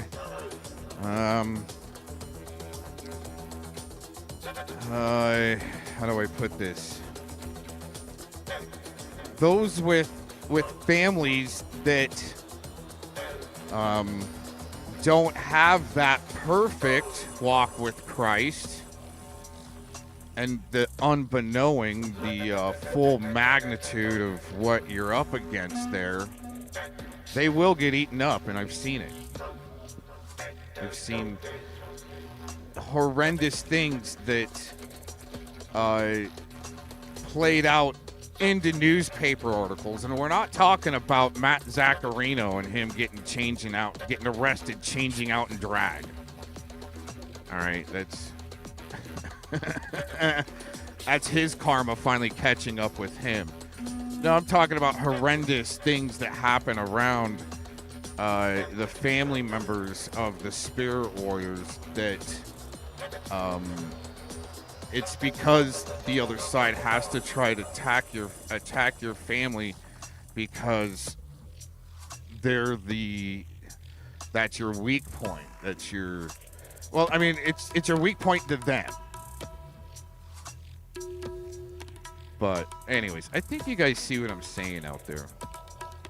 When you've got too much tie to the world, family, and you have weak spots in your whole faith as a family, yeah, it's dangerous. When you think you're invincible and you go in on your own, that's dangerous. That's also it's witchcraft. And the actual true walk with Christ and being led in to eradicate a problem in the spiritual realm, it's happening. Before I came along, before I was taught about it, before I was shown, before I was what we call being unzipped from your flesh. What I wanted to do too, dang it, and I forgot. Let's go back to this. There was actually a comment in the chat that I wanted to get. It was right at the end. And there was some good complaining in the chat. We'll put it that way, all right? But you can tell some of the religious idiots that are stuck to Christianity that's false, that's fake. I'm not saying that all Christianity is false and fake, right? But you're not going to be able to get a good debate on that. Right? There was somebody that left a comment. I'm trying to right at the end there. There we go. Out of all of the it got people crying in the chat, this little segment, especially like mine. Got some good crying in the chat. The perp and Pred, Mr. Fellowmon, he's going to have the last word and control people and cause division. And right, dude, I kept on saying, in my belief and in my opinion, Isn't that the way it's supposed to work? But anyways, somebody says in the chat a wrench, but the Bible also says to be absent from the body is to be in the presence of the Lord.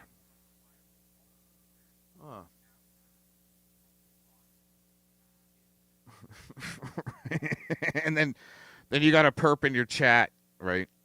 Trying to dictate my opinions since 2017 or 18, right, fellow Fluffy? But that's been fun and all. That's been quite fun and all for many years.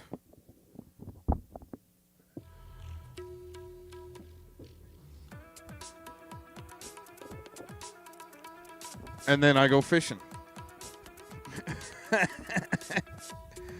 I go back to retirement mode and go fishing and have fun in my life because, man, have I done a lot more than just troll chat rooms with this sock account army. Huh, fellow mod? You're the one that needs to troll chat rooms, sock account army.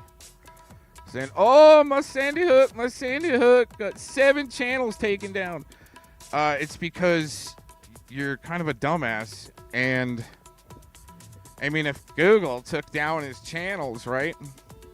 And that's on you, dude. But when you've got like a super fan account, you know, you're making on me, and then it's all over. It's doing just fine, right? And I make one back on you, but mine's the one that's actually getting censored by perps and Google. Now we got something to work with. Now we got something. That's on you for Sandy Hook, dude. I mean, shit, I didn't even get, you know, emails. It's just, here, your channel's gone. Yeah. At least you were getting emails saying, you're a dumbass. We just got you for medical misinformation and harassment and bullying and, right? You had to code it, just like there's a code in the Bible to read out of context there. And I tried to tell Dr. D, just do you do the search on what, and I did it a few times. I can't remember the list right off the bat. On doing the search for spiritual warfare in the Bible. And you start going through that. And you can see, oh, wow, you're supposed to be out of body to experience Jesus. What? Dr. D admitted. Yeah, there is advanced technology in the spiritual realm. Yeah, anyways. It is to truly experience what's going on here is the out of body. In a realm beyond the 5th dimension where they're doing witchcraft and chats and trying to achieve telekinesis and telepathic gang stalking in your precious chats. My panels. Oh yeah, it was very interesting what that guy is doing there.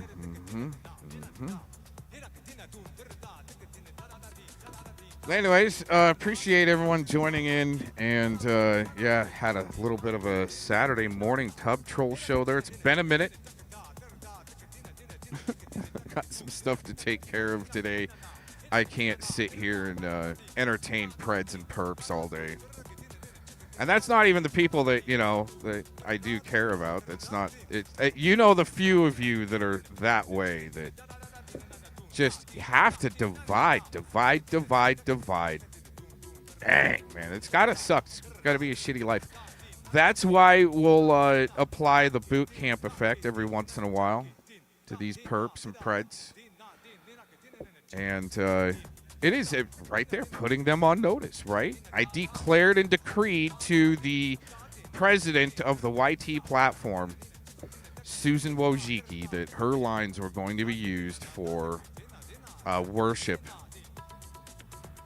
and spreading the gospel. Is that Star C. James? Oh, you're backstage? Hey, I was actually studying the back of my eyelids, Starsea James. We've got some time. And I bet you it's like that's a Warbot tactic. He likes to say that he's in your backstage, and FCC will say that you were in the backstage. And you weren't. I mean, you might have popped up for a minute just so you could go and notice that I was gone. There was no activity in the chat. And then you're all, I mean, you can't even ask in the chat, hey, Cox, are you around? I want to panel up. No, you're not going to do that. Why don't you hit that join link now? I'm right here. Starsea James, here's your opportunity. We got, yeah, I mean, we got plenty of time left on our 12-hour allotment here. I mean, right now you can panel up and state your case. Are you ready? Did you gather as much as you could? All right, as much intel as you could, and now you're ready. Put them in, Coach. Huh, Fellamon? Put them in, Coach. You can have a stream going, but can't let me up. Yeah, I was studying the back of my eyelids. You could have said, hey, Cox, are you around? The chat was dead. I noticed when I woke up this morning, the chat was dead. You were in there and saying you were backstage when, I mean, everything was dead, dude. You couldn't say, hey, Cox, are you around? I'm ready to panel up. That's what Warbot does. There's Starsea James. It's just a shitty little tactic you and the follow me mons and the LARPites try to play. It's real low level trolling, and it keeps your vibe like oppressed. Just saying. Well, I mean, you already are kind of oppressed. You think you're actually effective in your chat rooms, and you're not.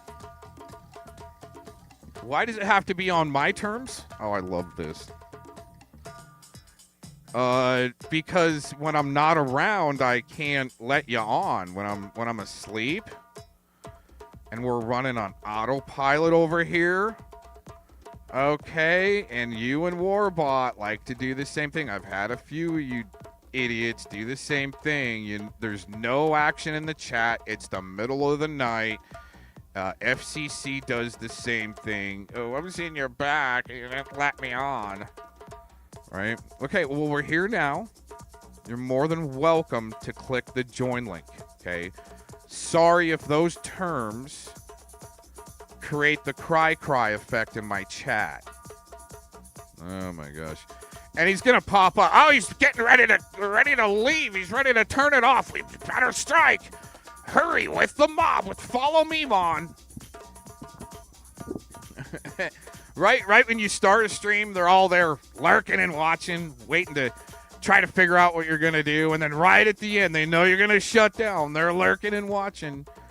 Get those last words in. You guys need help, okay? You really are acting like serious, controlling, and dividing predators.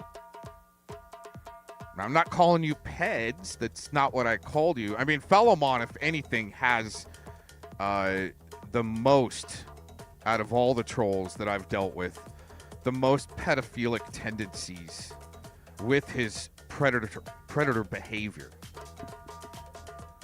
Does he know it or not? Probably not. But it's, I mean, if you want to go by the science, yeah, the constant talk about children and kids, and yeah, it's not good.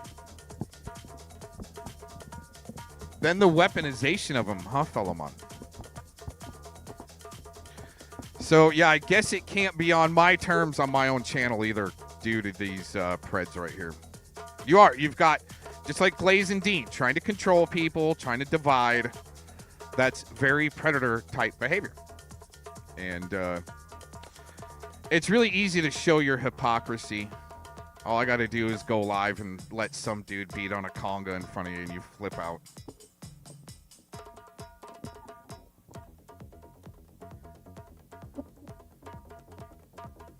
Yeah, I play a restream of a restream of a restream when I go to sleep there. Sorry I couldn't stroke your ego, right? Check the timestamps, he says. Check the timestamps. He didn't let me up when I wanted to be let up. Okay, come up now then. The link is pinned. Come up now. You're in my chat. I mean, how hard could it be? You should already have the link in your history ready to go. Wow, amazing. Here, let's go through that timestamp.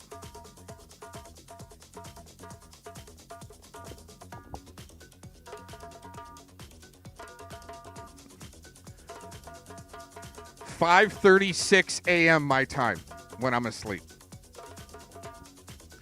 The chat was dead.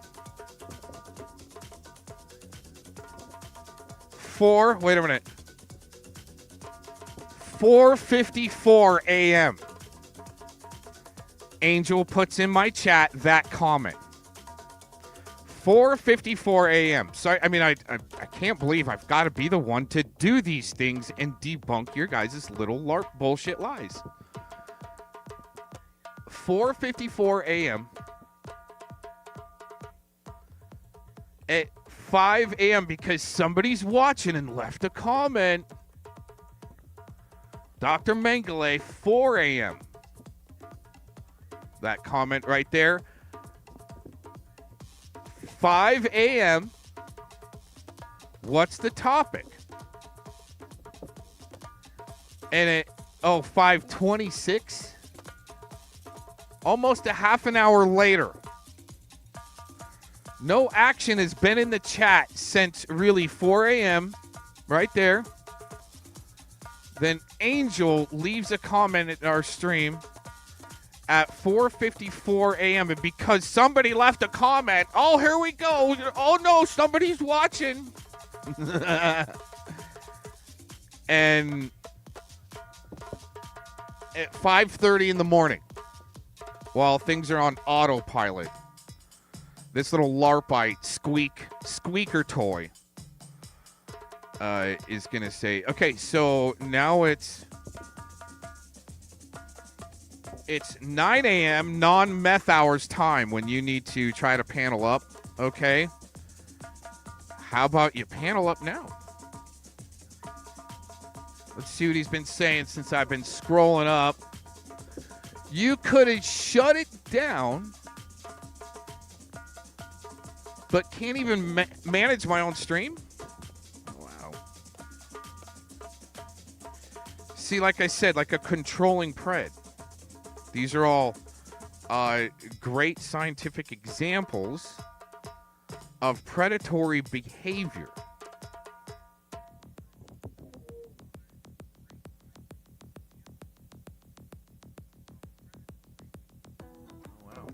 So my ridiculous terms and timing, because I'm asleep during meth hours and you're wanting backstage, that's me bitching. I was there for 5 to 10 minutes. You know what's amazing too? You could have left a comment in my back chat saying, Cox, I came to panel up. Where are you at? In the private chat. You didn't. There's no private chat messages.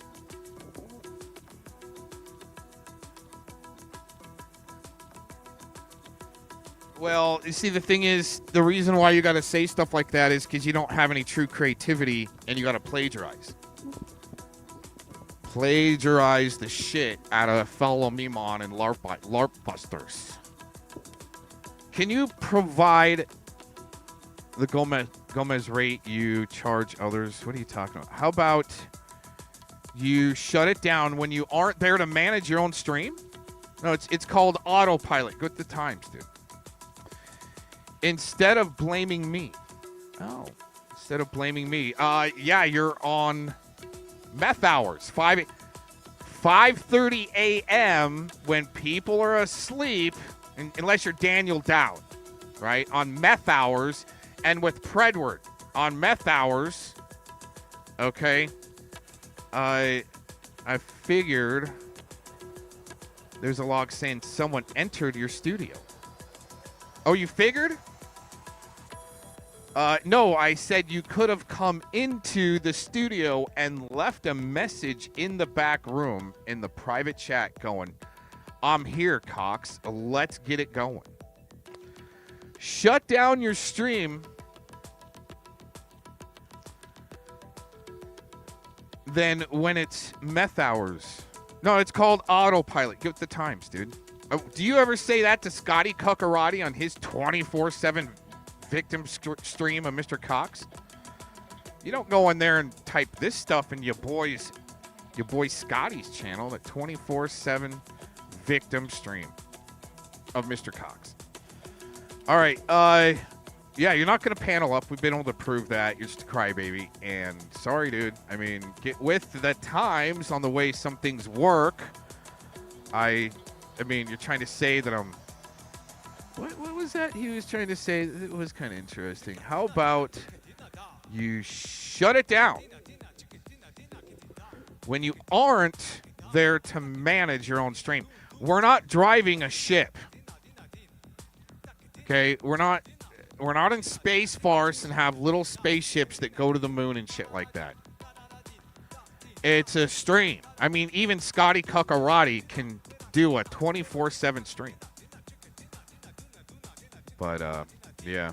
Controlling predator type behavior. You're the one that's twisting around that you need to, you want to panel up during meth hours when I'm on autopilot and sleeping. Oh my gosh. That's great. Anyways, I don't mind giving up some of my, let's say, strategy onto stream just to make you look stupid. I love it. There was 2 viewers when I tried to join the panel. How do you know? I mean, we are heavily censored and shadow banned and throttled here. How do you know there wasn't 20 or 30 watching? Do you believe everything you see on the internet? I mean, it was proven the other day. I mean, there was, on a stream, there was like 80 people watching, and all of a sudden, a few minutes later, there's 0 watching with like 30 people in the chat. So that's not happening. How can you actually prove there were 2 people watching if you don't believe everything you see on the internet? But that's why, shut it down next time, loser. No, that's all right. I'll do what I do and just put it on autopilot and let it go. And you guys can sit in the back on your meth hours and rage it out. But we're not on meth hours now. You're still here trying to tell me what to do like a pred and not clicking my join link. But you're still here. You've been here. So what time was that? 9:14 my time. And you came back because Fellow Fluffy. So Fellow Fluffy needed a rage quit. That was at 8:41 a.m. And then for the plausible deniability, Starseed James comes in at 8:41 a.m. was this one. 9:01 a.m. So less than 20 minutes later. That's about what they do on the bench warmer change out. Give it about 20 minutes if he's still streaming. And if the chat's really cruising, you guys can just come in and try to space your comments out every few minutes. Don't be, all ganged up on top of each other. So 9:01 a.m. to 9:15. So 9:14. So you've been in here 15 minutes in my chat room crying about what I need to do, like a pred, and still are not going to click my join link. But you did it meth hours at 5:30 in the morning. Got it. Non-existent girlfriend. What is he saying? I feel bad for your non-existent girlfriend and how paranoid you are on how much you bitch. No, I just come and spurg out on you guys on the internet every once in a while now. Just have fun with it. Watch you guys spurg a little bit. Then, speak some words, and then you guys flip and flail and wig in the chat. It's just what I do. That way, in real life IRL, right? I just go on and, just getting ready for fishing. By the way, that's what I need to do this morning is still working on fishing equipment. If you were listening last night, kind of when we first started. Yeah, the fishing line shortage is we're talking, we're like, this is some pretty bad like recession type stuff when I don't have the fishing line that I use that works. Amazing, right? Golly, man, the struggles we've got in life, and then trying to well, at least I'm not here for a clout chasing popularity contest with Follow Memon and Starseed James in my chat. Many others have come through. Many others that play these stupid little games because, I mean, well, your problems in life must be really bad. But anyways, yeah, I got to get out of here too. What are we looking at for time? I can stick around for another minute and a half, I guess. See if somebody wants to panel up. Do you do that's provable? What exactly do you do that's provable? I can prove something to you right now. This is a provable thing. Okay, it happens. Let's say 100,000 times a day. Something that's provable is the end button and ending a stream.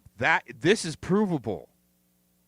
Starseed James. Another thing that's provable is that you're too big of a puss bag to really panel up. You gotta come in my back room at 5:30 in the morning, meth hours. And not even like put a comment in the back studio saying, "Hey Cox, where you at? Let's duke it out." So I'm gonna do something provable right now.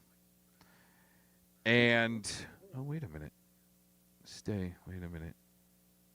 Oh, I'm gonna do something that's provable right now. Very provable. Gonna hit this end button, and the stream's gonna end. And you all go on and have a great day.